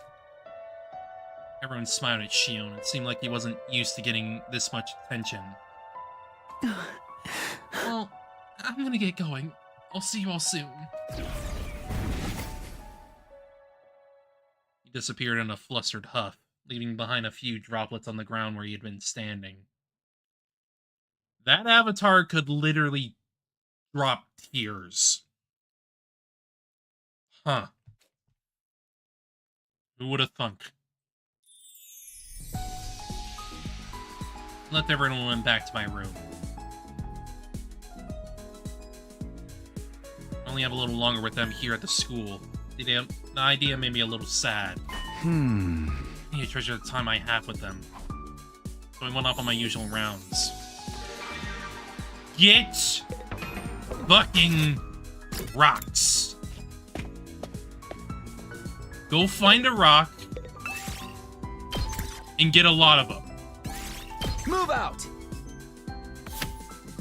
You failed me, Takumi! You failed me! You absolute loser! I'm kidding. But still, you failed. 5 days left until day 100. What if our plan doesn't work? What will we do then? I wanted to think about it during the day, but the darkness is to blame for the disturbing shadows creeping through my mind. If she can't finish the life support system in time, all of us will... I quickly shook my head, driving away those pessimistic thoughts. Hey! Fine, things will work out. They have to, and they will. I repeated like a mantra as I crawled into bed. The night felt unusually long. By the time I finally fell asleep, the haze of twilight was already drifting across the inside of my room.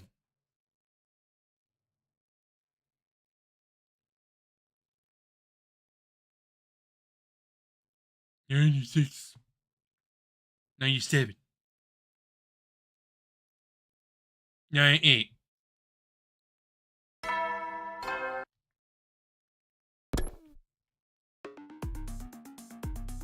Hey!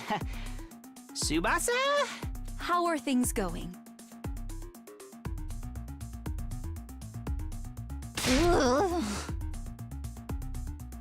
We are at day 98. What were you gonna bitch about? Here. I'll let you bitch. Do it now. Before we move on.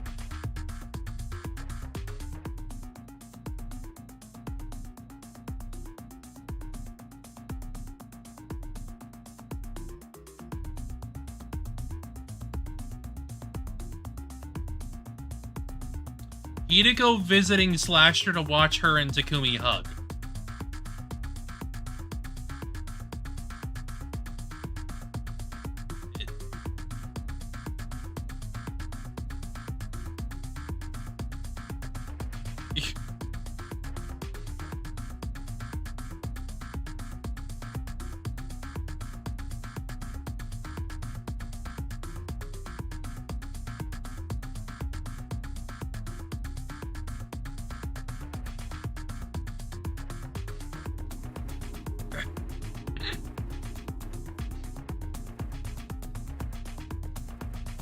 Hideko moment.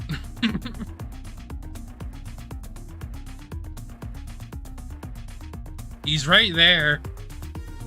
He's typically there almost all the time.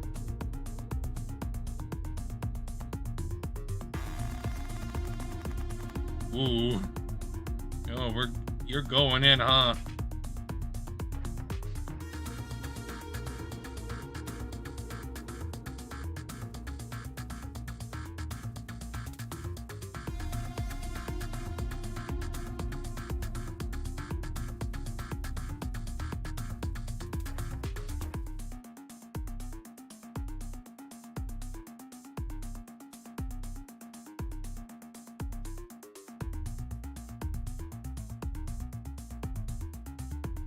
Oof.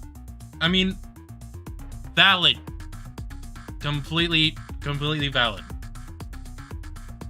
Okay. I understand. I understand. So would you probably leave me alone? What are you doing here anyway?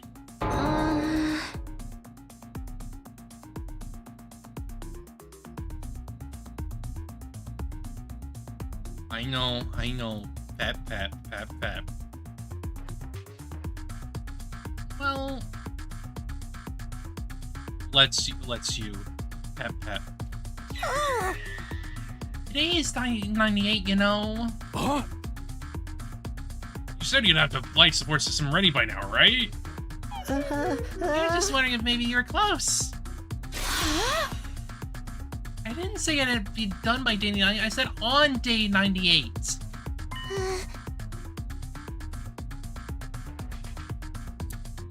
So, anytime today before the stroke of midnight?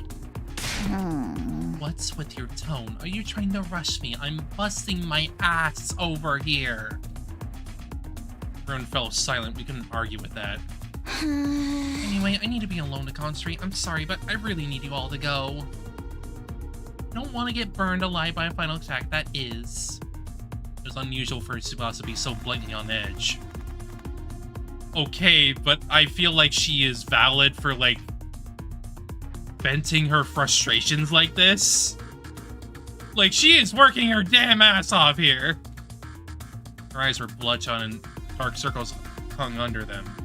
Probably hadn't slept for the past few days. Alright, let's do what she says. We have to trust her to finish it. Let's get going. LA tapped everyone on the shoulder, gave Kawana a deep nod, and left the garage. Hadn't eaten any breakfast yet, so we stopped at the cafeteria.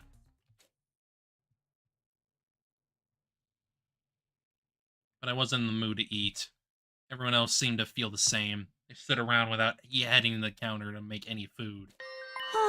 Hey, what time does the final attack on start on day 100 anyway? Oh. It should be around 10 o'clock in the morning. Huh? We've got another 50 hours to go then. Will the life support system be ready in time? Huh? So would be done before the day was over. We just have to believe in her.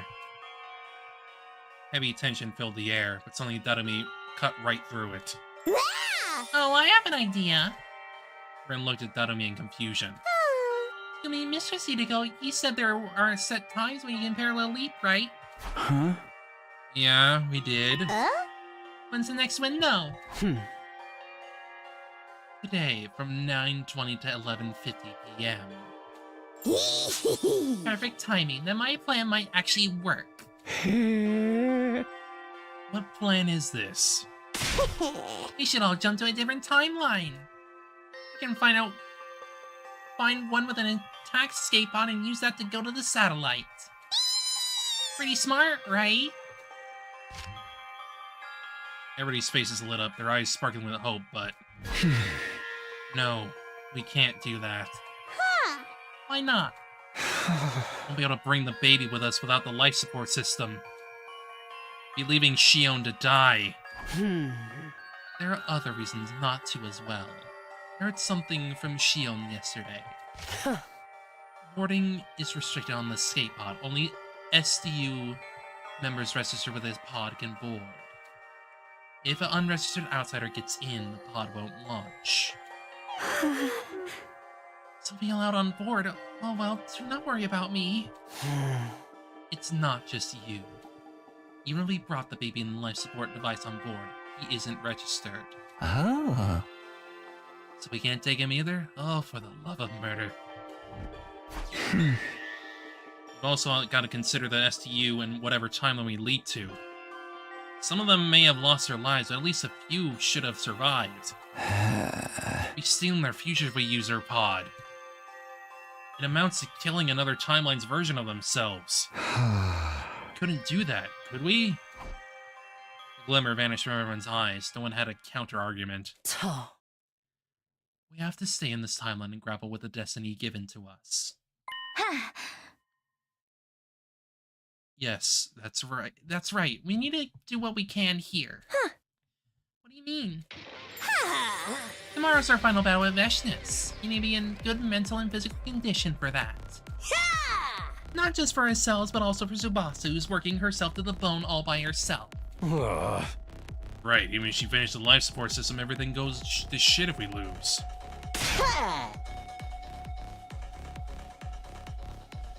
Enough worrying. If we let our minds get weak, our bodies will follow. Everybody, let's hold firm. We'll trust in Tsubasa and keep waiting. Suddenly, the unease vanished from everyone's faces. There's a new glint in their eyes this time, one of hope. To me, it looked like the flames of passion burning in the anticipation of tomorrow's battle.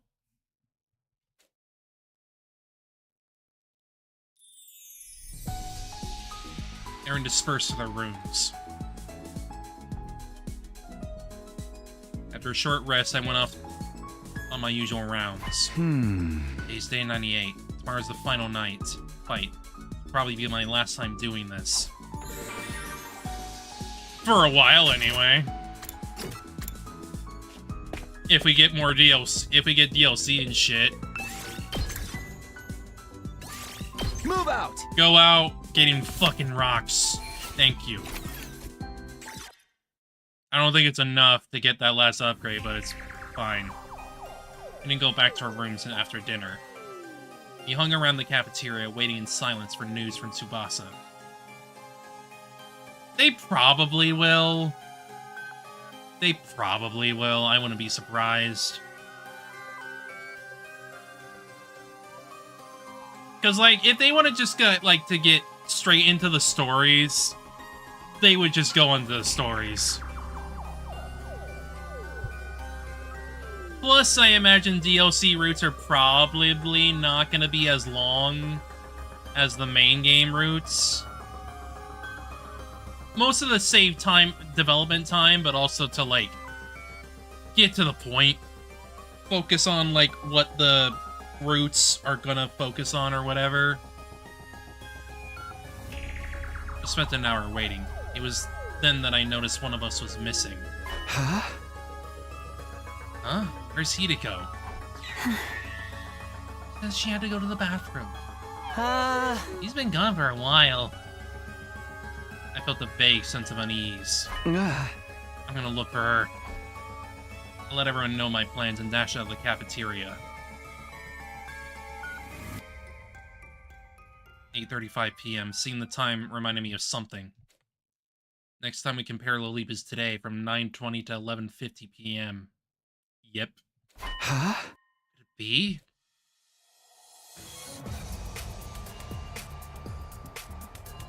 I sprinted down the hallway into the entrance hall. Beside the door, there was only one fire extinguisher. Yep.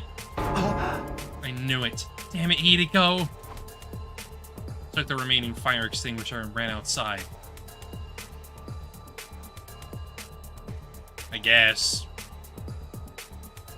Hideko had probably gone to the lab. What timeline could she be going to?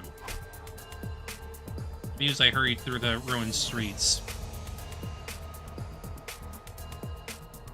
Alright. I ran inside and looked around, no sign of anyone.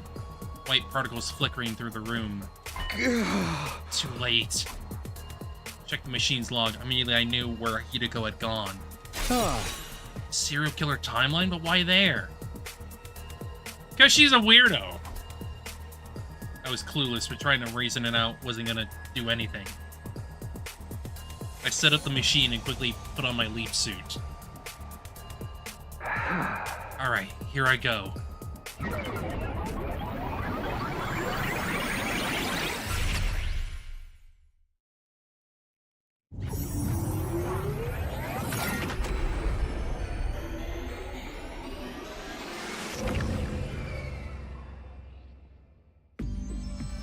completed my leap and ran outside the lab. Still no sign of Hideko.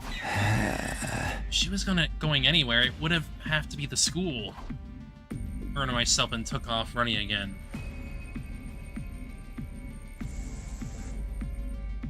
I took my leap suit off as soon as I could. I wanted to be as light as possible. I ran until I finally reached the academy. I looked around and immediately spotted Hideko. She was hiding in the shadows, looking at something some distance away.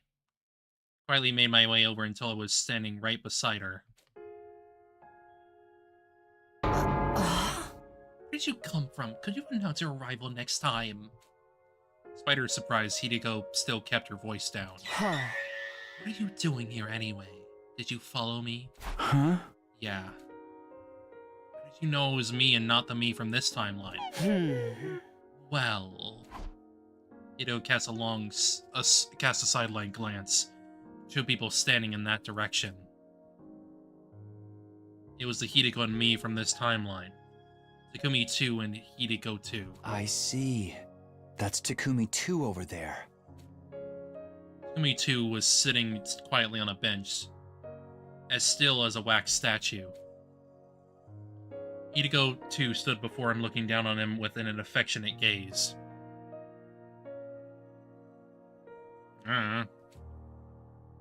Just then a hoarse voice passed through Takumi 2's lips. Hey, Hideko, please stay by my side just for a moment. Hideko 2 didn't answer. She grew closer in silence, gently holding his head in her hands. And then...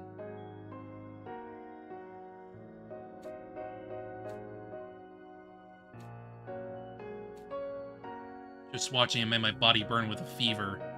I remembered everything. Her warmth, her pulse, even the sound of her breath. As if I could hear it right next to me. And of course, the scent of lavender.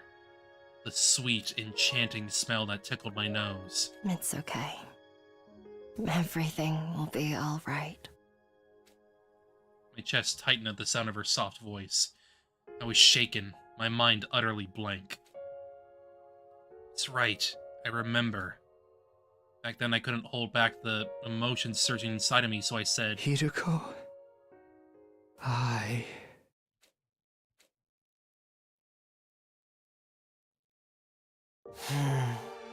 Day 98 is almost over, I'll be honest with you. To me, the events of this day, of this very moment, they were so precious. So irreplaceable. So important. It was the reason for everything. No, I literally get it. I literally get it. It's a memory you wanted to re-experience. Which is why you're so weird. You probably feel so detached by this point that you feel like it's doesn't even matter anymore. Like, I get what she's doing. I totally get what she's doing. But she's going about it in a weird way, which feels very Hideko to me. I get it. Huh? Everything? Yes. You mean why you came here? You wanted to see them again? Oh. No, that's not all. The reason I went to save Hideko 2 with you on day 16.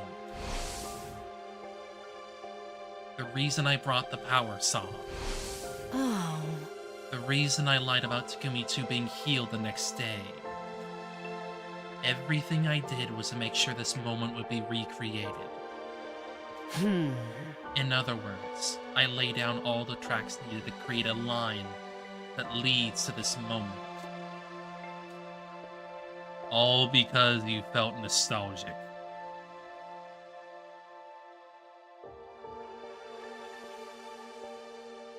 The one trapped in the past is the one trying to change it.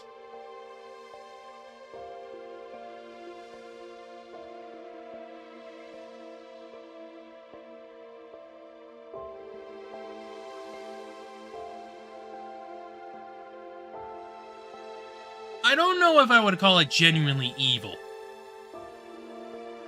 But it is certainly a lot to do.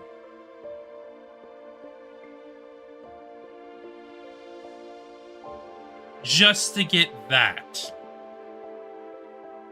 I'm not gonna disagree with you. It is fucked up.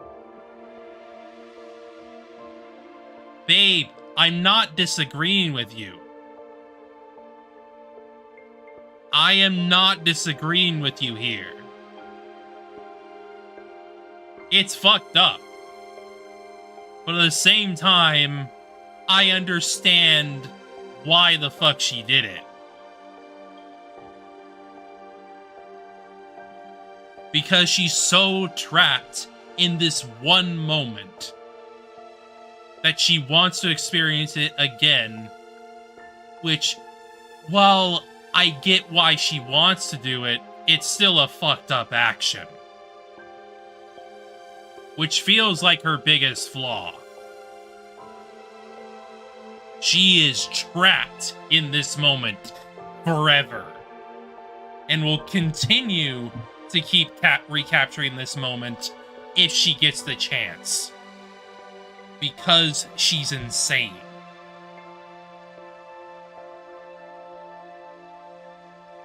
Like, let's not mince words here. She is fucking insane for doing this.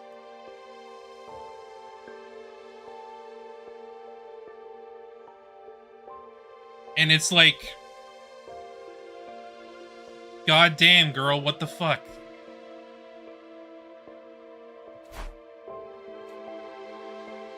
The Takumi over there is Takumi 2.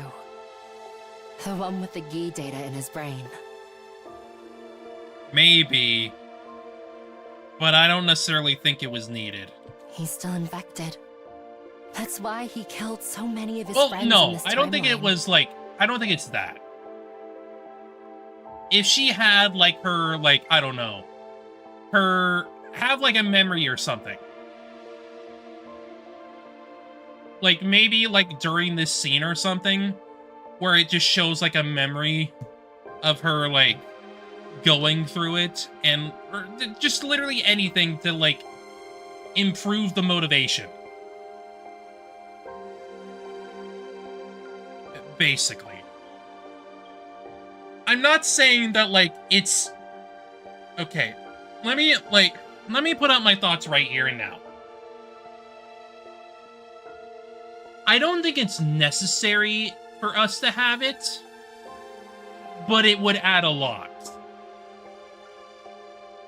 It would add a lot to this specific scene. But I'm not necessarily against her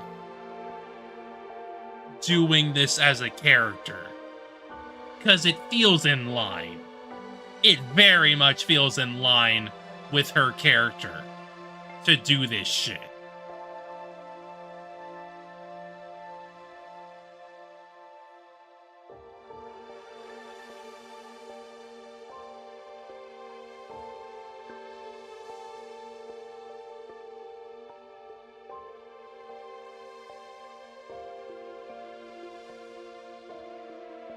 I don't know it's that we don't get why she's obsessed with Takumi.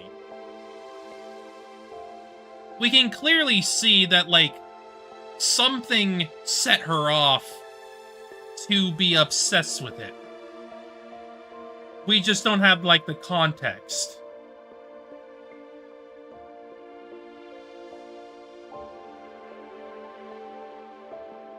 Like, in a way... No, I get what you mean. I get what you mean.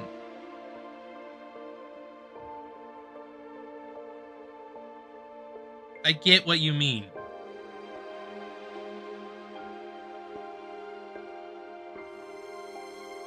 But it's like... I'm not entirely against this decision for her character.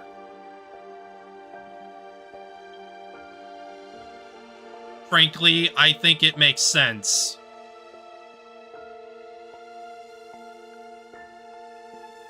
I don't hate her.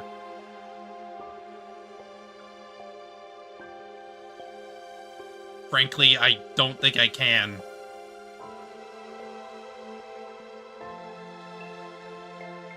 But I can understand that it is fucked up. It's a fucked up set of events that made her go about this, just for this damn moment.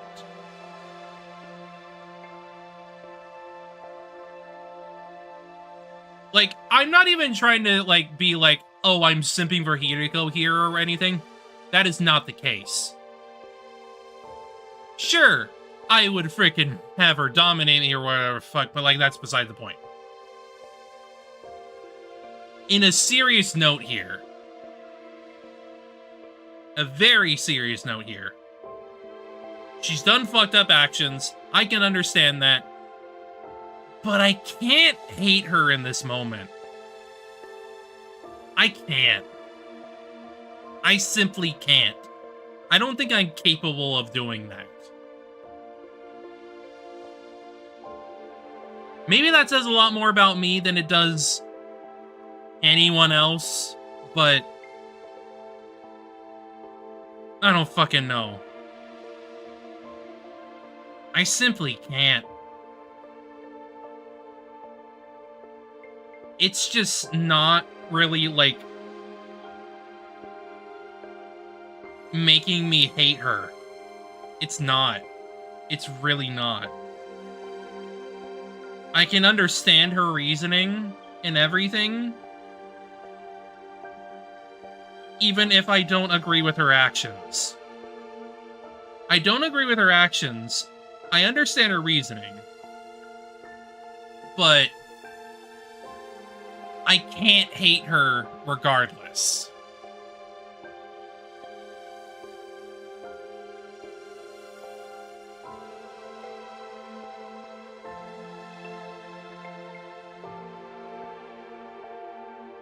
That's why she's a freaking weirdo.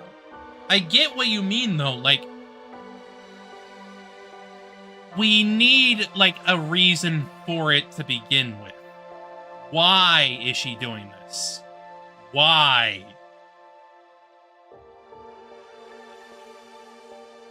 I know. I know. We know this firsthand. But I am still not entirely against what the attempt was here. Maybe that's me being more charitable to Uchi here or whatever. And I'm fine with that. You fumbled it. But I get why you're upset. I understand why you're upset. And I will accept that you're upset by it and believe it's a failure.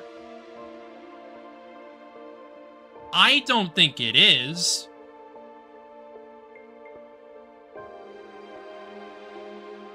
But that's probably me just having a bias towards Uchi's frickin' writing. I will accept that it's probably my bias.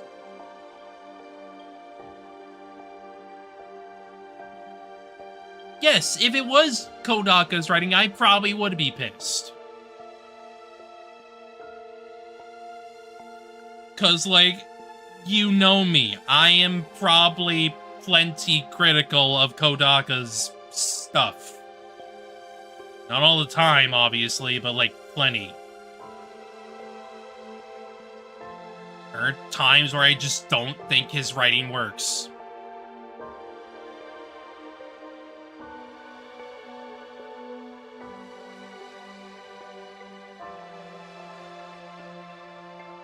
Right. But at least from what I am doing with this, I will accept that me being fine with this is probably because of my bias towards Uchi. I will accept that, but I don't really have a problem with that. I don't have a problem with me having a bias towards Uchi with this route. I am just accepting the fact that my bias means that I am more inclined to like his decisions. And that's just how it's gonna be. It's just how it's gonna be. And I don't think there's really gonna be anything that changes that. Maybe after, like, I have let this all settle and, like, I'll change my mind a bit.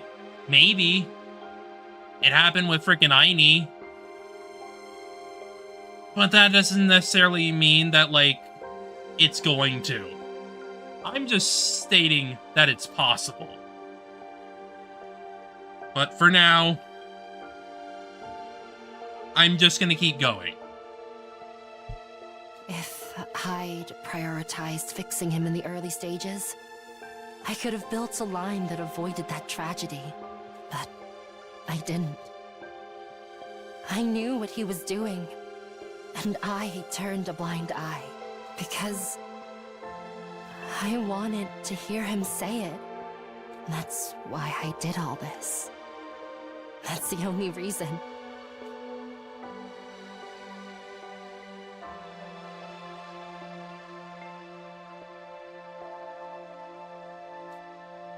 Ugh. We'll see. You despise me for it. You must think I'm a horrible person. That's the thing here, is that, like, Hideko at least acknowledges this. Acknowledges that what she's done is effectively fucked up. And that's nice, at least. But I guess it's probably dependent on how Takumi freaking responds.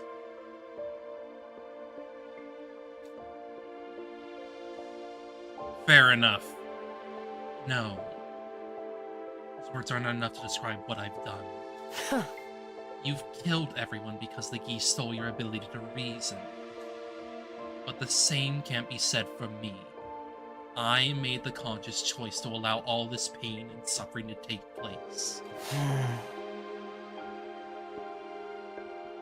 In that sense, my sin is far more grave. I know I can never be forgiven. That might be why I'm trapped in this endless loop. This is my punishment. I'm trapped in a prison I can never escape for all eternity. To pay for the horrible things I've done. I couldn't find my words. It was as if I'd been robbed of the ability to speak. On one hand, Hideko was right. Her crime was unforgivable. For whatever reason, I couldn't bring myself to blame her. An indescribable, wildly complex heat wave wavered inside my mind.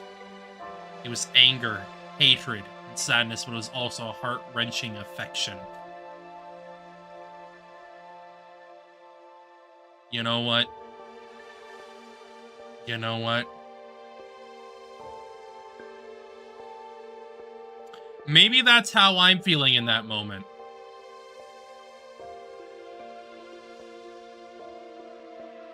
Such a mixture of emotions that I just do not hate her. I don't know. Takumi 2, Hideko 2, and huddled together in the darkness.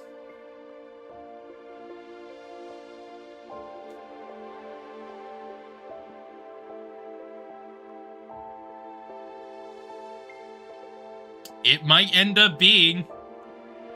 I will still. Okay. Let me lay this out for a second.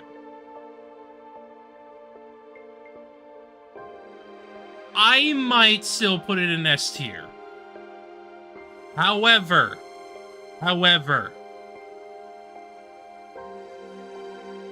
being an S tier does not mean you are flawless.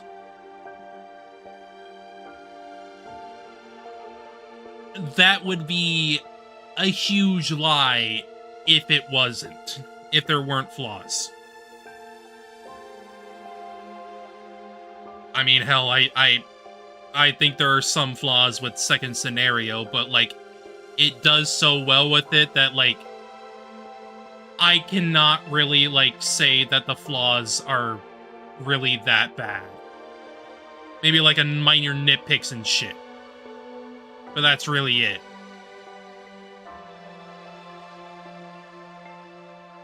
One who had committed so many sins, and one who was about to commit even more. Two people bound in the chains of a cursed fate. But Hideko had done everything just to see this very moment. We quietly watched and waited until the two of them parted. In the silence, shaky breaths filled the air. Hiko's sobs spilled from her lips so she could no longer hold them back.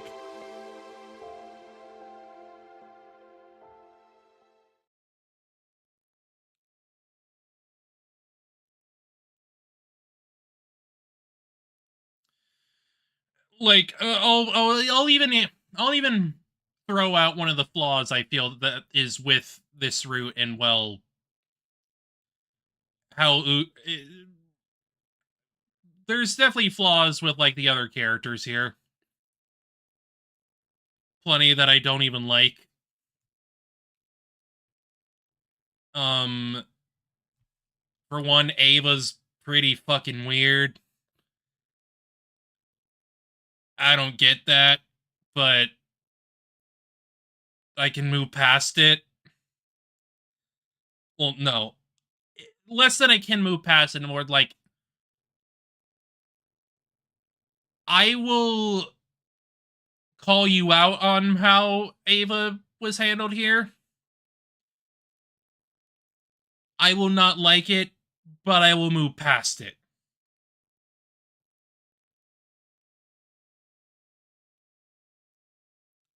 And I'm not gonna deny that. I am not gonna deny that. This is very much like Hideko and Takumi. There is nothing else to the route. I still like moments with some of the other characters, but that's it. That's moments. This is very much a two-person show here. We made it back to our home timeline just before midnight last night. By the time we got back to the academy, the date had rolled over. Morning came and there wasn't any good news from Tsubasa.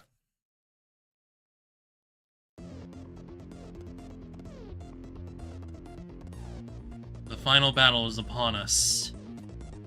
We need to ensure we win, not just for ourselves, but also for Tsubasa's sake as she works on the life support system. Is that understood?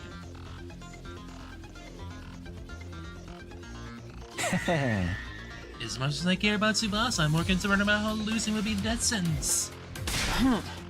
Yeah, though I walk through the valley of the shadow of death, I will fear no evil. Our strategy is exactly how Hideko laid it out. Everyone remembers it, right? Power in the poison trap. Use the 2-hit combo to weaken Veshtis. Trap is good to go. Just like last time, I can only make one, but it's ready to use whenever. I'll handle that. I figured it out in the battle with Dalshell last time. I can do the same here.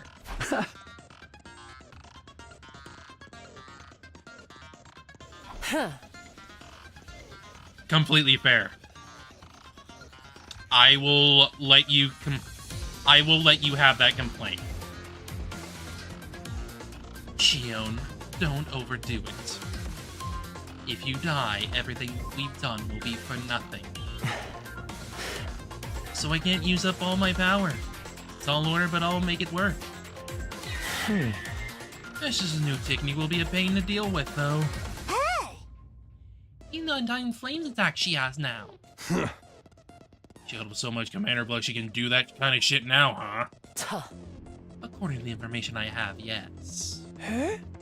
Where did you get that information from, exactly? Oh! Yeah, Serenity and Nico aren't working, so how do you know all this?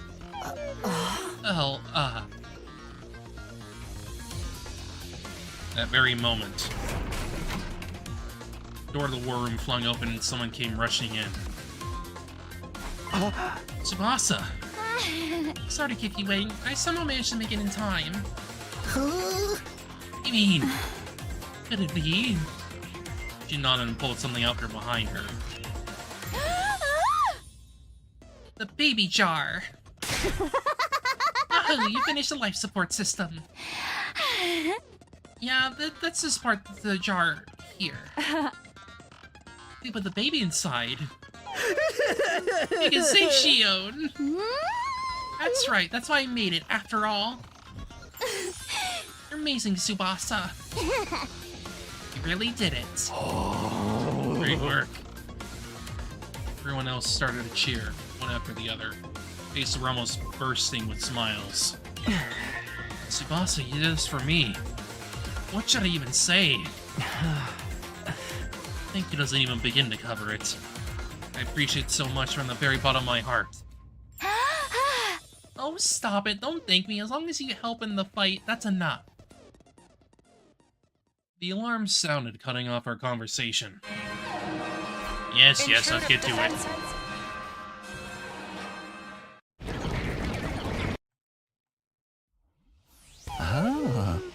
For the love of murder, looks like we're not gonna make it to the defense room even with the jar ready. We're gonna have to take these guys out first. Everybody, our final battle is here. I have one thing to tell you before we start. It has shifted to me in unison. At each other with their eyes as I continue. No matter what happens out there, stay alive. Don't let yourself fall into the trap of thinking nothing matters just because you can be revived. For the past 99 days, we've survived without losing anybody. Not a single person. This isn't my first time saying this. This doesn't happen in any other timeline. What we've achieved here is nothing short of a miracle. We can't let this chance slip through our fingers, so I'm begging you. Do not die. We have to finish this fight and survive together. I certainly have no intention of dying today. I want to stick with you guys for a long time coming. You've accepted me in spite of everything I've done. I need to repay you for that. I agree. I'm really happy to let a probably lump of lard like me be part of the team. I don't even want to imagine saying goodbye to all of you. I agree. I want to live on as your possession forever. I can't let it end here. I need to protect my dear sister at least until she gets married. Her dearest. I've got things I want to do before I die too. I still haven't gotten to enjoy a blood-soaked killing game with you guys. I think we're on the same page. I refuse to die without getting to dissect any of you. Same here. I never get to accidentally grace boss's boobs. I would rather kill him now. Please. Please. The moment you do, I'll have to kill you. Everyone, I will not allow you to lose now. That's right. We must prevail to put the baby in the jar. And we'll bring that final attack to a screeching halt and stay alive. That's right. For day 101, day 102, and all the days over. Forever and always, all 17 of us. Forever? Yes, that's right. The SDU is indestructible. Just like your undying blades will burn on forever. Everyone nodded firmly, full of resolve, looking at their courageous faces. I gave the signal. Okay then, here we go. SDU, we move out for the final time. Yes.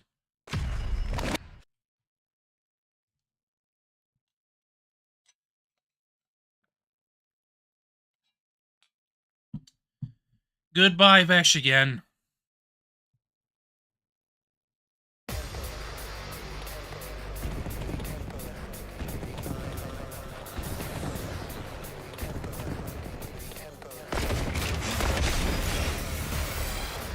Help me! No! I know you warned us, but... There's so many of them! Just what you'd expect to see in a final battle. And according to Hiroko, Veshness won't be showing up right away. Yes, as you can see, it's only her minions now. We'll need to deal with them first. Then let's hurry and kill them all. Here we go!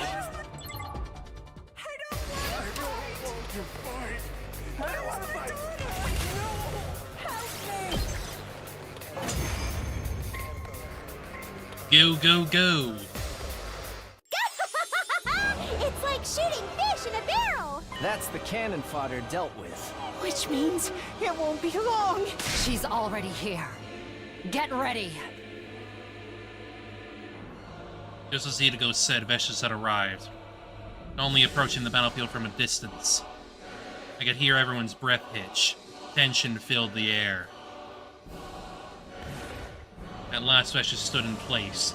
She looked us up and down before she spoke. Here I am, as promised. How rude of me to keep you waiting.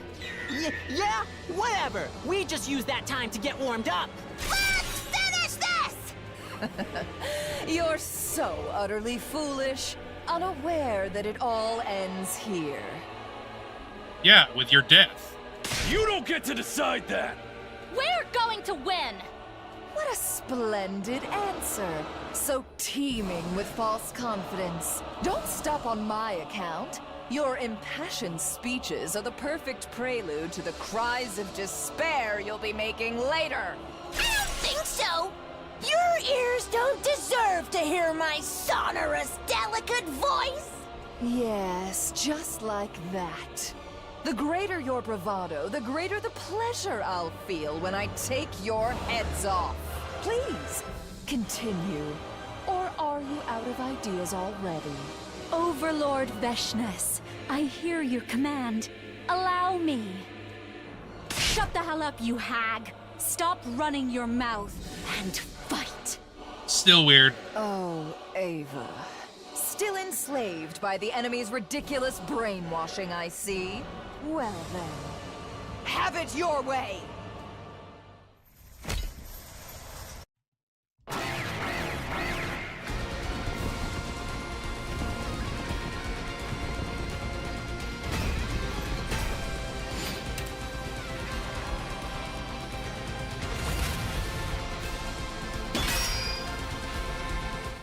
Everyone, careful! She's going to use that attack! That attack? You mean...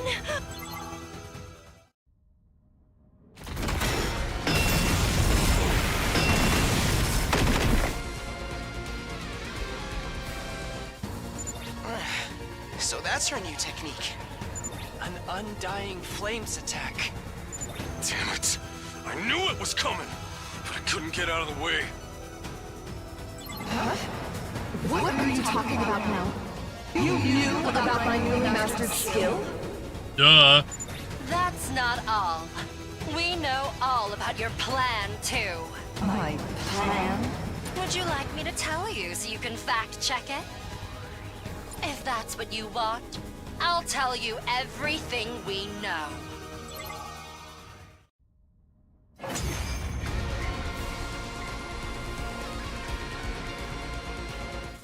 Go ahead.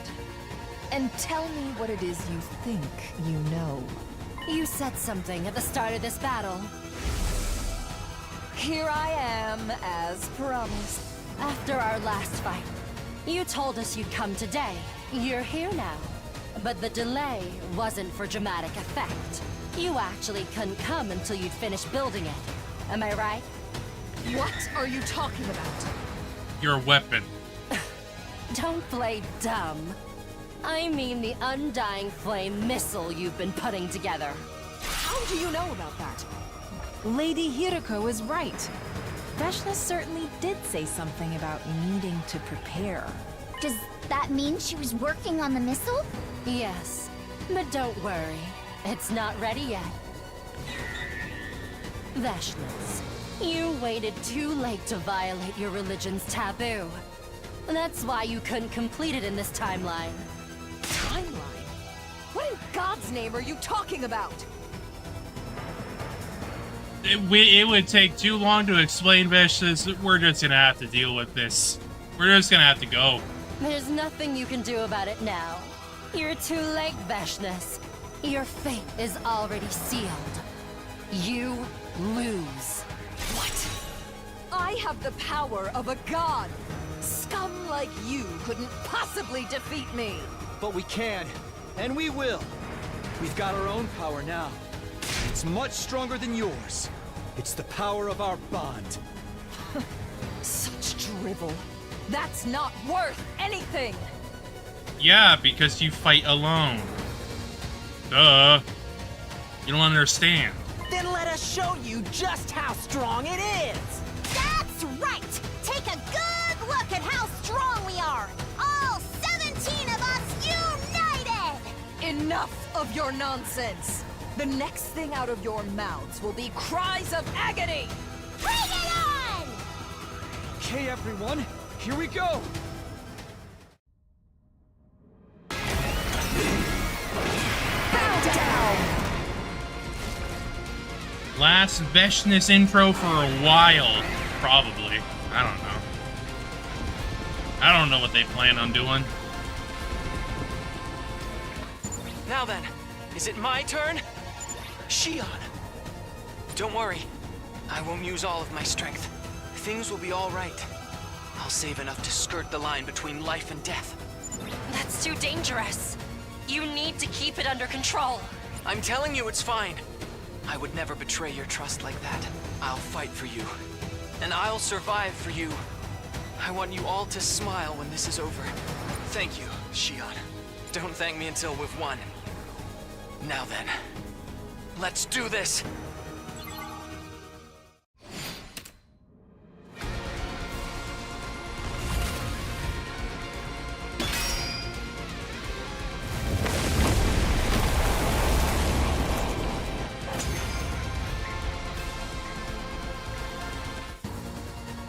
We did it! Our plan worked! You impertinent little rats! The poison is taking effect. Veshnas should be weakened! This is our chance! Let's not waste it for Shion, who gave it everything he had! Such utter nonsense. I still have plenty of power left. More than enough to crush you. Not really. She's bluffing. Don't back down now. You really think we would? I feel more ready to fight than ever! My adrenaline is firing on all cylinders! Everybody, this is it!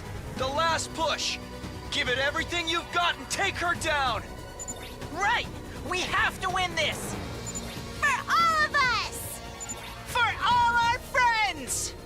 We cannot give up on our future! We have nothing to fear. We can't lose. Because we are the... Special Defense Unit! Best in the world! Indestructible and undefeated! Never lose, never yield! Special Defense Unit, fight on!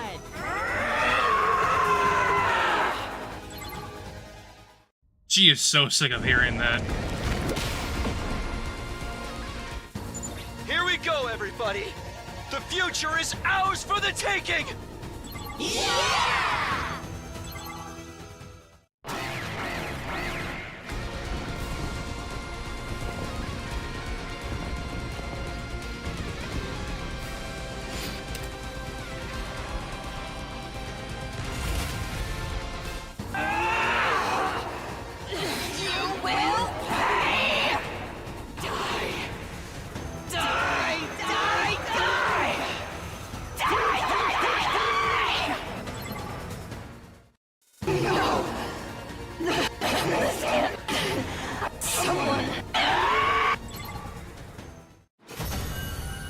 Yeah, we saw that in the other branch, the other side of things, so may as well just skip that bit. Yeah, you and your... This is the worst ending of... Yeah, I've seen that too many times. Our victory signal at the end of all the fighting, but we didn't have time to bask in the afterglow.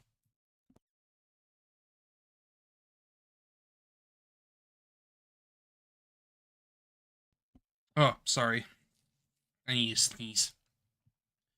We deactivated our class armor and gathered outside of the defense room.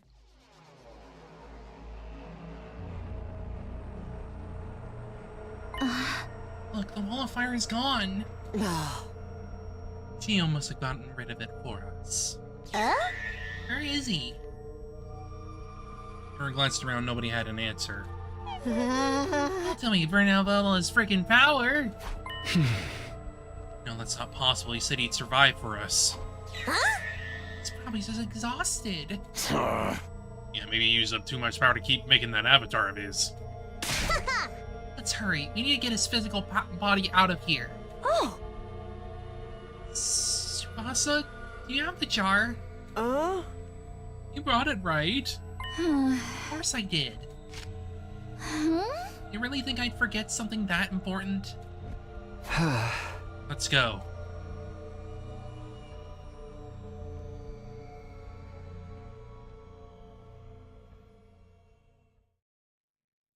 Stepped inside the defense room. It wasn't the first time for any of us.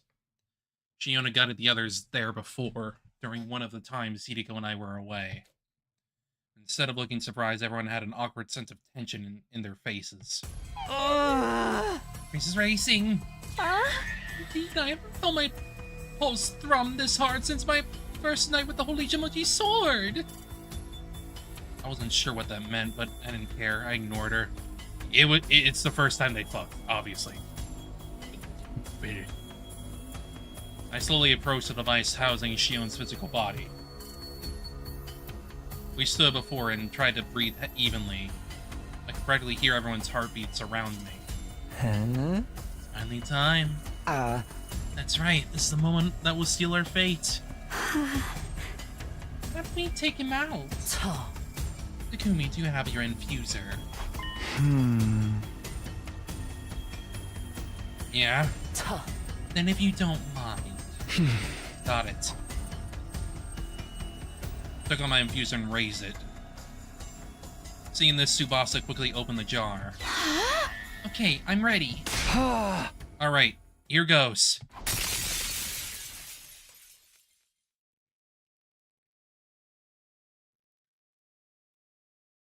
Well? Did it work? Yeah, everything's fine, don't worry. The life support system is operating normally. The baby, he's okay. Jarren inhaled deeply, and all that tension had been let out. He started to celebrate. Alright, we did it. Hell yeah. Just as planned. Now Shion doesn't have to die. And that's not all. Stop the energy supply to the missiles too. Final attack won't launch tomorrow. In other words, all of us. We're saved. We're not bitch about Hideko doing something stupid and self-sabotage.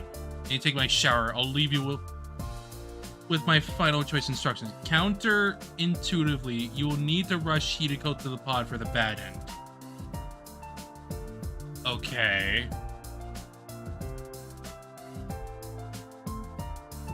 I hope your shower goes well, darling. I guess I'll be with you in a little while. I will listen to your instructions. We're saved. Yeah. Yay. Long live the SDU. You guys are the best. I love you all. Our cheers echoed so loudly the rafters were practically shaking. Yes, of course. That one. The others leapt up and down and danced for joy, swinging their heads around. Overjoyed, I watched them, my hand to my chest, so I let out a sigh of relief.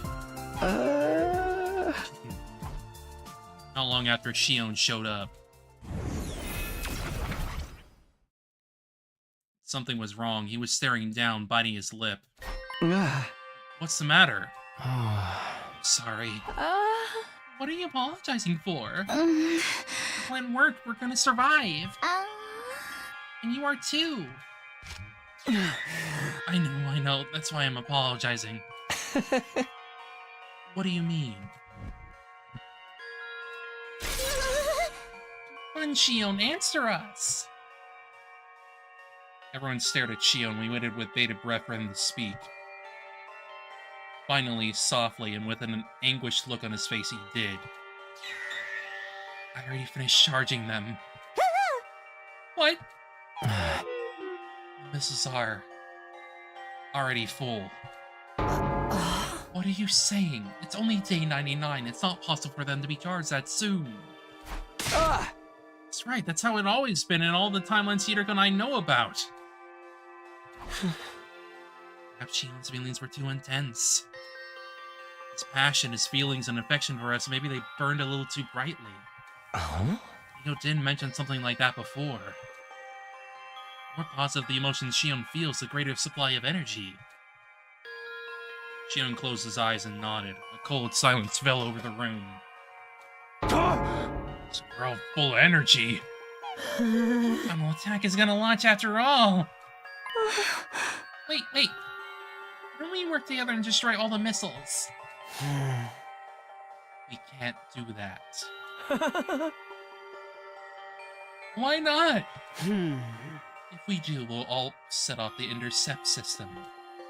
It's a stronger foe than Vicious ever was. Everyone with all of our might, we could never hope to beat it. Shion, is that true? Unfortunately, yes, there's no doubt about it. I couldn't control it even with my power. If you fight the intercept system, you'll all most certainly be killed. Then the final attack. That's right. It will launch tomorrow at 10 in the morning. No.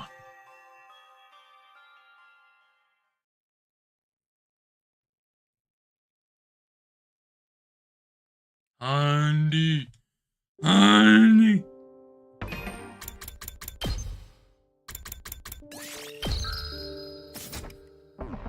Missiles were full of energy. At least they weren't launched immediately. Apparently the control system hadn't been designed with this possibility in mind. Final attack was a significant event in the history of people living in on the virtual satellite. Starting even a day early could very well cause unforeseen problems for them. Probably just see it as all part of the show. Disgusting. It makes me sick. It wasn't all misery for us. In essence, this meant we'd be given a reprieve of half a day. We used our limited time to think hard. How could all of us survive? We pressed on until day 10 a.m. without doing anything. Final attack would launch, and all life on the planet would be obliterated by undying flames. There was no way to escape the flames. Hiding somewhere with thick walls or deep underground wouldn't save us. We were guaranteed to be killed by the relentless, all-consuming fire. We couldn't destroy the missiles in the defense room either. There was no way we could beat the intercept system. And of course, there was the issue of the escape pod. It was completely corroded by the particle bacteria, so we wouldn't be able to use it to escape. So what do we do? Is there no way to save us all? Just then, Tsubasa spoke, her face pale with terror. So far, too. This is so cruel. There's nothing we can do. No one said a word after that. Silence hung in the air, gloom permeating every inch of the room. Soon and without mercy, dawn arrived, without us ever finding a solution. We heard Siri's overly positive announcement for Day 100 play.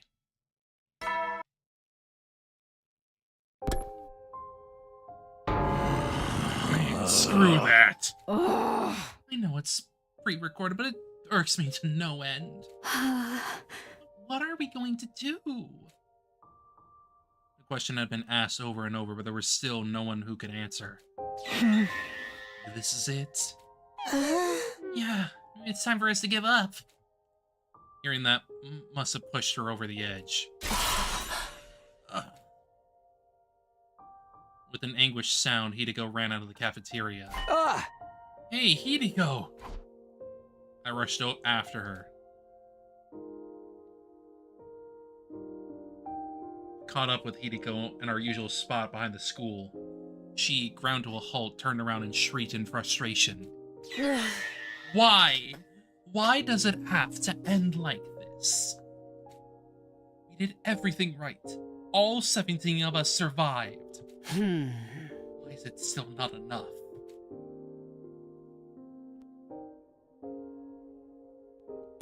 Hideko's eyes were brimming with tears. They slid down her cheeks one after another. I knew it. We're cursed. Trapped in this cursed cycle. We'll never escape this loop. Hey! No! What? You can't give up. It's not like you, Hideko. We can break free of the loop. I'm gonna take you out of here with me one way or another. I promise you that, remember? I swore this would be our last timeline, that the loop would end here. Today is day 100, and we're all alive. All we have to do now is build our own future. A future where we can all be happy. Where I can be happy with you, Hideko. Takumi. The tears had vanished from Hideko's eyes, perhaps in the face of my overwhelming insistence. Yes, you're right. I want to believe that too. But you have to look at reality. We're hemmed in on all sides. There's nowhere we can go. It's like someone's put a lock on every door that surrounds us. Something sparked in my mind the moment I heard that word. Wait, did you say lock? Huh? You did, right? You said lock. Oh. I did, but what does that have to do with anything? Pulled out the device and checked the blood space wave schedule. We can leap today between 5:50 and 9:50 a.m. It's 7:30 a.m. right now. The window is already open. Wait, where are you suggesting we go? The Invader Hunt timeline. The one where they all die. The one with the killing game. That's right. Timeline is locked. Oh, locked. What you said just now reminded me of what you told me before.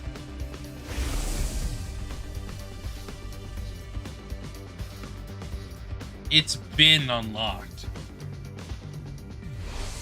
Even if you locked on day 49, 50 days later would be day 99, right? The machine will be unlocked now. We can jump to the hunt timeline. Some of the conditions we needed to meet are already present in that timeline, so... It's okay, you don't have to explain. Let's go and tell the others. Right.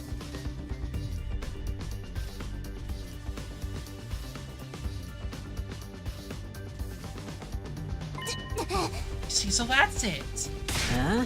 Basically, you only need to jump to this hunt timeline you're talking about. We can use the escape pod there. That's exactly what I suggested 2 days ago. Right. Mr. Sumida was all like, we can't steal the escape pod from another time that we'd be killing ourselves. Or am I remembering wrong? So why is it suddenly okay now? Sorry to say it, but everybody in that timeline is already... Oh no. They really... Dead? Yes. Survivors of the hunt timeline were all killed on day 93. They sacrificed themselves to finish Veshness. One more thing, the baby in that timeline is gone too. I see, so I died like everyone else. The others grew stiff, at a loss for words. There was a plaintive look on all their faces. I couldn't say I expected any less. Could keep calm after hearing that we'd all died in another timeline.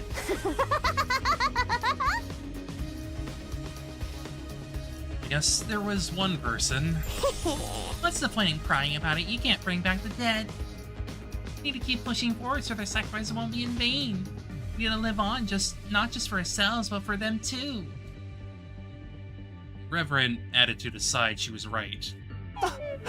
You're not wrong. We need to think positively. I feel bad for them, but now I can use her escape pod without feeling guilty about it. Let's pay our respects to them by using their pod. Erin bit back her disdain and nodded. Wait a moment, isn't voting restricted to only official members at SDU? Don't worry about that. This escape pod got eaten up by the particle bacteria too. Because her Tsubasa paired it, it's good as new now. When she fixed it, replaced everything, including the entire circuit board. Wow, I'm a genius. There's definitely won't be a problem then.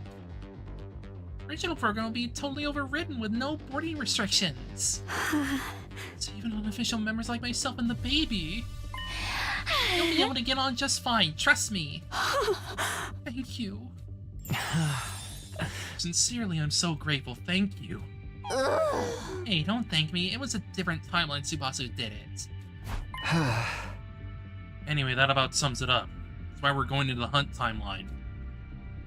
Everybody there is dead. Pod's boarding restrictions have been disabled. It's our best, maybe our only shot.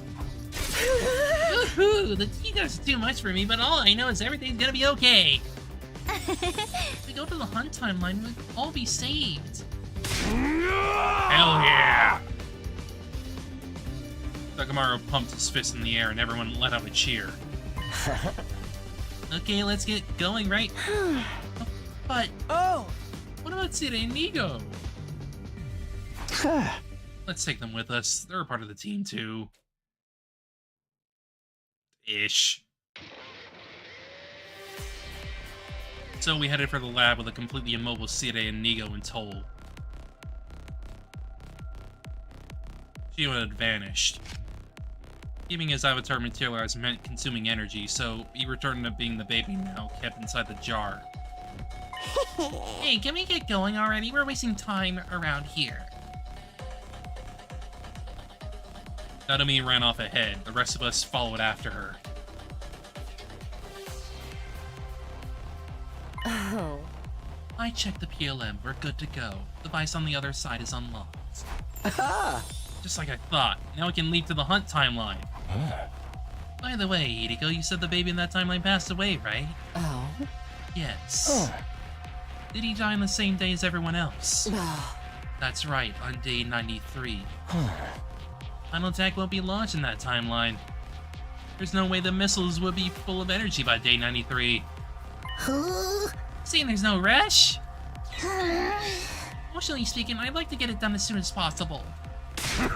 That's right, knowing we can use a pod makes me want to get right in there and leave this shithole forever. I'm with you guys, let's hurry. I open the lockers. I was about to hand out leap suits to everybody, but... Wait, I'll do it. Suddenly Hideko took over, giving out the leap suits one by one. One of them has a hole in it. We had 17 suits in total. There were 16 of us, so we had one extra. Today, Nigo didn't need them since they were robots, but the baby did. At first, we tried stuffing the jar inside someone else's suit. That didn't work, so we ended up wrapping the jar in the remaining suit.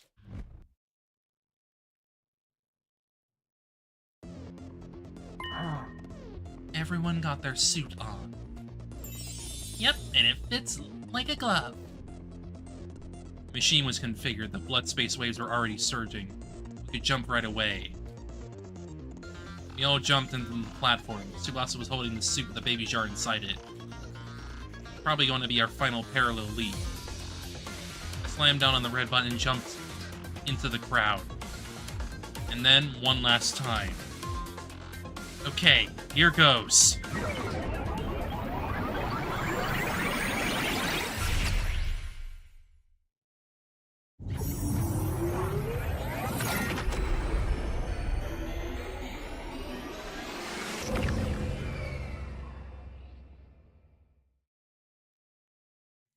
The leap was complete.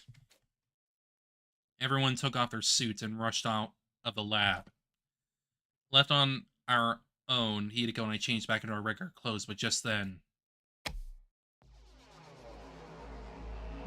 I was gripped by intense deja vu. I've seen this somewhere before. Another timeline? No, that wasn't it.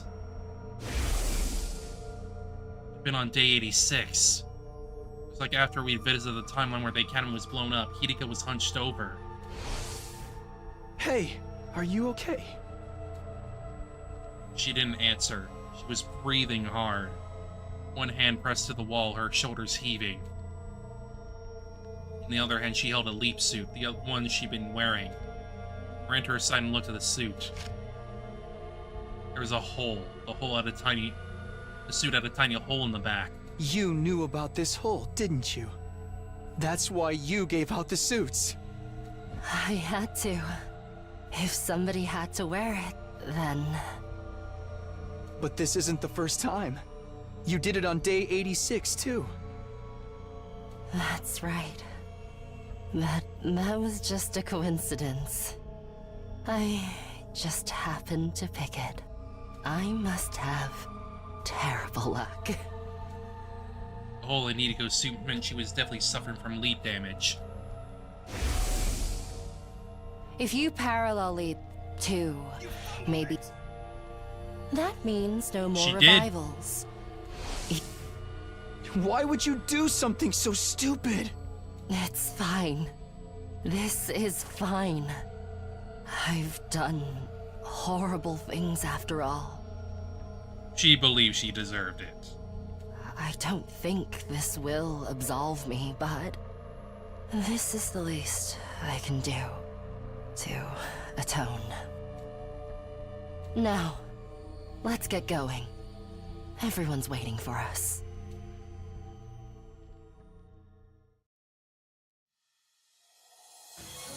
Hideko and I went outside. We joined the others and immediately made a dash for the school. Fine, don't worry about it. Hideko tried to reassure me as we ran. She didn't look too bad, but I didn't feel any kind of relief. Needed to get into the pod as quickly as possible so she could rest. That was all I could think as I kept putting one foot in front of the other. Eventually...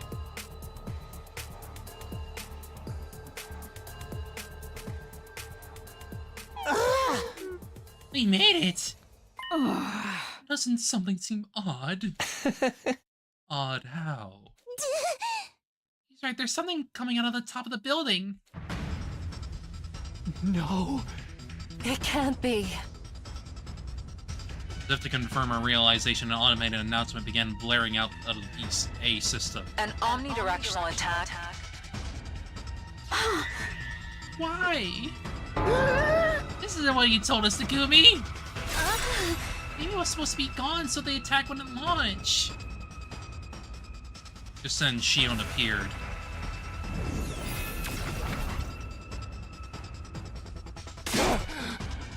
Hey, Shion, what the fuck is happening? Why is the attack launching? I don't know. Can't imagine how it could have built up that much energy. We have to hurry to get to the skate pod.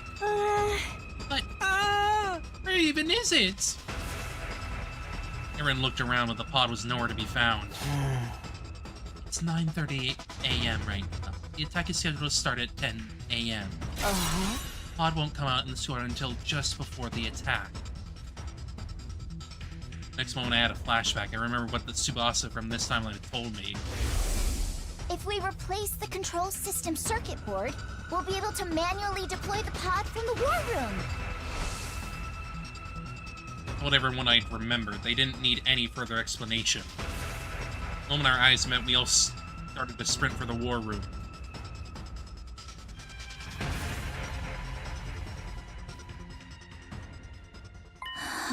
See, so that's how it works. I get why it happened now. Tsubasa was furiously navigating the computer system in the war room. Why? What happened? An attack. Since everyone in this timeline got wiped out, people from the artificial satellite came here. They brought a spare baby they've been secretly keeping on the satellite with them. A clone of Shion.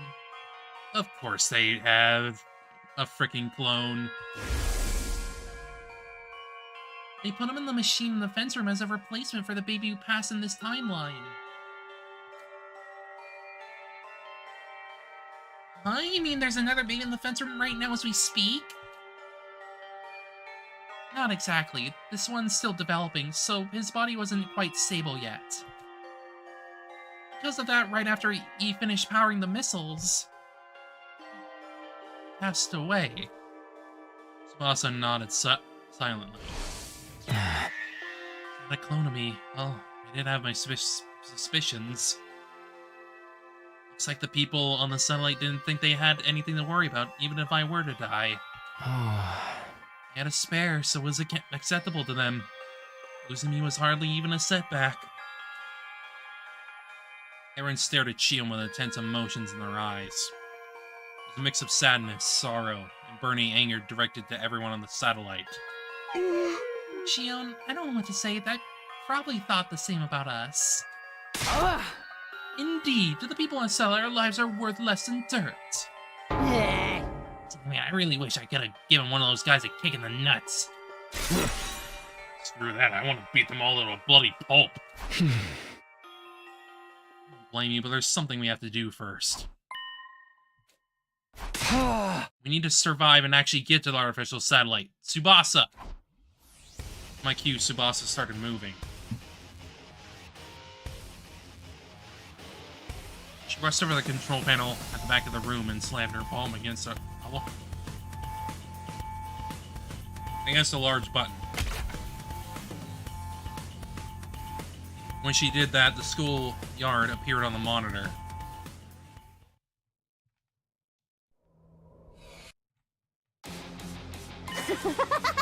It's really happening! Skate pod! Oh, I'm so overwhelmed I could cry! Is it too early for that? Oh. Celebrate once you get inside it! Hey everybody, let's go! That pod will automatically launch 100 seconds before the attack starts. The version of me in this timeline must have reprogrammed it. You for real? You mean we have less time now? Come this far, we can't afford to miss it now. And stop yapping and start running. Jarren nodded and took off, all of us running faster than speeding bullets.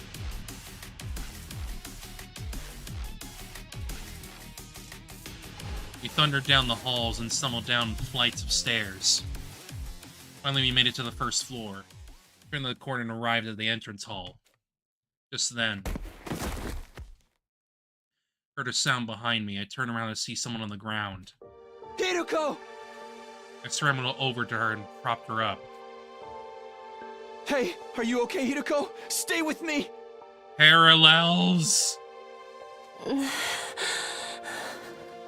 An omnidirectional attack will launch in 300... Takumi, go on ahead. Absolutely not. I'm not going without you.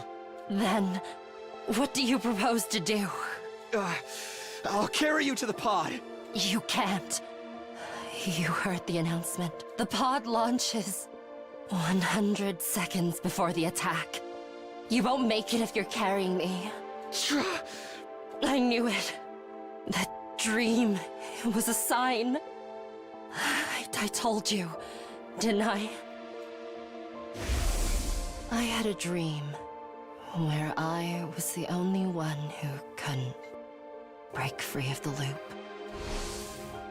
And I told you that it was just a dream. It's not going to happen. We need all of the Special Defense Unit. If we don't, I won't get out of the loop either. No. You will. I saw it. In my dream. You were there. I couldn't keep arguing with her. Precious time was ticking away. Every second counted. We had to hurry. I had to get Hideko to the escape pod. The moment I tensed up my arms to lift her, she swatted me away, refusing my help. Enough. Let me go. I think it's fate that I die here. I finally understand why I can't be saved. Yes, it wouldn't be right. Not after what I've done.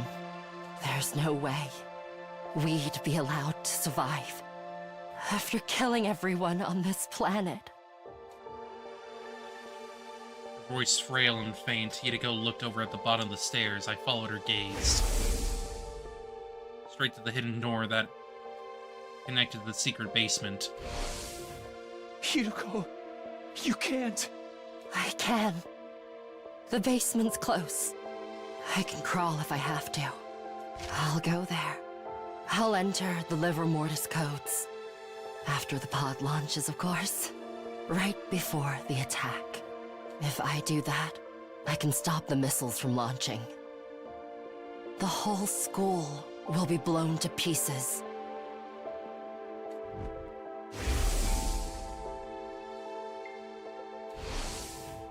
I told you. I wore the suit with the hole in it so I could atone for my sins. This is also a part of my redemption. I let everyone die in the serial killer timeline. I need to pay for what I've done. Even as I stay here, imprisoned in this jail cell of an infinite loop. For all eternity. Takumi, thank you for everything. You were a slow-witted dullard of a servant.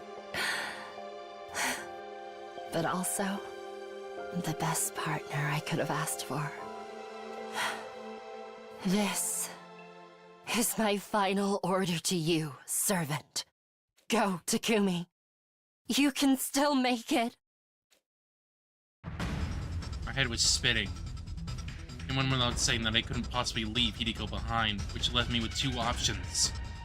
Force me to haul her to the pod or go to the basement and blow up the school with her. Unlikely to make it if I chose the first option. If by some miracle we made it in time, all life on this planet would be destroyed. The second option would save them. Hideko and I would be killed instead. An omnidirectional attack will launch in 200 seconds. Special Defense Unit members, evacuate. What I was supposed to do, I didn't have a second to spare. Just had to go with my gut and make my decision.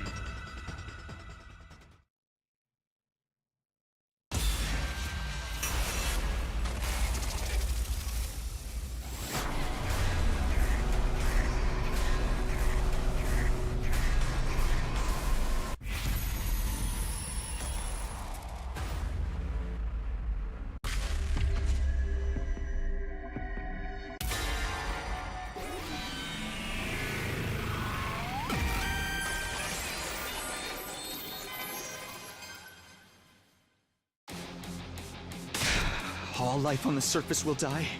Who cares about that? There's only one life I'm worried about saving right now. The one I care about the most. It's yours, Hiruko! I can't let you die! I grabbed hold of Hideko and took off running. I tore her through the hallway, turned the corner, and flew into the entrance hall.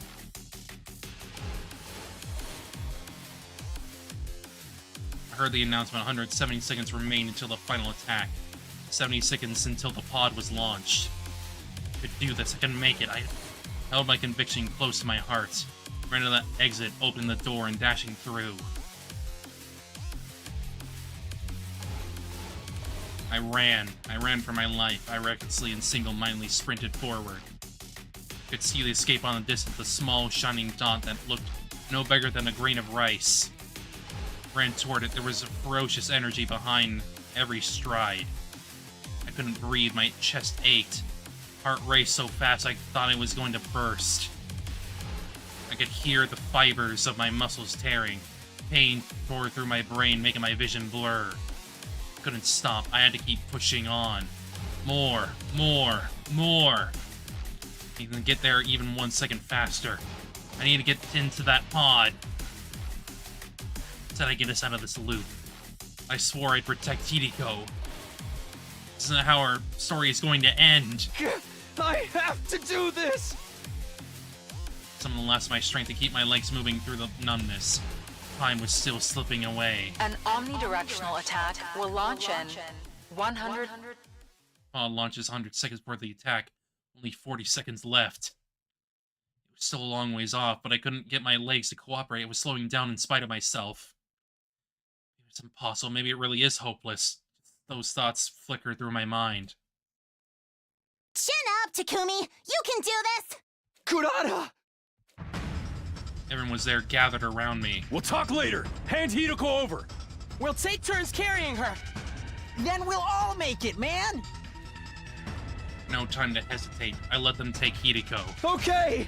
Do me proud! With that, I started to run again, now with my friends alongside me. Traded Hideko between us, one after the other, taking turns. Get her forward as fast as we could. How much time left? 10 seconds! You're getting closer to the pod. Closer and closer. The open door was so close now. So close, it's right in front of us. We're right there. 5 seconds left! 4, 3, 2, 1!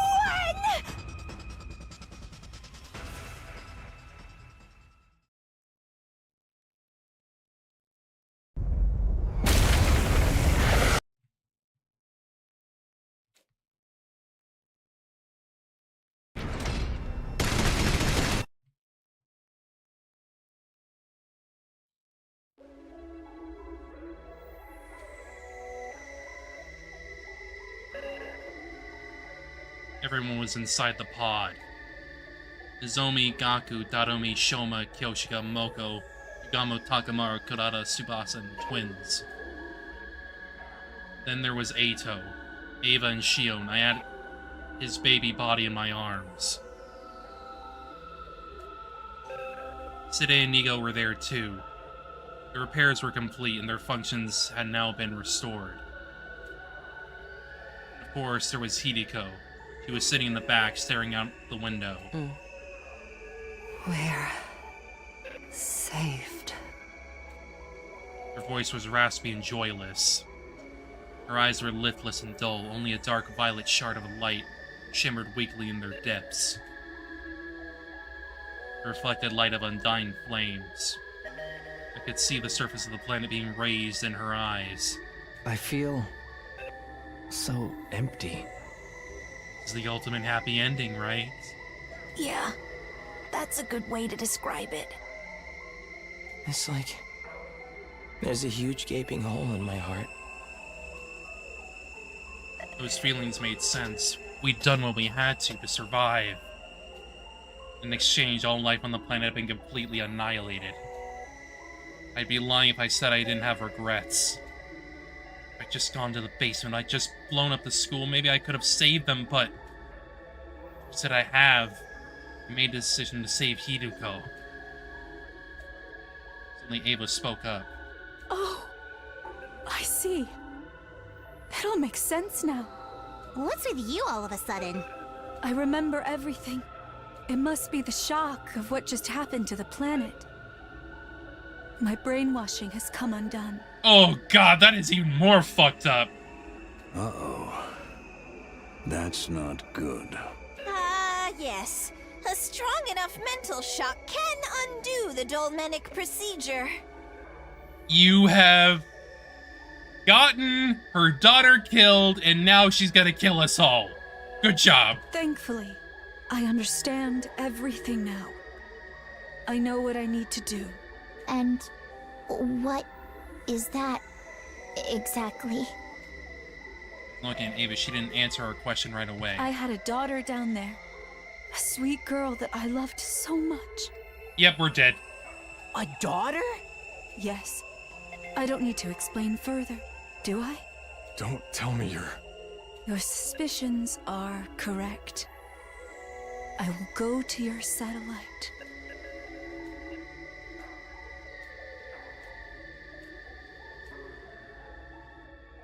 And kill every last human there! You know what?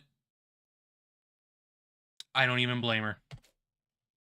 The pod continued to fly through the darkness, making its way to the satellite and all of the unwitting people on it. I do not blame her. I really don't.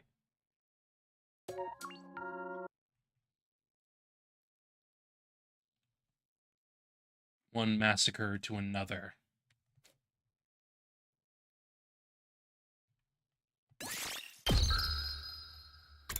Last one. Last one.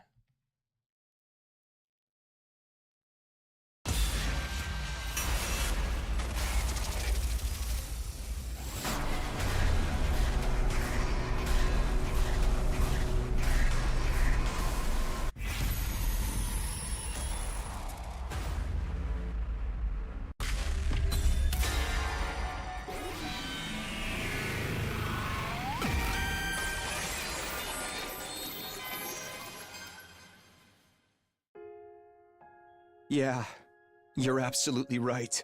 We could save ourselves, but what's the point of a future where all of the other life here has to die?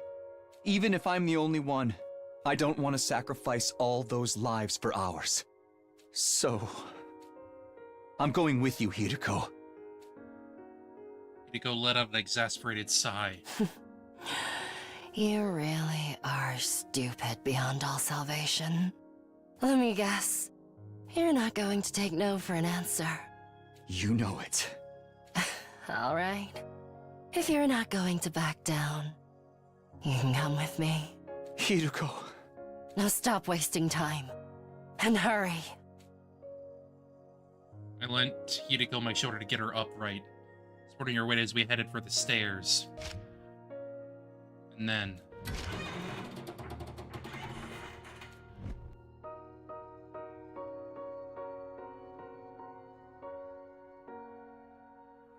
we reached the basement.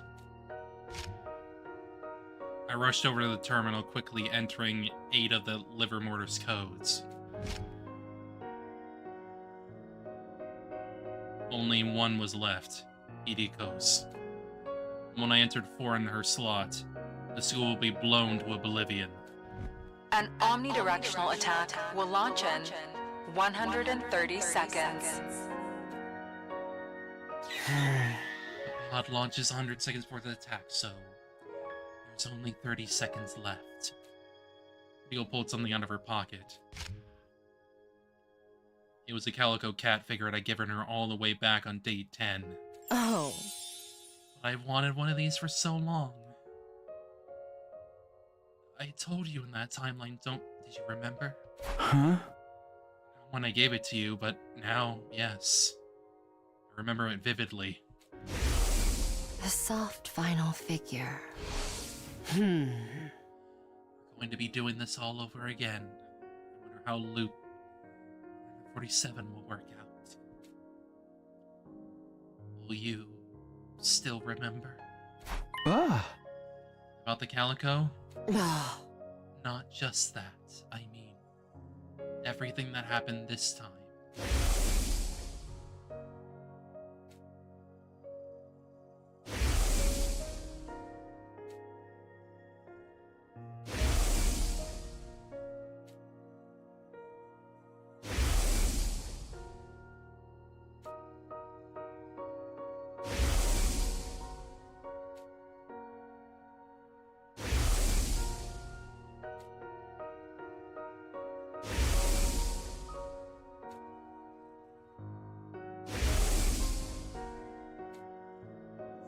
Fuck me.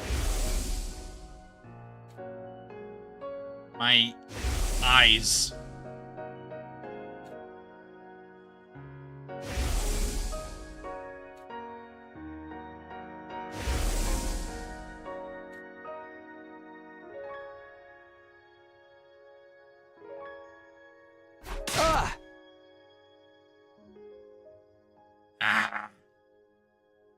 Of course, how could I possibly forget? Oh. Is that a promise? I promise. An omnidirectional attack will launch in 100 seconds. It all ends in tragedy. Ugh. It's launch time for the pod. The others should be taking off now. I nodded quietly, placing my finger over the 4 on the terminal. Unlucky number 4. No, I think this one's good luck. Suddenly I felt warmth on my right hand. I looked to see Hideko holding it tight. A familiar smell hit my nose. The sweet, soft scent of lavender. Ready? Ready as I'll ever be. You're sure? Still the same idiot you were when we started this timeline. Yeah, then here I go. 3, 2, 1. The very second I was about to apply pressure with my finger. What the fuck? We all died together? What? How? Don't worry, the pod's still on the surface. Tsubasa whipped up a program that lets us launch it manually. Excuse me? Okay! I'm just gonna accept it and move on. She's up there waiting right now. So just hurry up and go. Who's gonna enter the final 4? I'll handle that. I'll press it right before the final attack is launched. In teleporting this form, my real body is inside the pod anyway. But I can't move anymore. Okay, we'll take turns carrying you. If we do that, we can still make it in time. You're wasting precious time having this conversation. Look straight in Hideko's eyes. Hideko, you have to trust, as I told you before, right? Keep living in something for long enough, you can make it happen. You can absolutely overcome any obstacle in your way. Me, everyone. Hey! Here we go, it's time to take back what's ours. Our future, Our hope. Artificial satellite up there in the sky. We'll reach out and grab it with our own hands. Yeah! Shion, you take it from here. Got it. Wild. Held Hideko tight and ran. I flew up the stairs, stumbling into the hallway. Handed her over to Takamaru. We passed her from one person to the next as we ran outside. I could see the escape on in the distance, a small, shining dot that looked no bigger than a grain of rice. 30 seconds. Everything will be all right. We're not done yet. We're gonna make it! We shouted encouragement to each other as we continued to run for our lives. Each of us took turns carrying Hideko. Eventually, our relay brought her back to me. 15 seconds. Pod was close now. If we kept this pace, we could make it. Keep going. Get Hideko to that pod. My feet thundered against the ground as I picked up the pace. I ran for my life. I recklessly and single-mindedly sprinted forward. I couldn't breathe. My chest ached. My heart raced so fast I thought I was going to burst. I could hear the fibers of my muscles tearing. Pain tore through my brain, making my vision blur. I couldn't stop. I had to keep pushing on. More. I need to get there even 1 second faster. I need to dive into that pod. Promise I build us a future. One where everyone can be happy. I won't let things end any other way. I have to do this! Some of the last of my strength to keep my legs moving through the numbness. Only 6 seconds left. 5! 4! 3! We have to make it!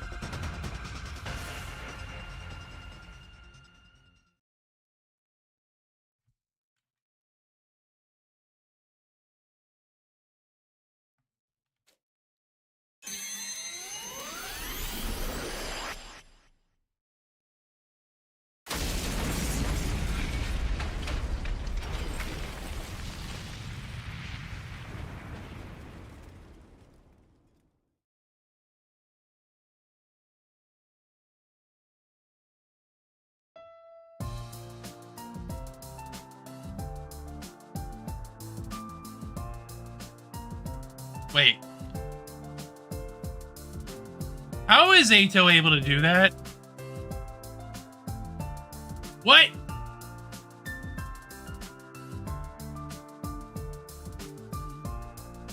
What? I'm concerned. Ato, you should be burning up right now. But... what the fuck ever, I guess. Everyone is inside the pod. Zomi, Gaku, Dadomi, Shoma, Yoshika, Moko, Yugamo, Takamaru, Kodata, Tsubasa, and the twins. I mean, fair. Then there was Ato, Ava, and Shion, and his baby body in my arms. Today and Nigo were there too. The repairs were complete, and their functions had now been restored. And of course, there was Hideko too.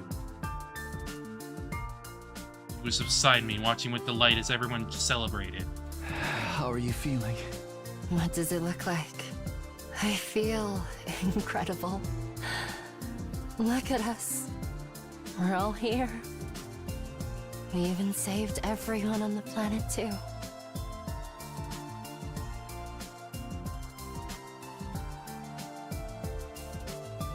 Hideko looked out the window toward the shining blue sphere. The beautiful planet hung in the darkness. Its continued existence as an absolute miracle. That's all thanks to you, Hideko. It's all because you wanted to save them. Know your place, servant. It's 100 years too early for you to be doling out compliments to your master. I was a little happy to hear her retort. It meant Hideko was her same old self. Besides, it's not all thanks to me. This achievement belongs to Shion, and the others as well. And, although I hate to say it, it's yours too. Do you really hate it, though? I truly appreciate what you've done, Takumi. My face burned red hot. Anything I could have said got caught in my throat. Trying to hide the effect Hidiko's words had on me, I turned to look at everyone else. They were smiling, crying, and hooting like animals as they let their emotions flood out. We did it! Yay! Woohoo! Ah, it all worked out. Now we can be together forever. Is it really okay if I stick around with you? Why would that be a problem? Are you crazy? We wouldn't have it any other way. You're our friend forever, Shion. We all care for you. Thank you so much. Oh yeah, you are the best buds I ever had. I love you guys. Oh, I'm sorry. I let my gutter juices out in a zero-gravity environment. Don't call them gutter juices, man. They look like shining diamonds to me. Takamaru! Now kiss.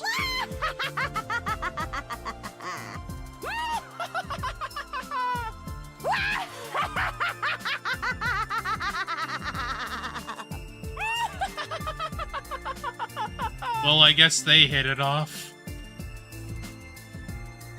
Wow, Tsubasa, you're a freaking genius! Kill him now! You've broken the loop, you can kill him now! Thanks! Now, give me some space, please. Please, take him away, Moko. Sit tight, Tsubasa. I'll send him flying with a slippery Moko German suplex. Tsubasa, baby, nobody does it like you do. Just leave me alone! Kill him. Kako! Ema! Wait, what did you just call me? Hey, you did it too. Well, why not? Let's just be Kako and Ema from now on. Sounds good to me, Ema.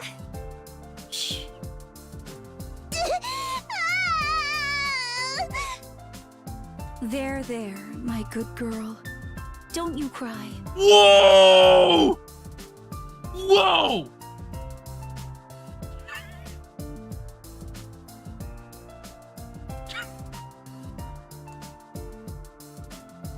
Ava has found another goddamn daughter.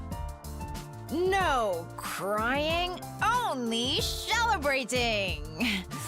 Come on, Lady Kurara. You should really have something to drink yourself. Ah! I'm so peeved with all of you! Totally cheesed off! Steamed! Absolutely pissed! Yeah, City, fuck off. Now, sir, calm down. It may be true that our plan to raise the planet failed, but we did defeat the enemy's supreme commander, Veshness. That's not the issue here! I'm getting all emotional seeing how happy everyone is! And I hate that! Fuck you, man. Sir! Hideko gazed at everyone with stars in her eyes. Sometimes staring as she whispered herself, just loud enough for me to hear. Everybody's alive. That's right. Safe and sound. The truth looming over them like the sword of Damocles. It's way past 10 a.m. But we're all still here. Yeah. They will learn the truth. Which means... we're... Free from the time loop! Y'all just freaking said it! Yes! Our overjoyed cries echoed throughout the escape pod. Everyone was staring at us with vacant expressions blinking. Mm. Idiots. Takumi, Hiroko, that's great. Yeah, congratulations, you two. Huh? You understand what they're talking about? Yes, everything's wrapped up nicely. Did it, though? Maybe it would be more accurate to say it's been unwrapped and smoothed out flat again. Huh? I ain't sure what you mean by that, but... In short, everything's been resolved. And it's happily ever after! We finally made it! Let's do the thing! Yes! Time to choke each other! Gotta be no. Or play jump rope with intestines? Of course you'd say that. When have we ever done any of that weird crap? Takumi, that's your cue. Take it away, Takumi! Got it. Ready? Go! Special Defense Unit! Best in the cosmos! Indestructible and undefeated! Never lose, never yield! Special Defense Unit, fight on! Quad continued to drift through the emptiness of space, toward the artificial satellite in the dark distance. We aren't sure what would happen to us when we arrived. After all, we disobeyed the will of humanity. Maybe harsh punishment awaited us, or maybe now that we'd served our purpose, the people in charge would want to have us killed. I mean... the explosion of the school should be your indication of that. Somehow I felt that things would be alright. No matter what kinds of difficulties we encounter, no matter what trials lie in our future. If all 17 of us came together, we'll finally find a way through them. On day 101, day 102, and all days after. So long as all of us are together, we can keep on finding our way. We'll walk an endlessly continuing path, leading us to an eternity where we can all be happy.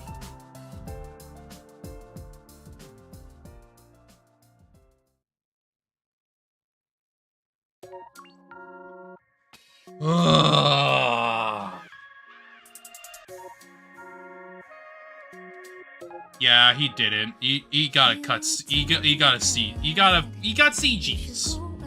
That's really it.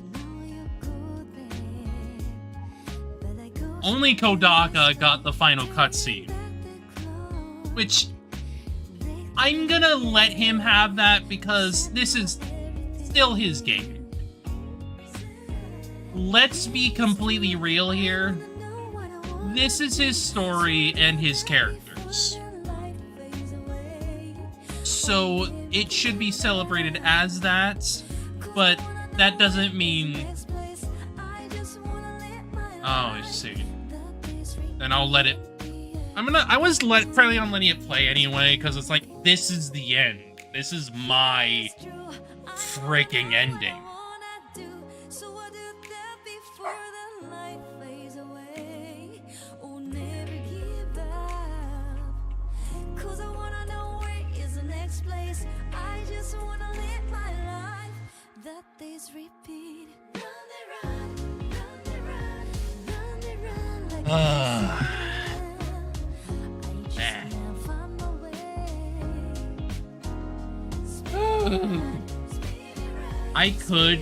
I could have more like SF'd here.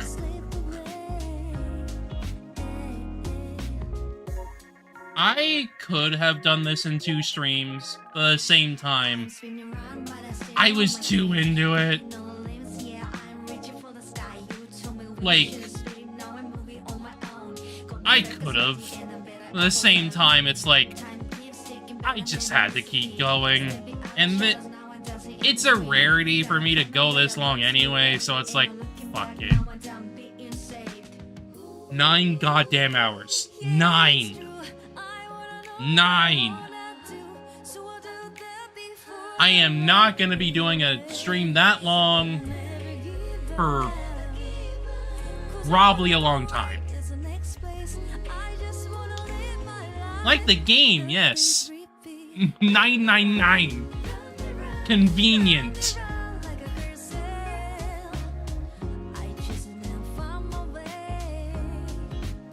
And it was on the frickin' Uchikoshi route, so of course.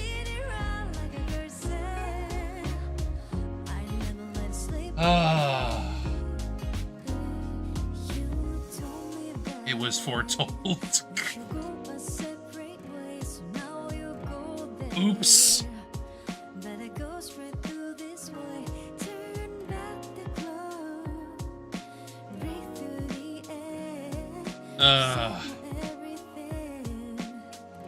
Final freaking ending and route. I mean, it was good. I like that happy ending.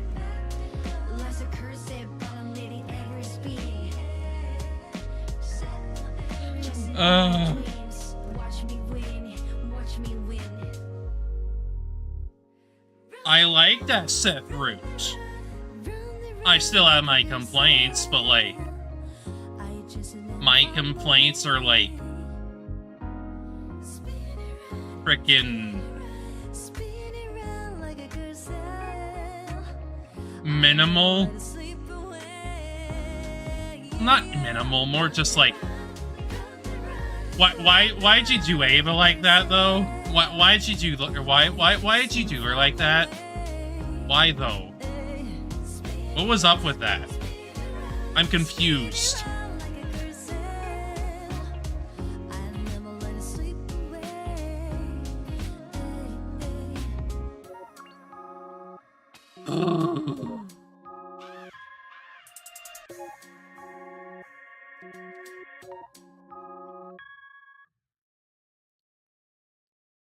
Ugh. SF route. All 17 of us.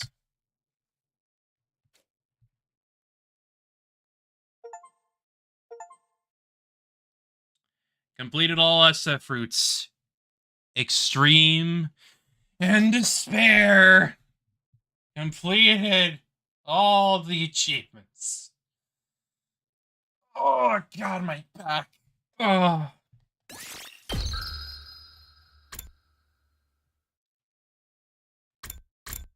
Oh. I am definitely gonna have to take a big rest after this. I'm also gonna have to eat, because I didn't eat yet. I didn't eat my dinner yet. But that's fine, because I wasn't really that hungry anyway. I wasn't really hungry during the stream. I just know I'm gonna be frickin' resting and doing whatever else. The full damn flowchart. Everything done.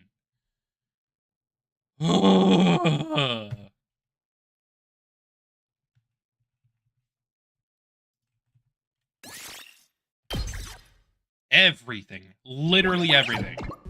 All 100 endings.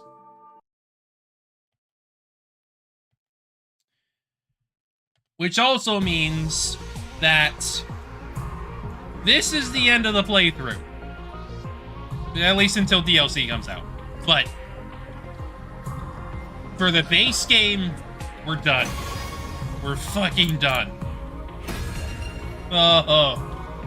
Oh boy. Hang on. Yep, the second person and probably the only second, probably one of the few people that are probably gonna actually do it. But I'll let Moon have her thing. I understand. I'll let her do her thing. I'm not gonna, like, do anything about it. It's completely her choice. Second and last, yeah, probably. Second to last. Second and last, but yeah. There it is! Everything done. Extreme in despair indeed. Oh boy.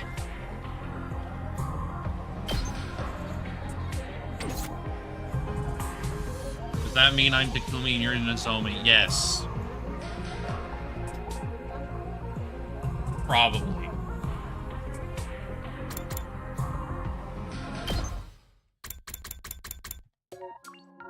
Yeah, it's a special version. It's specifically for SF route. Specifically.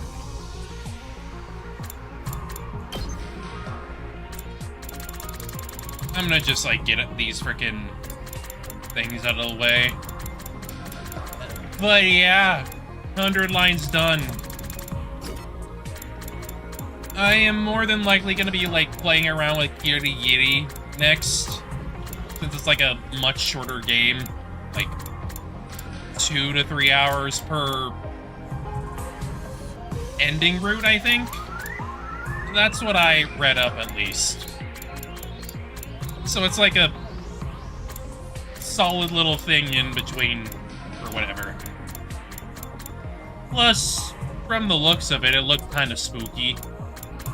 Not like horrifying, but like spooky energy.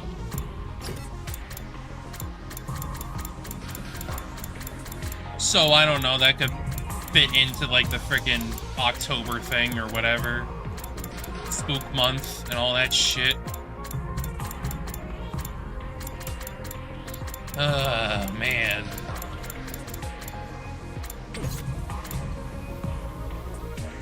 I'm honestly surprised I got it done today. Of all the frickin' times. Again, I could have frickin' done this in 2 streams, clearly. But who cares? I am glad I got it done today. Not to be like, I rushed it or anything. I didn't. I could have gone a bit faster, but like me doing the freaking performances is like half of the fun here. So like, you know, bleh, fuck it. But for now, on this, the day of Kurata Usuzuki's birthday, yes. Yes. 10/10 is her birthday. So I happened to just finish it on my one of my favorite characters' birthday. Cool. I may as well freaking, because she's 10 out of 10. Yeah, of course. May as well freaking grab the rest of these, because I'm probably going to be screenshotting them. I don't know if I'm going to be uploading all my freaking screenshots, because I've got, like, over 4 freaking 100, I think, right now. But I'll probably be uploading some favorites. I mean, I'm probably going to be cleaning that up anyway. I mainly was doing, like, screenshots as, like, a way to, like, get potential ones for thumbnails. But there's obviously some that I'm, like, fond of. Thanks, Kakogi. Thanks. Parallels! Ah! Your Princess Bride and shit. Anyway, the line that, like, Ava said in this specific scene got me. Like, holy shit. Ava just went like, I'm adopting another daughter again. She's mine now.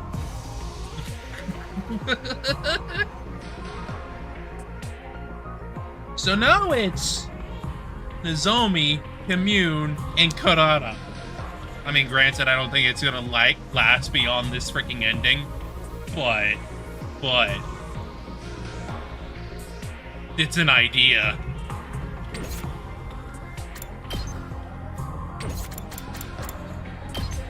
Chop, chop.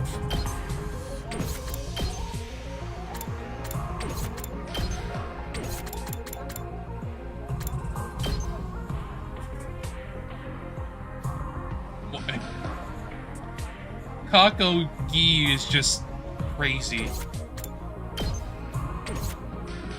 I mean, I like her more than Takumi Gi because Takumi Gi is kind of boring to me, honestly.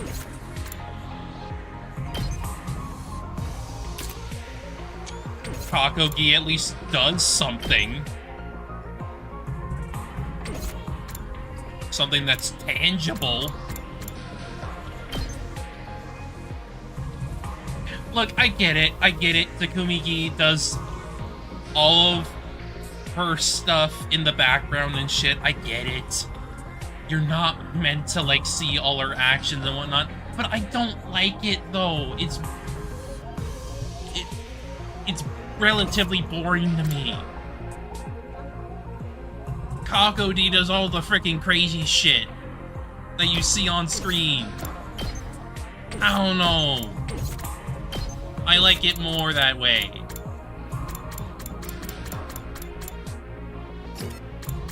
It's just how it is. Kako Gi is more exciting, whereas Takumi Gi is meh. Meh. Could care less. Get stomped.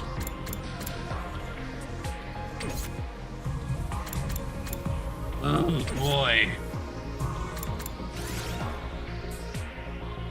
Anyway, that is enough for me. I have been playing this for 9 freaking hours. I don't think I need to keep streaming right now. So, yeah.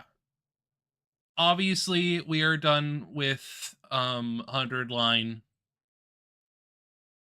Oh. Even saying that is wild because I've been doing this for like months. I've been playing this game for months. Like, obviously for streaming purpose, but, you know.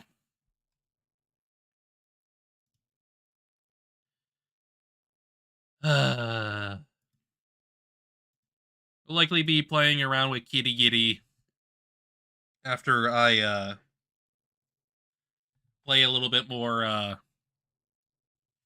Revelations 2. We'll probably come back on Wednesday for, Kitty Giddy. At least start it. Because, like I said, apparently the ending... The routes leading to the ending seems to be about, like, 2 to 3 hours, roughly. So that's, like, maybe, like, a couple endings of stream or something. I don't know how many there are, but I know there's, like a couple. We'll see. I just felt it was kind of fitting for our current season. Plus, it gives me a little bit more, like, time with Danganronpa until we come out with 2x2.